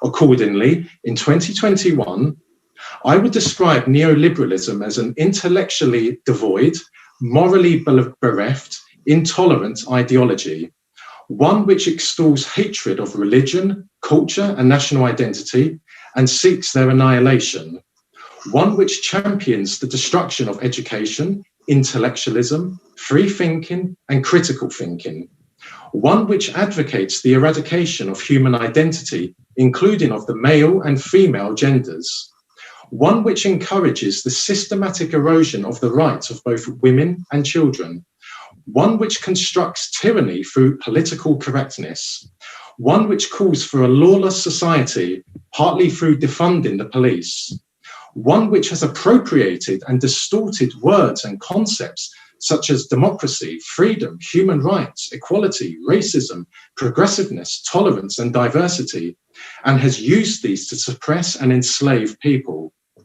and one which advances moral degeneracy, depravity, and debauchery, including the promotion of drugs and sexual perversion.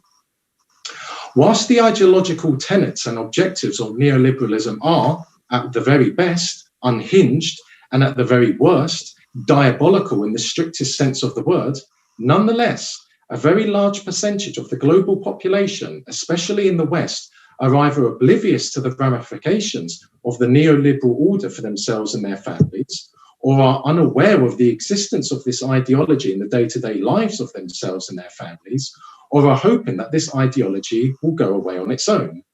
And therein lies arguably the most dangerous aspect to neoliberalism, in that a deranged or devilish agenda has been successfully and rapidly implemented in public throughout societies across the world through programming people in such a way that they do not, either consciously or subconsciously, act in accord with their self-interest or the self-interest of their children or grandchildren or fellow citizens. So, for example, today in the UK, many Britons are failing to take action to safeguard British culture due, in large measure, to their fear of being labelled by either neoliberal politicians or neoliberal mainstream journalists or neoliberal lobbyists or neoliberal activists, either on television or in print or indeed on social media, as racist. In short, the global advance of neoliberalism is, and I say these words without a doubt of hesitation, one of the most astonishing achievements in human history and one of the most heinous that the human race has ever been afflicted with. Now, the nerve center of neoliberalism is in America and in Britain, and it is from these two countries that this cancerous ideology infected Europe, mainly, but not exclusively, the western part of the continent. From there, neoliberalism's tentacles have extended to other parts of the world, including Asia. And the tools which the neoliberal elites have used to spread and implement the neoliberal agenda globally are Western mainstream media, the North Atlantic Treaty Organization, NATO, the European Union, EU, the International Monetary Fund, the IMF, the World Bank, WB, and the World Trade Organization, WTO. Those groups are some of the most powerful and dangerous the world has ever seen assembled, and they are drivers, whether officially or unofficially, of the horrendous damage which has been inflicted on very many societies across the world in the name of democracy, human rights, equality, and diversity, to name but a few. Further to that, there is no society in the world that is not, potentially at least, menaced by Western mainstream media, NATO, the EU, the IMF, the WB, and the WTO. The psychological indoctrination techniques of neoliberalism have been remarkably successful, even amongst people who can be considered as mildly intelligent. There are two examples I wish to cite here. First, neoliberals in Britain have, over decades now, imposed multiculturalism on the British people, partly because of their loathing of culture, and partly because they realise that by destroying a people's culture, this destroys their national identity, thus making their minds easier to control. To deter Britons from opposing the imposition of multiculturalism in Britain, neoliberal elites forcefully and relentlessly warn that it is racist to disagree with multiculturalism, but it is not racist to erode and replace a people's culture with multiculturalism. Now, that is a wholly perverse, idiotic, and utterly flawed argument, but despite that, the argument has achieved its desired outcome. Alas, vast numbers of Britons today remain passive as their national identity is systematically eroded in front of their very own eyes by neoliberalism.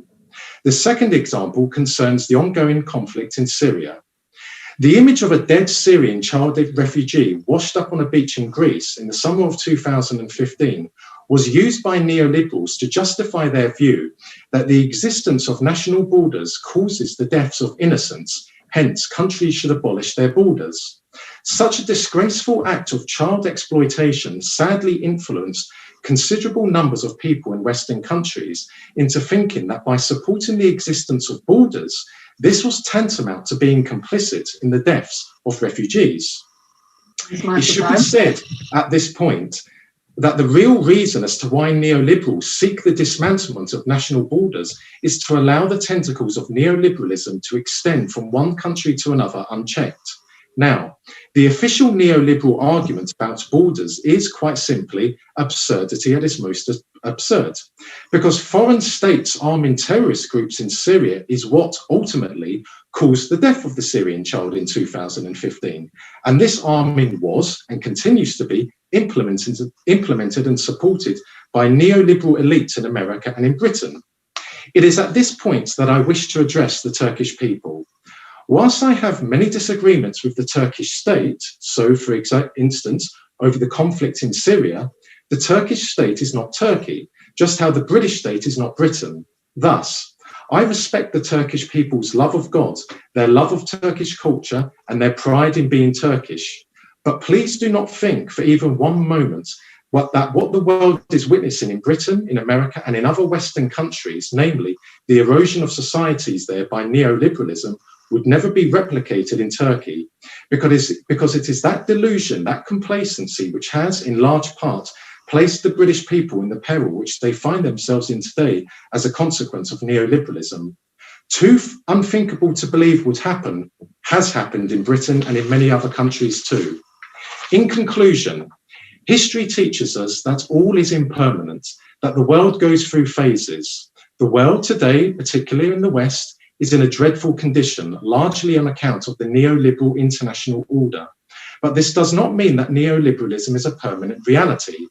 Whilst neoliberalism remains intact in the Western world and elsewhere, it has become a weakened force as more and more people awake to the realization that their day-to-day lives have been infected by an ideology which not only seeks to destroy the very pillars of civilization, but also the very pillars of human existence. But neoliberalism will not fade out on its own accord, for the ideology's elite and its rank and file are fiercely committed and driven to see the world subdued and dominated by neoliberal tenets. Further, The quest to liberate the world from the abominable neoliberal creed will not be a straightforward one.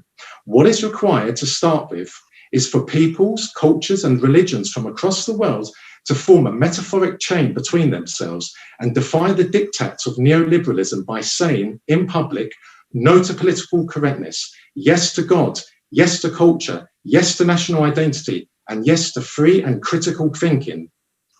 And by boycotting Western mainstream media in its entirety, which would involve not watching mainstream news channels, not reading mainstream newspapers, and not visiting the websites of both of these. Once people lose the fear of what they might be accused of by neoliberal elites and by neoliberal rank and file, and once they cease in exposing themselves to the poisonous propaganda of Western mainstream media, then the neoliberal order will have lost its psychological hold over the minds of hundreds of millions of people in the world. Then, and only then, will the neoliberal international order, which has cast a dark and dangerous spell over mankind and civilization, be ripe for collapse. Thank you for listening.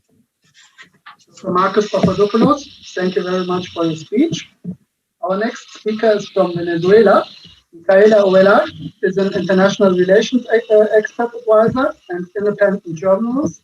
The title of her speech contains a very special hypothesis, or maybe I should say statement. It is as follows: the geopolitics of the Bolivarian Republic of Venezuela versus the United States of America, and why Venezuela is no longer a Latin American but a Eurasian country. Now Micaela Ovelar will explain us why Venezuela is a Eurasian country, but unfortunately she can't participate live. She sent a video, so we listen now to her recorded speech.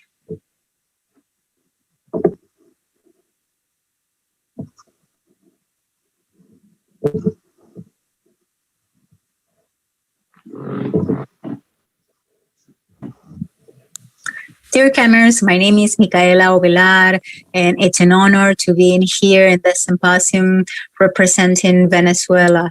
That's why, first of all, I wanted to send you a Bolivarian, a Chavista, and a revolutionary greeting to all of you who are attending to this important meeting, all Cameras, women and men who are contributing with their soul, with experience and ideas to create a new international order based on respect for sovereignty and independence of state, nations, and people, based on multipolarity and therefore united against U.S. imperialism. The topic that I bring to you today talks about the geopolitics of Venezuela against U.S. imperialism and why it is said that Venezuela is no longer a Latin American country but a Euro-Asian one. I prepared a presentation for this. I'm going to share my screen to begin. Well, as you can see, Venezuela is the gateway to all the southern nation of the American continent. It is also the country in Latin America with the most extensive facade on the Caribbean Sea, sharing this reality with the southern coast of the United States. It has a real impact on the geopolitics of the entire American continent, from the Bering Strait to Patagonia, with its corresponding asymmetry, of course.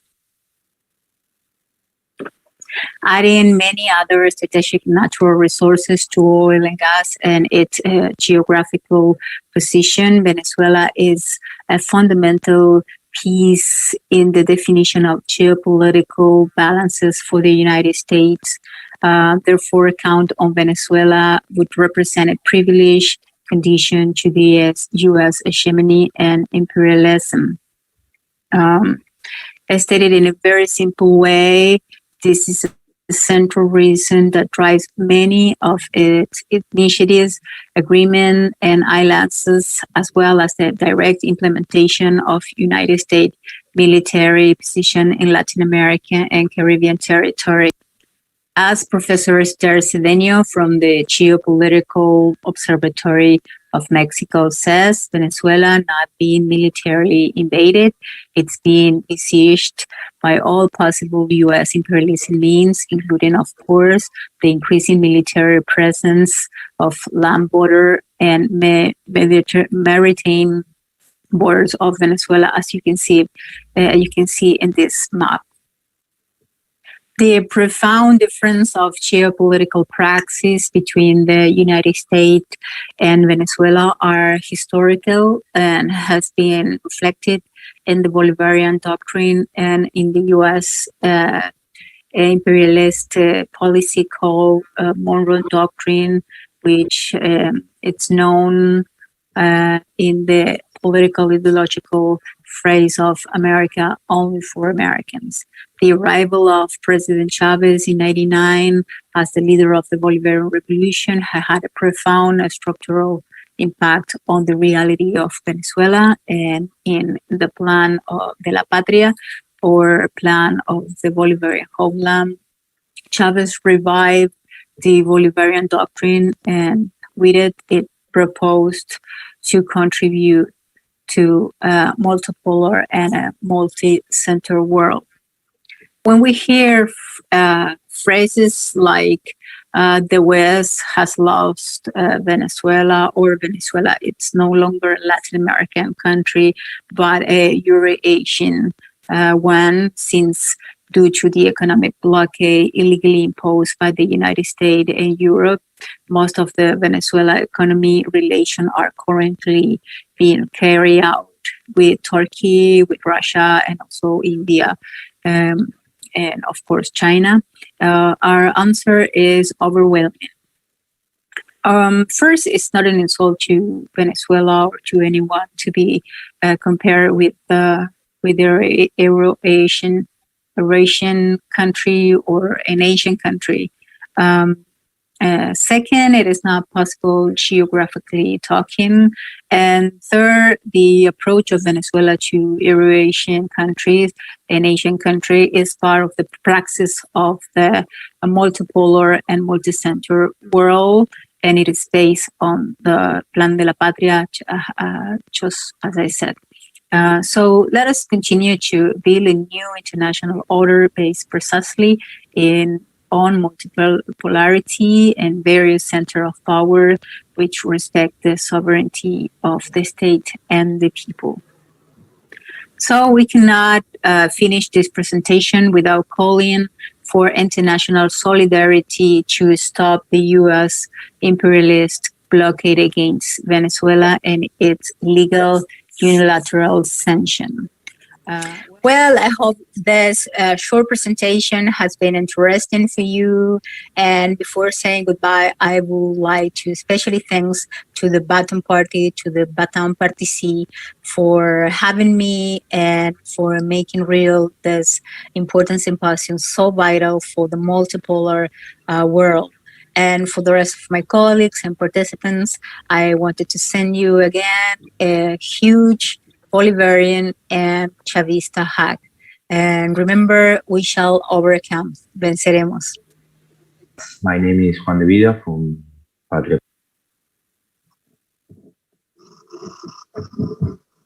So we thank Micaela Velar for sharing her insights. Now I think we are connected to Mali. Mohamed Akeretane from the African Solidarity for Democracy and Independence will present his speech. The title of his speech is Mali Torn Between the Occupations. The floor is yours, Comrade Akeretane. Connected. I think he is connected, but we don't see the camera. The camera is off.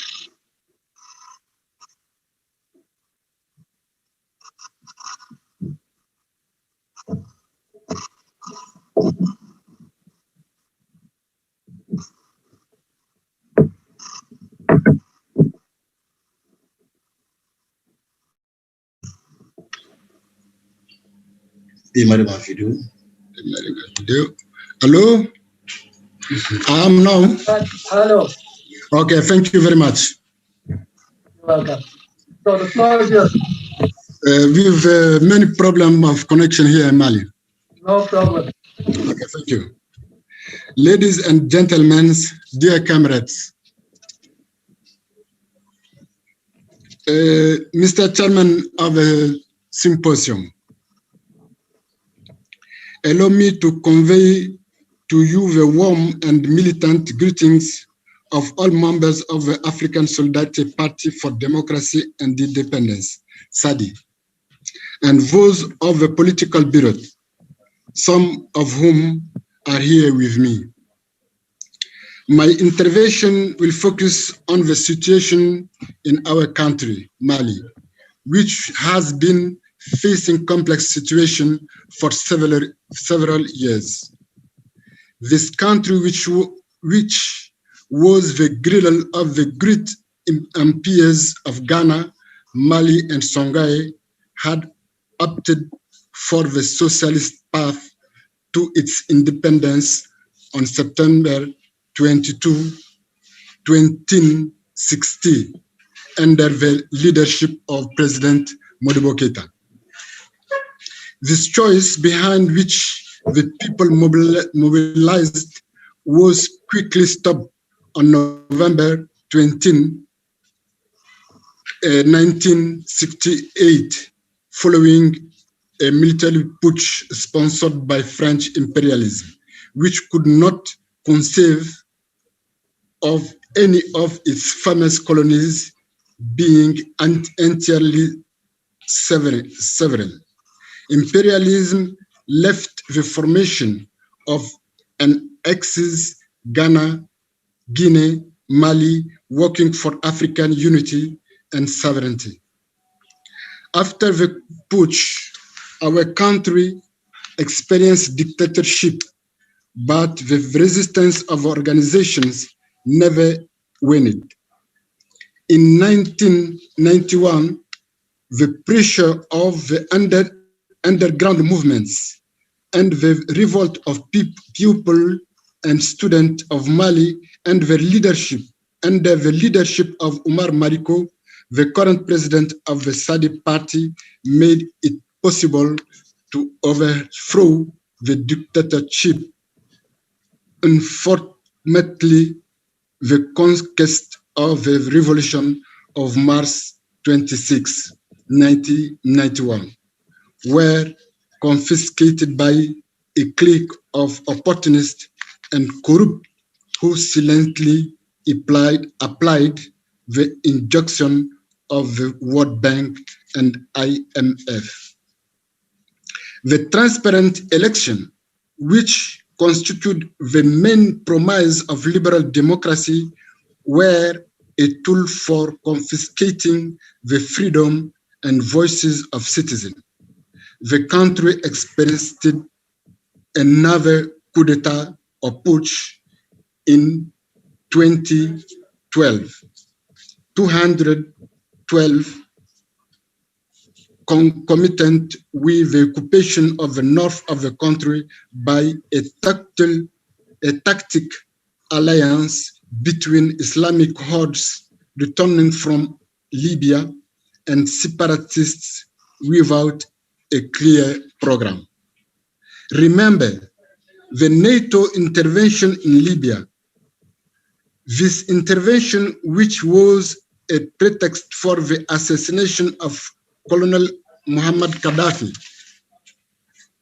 assassination ordained by Nicolas Sarkozy and his ministers, Alain Juppé and Jean-Yves Le Drian. The occupation was a great opportunity for the French government to invade the country with its Operation Serval, the objective of which is still not understood. France, to give itself a clear conscience, led its occupation the forces of the United Nations, MISMA and MINUSMA. It was then reinforced by troops from the Sahel in its pay. To make this occupation European, the French government invents the Takuba force, which will be made made up of European forces. Mali is thus crisscrossed by more than 22,000 men, but without tangible results. We are witnessing massacres and interethnic clashes.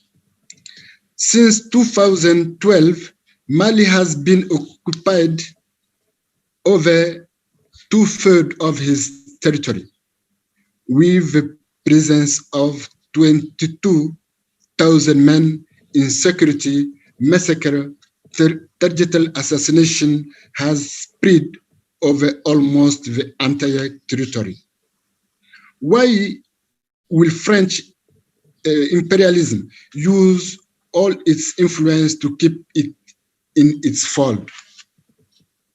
Mali is at the heart of West Africa, with 7 borders on Mauritania, Algeria, Niger, Burkina Faso, Côte d'Ivoire, Senegal, and Guinea. This strategical position in the Sahara is coveted. Mali is full of mineral resources such as gold, bauxite, uranium. 2 larger rivers, Senegal and Niger, cross the country, a country producing rice, cattle, and cotton, a welcoming and peaceful people. This does not leave imperialism indifferent. To counter the establishment of foreign forces in our country, in the Sahel and in other regions of the world, we propose to strengthen, as the chairman of our party study said in Yalta in April 2018, to strengthen the axis of peace made up of Russia, China, Turkey, Iran, North Korea, and Cuba against the axis of war led by the United States and composed of NATO and Israel. The Saudi party is working tirelessly to strengthen the partnership with the Patriot Party Vatan Partisi'ni of Turkey and all revolutionary and anti-imperialism parties. Thank you for the attention, and thank you. Lots of thanks to Mali. Technical difficulties can't result us and our friendship to Africa. Yes. Thank you. Our next speaker is Alex Pilar from the US. The title of his speech is very accurate. Report from the belly of the beast. Alex Pilar, we are looking forward to your report from the beast called imperialism. The floor is yours. Yes, thank you. Thank you. First, I'd like to introduce myself. My name is Alex Dillard. I come from the United States, Students and Youth for a New America, and I will be discussing the situation in the United States, both here and globally. One of the big issues concerning the United States at this moment is the U.S.-Afghan withdrawal. Biden just recently announced that he would leave Afghanistan at a later date than promised, on September 11th, which Trump promised on April. Actually, no, in May. He promised to pull out in 2014. Actually, there was a tweet that Biden promised to pull out in 2014. Period. Do that. Because he was vice president at the time. And Obama promised it. Biden promised it. They didn't. They lied.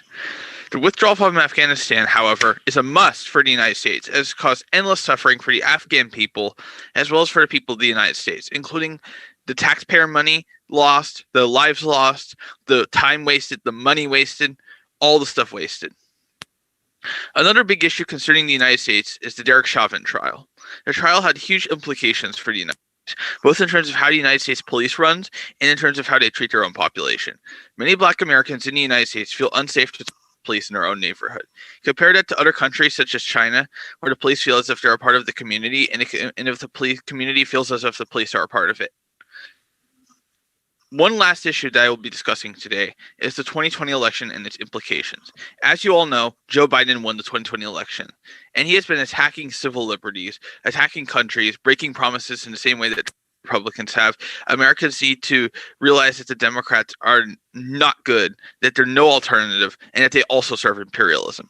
All this should be a wake-up call for the Americans who seek a multipolar world and an anti-imperialist world with Marxism-Leninism in the 21st century and Marxism-Leninism in a multipolar world. Salute from the belly of the beast.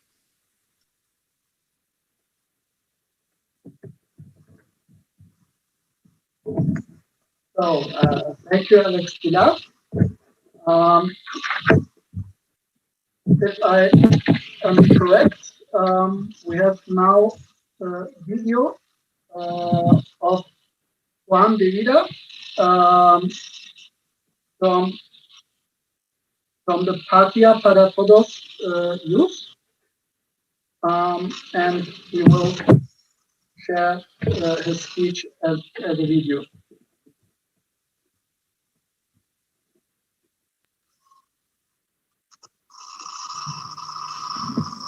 My name is Juan de Vida from Patria para Todos Partisi'ni from Argentina. We are very glad to participate in this symposium, and we want to thank the organization for inviting us. I'm going to be talking about multipolarity as a necessary condition for a possible and viable world. So we know the process transformation and expansion of the imperialistic capitalism that we call as globalization, which has originated its produce after the Berlin Wall fall and the constitution of a unipolarity situation, produced several and profound transformations, damaging deeply the life condition for salary workers and other popular sectors, but also conditioning the very forms of production of social economy. This process will come to contrast with Hobbesian called the golden age of capitalism, where the welfare state accounts for a more balanced capital-labor relationship worldwide. In this context, the current geopolitical configuration of the union of transnational financial globalism is produced on the basis of four fundamental vectors that are the militarization, financiation, the chaos, and the drug trafficking. And by now, absolutely everything is commodified, cornering the men to the edges of historical production and placing the market at the center. So in this scenario, the states become an obstacle in order to accelerate the financial grid and the free capital circulation. And these trends apparently are reversible in the contemporary social production, are attacking sustainability of humanity itself. We are in front of the same capitalism and its fatalism, in front of the goodwill capitalization. The actual trend turns to enforce the accumulation of mechanisms for dispossession under novel ways. For example, the importance of intellectual property rights marks the path through which the importance of patents and license grows.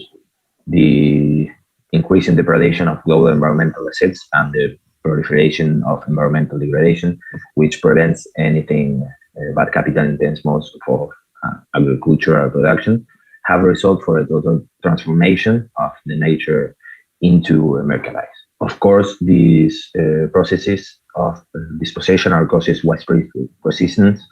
This is what the anti-globalization movement is all about, and this is why it is explained. The return to the private domain of common property rights won through the class struggle of the past, the right to a state pension, the welfare, the national health system, has been one of the policies of this position. And it is not surprising then that much of the emphasis of the anti-globalization movement has recently focused on the claim of the common of the commons and on the attack of the joint role of the state and capital in the appropriation. Today, the capitalism has trouble reproducing itself.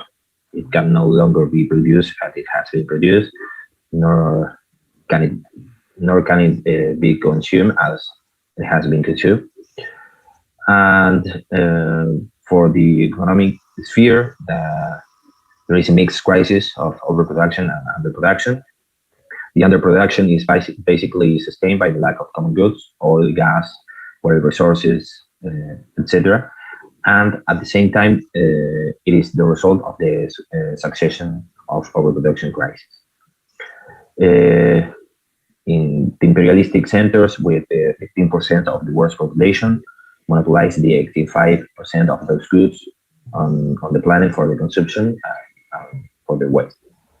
The excessive demand of the humanity on the provision of wood, water, raw materials, and the emission of carbon dioxide, which allow us to measure the so-called ecological footprint on the population.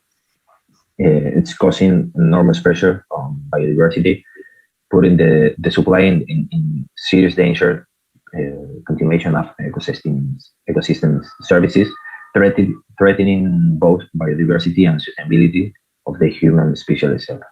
So during the last decades, the so-called commodities have become a type of financial assets.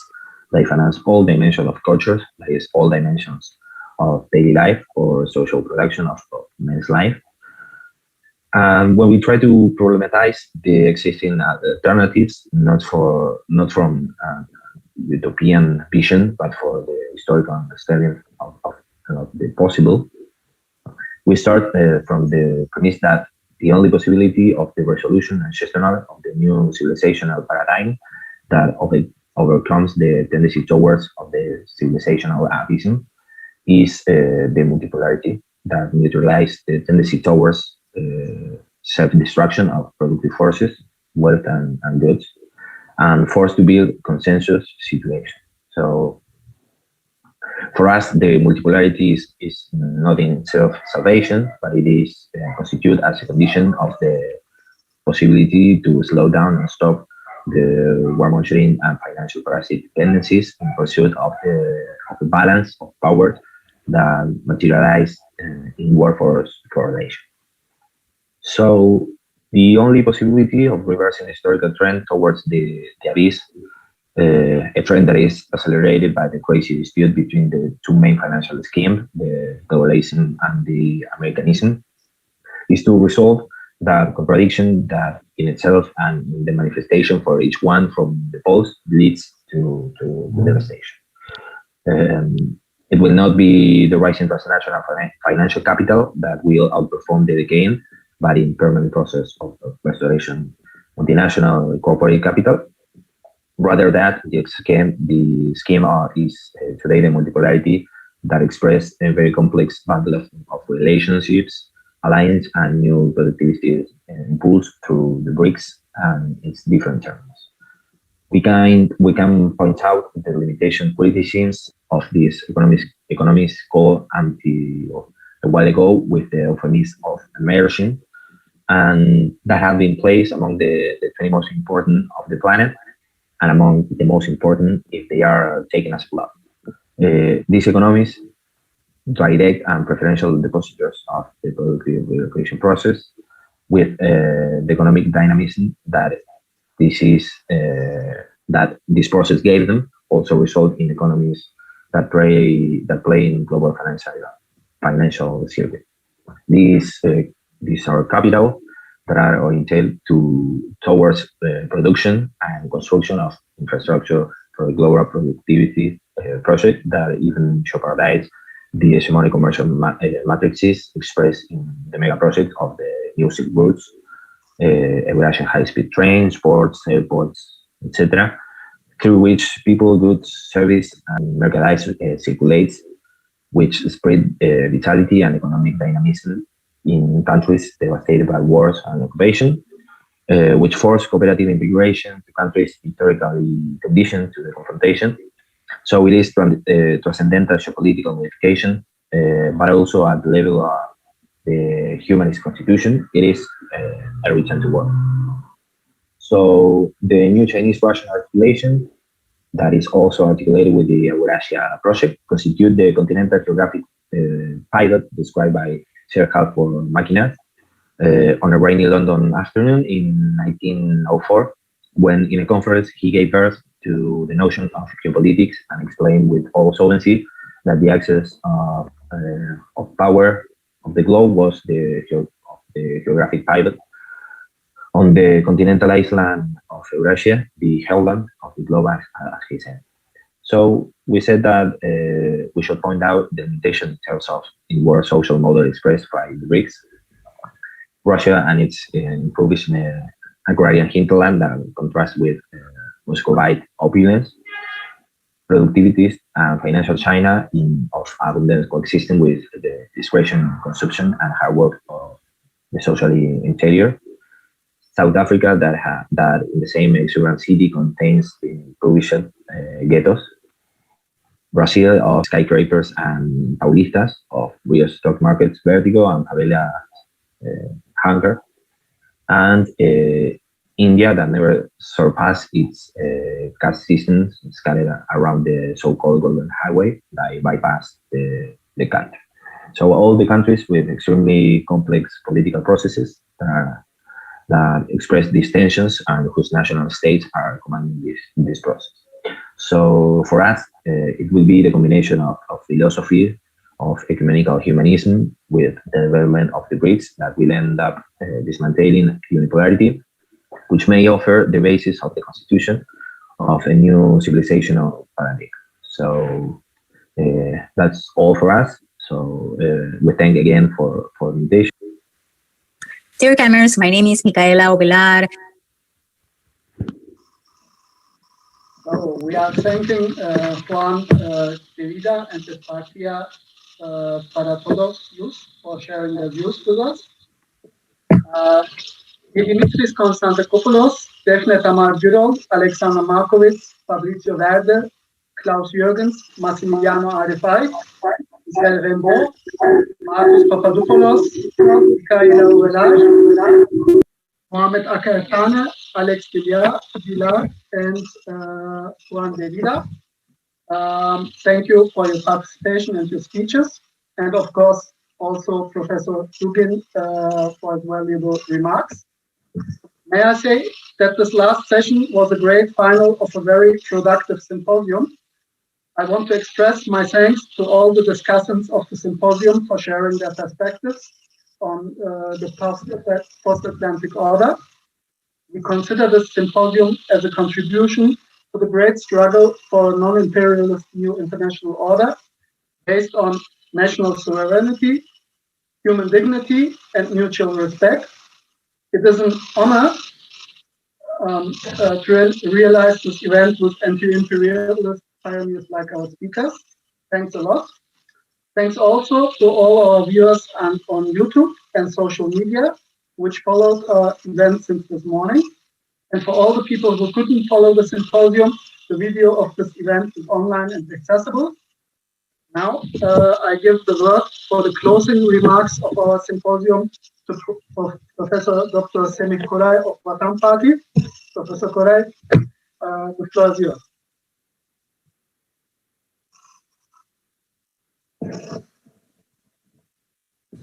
Yeah. Well, thank you very much.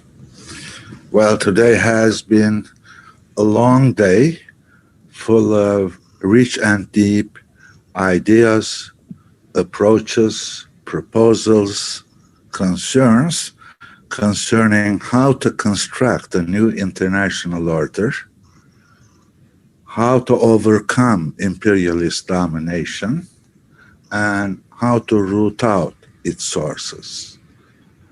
Well, in such events, the organizers just set the framework. It is the participants who make that framework function.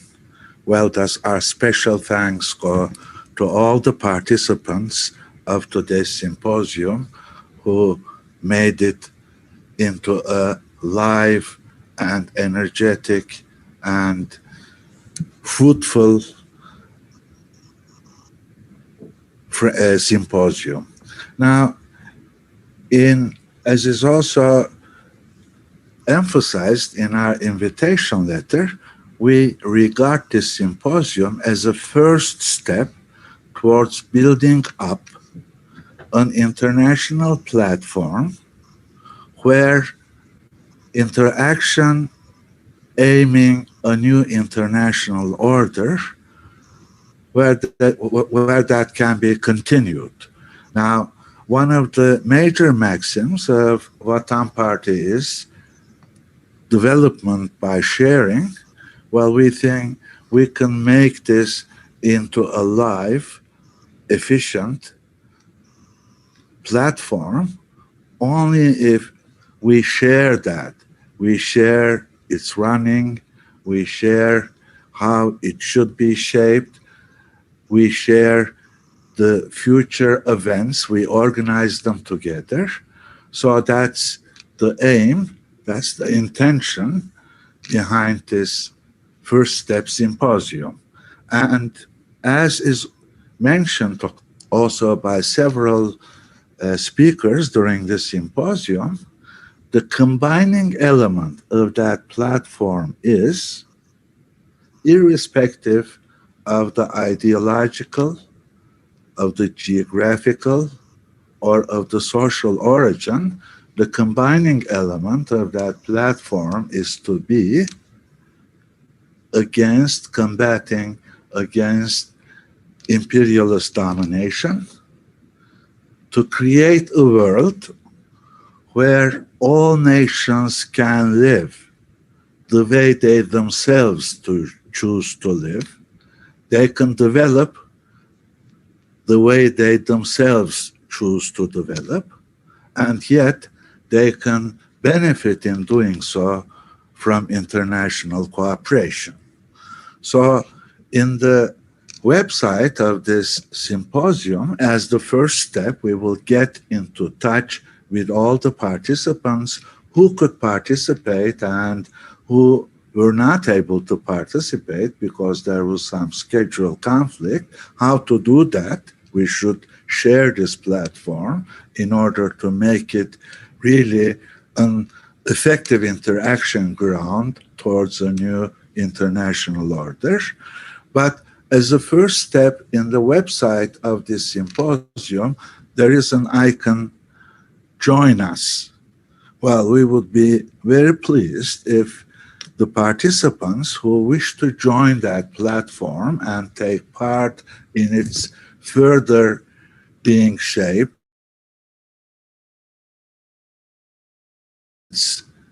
during that platform in the future being organized together, well, they can join us through that click. Now, we chose not to have a communique on the spot for this symposium. Now, that would be unjust to the richness and to the depth and breadth of the ideas which were expressed here, just to try to formulate a communique of the symposium on spot. Instead, what we plan to do is, and we plan to do also with the participation of all the participants, we will study. We will not be content with, we will not stay content with having listened to the speeches which were made today. We will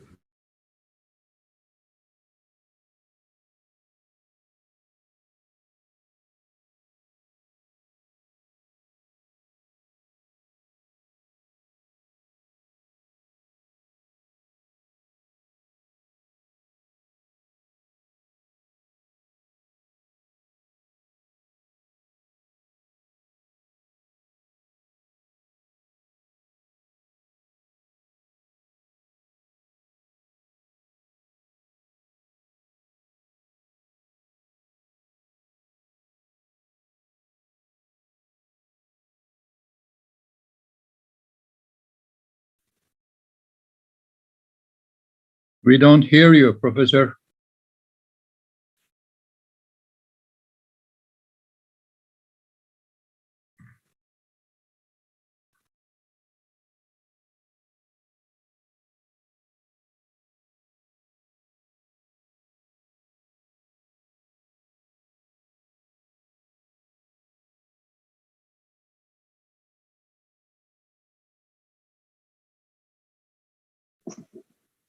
We have no technical problem. He's connected again. Well, I'm sorry, my internet connection got lost, so but I just rejoined you. Sorry for the interruption. I guess I should continue. I was about to finish what I wanted to say. Do you hear me? If you can repeat the last 1 minute. Okay. Can you hear me now? Okay. Well, my internet connection got lost, unfortunately. So, well, we had a break. I'm sorry for that. Now, let me continue from where I stayed. Now, we plan to study all the presentations. Well, please do send the written text if you haven't done so far. Then this is with the aim of summarizing all the lessons that can be drawn from the symposium, along with sharpening our agenda, determining, well, what we should focus on, what the future workshops, joint activities, what that should focus on, the agenda of that. So, well, we will also let you know about that, but we prefer, well, all the participants who are willing to take part in this preparation, they are most welcome to do so. Well, after we have that, the lessons and sharpening the agenda, we will also share that with all the participants. So that is what we plan for the near future. But as I said, let me repeat, we wish to turn the NINTO, the platform of this symposium, into a joint international platform, into an interaction ground where the problems, the struggle for, the aims, everything which is concerned with constructing, building up a new international order can be dealt with. Now, let me close this symposium by thanking to the participants once more, but I also would like to thank to the moderators, to the organizing committee, with an emphasis on the young people who formed the secretariat, the technical teams who dealt with translations, introduction of speeches, and so on. They spared no effort in doing that, so our special thanks go to them as well. Well, so that's the end of the symposium, but the beginning of a new interaction ground towards a new international order. Thank you very much for having participated again.